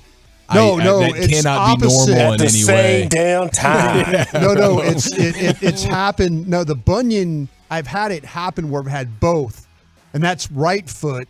Gout foot. is left foot, and it right now it's just left foot. So like when I'm sitting here and I tapped my foot during the show, and literally I have to stop. That's I pain. just do it and it's just like, it's not good. I wouldn't wish this on him. And I made a putt. I know. I made a putt. I felt so good for you. I was like, he needed that. I needed He to make a needed putt that. with left foot balance. Yeah. I don't feel Watching good for him. you gimp over to the balls was a little bit. It Karma, was sad Ryan. and funny all at the same It's time. real. But somebody in the 469 says they suffer the gouts too, broad. It's the shellfish, the red meat, and the salt that triggers it. You can take a pill, but add some cherry tart pills, 2 a day, and you can get them on Amazon. Cherry tart pills, Okay. says a vet gout haver. I wonder if I could just eat like cherry pie filling. Would that take care of that? That you think? easier to find, you think? Honestly, I think for the next Just open up a can of cherry pie filling with a spoon. I don't know if that's going to get the job done Shovel for it you, down. but I think it's worth a Will try. the heart doctor be more disappointed in me shoveling in like the cherry pie filling? I'm trying to figure out what the next bet payoff should be. Should it be Broadus doing some level of like the hokey pokey or like the right foot left stomp song to where like that would God, just that probably would be hurt. extremely brutal I for literally my foot under this desk right now. I've got it to where my left ankle is on the ground. I mean, I don't even have my foot flat on the ground. It's just fantastic. Is it throbbing? Yeah, it's throbbing. You know, it's throbbing. I feel like I can almost hear it from here. Caleb Williams, USC's quarterback, who is by all accounts the obvious number 1 pick in next year's draft at the quarterback position. Him and Lincoln Riley getting it done already. But the quote that he just had on his mentality, he says, "What makes me different," and I need you guys' help with this. What makes me different is that I want to destroy you. That's his first sentence. I think he's coming out of the gates hot here. Okay, I like it. that's an attention grabber. That sounds Kobe-esque. That sounds a little bit Tulane like would like a word with Mamba you, sir. mentality. yeah, that's good. Tulane. My guy Tajay Spears. Yeah, Utah. They'd like a word with you, sir. Well, all I'm He saying was on his way to beating Utah. He did. He played hurt. He played real hurt. Real hurt. Yeah. Yeah. But he's coming out of the gates hot there. It's a great selling point. What makes me different is that I want to destroy you. I think that's a great first sentence attention grabber. Then he follows it up with, I want to make you as small as a popper when I play against you. This is where I need the help. Pauper. Yeah. A It's like popper? a really a poor serf from the old kingdom days. You know, like the prince and the pauper. The prince is the rich kid and the pauper is like the poor kid. you know? Gotcha. So he wants to reduce your social class to 0 Yeah. by the time he's done playing you in a sport. Ooh, I love it. This guy, Very British of him. he's violent with It his is. words. No there. chicks the next week at your university, sir. Yeah. You just played Caleb Williams. He's like a real historian here. He's going to wave his Showing that- painted fingers right in your face. My gosh, I want Shakespeare guy too, it sounds like. I want to destroy you, and then I want to belittle you as much as humanly possible and make you go all Oliver Twist, like, please, sir, I want some more. Like, that's what you're going to be begging for. Put you in a different tax bracket. More life at the end of, once I decide that I'm done destroying you, you're just going to be begging for more life. That's incredible, Caleb Williams. I don't even need to see any more film on you, sir. Those 2 sentences alone put you as my number 1 player next year's draft. Take that for a big board report, Brian Broaddus. And if I told you there was only one other team that has spent less in free agency than the Cowboys over the last 3 years, do you feel like you could come up with that name, that team? My guess would be the Packers. Broaddus? I don't think it's the Packers. You don't? I don't think it's the Packers. Well, I'm going to just end your misery now. It is the Packers. It is the Packers. The Cowboys, Football for reference. guy. The Cowboys, Walchuk Football Guy of the Day. He won it right here out of the gates. Maybe we'll get a chance for redemption for Broadus Kind later. of like the Smith brothers they spent money on, right? $52 million the Cowboys have Broadus, spent. you Only 18 or almost 19 million for the Packers. That's bad. Thank you very much, But they did. Chiafalo. There's a Money Sports Hodgepodge. Smith Krusty's brothers? Corners, 10 They minutes did. away. Time now for the G-Bank of the day. Here's Lucius. Now, what my man said, he said, I want to destroy you. That's how he came out of the Destroy you gates. and make you a pauper. Make you a pauper. He says, what makes me different, Lucius, is that he wants to destroy you. I want to destroy you. I want to crush your spirits and humiliate you to get you to stop. Or what did he say? I want you to scream mercy. What? He says, I want to make you as small as a popper when I play against you. Some people pay top dollar for that treatment right there. Top dollar. Thank you, man. Have another. That's so weird. Yeah. Let's see. Our winner is Bill Walton. We feel like he probably hit up Planet 13 in Vegas during halftime and jumped back on the mic and started talking crazy. I think He's got one of those little vape pens under the broadcast table. Tell you what, boys. He offended little people right here. He did. Breaks. He does not need a little chair because he is a giant in a world of shriveling midgets. And speaking of shriveling midgets, what was your name again? The first half, Arizona State. I'm guilty of having fun in Las Vegas. Fun with a purpose in the first half stats. 3-point shooting. Arizona State comes out on fire. That's the first possession of the game. Des Cambridge, time is on his side. Yes, and it then, is. Frankie Collins, oh my gosh. Not related to Jackie Collins, but close. And Desmond just kept coming. But the challenge, the Audi first half stats. I don't know what you consumed at halftime. Audi first half stats. I don't know what you I don't know what consumed. you consumed. Yeah. Yeah. More than just THC in this pen here, Scott. Jeez. Let's see what else we got here for you boys. How you doing, by the way? Everybody doing all right? Terrific, yeah. Hey, good. How you feeling on this Friday, Dawson? Awesome. Yeah, I got Friday vibes going. Didn't have a good weekend. I feel you. Me too. I did. I got that workout in, you know what I mean? Early started. You try to get 4 times a week. Start off on a Monday, you know what I mean? So you got a whole lot of time to mess up. You know, I didn't do any yoga over the weekend, but I doubled down this morning and then still hit the 10 push-ups. Okay. So I'm feeling outstanding. How were the shows, LA? Yep. What shows? The TV that you were watching Friday. They were all good. They Solid? were all very good to me. All right. Let's see here. What we got next? How about this high school umpire that quit in the middle of the game? You guys see that? Yes. It happened in Louisiana, huh? All right, we are back. Chad's answering some text messages, so I'll try to keep you up to date here. See if I can talk as much as Chad does. I don't know what's happening there. What? I just want help. The umpire just quit. He said he's got 6 kids. He's walking off. Are you kidding me? Dude, nobody. It's the first time I've ever seen this. I'll be honest with you, nobody's really said a whole lot to him.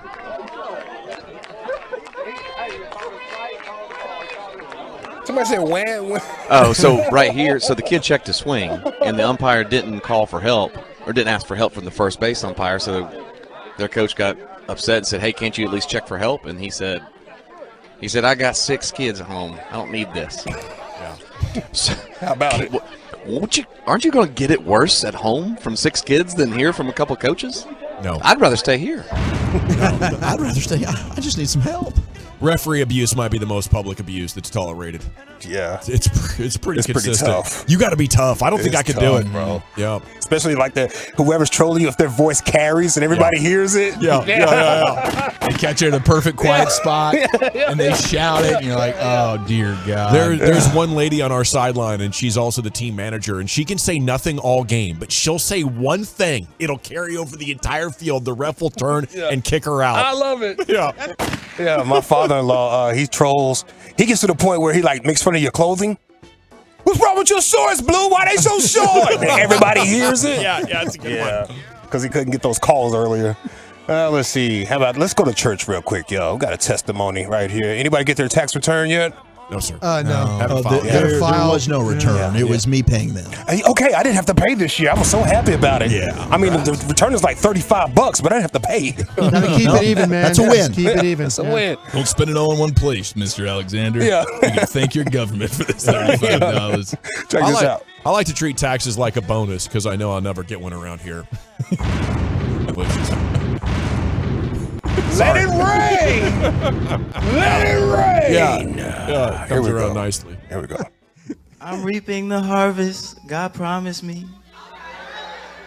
Take back what the devil stole from me. That's what I was singing when I got my tax return back. Take back what the devil stole from me. I got my tax return. That man is funny. Let's see what else we got here. Oh, I got another minister falls out of a chair. Glory be to God. I don't have that much juice on this phone, and hopefully I can still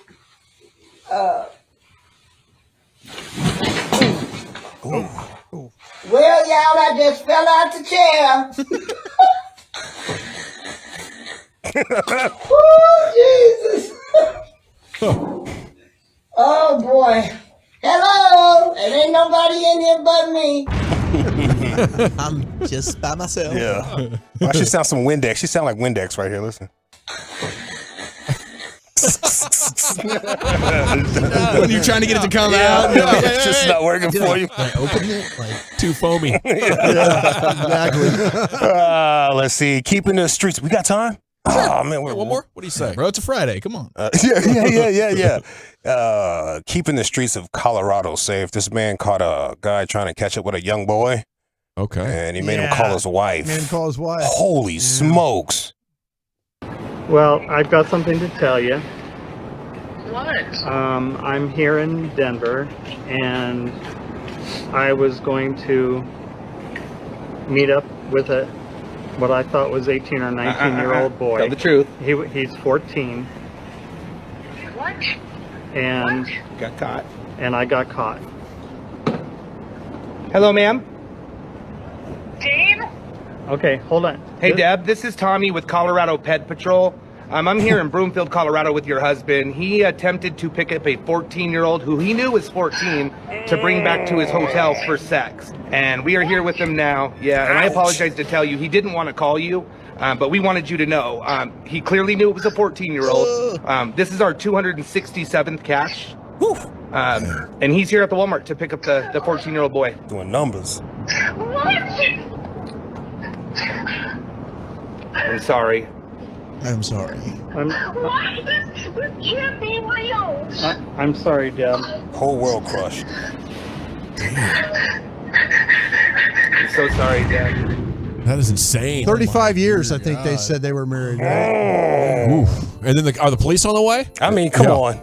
Holy cow. If I'm playing it, I'm pretty yeah. sure they're watching it in the precinct right now. Like, let's go catch up with old boy. Oh my Keeping the streets of Colorado safe. What a piece of audio that is. Minister fell out of her chair. Tax return sermon guy. A high school umpire quit mid-game, or Bill Walton, our current champion. I'll vote for BW once again. Chief, how about you? Give me the ump. Okay, Lucius? High school ump. And, no, I'm not going to play it now. Yeah, high school ump. 2-1, Wolchuk. I'm going to go with the ump as well. 3-1, Broadus. Tax return. By a score of 3-1. And your new G-Bag of the Day champion to the high school ump quit mid-game, said, I'm going home to my kids. Krusty's Corner's coming up next. Where are we going, sir? Yeah, which one of these prospects are the most ready to be day one starters? We'll talk about those guys next. Coming up Tuesday morning on Sean and RJ, did the Mavs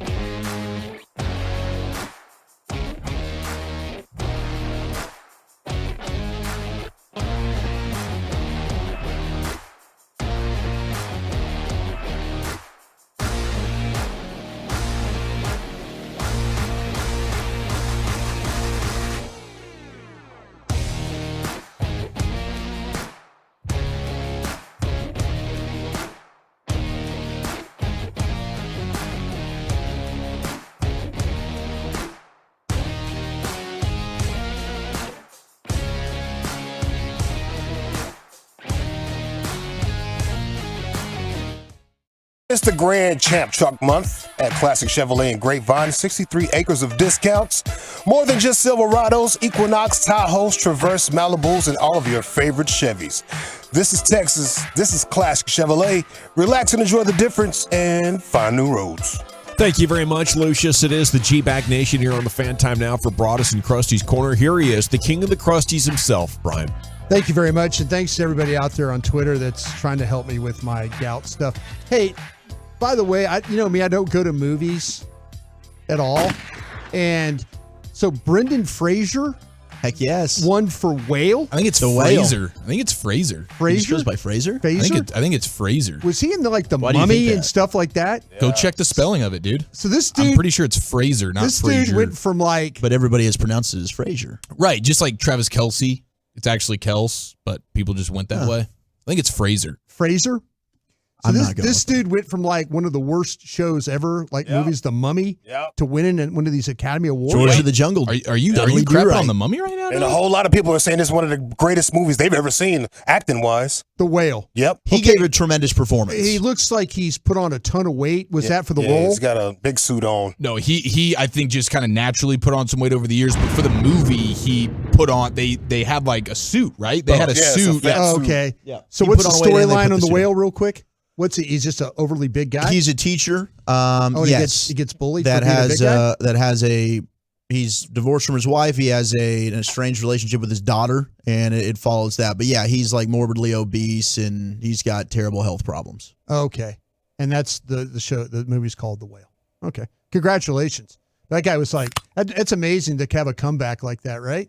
For good having him, the man. movies that guy's been a part of. And he disappeared for a while, so to come back like that, boom in your face. Very impressive. Very impressive. I think that's exactly what I heard. That's Did what he we was just doing get a- did you get a backstage. suck it from Yeah. Well, Drop it was the D-Generation X on It him. was Lucius as Brendan Fraser. Okay. It was funny because And Chappelle at the same time. That's right. Shout out to Data from the Goonies. He also won Best Supporting Actor. Oh, yeah, I was going to have that for Dawson in LA Live, but go ahead, let it out. Cat's out of the bag now. Cat's out the bag. Take that for Data. Are the Oscars any good? No. Is it any good? Walchuk watched it last night. Yeah. I mean, I had to watch the red carpet. Yeah. Yeah. By the way, Hugh Grant, what's my man doing, Lucius? What's he doing? Are you gonna play some? This is above him, asking him those type of questions. I thought the lady asked a really good question, and he kind of was a jerk about it. Yeah, she should have asked him about Divine Brown. How about that? Oh. Have you spoken to Divine Brown in a long time? Oh, yes. Oh, how dare you? Yeah, she just ruined my career. But don't worry about that. All right. Anyway, Oscar talk there. I thought I'd never do that. All right.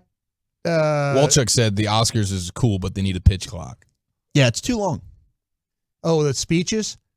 Just the entire thing. And maybe give them 2 strikes instead of 3. They did a decent job. How trying about too to, many categories? Well, so last year they took out Best some categories. waterfall in a cinema situation. I'm like, come on. And then they put What all do the we do? categories back in this year.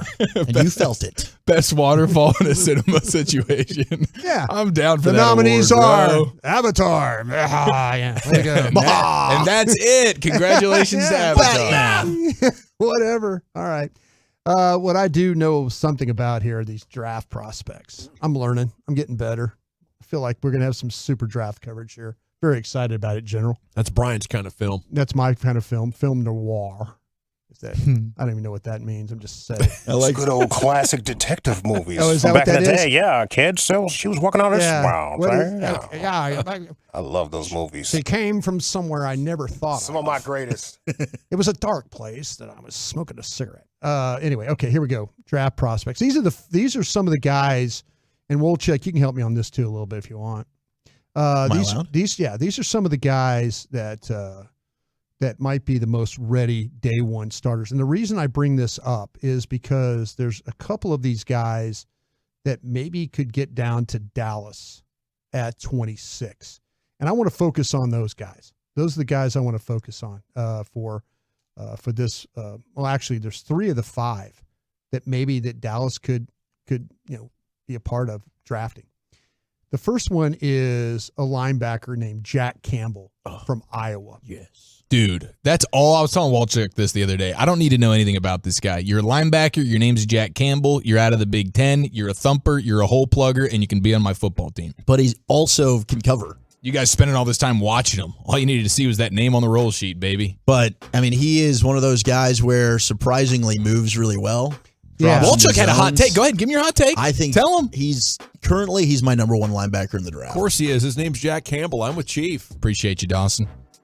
I'll tell you what, I don't have him as number one, but I think that he's in the mix. And the reason why I say he's in the mix is because his name's Jack Campbell. No, this guy, like I say, his ability to sounds like a guy that's missing like at least, an off-ball at least- linebacker. There's no way Jack Campbell still has all of his teeth. I'm just gonna say it. Or his screws tightened. Yeah, and I don't want him to either. See you on Sunday. Yeah. I'll tell you what, though, with all that you just said about the screws not being I don't know that part of it. I just know the football ability. It's there. It's there. Yeah, man. Yeah, this guy, I mean, he can run, he can cover, he's a finisher. Cowboys would do good to thinking about a guy like Jack Campbell in this draft. They used to describe Walchuk the same way. Run, cover, finisher. Used to. Now he's just a finisher. Now I'm a hole plugger. How about Rashawn Johnson, the running back from Texas? Now, that's a guy. You take him third round, in my opinion, you're going to be very satisfied. Where are we taking Campbell? Round 2? Round 2 for Campbell is where I have him on my board. All right. But, I mean, it might be a thing where, too, if you get wiped out on guys, would you consider him at 26? You might have to go early. You're waiting until the 50. Yeah. Okay. I'll tell you what, he's a hell of a player. He's very good. Okay, Rashawn Johnson. I like him a lot. The running back. Now, this is a running back that you actually see him make plays. He's like McIntosh from Georgia. This guy, you throw him the ball down the field. Like, he can make down the field. Like, he's one of those guys that's just not hand it to him and he runs. He's a weapon. Out of the backfield. In a lot of ways. And he's tough. Is it like I can flex you out and go be like a little bit of slot receiver kind of deal? Yes. Wow. Yes, absolutely. Absolutely. Me likey. He's that guy to me, and I think the Cowboys, I'm interested to see really what they do with Zeke. I'm still convinced that they're going to move on from Zeke. And if that's the case, I have a feeling there's going to be one of these running backs there that really, really fits the bill for what they're trying to do. Yeah. When it comes to, hand it to him, okay, positive there, goal line positive there, protects the football. Oh, wait, by the way, you could flex him. You could put him in the slot. You could throw the ball to him down the field, and they can make – those are the things we talked about when Tony Pollard got here. Right. Same kind of guy. And he worked in a tandem with Bijan Robinson, converted quarterback. He's not a guy that's got a whole lot of wear and tear. Yeah, we're done with the phase of Jerry saying nice things about you like he did with Jason and Dez, and now we just end it quietly. Yeah. Okay. I think that they are going to end it quietly there.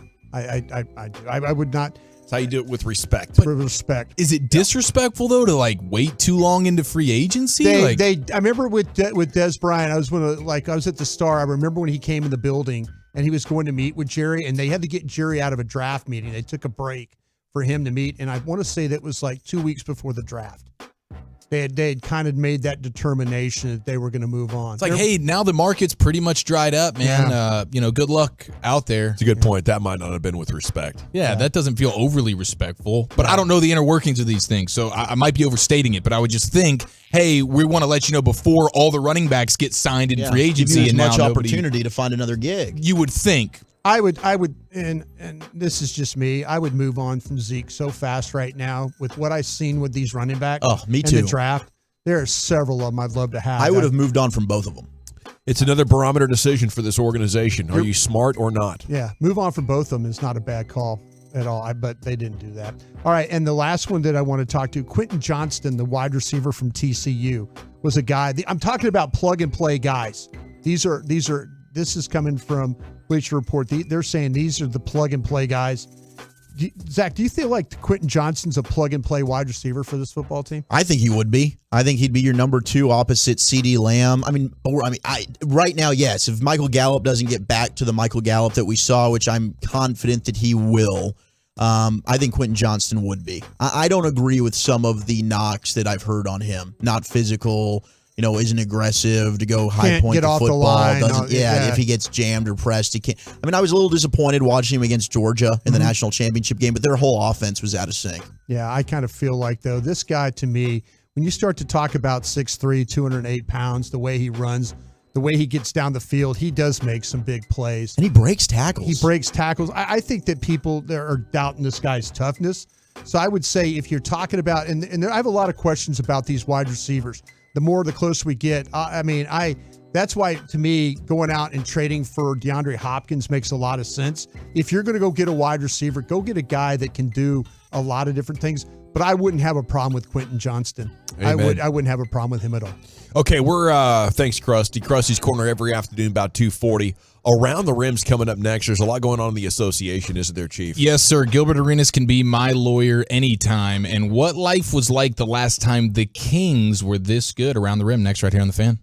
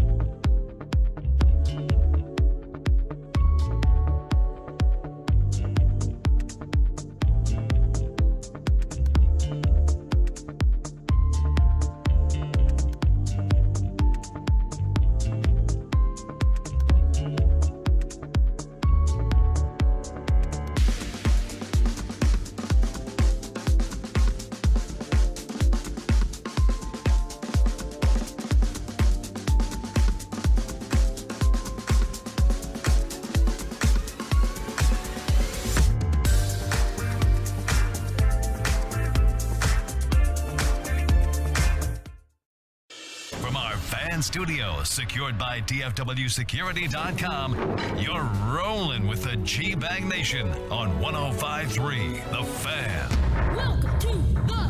Here we go. It's hour 2 of the G-Bag Nation on 105.3 The Fan. So much going on in the association as we are now close to a month from the NBA playoffs. Here's Wolchuk and Chiafalo to take you on a journey around this rim. Yes, sir. Thank you very, very much. Let's see. On a free agent frenzy Monday in the NFL, let's go ahead and cut the lights out. We'll put the kids down for that afternoon snoozer, and the G-Bag Nation is going all 18 inches around the rim. Let it ride! Rain dance! Rain dance! I gotta join here, man. I've been saving for a special occasion. Isn't that what we learned on Friday? 18 inches I kind of felt like circumference? I think you just were taunting me is what you were doing. It was a little bit of shots fired at Broadus, who thought that the actual 31, regulation rim, 32, something like that. I think you said it was a good 31, just an odd number, literally and I was thinking of metaphorically. 2 basketballs going in that thing. Yeah. Yeah. We had a chance to win big, didn't we, Brian? We had a chance, but It was you all had- there in front of you, But you man. had me as a partner, Gavin, so I kind of apologized It's beforehand. all right. It's better than having one of these guys as my partner. Yeah, are you kidding It's me? actually pretty fair. Put up a donut. Man, we really did. It was a full-on bagel. We wanted to give you guys every opportunity to do what we knew you couldn't. They celebrate and like little kids. Ultimately, we Did you see that? we were They proved did. They right. were It was like, Yay! yay! I think they were jumping up and down together. They were like the kids on the, clapping. the jump for joy. All 20 of our fingers were interlocked, and we were jumping around. It was kind of like jubilantly. I was like so amazed. I'm like, these clowns are celebrating missing all those questions. Yeah, that's so what we were doing. celebrating. We're bad. Not losing. It wasn't really a victory celebration, but it was a not losing Yes, situation. It was more so and- like you bleep holes don't get now to get away with a bet payoff. You now have to do them. So it was like a bad anime And I was celebration. deep down celebrating the fact that you guys are a lot younger than us and are idiots. That's Yeah. what I was celebrating. Well, you knew That's that true. already, right? Yeah. Did Broadus get a single answer correct on that one? I got one answer right. Yeah. One. And even that one was borderline questionable. You got way easier questions. I tell you what, I will say this. I appreciate Dawson as a partner. I wish I had his questions because I knew the Johnny Oates one. I knew the Capital. You know, I would have got a couple right. No, Dawson was definitely weighing you guys down. Weighing us down. I was obvious from the jump. Here is did you guys see? Good comedy. Yeah, man, you can good comedy. Roll off and you rock and roll. Yeah. Speaking of good comedy, did you guys see 420? Good comedy. Did you Thank you. Did you guys see the Gilbert Arenas Instagram post over the weekend? No, I was going to I save it for no. best of the weekend, but it was one hell of a weekend. This calls for a good old-fashioned rim sesh conversation. And it is the news about Ja Morant, right? And the owner of the club where Ja Morant was flashing the handgun a couple of weeks back came out and was just raving about Ja Morant, the person. Hey, he was here. Don't even think he had a drop of alcohol when he was here. He was great. He was accommodating. He was respectful to everybody. And it was wonderful. Well, the New York Post also has a picture, like a screen grab picture from the surveillance showing Ja Morant sitting on the couch doing what you might think one would do at a gentleman's club, sitting there and being entertained. And there's just ridiculous amounts of cash just everywhere in the photo. This thing went viral this weekend. And so Gilbert Arenas, who knows his way around strip clubs and firearms, decided to Instagram out the photo of Ja Morant, and then he's got like a full-on like paragraph-size caption defending Ja Morant here. And I think Gilbert Arenas would make a great lawyer. Listen to this. He says, can all the media outlets apologize to Ja Morant for the smear campaign they did by calling him a thug? This family man, hero, role model, franchise player, future face of the league, and now philanthropist. He is shown here donating his money and time to a local historic place called Shotgun Willie's that houses misguided females of the community due to the lack of funding from the city. The building AC was not working at the time, which is why Morant's shirt was seen off in this picture. That makes sense. 'Cause I was like, bro, my man is thugging it. You're not even drunk and you shirtless in the club? You're wildin'. The $50K donation that Mr. Morant provided had one of the local community women so excited she jumped on Mr. Morant without his consent. As you can see, he was not touching the woman nor enjoying what was going on. As for Mr. Morant's live video, due to the large amount of currency displayed on the ground, a local Denverite attempted to rob this this large amount of currency to rob this historical place, and Mr. Morant courageously put his life in harm's way and disarmed the bandit. Mr. Morant showed great heroism. The mayor of Denver, Michael B. Hancock, dropped the investigation against Mr. Morant and now is thinking of giving him the key to the city for his bravery that night. Can't wait to see Mr. Morant back on the floor. All heroes don't wear capes, but Mr. Morant does. Hashtag stand up citizen. That's some good comedy, too. We're on a roll here this segment. One hell of an Instagram post there from Gilbert Arenas, and I'd like to think he gets some level of thank you card in the mail from John Morant. Yeah, I'm sure he will. That is really good stuff there.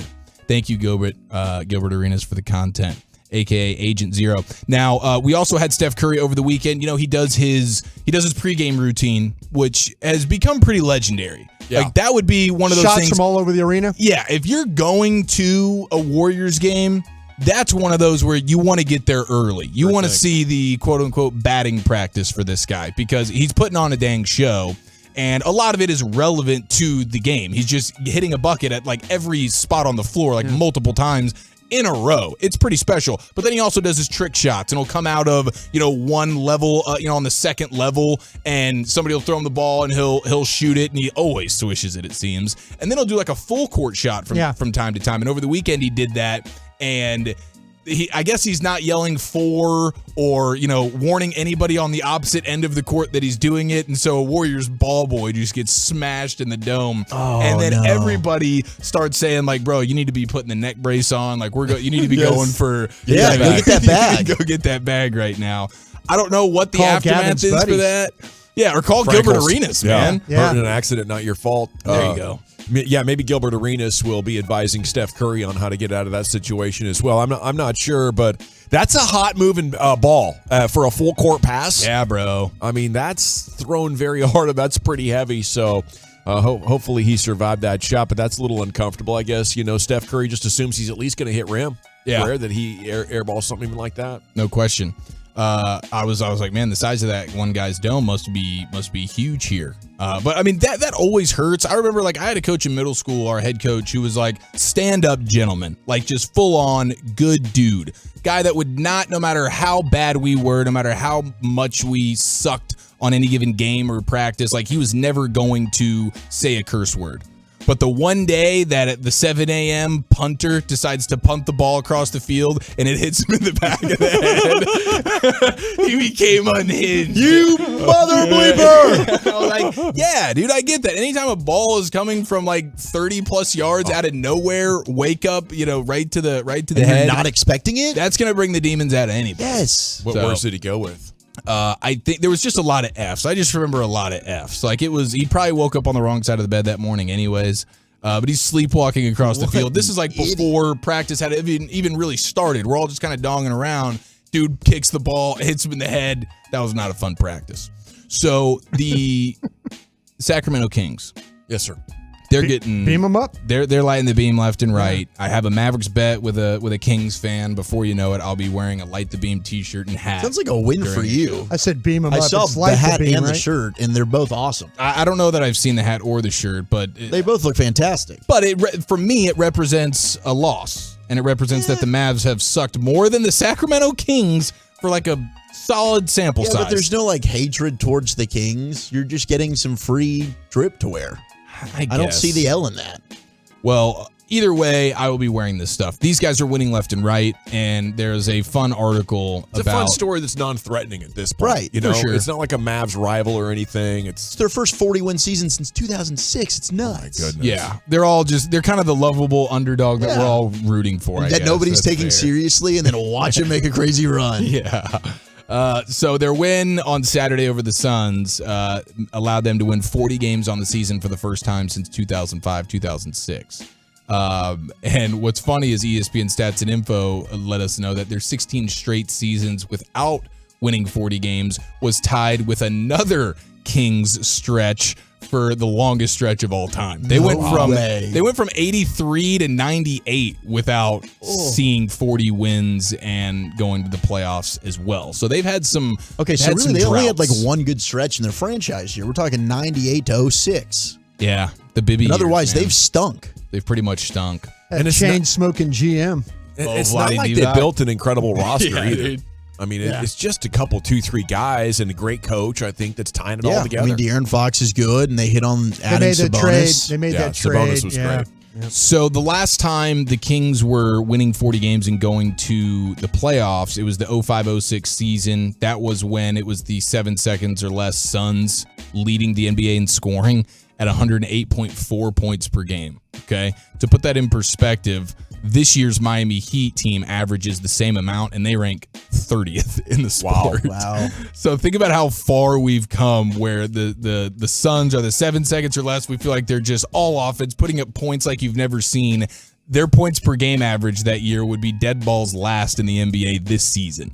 Don Nelson was right all along. It just took the rest of us 40 years to figure it out. You're right. This was the year that Steve Nash won his second MVP. This is also a year where you had 3 teams winning 60-plus games. You had the Spurs, the Pistons, best in the sport, and then the Mavs were also 60-22. That's the year we don't want to talk about them going to the finals and bad things happening, but Kobe Bryant was the leading scorer in the sport that year, 35.4 points per game. Wow. The last time the Kings won 40 games, Chris Paul won Rookie of the Year. Holy cow. I'm like, dear God, man, it's been a while. In terms of pop culture, the second Pirates of the Caribbean owned the box office. Highest grossing movie in 06, followed by Cars, X-Men, The Da Vinci Code, and Superman. It's amazing. This is Buffalo Bills-esque. This is right. Borat, I believe, also came out that year. You had Kanye's Late Registration coming out. That was his second album, went 5 times platinum. Mariah Carey was still putting up big time bangers, and the early generation iPods had just kicked off. Did you guys do the iPod thing? Yes, I had a couple of iPods. Did you? Had one personalized with my name on it on the back. Yeah. Oh, that's strong. Yeah, that was an interesting time, though, where you had the phones were trying to get to where they needed to get to, and the iPods appeared to be the next big thing. You know, the phone became the iPod, essentially. Right. The iPod became the phone. But you go back a couple of years further to 2002, and when the Sacramento Kings had Vlade and Chris Webber and Doug Christie, and I mean, they were insane. Turkoglu and Peugeot and Bobby Jackson, you know, Mike Bibby. That was an insane team that I think was championship worthy, no doubt about it. So I guess they held on for like another 3 or 4 years and were still halfway decent. But that is a historic time, I think, in the history of NBA basketball, how good the Kings were like 20 years ago. Yeah, they were. If it weren't for the Lakers, they probably would have gotten one. And the refs. Very true. Ralph Nader actually took up on their behalf. The consumer advocate politician dude, he actually tried to like create a lawsuit against the NBA for handing that series over, or for like, what was it technically, like consumer fraud, he called it. Trying to take up for NBA fans who had just really witnessed the Lakers being gifted a reprisal from what should have been a series defeat. What about the Zune?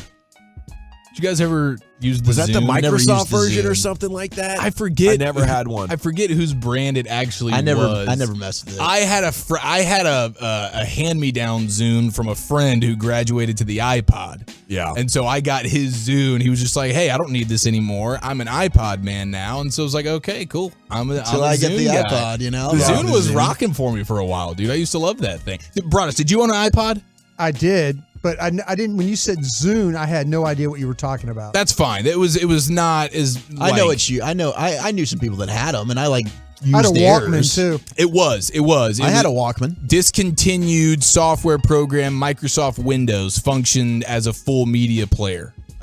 So the Zune was like the kind of the knockoff. I had some tiny little thing. I think it was like an Edge or something like that. Some little. It was not. It wasn't even. All you did was push the button. It could hold like 10 the songs tiny on it. micro Yeah, iPod. I had one of those too. Yeah, the tiny. I mean, it was like you Yeah. could put it in your pocket, kind of a thing. It was cool. Had a little clip on it. Yeah, there you go. Yeah. That's what I had. Yeah, purple one. Yeah, That is so Imagine great, that. dude. Yeah, the last time the would be. Kings were anything in the way of respectable, the Pats were coming off back-to-back Super Bowls, and it was the year that was the Steelers-Seahawks Super Bowl. Oh my gosh. Where Jerome Bettis hung him up, I believe. Yeah, That was the closest. Yeah, final one. You had LaDainian Tomlinson was your NFL MVP. Sean Payton was your coach of the year for the Saints. And Vince Young was your offensive rookie of the year. Wow. It's amazing. Feels like it's been forever, dude. Jason Taylor, Defensive Player of the Year, or Depoy, I should say. Sorry, Wolchuk. Let's see here. Ryan Howard was an MVP. Johan Santana was a Cy Young. Hanley Ramirez was, and Justin Verlander were Rookie of the Years. And where were you guys? What grade were you in? I would have been in 5th grade. Wow. I think I was in 7th or 8th. Okay. Yeah. It doesn't seem that long ago to me, but when you put it in those kind of terms, it really brings it into perspective, doesn't it, Brian? Exactly how crusty you are. Yeah.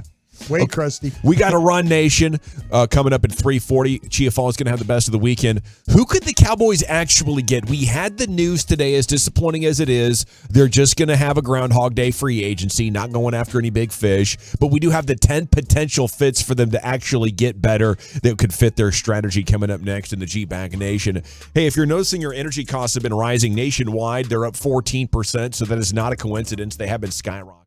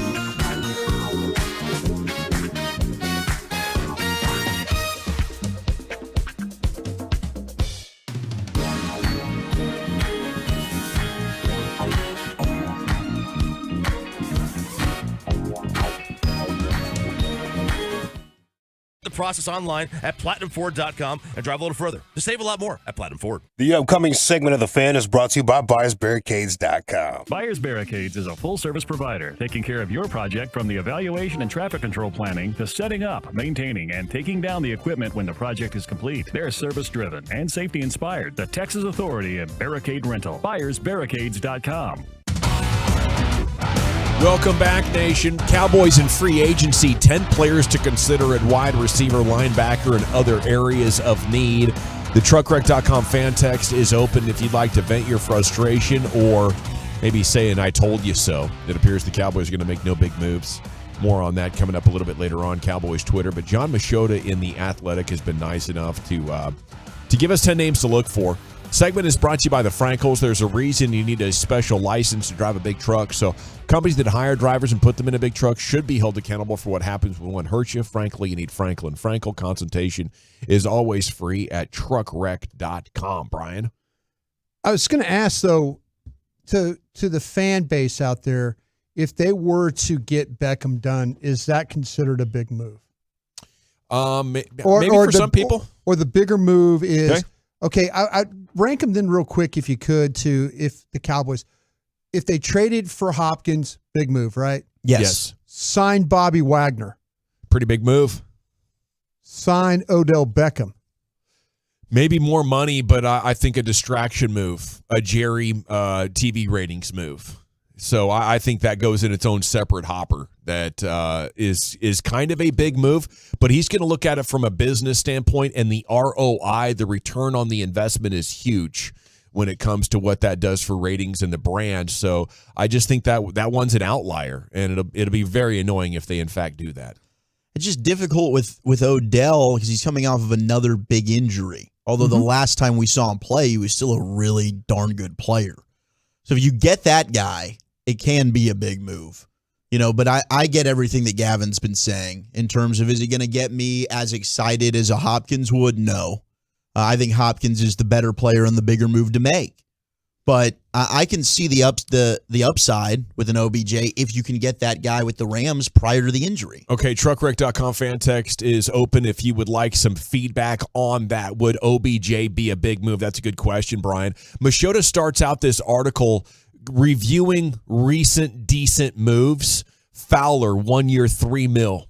Okay, James Washington, 1 year, 1.2. He's creating like the context for what we could expect. Linebacker Keanu Neal, 1 year, $4 million. That's interesting. $5 million for a linebacker, if you were willing to go that far, could get you a real good player. And stand-up linebackers are not breaking the bank right now. Terrell Basham was 2 years and $5.5. Gerald McCoy was 3 years and 18. So maybe we could go to like $6 million a year for a defensive lineman. Don Terry Poe, 2 years, $8.5. These are budget signings, but they are of some significance.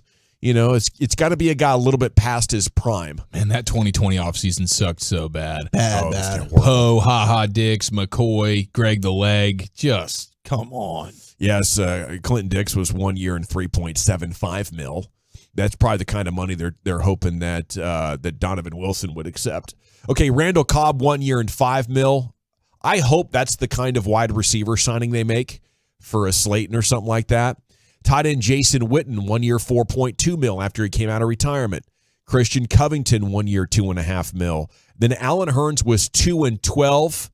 And linebacker Joe Thomas was $3.6 million. The Cowboys have a ton of unrestricted free agents going into this week, including Dalton Schultz, Leighton Vander Esch, Donovan Wilson, Connor McGovern, who's already left. He went to Buffalo, 3 years, $22 million. Cooper Rush, Anthony Brown, Fowler, and T.Y. Hilton, and Anthony Barr, and Jonathan Hankins, and Jason Peters, Noah Brown, Carlos Watkins, some guys that really helped this team win this year, Brian. Those aren't stars, but they're definitely not nobodies. Yeah, the Carlos Watkins one, when you mentioned that name, I was thinking, man, that guy played really well for them when they were kind of struggling there at defensive tackle. Especially down in the red zone, goal line situations and stuff. And man, he was pretty good. I kind of look. Can I throw one more name at you, real in the signing? Would you consider Donovan Wilson? I mean, I know it's their own guy, but would you consider that a big signing for the Cowboys? No, because what the problem is they think as good as we draft is as good as we're going to be. And adding players is what we need, not getting back to what you were. Yeah. Unless you think Donovan Wilson is about to take this huge leap and you're keeping him off the market so he can give you something that he's not already given you. But the problem is you see a roster that comes up short and you're like, we got to build back to this level and give it another shot. That, to me, that's the problem, guys. How about you? I kind of feel like the defenders are not the problem here. Kind of feel like the offensive guys are the problem here. So if you could bring back a Donovan Wilson, I kind of feel like that would help. I think that helps Dan Quinn. I know we talked about it with the signing priorities, I believe it is. Wilson, Van Der Esch, Bobby Wagner. Mm-hmm. So if the first two don't happen, then you can see them getting involved with the Bobby Wagner thing. Well, it's great that you bring up Bobby Wagner because that's first on Mashoda's list here of the 10 guys that could make sense with the Cowboys' approach this year. Now, it was 5 years and $50 million for the Rams last year. I don't think the Cowboys are going to be throwing around any deals that big. But Mashoda writes, maybe something could be worked out on a more team-friendly deal. Wagner has made first or second team All-Pro in each of the last 9 seasons. It just comes down to me, is Bobby Wagner ready to come for a significant discount? Yeah, that's what you're talking about. He has the skins on the wall. He's got no reason to play short with anybody. No. I mean, if you're not paying him what he's worth, his resume speaks for itself. Mm-hmm. But maybe we could get to around 5 or 6. And if it was 10 last year, he's a year older. Maybe the best offer is like 3 and 24, and he's like, it's not that much less. That's what we have to hope for. He's going to have to come and have to play for Dan Quinn. Yeah. Right. That's Dan Quinn's going to have to sell him on that. Same thing that they were in last year. They just can't go ahead and give a complete lowball offer to him. They got to get into the vicinity that he's asking for, or he's not going to sign here. Okay, Patrick Peterson, what do you guys think of him these days? He's played in 8 Pro Bowls. Turned 33 in July, played 17 games for the Vikings last year, intercepted 5 passes, 1 off the league lead. His contract last year, 1 year, $4 million. Cowboys need help at corner with Brown headed to free agency. They probably could address it as early as 26. They could also stand pat and go with Diggs, Jordan Lewis, Deron Bland as their 3 starters next year. I would love Patrick Peterson right now at 1 year, $4 million. How about you guys? I'd be open to that. I'd be open to 1 year, $4 million for a guy like Patrick Peterson. You're gonna need bodies in the back end. I don't think that means, now we don't have to draft. You still need to draft a young guy in that secondary, in that corner group. But I'd be open to a Patrick Peterson for 1 year, $4 million. It doesn't get me super fired up. I wouldn't be expecting too much, but he'd be a guy that I think is decent. Corner's a position in this draft I might double dip. Right. I'm with you there. And I think Peterson's more of a name now than he is a good football player. So if the draft is that deep, just hit on a couple of guys and maybe take a little bit of a risk going young, but it could pay off similar huge. to what they did with Cheeto and Jordan Lewis several years ago. You want to go at 1 at 26 and 1 in the 3rd round? Go for it. Okay, so then let me ask you this. If corners that you avoid in free agency, maybe double down in the draft, what are your we're drafting this position, and what are your we need to go to free agency for this linebacker. Linebacker for free agency? I would address wide receiver via trade or free agency. Those are the two, linebacker and wide receiver. Okay, so you can draft your running back and you can draft your corners. Yes. And then obviously you can, whatever else there. You can even get your tight ends if you want to. Absolutely. And draft your tight ends. Yeah. But that means, in free agency, if you guys are running this thing, you're looking to go get a linebacker and you're looking to go get a wide receiver. I'm likely going to trade for Hopkins, and I'm going to try and sign Bobby Wagner. Amen. Names 3 and 4 on Mashoda's list are wide receivers. Speaking of that, and he acknowledges some are probably tired of hearing Odell Beckham Jr., but the only way it doesn't make sense is if the price tag is too high, which is certainly possible. There's a report today he's starting the negotiation at $20 million. Then a DJ Chark, not Beckham, but he can produce like a number 2. Injury slowed him down last year, but he finished strong with Detroit. 26 years old, played on a 1 year, $10 million deal. Alongside Lamb, could get you 800 yards, 6 touchdowns. Did I see him with the Chargers already, or was that a projection? Was somebody projecting? Let me look. That Chark might be. I mean, if you're going for a wide receiver right now in free agency, I don't think that's a bad one. He's still young enough to where there's some promise, and then he was a fast runner. He's big and he was fast. That's why people like him, is because he's got the prototypical size and the speed, but I don't see the production with him ever. I don't see anything with the Chargers yet. Okay, that was a name I thought. I think they were he's still a free agent. He hasn't signed with anybody. He's a banged up player, so that's something to think about. But you're bargain bin shopping. He's young, he's big, he's fast. He is a downfield threat. I mean, there's elements to his game that I think There's you would want. and traits to like. I think I would rather go with this Slayton. I think me Darius too. Slayton's better. Okay, how about this name? Another 33-year-old, no longer a 1,000-yard player, but he's probably still capable of 700 yards. We go to Adam Thielen, cap casualty in Minnesota. Any interest? I think there's people. I mean, to ask the Gang of Seven about this, I think a couple of them mentioned before that maybe he no longer has the ability to run, that he's lost that ability to separate. It seemed like that last year, and he's one of those local guys. Minnesota loved him, but he is really good in the red zone. I heard some whispers that he absolutely wanted to play here, though. That's something that maybe it's a after week 1, week 2 kind of a thing. If he's still out on the street, but I need to check. I know one Gang of Seven told me that he can't run as well as he once did. Okay, how about this name for replacing the guy that you're losing, Arden Key, defensive end? Depends on what you think of year 2 for Sam Williams. Could have an impact in that discussion. But if the Cowboys are looking to keep a similar rotation, Key would be an intriguing player to fill Dante Fowler's role. He turns 27 in May, 11 sacks last 2 years. I like Arden Key. Me too. Arden Key's a versatile player, and I think Dan Quinn could have some fun with him. Yeah, anybody defensive line that they want to bring in here, I trust the defensive line coach. And I trust Dan Quinn. So, yes, I'm good with that. Linebacker Rashawn Evans had 159 tackles last year for the Atlanta Falcons. You have Damone Clark. You have Jabril Cox. They got to get better at linebacker. That guy could help a lot right now. We'll have to see if that's an option. Defensive tackle Ashawn Robinson. The Fort Worth native suffered a torn meniscus in Week 11 and is not expected to affect his preparation for the upcoming season. But that's a 6'4", 330-pounder right there. That could be a name. Hankins, Watkins, both headed to free agency. I would consider bringing Hankins back. I think you have an idea about him. If you're going to bring a big body guy, bring that guy back. He seemed to thrive when you had him on the field. Absolutely. And then Machota names 2 kickers, Matt Gay and Eddie Pinero, as I would be very interested in having a solid veteran in camp. I don't think you can risk that thing with Brett Maher next year. Now, if you want to keep Brett around and have him work and try out and everything, and maybe he wins that job outright and you have confidence going into the season, but yeah, that would be you. I'm definitely running as far away from that dumpster fire as humanly possible. Okay, 432. I hear you guys throwing around names, but we just lost a solid left guard. Please throw some names there.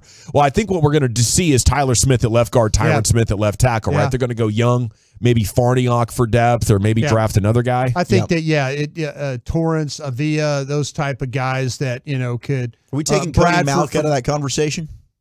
The North Dakota State kid? I have no problem with Malk. Yeah, I don't know. Maybe they're not interested, but I like his game. Him or Michael Schmitz.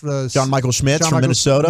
Love him. Center guard, yeah. Polo and Garland, he's always calling in on Drinking and Thinking and the Sound Off. He's in on text here out of the 214. Jerry, slap yourself and don't sign Odell. Go get Hopkins, you dummy. Would you guys consider trading a 4th-round pick for Brandon Cooks? Yes. Yeah, absolutely. Okay, that might be something you need to think about then. Yeah. Ooh, okay. I like the idea of thinking about that. That's beautiful. They clearly wanted Cooks at the deadline. Yeah. Yep. Houston just held that deal up. Yep. I need to look rumblings. Just throwing stuff Just out. throwing it out there. Maybe just whispers at this point. All that, it's what we do this time of year. Dude, Love it. Brandon Cooks is he's absolutely, man. I he honestly produces no matter who the quarterback is. I was going to say, am I insane to say I'd rather do a 4th-round pick for Cooks than a 2 for Hopkins? Yes. I don't know, man. I think Brandon Cooks is a damn good receiver, and he provides the speed that you want, and I'm only giving up a 4th-round pick. Yeah. I mean, Hopkins Walchuk, is a don't you want to complete player. draft? You're watching all these college guys, man. Don't Yeah, you want I to do. use that 2nd-round pick? I have been blown away at the disrespect that DeAndre Hopkins has gotten. Me too. I don't know why people are like doubting this guy. He's a top 10 wide receiver in the NFL. If I can get him for a 2, I'm doing it any day of the week. He's a mistake eraser. I think Brandon Cooks is a speedy guy who can run some decent routes and get open, but I Been on think a lot of teams. Hopkins can catch anything. Yeah. And I think he's exactly what this fantastic. offense needs. He would definitely help Dak the way he catches the ball. Well, I had a pretty good weekend other than the fire ant tearing my ass up here on my left forearm. It's still swollen. I think I might have an allergy to fire ants. It is the best of the weekend coming up next, though, right, Chief? Yes, absolutely. We got a lot of good stuff to discuss, but when you got this news, did it bum you out or maybe not so much? That's next. Okay, let's chat D&M leasing, though, because it's a new week. If you have a busy week and you also want or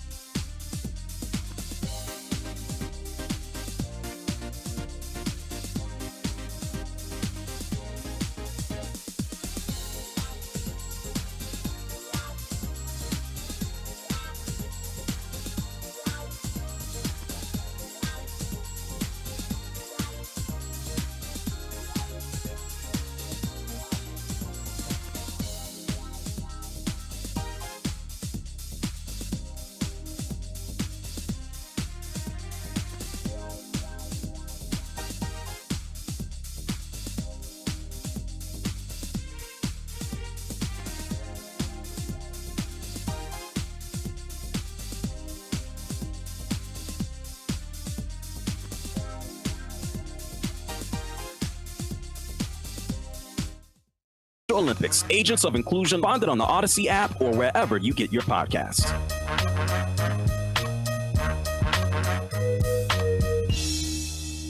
The Fan is proud to support the 2023 Tex Gala presented by Choctaw Casinos and Resort. Walk the red carpet, have dinner on the field at Globe Life Field, followed by an intimate performance by Kenny Chesney. For tickets, TexasRangers.com/Tex Gala. Don't miss the Grand Champ Truck Month at Classic Chevrolet in Grapevine. 63 acres of discounts. More than just Silverados, Equinox, Tahoes, Traverse, Malibus, and all of your favorite Chevys. This is Texas. This is Classic Chevrolet. Relax and enjoy the difference and find new roads. Thank you, Lucius. It is the G-Back Nation here on 105 through the Fan. Most of the answers on the text in that last segment, Wolchuk, on Odell Beckham Jr., that would not excite the fan base. Brian had that question. Would you consider that a big move if you signed OBJ? What was the reaction like? Yeah, it was all the majority of the Tolos and even the Twolos. You know, the Twolos also saying no. I mean, give me Hopkins. I think if we were to throw Brandon Cooks into that conversation, I feel like the response now would probably be I'd rather have Brandon Cooks as well. People are seeming out on OBJ. We'll discuss that further coming up at 4 o'clock. Cowboys news of the evening. The Bears are giving former Bills linebacker Tremaine Edmonds 4 years and $72.50 guaranteed. And the Falcons have snagged safety Jesse Bates from the Bengals, so a loss there for Cincinnati's really good defense. Here is a Chiafalo with the best of the weekend. Yeah, man, it looks like the Bills and the Bengals have seen some talent walk out the door right now. That is certainly the case in the AFC, but not when it comes to the Miami Dolphins. How did you guys receive the news yesterday when you saw that Jalen Ramsey went for a third-round pick and a guy named Hunter Long, who's good for 1 yard or 1 catch for 8 yards in his career? Did that anger you? What did that bring out of you? Because a third-round pick, I was going, that seems like a whole bunch of nothing for still a very, very good corner in the sport. I was shocked at the compensation. I expected the Rams to get a little bit more than that, but I think it was the financial stuff with Ramsey. Definitely. I wonder how much second round pick. Yeah, I wonder how much money the Rams are eating on this contract. Probably not much because they only got the third round pick. Had they gotten maybe a first or something, you would think maybe they're eating more of the money, and so they're getting more of a pick. But this feels like Dolphins assuming a lot of the money, and they're giving him even more guaranteed on top of it they are to Ramsey. Ramsey clearly wanted to be a Dolphin. You could tell by his Twitter account yesterday when the news was breaking. He's like, thank God I've been praying for this. But a third-round pick and a guy named Hunter Long, I'm going, And okay. Micah's reaction on Twitter was also interesting. Man, what the bleep? Shaking my head. You know, he's frustrated, and I wonder if he'd be the guy to kind of voice that frustration. He's fairly new around here. You know, you get excited for things, and after a while, you know, you no longer believe.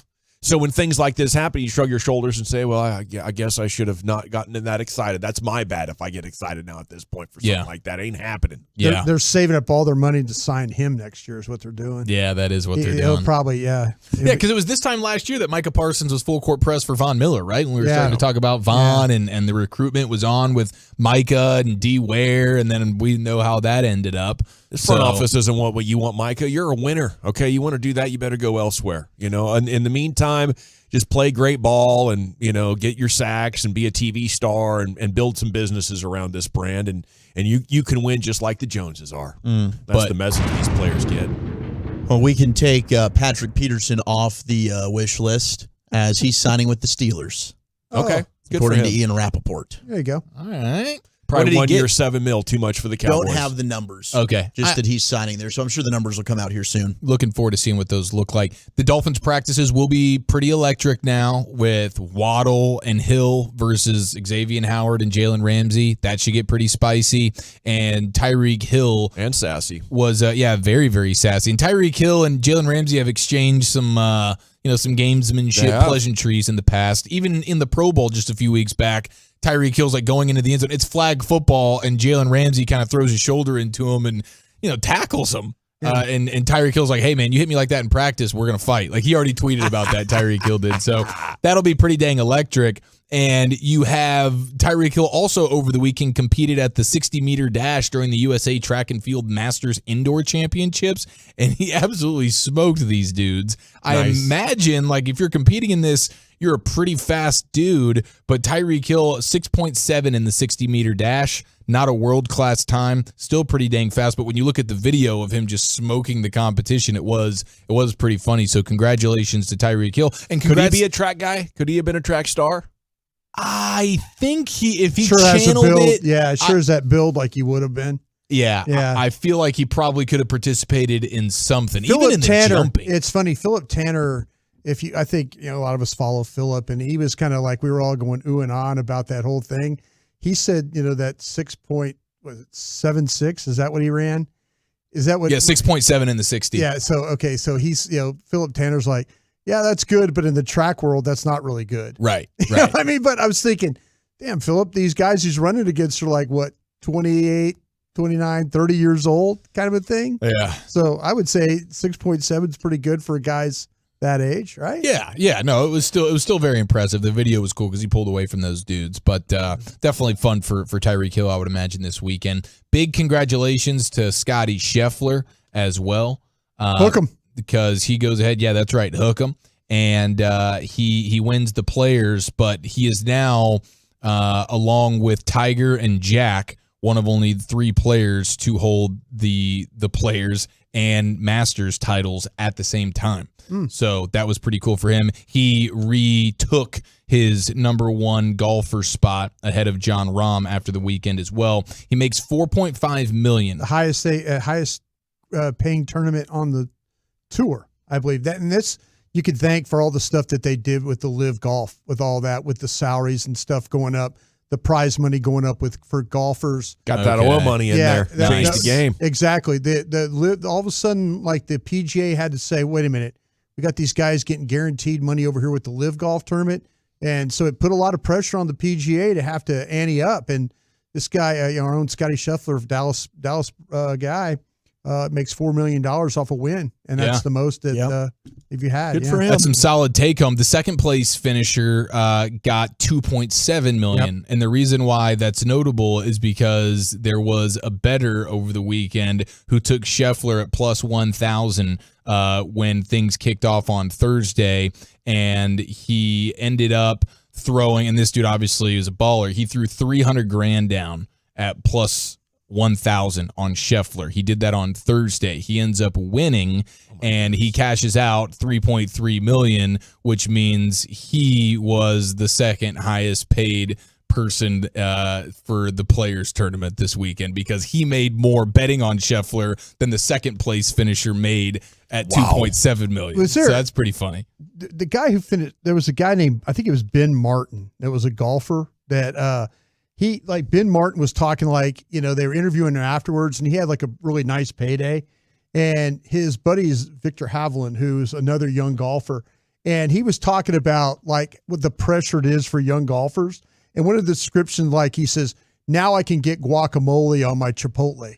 Now nice. I could, before he goes, I had to think about if I wanted guacamole. Now I could get me a scoop of guacamole on my Chipotle. Because I made some good money this week. I look forward to the day. Ben Martin, yeah. Well, I've been putting my work in on the green in here, so I think it's only a matter of time before I'm putting guac all over that Chipotle bowl. Loving the guac. We throw down some wagers if you want. Maybe you could earn it right here. Pick up some avocados on the way home. Avocados from Mexico.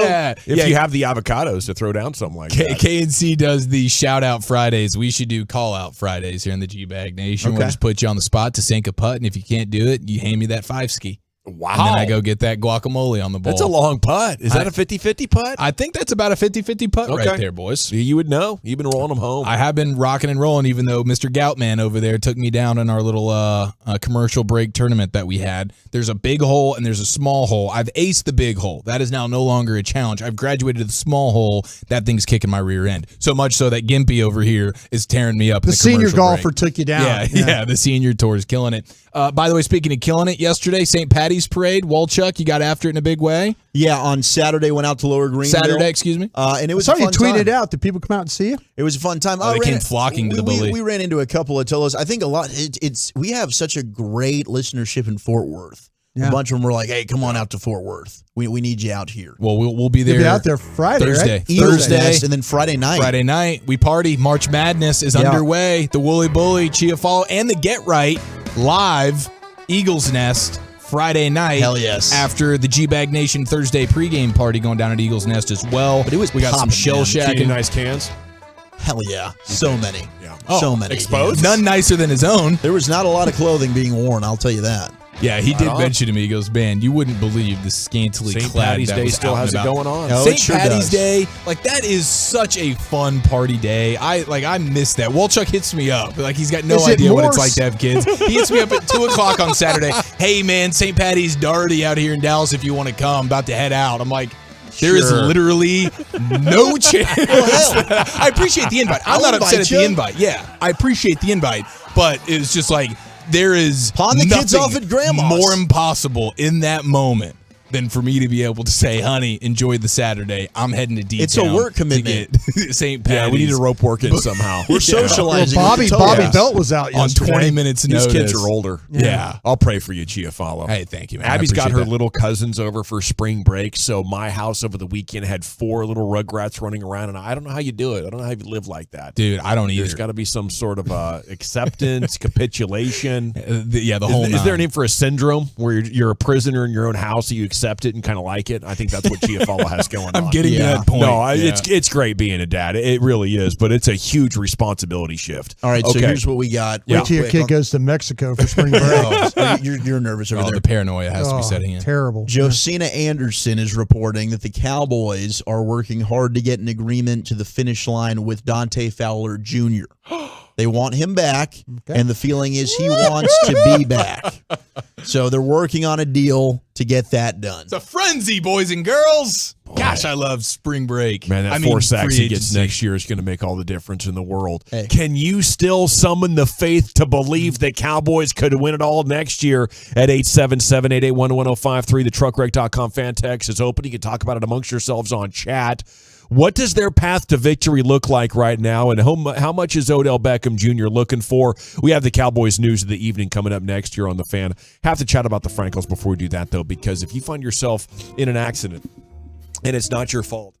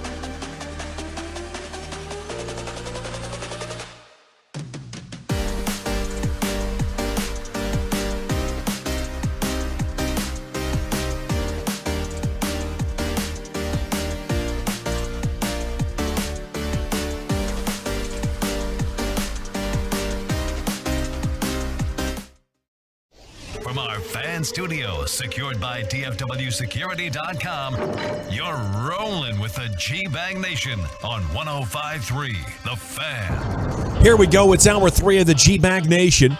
It started early this morning. Well, the Cowboys were just focused on signing their own guys for the most part, despite opening up cap space. Nothing big is coming, said the beat writers. And as free agent negotiations got underway officially this morning, there was a big collective wah, wah, wah out of Cowboys Nation. I guess the last 10 minutes is breaking. Josina Anderson, Dante Fowler Jr. and the Cowboys approaching some sort of an agreement to continue their relationship. So it's not going to be fruitless. The fruits just won't be as big and as impactful as you had hoped for. So the question is out there. Truckwreck.com fan text is open, 877-881-1053. Can you still summon the confidence to believe? How close are you to full-on apathy? Full-on apathy is a 0. Cowboys crotch first confidence is a 10. Where are you? As lots of deals are popping off, we want to hear from the G-Bag Nationals. What would you say to Jerry if you could right now, Brian? How confident are you? Oh, I think he really would like to get the Odell Beckham thing done. I don't know if anybody in the organization is dancing with him on that, but how confident would that make you? You know what? It wouldn't make me overly confident. But the problem I run into is the minute I tell you I'm not overly confident, I'll tell you I'm not overly confident in what's going on at wide receiver in this draft. Yeah. So that's my problem. You know, I'm trying to think of other avenues. That's why I was talking about the guy down with the Texans or, in Arizona. You need another playmaker. I need That's another gonna impact playmaker. your confidence. And I was okay with Odell maybe coming in last year and kind of seeing where we're at. I don't know if I'm as confident in that right now. All righty. So that's where I'm at with that whole thing. At 877-881-1053. Can you summon that confidence, Wolchuk? I know you're trying to get back on that train. Look, I can summon confidence based on the landscape of the conference in which you play in. Because I don't think that the conference is getting weaker, right? Like if Aaron Rodgers, and that becomes official with the Jets, which was reported when we kicked off the show, but things are still kind of, is it official? Is it not official? But if he ends up leaving the conference, then you're looking at okay. I mean, again, there's another team now, unless all of a sudden Jordan Love ends up being amazing, that you're probably not having to contend with. Yeah. So I think you have a great opportunity here if you wanted to be aggressive to go get it. But no, they don't do that. They don't operate this way. Unfortunately, it doesn't take great quarterbacks to beat you in the playoffs, whether it's Jared Goff or Jimmy Garoppolo or Brock Purdy. 254 with a sad text says being a boys fan is like being a kid with a deadbeat dad. You get excited when he's supposed to come get you, but he never shows up. Oh, that hurts. He's apathetic. Dawson, I'm confident we will win the East just because the Eagles' defense is depleted. I'm confident in that. I am. I think I'm one of the few guys at the station picking the Cowboys to win this division. But winning the division isn't nearly good enough. You need to believe that it's possible. And more so than ever, my confidence is depleted. Okay, could we get Hopkins? Like Hopkins would change it, but in order to do that, the organization has to shift mentally into being a little bit more aggressive version of what we've seen so far. So the truckwreck.com fan text is open. I do want to believe, I used to do this fun bit called Cowboy Gavin, where I talk about getting up on my trusty steed and riding through the dang village, rousting everybody out of bed like I'm a damn patriot, Paul Revere or something, trying to alert people, listen, this is real. This is not the old Cowboys, but we've seen it under Tony Romo and we've seen it under Dak Prescott. Now this organization gets complacent. They get stale. I think Jerry and Steven are building a team just to make the playoffs. And that's an approach that worked great from like 2005 to 2012. There was a very interesting era where teams hadn't quite figured out how to ride the wave of the salary cap. And if you could just get into the playoffs, you had about as good of a chance as others. But now teams are more flexible. The trade market has absolutely exploded over the last 5 years. You used to not be able to trade for jack squat in the middle of the season. Now you can. And teams with weaknesses are able to address them in very impactful ways. How about Von Miller and Odell Beckham Jr. on a contender right now? The Cowboys don't do anything like that. Not in free agency when they have a chance, and then not in the second chance when it comes to the trade deadline. So, like, the real contenders are adding 2 to 4 legit pieces in their go-for-it years, while the Cowboys are sitting here and subjecting you to Groundhog's Day hell as a Cowboy fan. And I'm done. And I'm done believing. I think I relate a lot to Mike Bassick, who's like, yeah, I want to see him win. And if they do win, it's going to be amazing. But I don't expect it, and I can no longer get disappointed because I've accepted what the Joneses have decided to make us every offseason. Yeah, I want to push back on you, but it is difficult to do. It is difficult to do. Now, I'm not even as confident as you are that they'll go out there and win the division. I still think the Eagles, and they're getting Jason Kelce, their center, back. He announced today. So I think their offense is still going to be one of the best in the sport, and then they'll probably figure out some things defensively. But Chief, the Cowboys are going to have good offense and good defense. How are the Eagles going to have good defense? That's hoping right now, isn't it? Yeah, it is. It is hoping a little bit, but I don't know. I guess I just trust Howie Roseman to if they need to trade for a player or whatever it may be, like he is in a different mindset of adding talent than what the Cowboys are in. The Cowboys are going to depend a ton on a draft class. I mean, that's what they're going to do. They're going to bring back a Fowler. Hopefully they bring back a Donovan Wilson or a Van Der Esch, but maybe they don't. And then, okay, how are we going to get better? We're going to depend on a home run draft, which is impossible. And not only that, but a home run draft that is impacting my team in year one. It's not, hey, when I look back in 4 years, I see, hey, all these guys turned out pretty good. It's in year one, I need like 4 or 5 guys to be legit contributors to my team right now, and that's way too much to ask of an entire rookie class.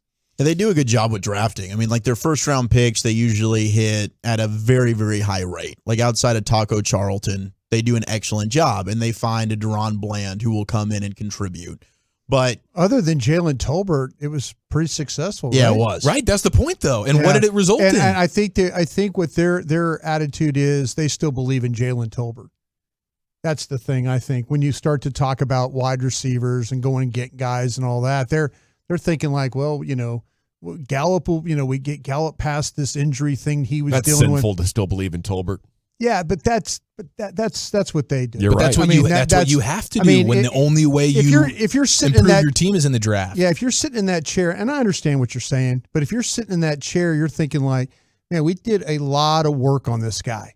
Did it work out, for us this year? No, but I don't think they've given up on him. Yeah. And I think that's where they, when we want them to go do, that's where they're sitting there like, wait a minute, we still got this guy we picked in the 3rd round. And I go, it sounds criminal. It really, really does. But to them, it's like, no, there was people that were very critical of CeeDee Lamb. Sure. You remember? I mean, we were all kind of like, man, is this guy really guys a one? Can change their trajectory. Right. But I'm just trying to say. You can't bank on it, though. No, you can't plan for him to be good. No, they bank on their draft being really good. Yeah. They the way they operate, they really bank on their draft and being shout good. out to Will McClay and the scouts, because usually they do a good job. But I think it has been proven in their lack of championship success, right? Yeah. That's not the only way to go about it. And that's why that they are being held back from succeeding and going further in the postseason. They will argue, though, that they made a step from being in the wild card game to being in the divisional game. They'll make that as an argument. Well, there's progress. Okay. That's I mean, if you were to sit down and have a beer with those guys, Will McClay or Jerry, whoever, they would say, yeah, but you say they won 25 games in 2 years. Impressive. And the Niners have done a lot of winning, too, and they just paid a bunch of money for one of the best defensive tackles in the sport, adding to a defensive line that's already one of the best, if not the best in the sport. Every time that's what you have. That's your competition. Christian McCaffrey, come on. I'm just telling you, every time I've ever asked about cap space, I've always heard it's gone. Yeah, no. It's gone. And it's good to understand Don't look at it. It's not. We don't have cap space. We don't. And that's the thing about it, and that's the way it's their choice. It's their choice to operate like that. Exactly. Yeah. And as fans, you could be frustrated about it, but that's the way that they operate. Well, it's become so obvious. I'm going to continue to hope that every offseason is another chance for them to change. At one point, they were freewheeling and dealing out there, and they switched conservative. We were awful drafting. In the early 2000s, we were so bad at drafting that Jerry had to spend money. Yeah. Because we were so bad at it. Well, they weren't bad at drafting when they added Charles Haley and then Deion Sanders. They had drafted pretty dang well. Pre-cap? Am I right about that, though? Right as the cap was coming into play. Good point. Good counter. I mean, I'm not trying to... You're caping for your guys over there well, Brian. I'm just saying, though, to me that and being in that chair, I can understand where they're at. Yeah. I can understand. I didn't have the success that Will McClay had. But I understand why they do what they do. And I mean, I trust me, I want them to go get DeAndre Hopkins. I really do. But I know how they operate, and that's no, thank goodness for Will McClay. I don't think they'd be anywhere near as good in terms of having the success and wins that they've had if it weren't for him. I think he's saving this thing and keeping it afloat. And Gavin, congratulations. It sure the hell ain't Mike McCarthy. I got a congrats coming? What happened? Well, you called what their first move would be. What is it? They've restructured the contract according Michael to Gallup? Todd Archer. I did it. Of Michael Gallup. I did it in crosstalk. Creating $7 million in room. That is hilarious. You manifested with it. an $11 million base salary. Archer says this was always the design of the 5-year contract he signed last year. The team believes Gallup will be much improved second year removed from ACL surgery. Listen to that, Trayvon Diggs. Your contract money is here. Now, Gavin, just know you got your draft paid for. That's right. We got that Our draft is paid for. Sorry, Trayvon. Yeah. We got to restructure somebody else to get you in here. 972, not confident in the Cowboys. They won't do anything with Dak and his horrible contract. 940, Cowboys only have good offense half the time. Well, for the balance of the season, statistically, they have a good offense. I hear your point, though. Against good defenses, they won't have a good offense. Yeah. And now you have the new play caller situation, so who knows? That could be really, really good news. That could be okay news. That could be terrible news. Well, there's remains hope to be seen. There's hope in changing the coaching staff a little bit, the offensive philosophy. What's that going to do for Dak? And then there is hope with the draft.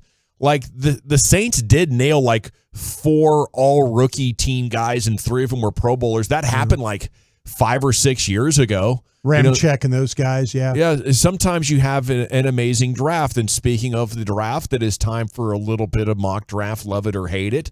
Todd McShay here. Dalton Kincaid, tight end Utah, is the pick at 26 in the mock draft he released over the weekend. Is he so athletic that he's going to run through people and then around them and then run away from them? Is he that kind of a freak? Or what kind of a player are we getting here if they do get Dalton Kincaid, who is the overwhelming favorite here in these mock drafts these days? Yeah, I think that what you're going to get is a guy that can play a lot of different positions. And I mean that in a way of that you can line him up in a lot of different spots, and then he's able to function that way. I see this guy as a really, when you start to talk about hands on a player like a receiver, a tight end, the balance, the body control, the route runner, the finisher. I mean, there's things, when the ball's in the air, it's his. That's the one thing when you watch him play. They throw that ball up, and he goes and gets it. He catches everything. He catches everything. So more of a possession tight end still than a game breaker? No, he's a game breaker to me. He'll break tackles in the Yeah. open field, Yeah. and he can stretch the seam. He can run after the catch. And to me, that's why I think Brian and I are open to the idea of tight end, and probably why the Cowboys are too, because you talk about adding weapons. I think it's more likely you're going to be able to do that at tight end than wide receiver with this draft class, and them come in and be an impact player for you. Yeah, I need the best weapon on the board at 26 if that's what we're going to do. I can't get too cute with what position it is or preference because of Ferguson and Hendershot. And then you have the athletic, most recent here, Deontay Banks, cornerback, Maryland. Yeah, he's a really, really good player. I mean, he is a hard guy to get away from. There are things about him, though, you're going to have to dig in on. I mean, when you start to – it's nothing terminal when it's like or off the field stuff like That's that. good. But there's things that you're going to have to dig in on him with him. All righty. It's time now for Wolchuk's Top 10 at 420. Where are we heading with that, sir? I want to start off by asking the question, what the bleep happened to this guy? And then the top 10 boxing movies of all time as we had the Oscars last night. Michael B. Jordan, the star of Creed, was in attendance, and he had himself a shining moment. What is your favorite boxing movie? We'll do that next on The Fan. All right.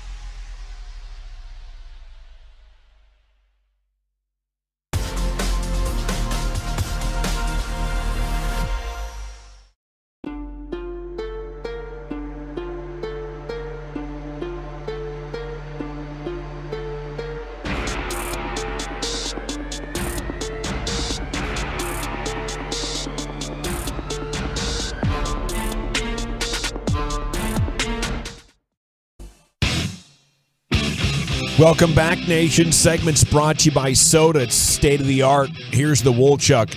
Wooly Bully in his top 10. Thank you very much.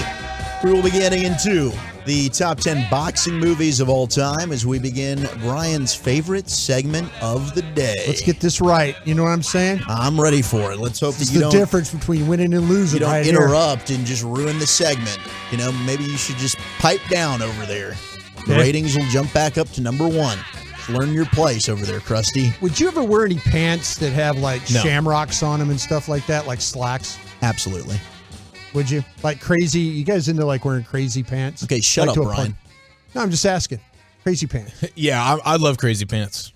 Absolutely. Yeah, I'd wear some crazy pants. Why? The crazier the pants, the No, better. I get these emails because you order clothes and stuff. Yeah. And so I get these emails where you can get like these crazy like Kentucky Derby pants, with horse. The checkered ones. Yeah, Like exactly. 1970s Yeah, exactly. style. Yeah. Like it's like the Union Jack. It's like the British flag.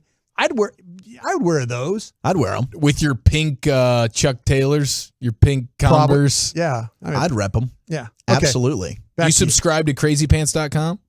It's something like crazypants.com. Yeah. But like yeah, that sweater site. But Gavin, you'd never do that, would you?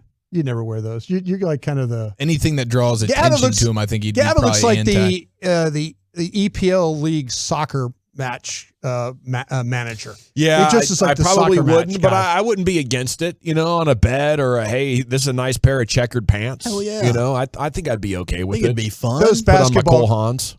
Those coaches back in the 70s when they used to wear those really crazy slacks and the big old collar on the shirts and stuff. That was awesome. I like them. A lot of the Tolos and those that are texting in 877-881-1053 and let me know your favorite boxing movie. We'll get there in just a second, but they're complaining about the Cowboys, and rightly so. And I saw this floating around social media via Twitter, and it made me wonder the same thing. Where the bleep is this guy gone? You guys remember this version of Jerry Jones? I just want to say this. There is no substitute for winning. I know that's a cliche, but we must win. We will win. Win is the name of the game.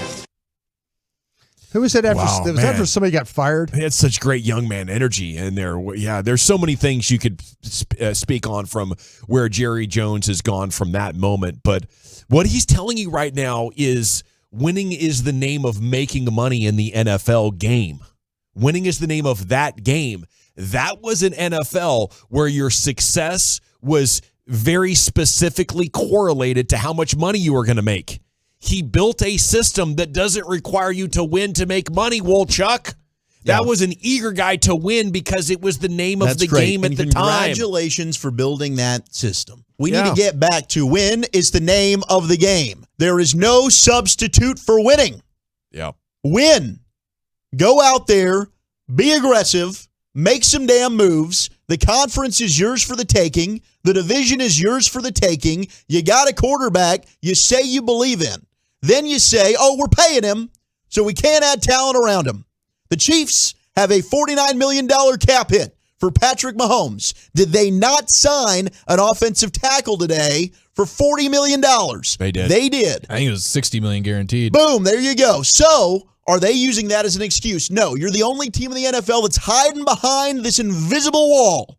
Go out there and make some damn moves to win again. Because it's been 27 years, and the fan base is starting to get really damn sick and tired of it. And I can't defend you anymore. No, it's indefensible what they've done to this organization. When he started out building the salary cap, he thought, well, yeah, everybody will pay the same. That way I don't overpay. I'll protect myself from myself, and players are still going to come here. And players didn't come here anymore, so they stopped winning. He had to figure out the new game. Now he's mastered this game. Took him a while, stumbling around, looking for the ideal way to engineer things to maximize revenue. Back then, he needed Super Bowls to maximize revenue.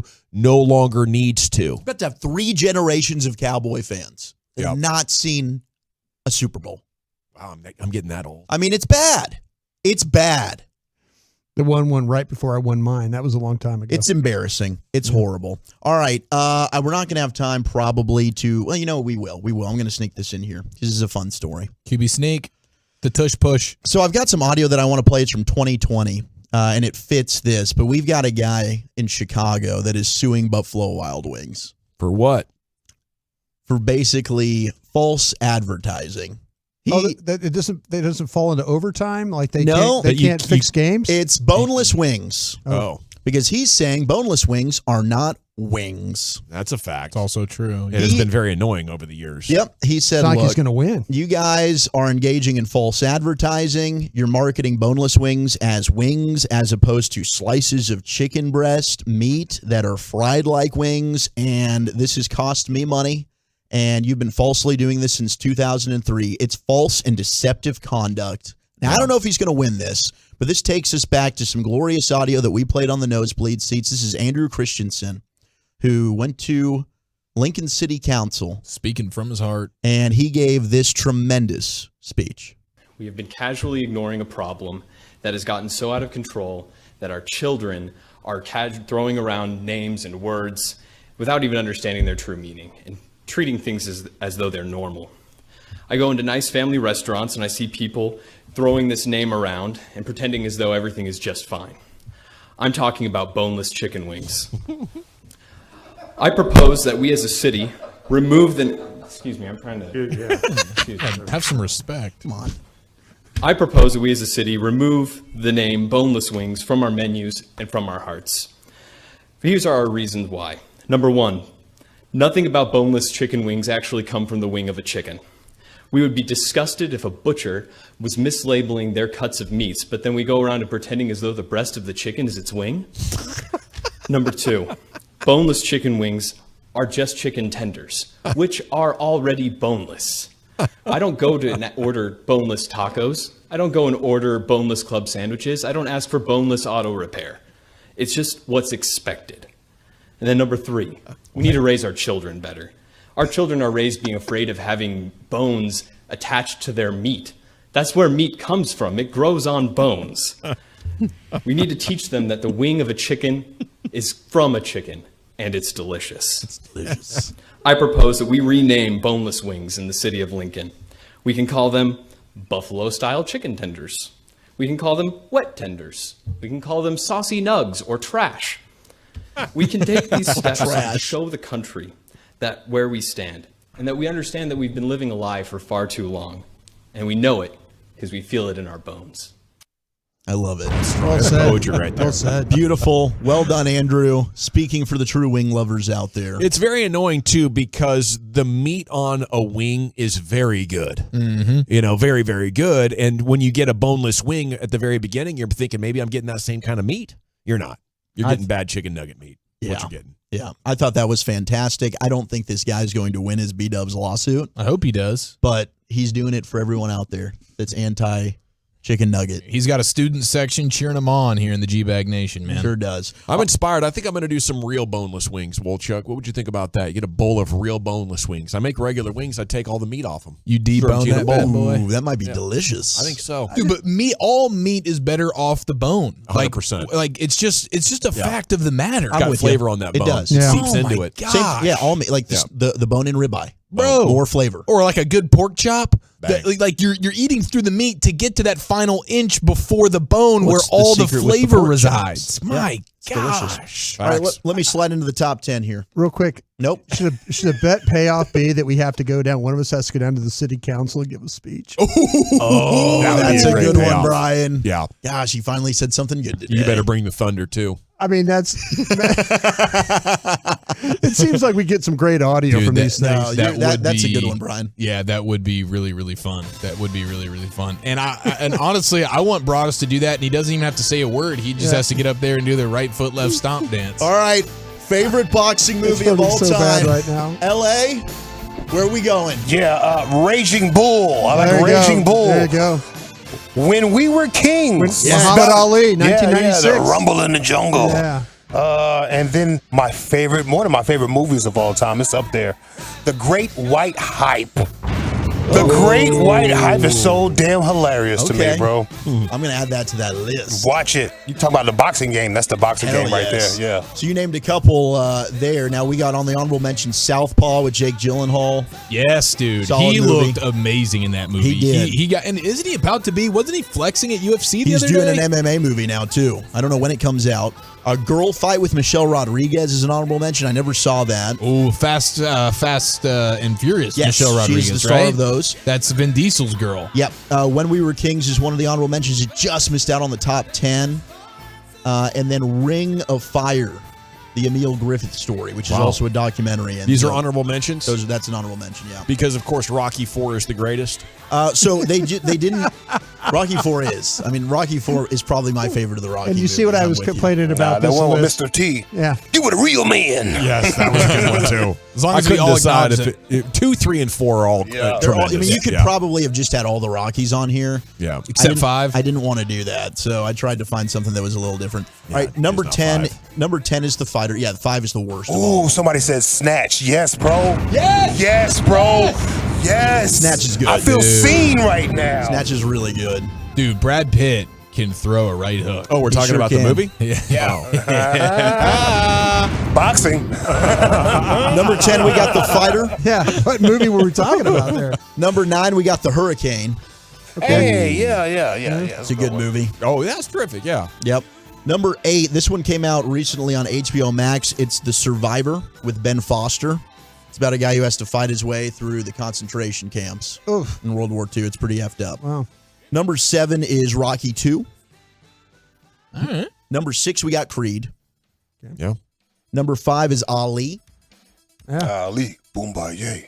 Very good movie. Did any of you guys see the movie Fighting with Channing Tatum? I sure did. Dude, I haven't seen it in a long time, but that movie was sweet. I also really like Never Back Down. Never Back Down was awesome. Not bad at all. That was the unveiling of Amber Heard to the world. Sure was. Who knew? 12 short years later, she was going to be dropping grumpers on Johnny Depp's bed. Yep. Bleed for This, Miles Teller gets some love from the 817. Top 4 here, we got Cinderella Man at 4. She said, why'd you pull in the bed? That was great. Number 3 is $1 Million Baby. Oh. Yeah. Number 2, we've got Raging Bull. Yeah, there you go. So Iconic. good, man. Did you already get Violent, man. Cinderella Joe Pesci's Man? in it, bro. Yeah, Cinderella Man was number 4. Number Nice. 4. Cinderella Man is good. Yeah, Joe Pesci is. Number 1, though, best boxing movie of all time. The original, the GOAT, Rocky. Just Rocky. Okay. Do you think this big George Foreman from our guy Chris Davis, who made it to the Super Bowl, is going to join this list at some point? I hope so. The trailer looked really good. I saw it before Creed 3. First time I'd seen the trailer. It's pretty incredible, and you can see the physical transformations he was talking to us about. Yeah. Like they He was a great guest. Yeah, That's he was commitment. fantastic, and he really is. Like you saw, he put on a ton of weight for the older George, and I'm stoked to see that movie. Thank you, Wolchuk. Top 10 every afternoon, 420. Cowboys Twitter, what the top insiders are saying about the Cowboys' approach is next here in the G-Bag Nation on 105.3 The Fan. Then we'll get to all the NFL news coming up at 5. Let's chat D&M leasing before we do that.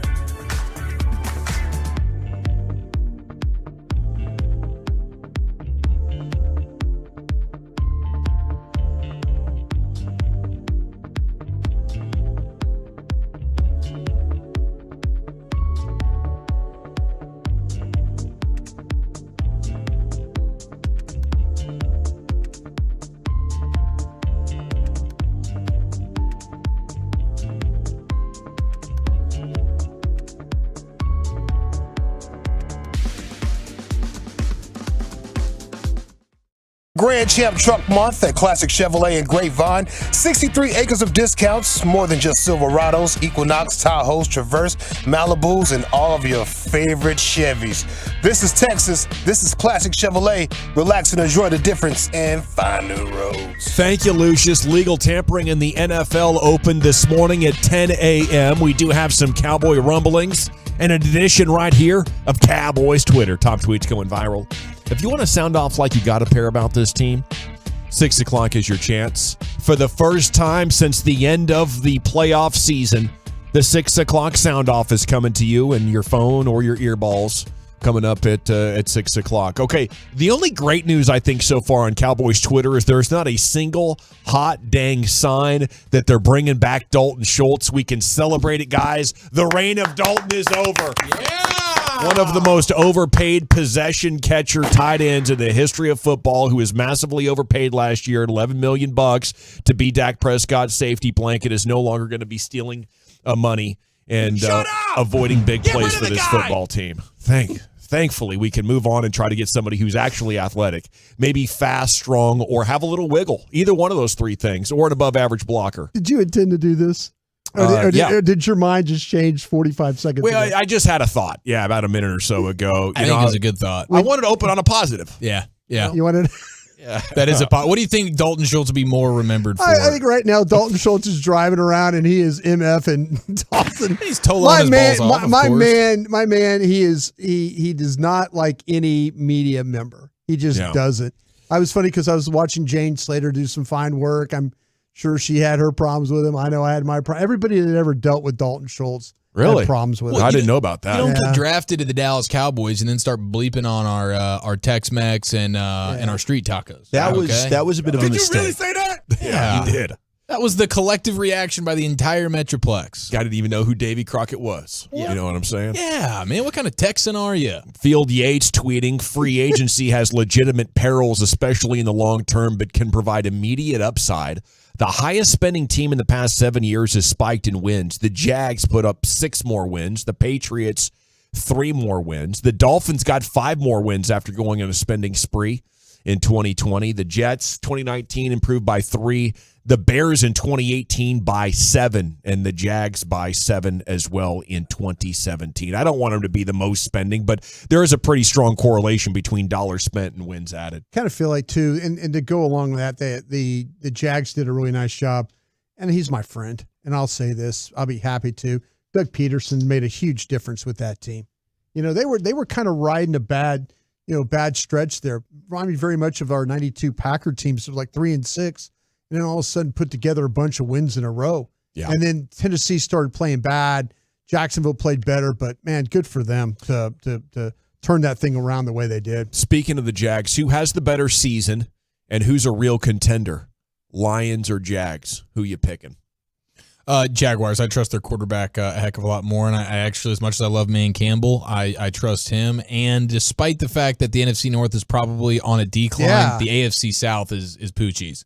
Yeah, I'm going to go with I'll say the Lions. I think the Lions got a really good shot, especially if Aaron Rodgers moves on. I think the Lions got a shot to win the division. Yeah, well, I think the Jags are better, but I think the Lions would be the answer here just because of the conference and division that they play in. Okay, next tweet. What are we doing with the AFC South right now? No. I think the Texans and the Colts are picking in the top 5. I think Detroit's a better team. Playing in a I think Detroit's a better team.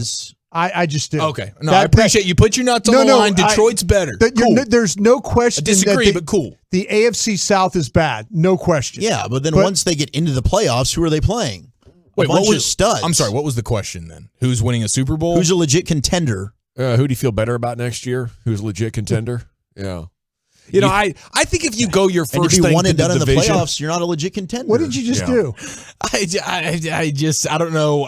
What caused you to stand up out of your chair? He doesn't like when people disagree with him. No, that's not true. People disagree with me all the time. He takes it well. I feel like Chiafalo takes it pretty good. People don't trust him. You're in the minority there because I've worked with him for 7 years, and I know he doesn't take it well. He hates it. Well, he does a good job every of hiding time it. I disagree with him. He does a good job of hiding it. It's just a bad read by you. We disagreed earlier on Cooks and Hopkins, and did I lose my mind about it? I asked the question. I pushed back with my thoughts. Very professional. You should have seen your face. That's called passion. When he gave that answer, you should have seen your face. Like, whoa, what's going on here? No, the worst answer is picking Detroit to be contending in anything. The fact that you're going to Detroit? put your nuts on the Which line. that is Detroit. Detroit. And don't get me wrong, I'm still over here caping for Jacksonville, so I can understand the flaws in my argument. You're right. as These are well. both organizations that we probably shouldn't be pining for. Trevor Lawrence and Doug Peterson. That's all I need to know. You're going to trust Man Campbell and Jared Goff to get it done?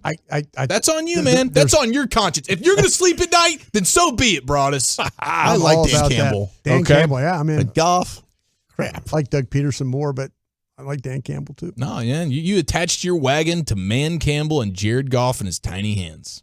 Sean Sharif would be proud of you. Speaking of the state of Florida, Miami's giving MVP next year. Sorry about that, Sean. Former Jets quarterback Mike White a 2-year deal worth up to $16 million. My guy, Mike White. This is a real report. One of the quarterbacks that brought us nailed, My baby. God, Mike White. What's Cooper Rush going to get?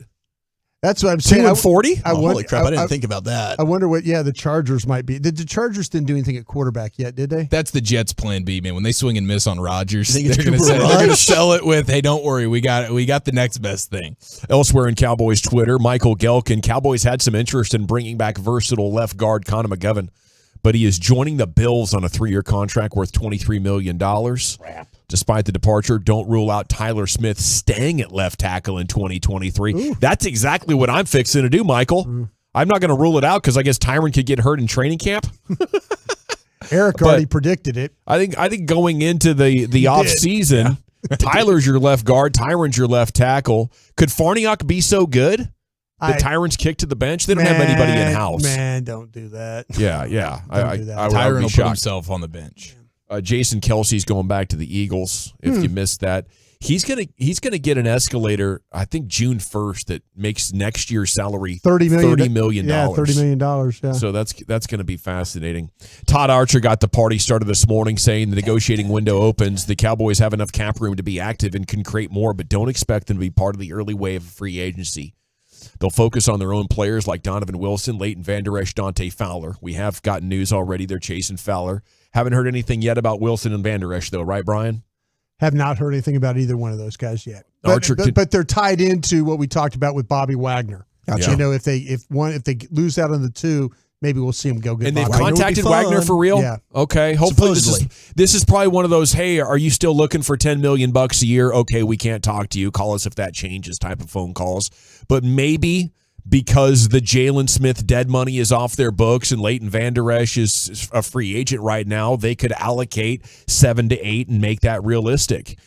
Morning News has a piece they link to. Is Donovan Wilson the most underrated option at safety going into free agency? How good is Donovan Wilson? You know, I always thought he was too much of a risk taker and a boomer bust player, but you guys were talking last week about how his coverage skills have increased. Is he like a legitimate Pro Bowl safety, or is this guy right now that might be overvalued?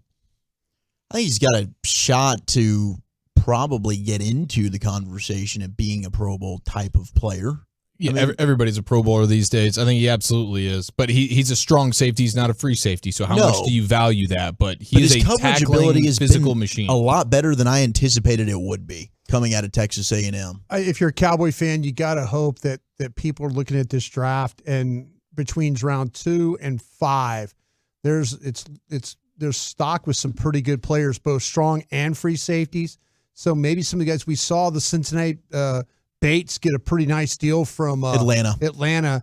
You know, I kind of feel like with Wilson though, like to say you could put him down low in the box. I've seen him make range plays. Though ball go to the outside and him cover a deep half. You know, his ability to run. I just love his toughness. Yeah. That's what I think. That you get a guy like that on your team. It's hard to move on. He's a tone setter. 5 o'clock hour is next. Tons of stuff happening around the NFL, remaking the landscape and the power rankings of this league. Woolchuck will take you through everything in pro football next to the nation. The more you listen, the harder we cry.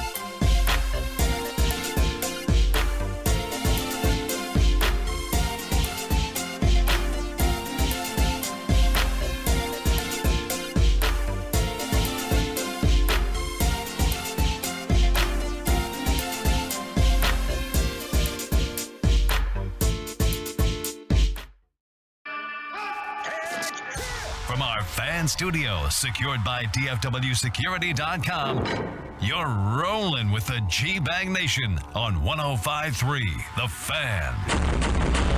It is day one of NFL free agency. It's hour number 4 of the G-Bag Nation here on 105.3 The Fan. The legal tampering period began this morning. Wolchuk has a full report.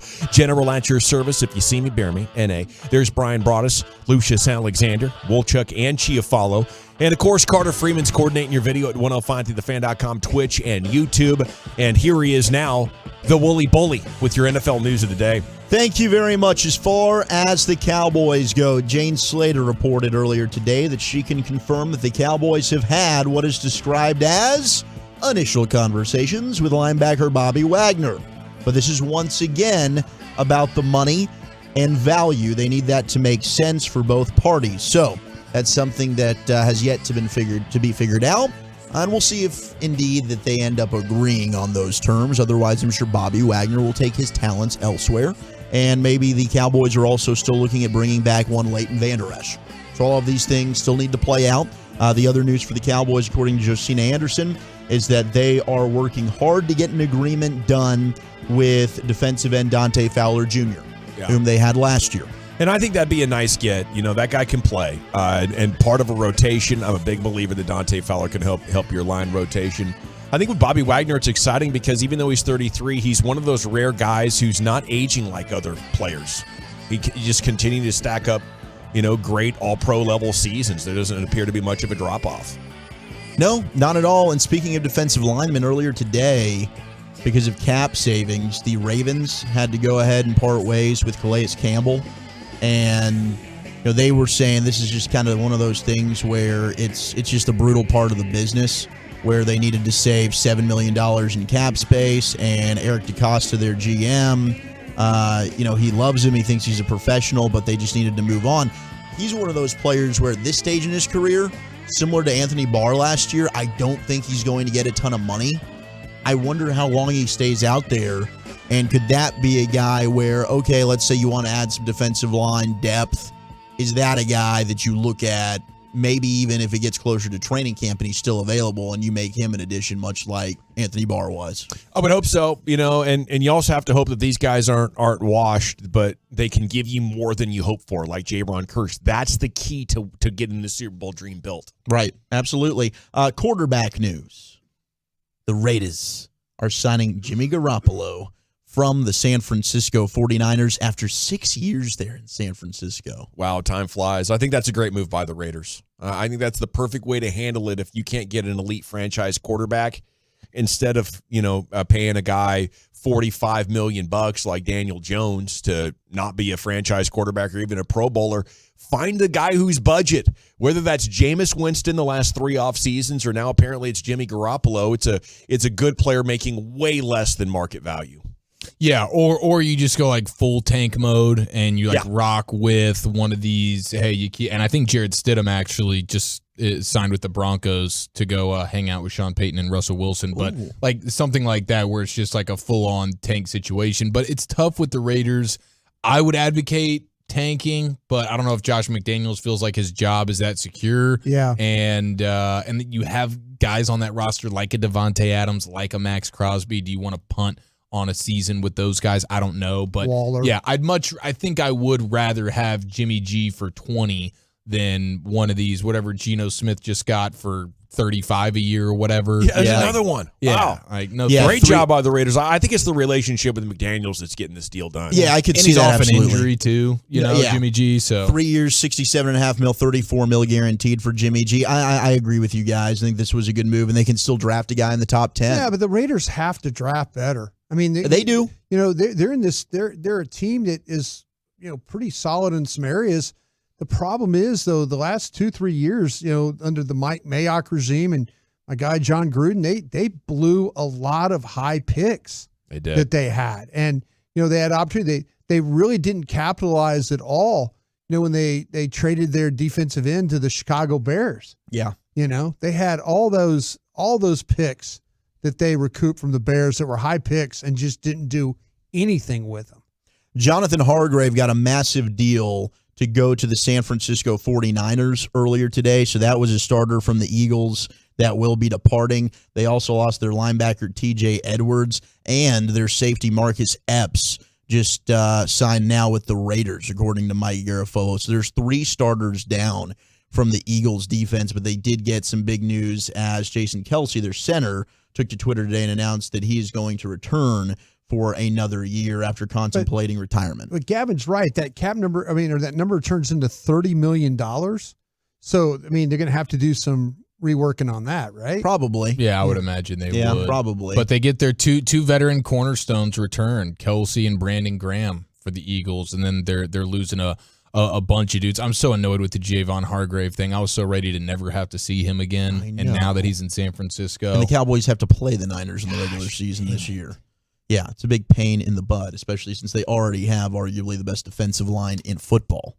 Man, Warren Sharp just put up a graph on this Sam Darnold 49ers thing that I wanted to throw in here. Yeah. Carolina's offense took a lot of deep shots, and he was terrible. But the San Francisco offense does not take deep shots, and Darnold showed efficiency when throwing underneath in Carolina, similar to the Niners quarterbacks. So they have like this, two-sided chart up, first down rate and EPA per attempt, average estimated points added per attempt. And he's like up in the upper right-hand corner by himself next to like Purdy and Jimmy G and a couple of other guys. This might be Shanahan finding the exact kind of guy who was flawed in other systems but could be a perfect backup for him. I could see it. Sam Darnold's a guy that people loved coming out of the draft, and maybe this could be a perfect system for him to succeed in. They're going to need somebody. I wonder what they do with Trey Lance, but Brock Purdy finally just had his elbow surgery. There was swelling that caused that to kind of linger into the offseason. So I think it's a 6-month recovery for him. I don't know if he's going to be ready to go for the start of the season. They'll need a guy. Does Darnold end up being a stud for them? I don't know. It'd be interesting. He can at least be good enough for them to keep him afloat for however many games they need him, and then, okay, Trey Lance is ready to go, or okay, Brock Purdy's ready to go. But, yeah, if I was a quarterback that needed some rehabilitation to my resume and to just the narrative around me, I would want to go to San Francisco in a heartbeat, man. Okay, by the way, speaking of this chart, and this is on performance on passes thrown within 10 yards of the line of scrimmage. First down rate going up, EPA per attempt going to the side. Dak Prescott appears to be about the 8th best player in the NFL at this. So it's basically success rate and creating plays and winning on throws that travel less than 10 yards. Interesting. From the line of scrimmage. Okay. And I believe that's what Mike McCarthy wants to steer him in the direction of. Safeties, you had Jesse Bates, the outstanding safety for the Bengals. He's signing a $64 million contract with the Falcons. And speaking of safeties, Jane Slater reporting Cowboys are still talking to Donovan Wilson. Quote, we want him, according to a source. Yeah, they do. As for LVE, Cowboys are still working on it, but nothing of substance to report. Jane's told that he will likely garner interest from another team or two. So if nothing materializes, look for maybe LVE, who knows, to end up elsewhere. But those are the two players, obviously, the Cowboys will be keeping an eye on. This is cool that at least there's players in the first wave. Usually we'd hear crickets for 48 to 72 hours, and then they'd start picking up. At least they're involved in negotiation with players, albeit on the bottom third of the first wave. They're in on some of these guys who other teams actually want. Yeah. Now you had the Bears. They're giving former Bill linebacker Tremaine Edmonds a 4-year, $72 million contract. That includes $50 million guaranteed. Good deal for Edmonds. The Steelers signed Patrick Peterson, the cornerback, to a 2-year deal.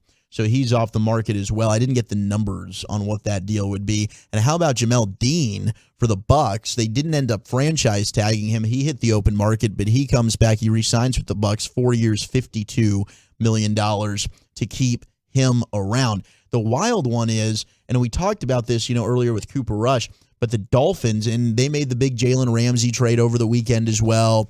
They get him away from the Rams, but the signing of Mike White, and you just mentioned Jared Stidham, signing as well with the Raiders. I am starting to think like, holy cow, this market for backup quarterbacks like Case Keenum today also signed. How much could Cooper Rush get now? What would be your limit?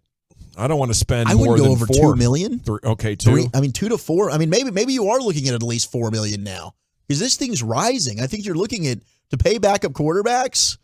Maybe $4 million is the starting line. You got to feel like you need one. Dak's been hurt like 4 years in a row. Guy won 4 out of 5 games. We're trying to get him for $2 million.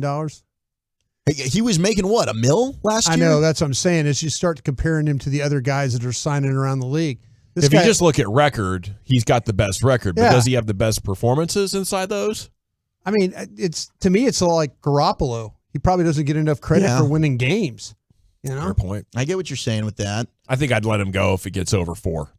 The Chiefs ended up signing former Jacksonville Jag Jawan Taylor to an $80 million deal. He's now Patrick Mahomes' new bodyguard, which is interesting.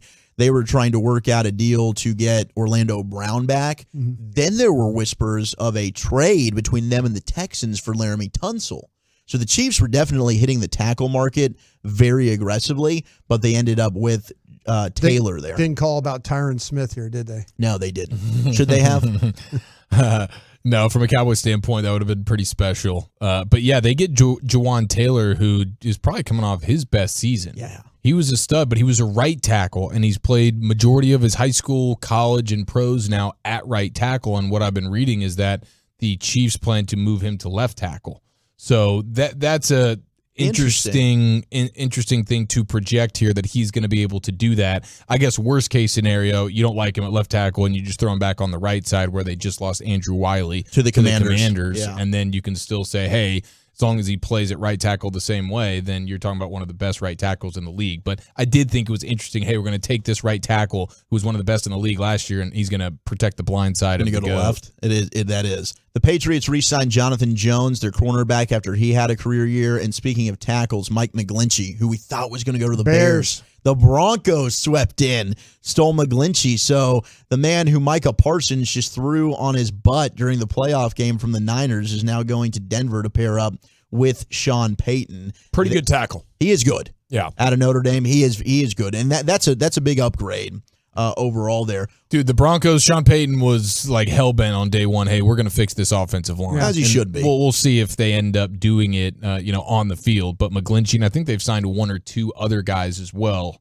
Like, man, they couldn't run the ball. They couldn't protect. They were terrible last year. Yeah, they were. But as this thing keeps moving on, I mean, you look at the Giants, they re-signed Sterling Shepard yesterday, which is interesting. The Washington Commanders signed Deron Payne to a big 4-year, $90 million extension over the weekend. But the rest of the division, you got the Eagles that are losing a bunch of guys defensively.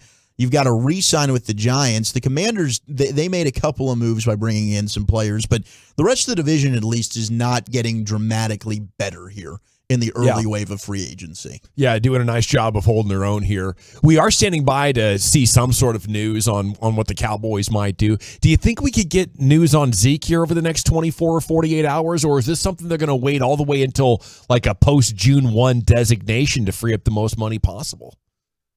I just have a feeling that if you look at history and how they handled that Des Bryant thing, and maybe that's not the similar type of a situation, but that thing went into April. I mean, the Cowboys were into their draft meetings and stuff like that before that one ever got taken care of. So, I mean, do you think that's because they were actually wondering what they were going to do and it took them a while to actually come to the decision? I think so. And maybe they're having the same battle about Zeke right now? I think they are, yeah. Well, it appears, at least for now, Tom Brady is not coming back. There's been no word on a deal for him, and Aaron Rodgers does appear to be on his way to the Jets. So you are now without a clear Hall of Fame quarterback here in this NFC, maybe for the first time in 50 years. Which makes it even more the reason to try and be aggressive. If you see a player that you like, go get him and try and get over that hump. This stuff's getting interesting with the Panthers, though, with moving up to number 1.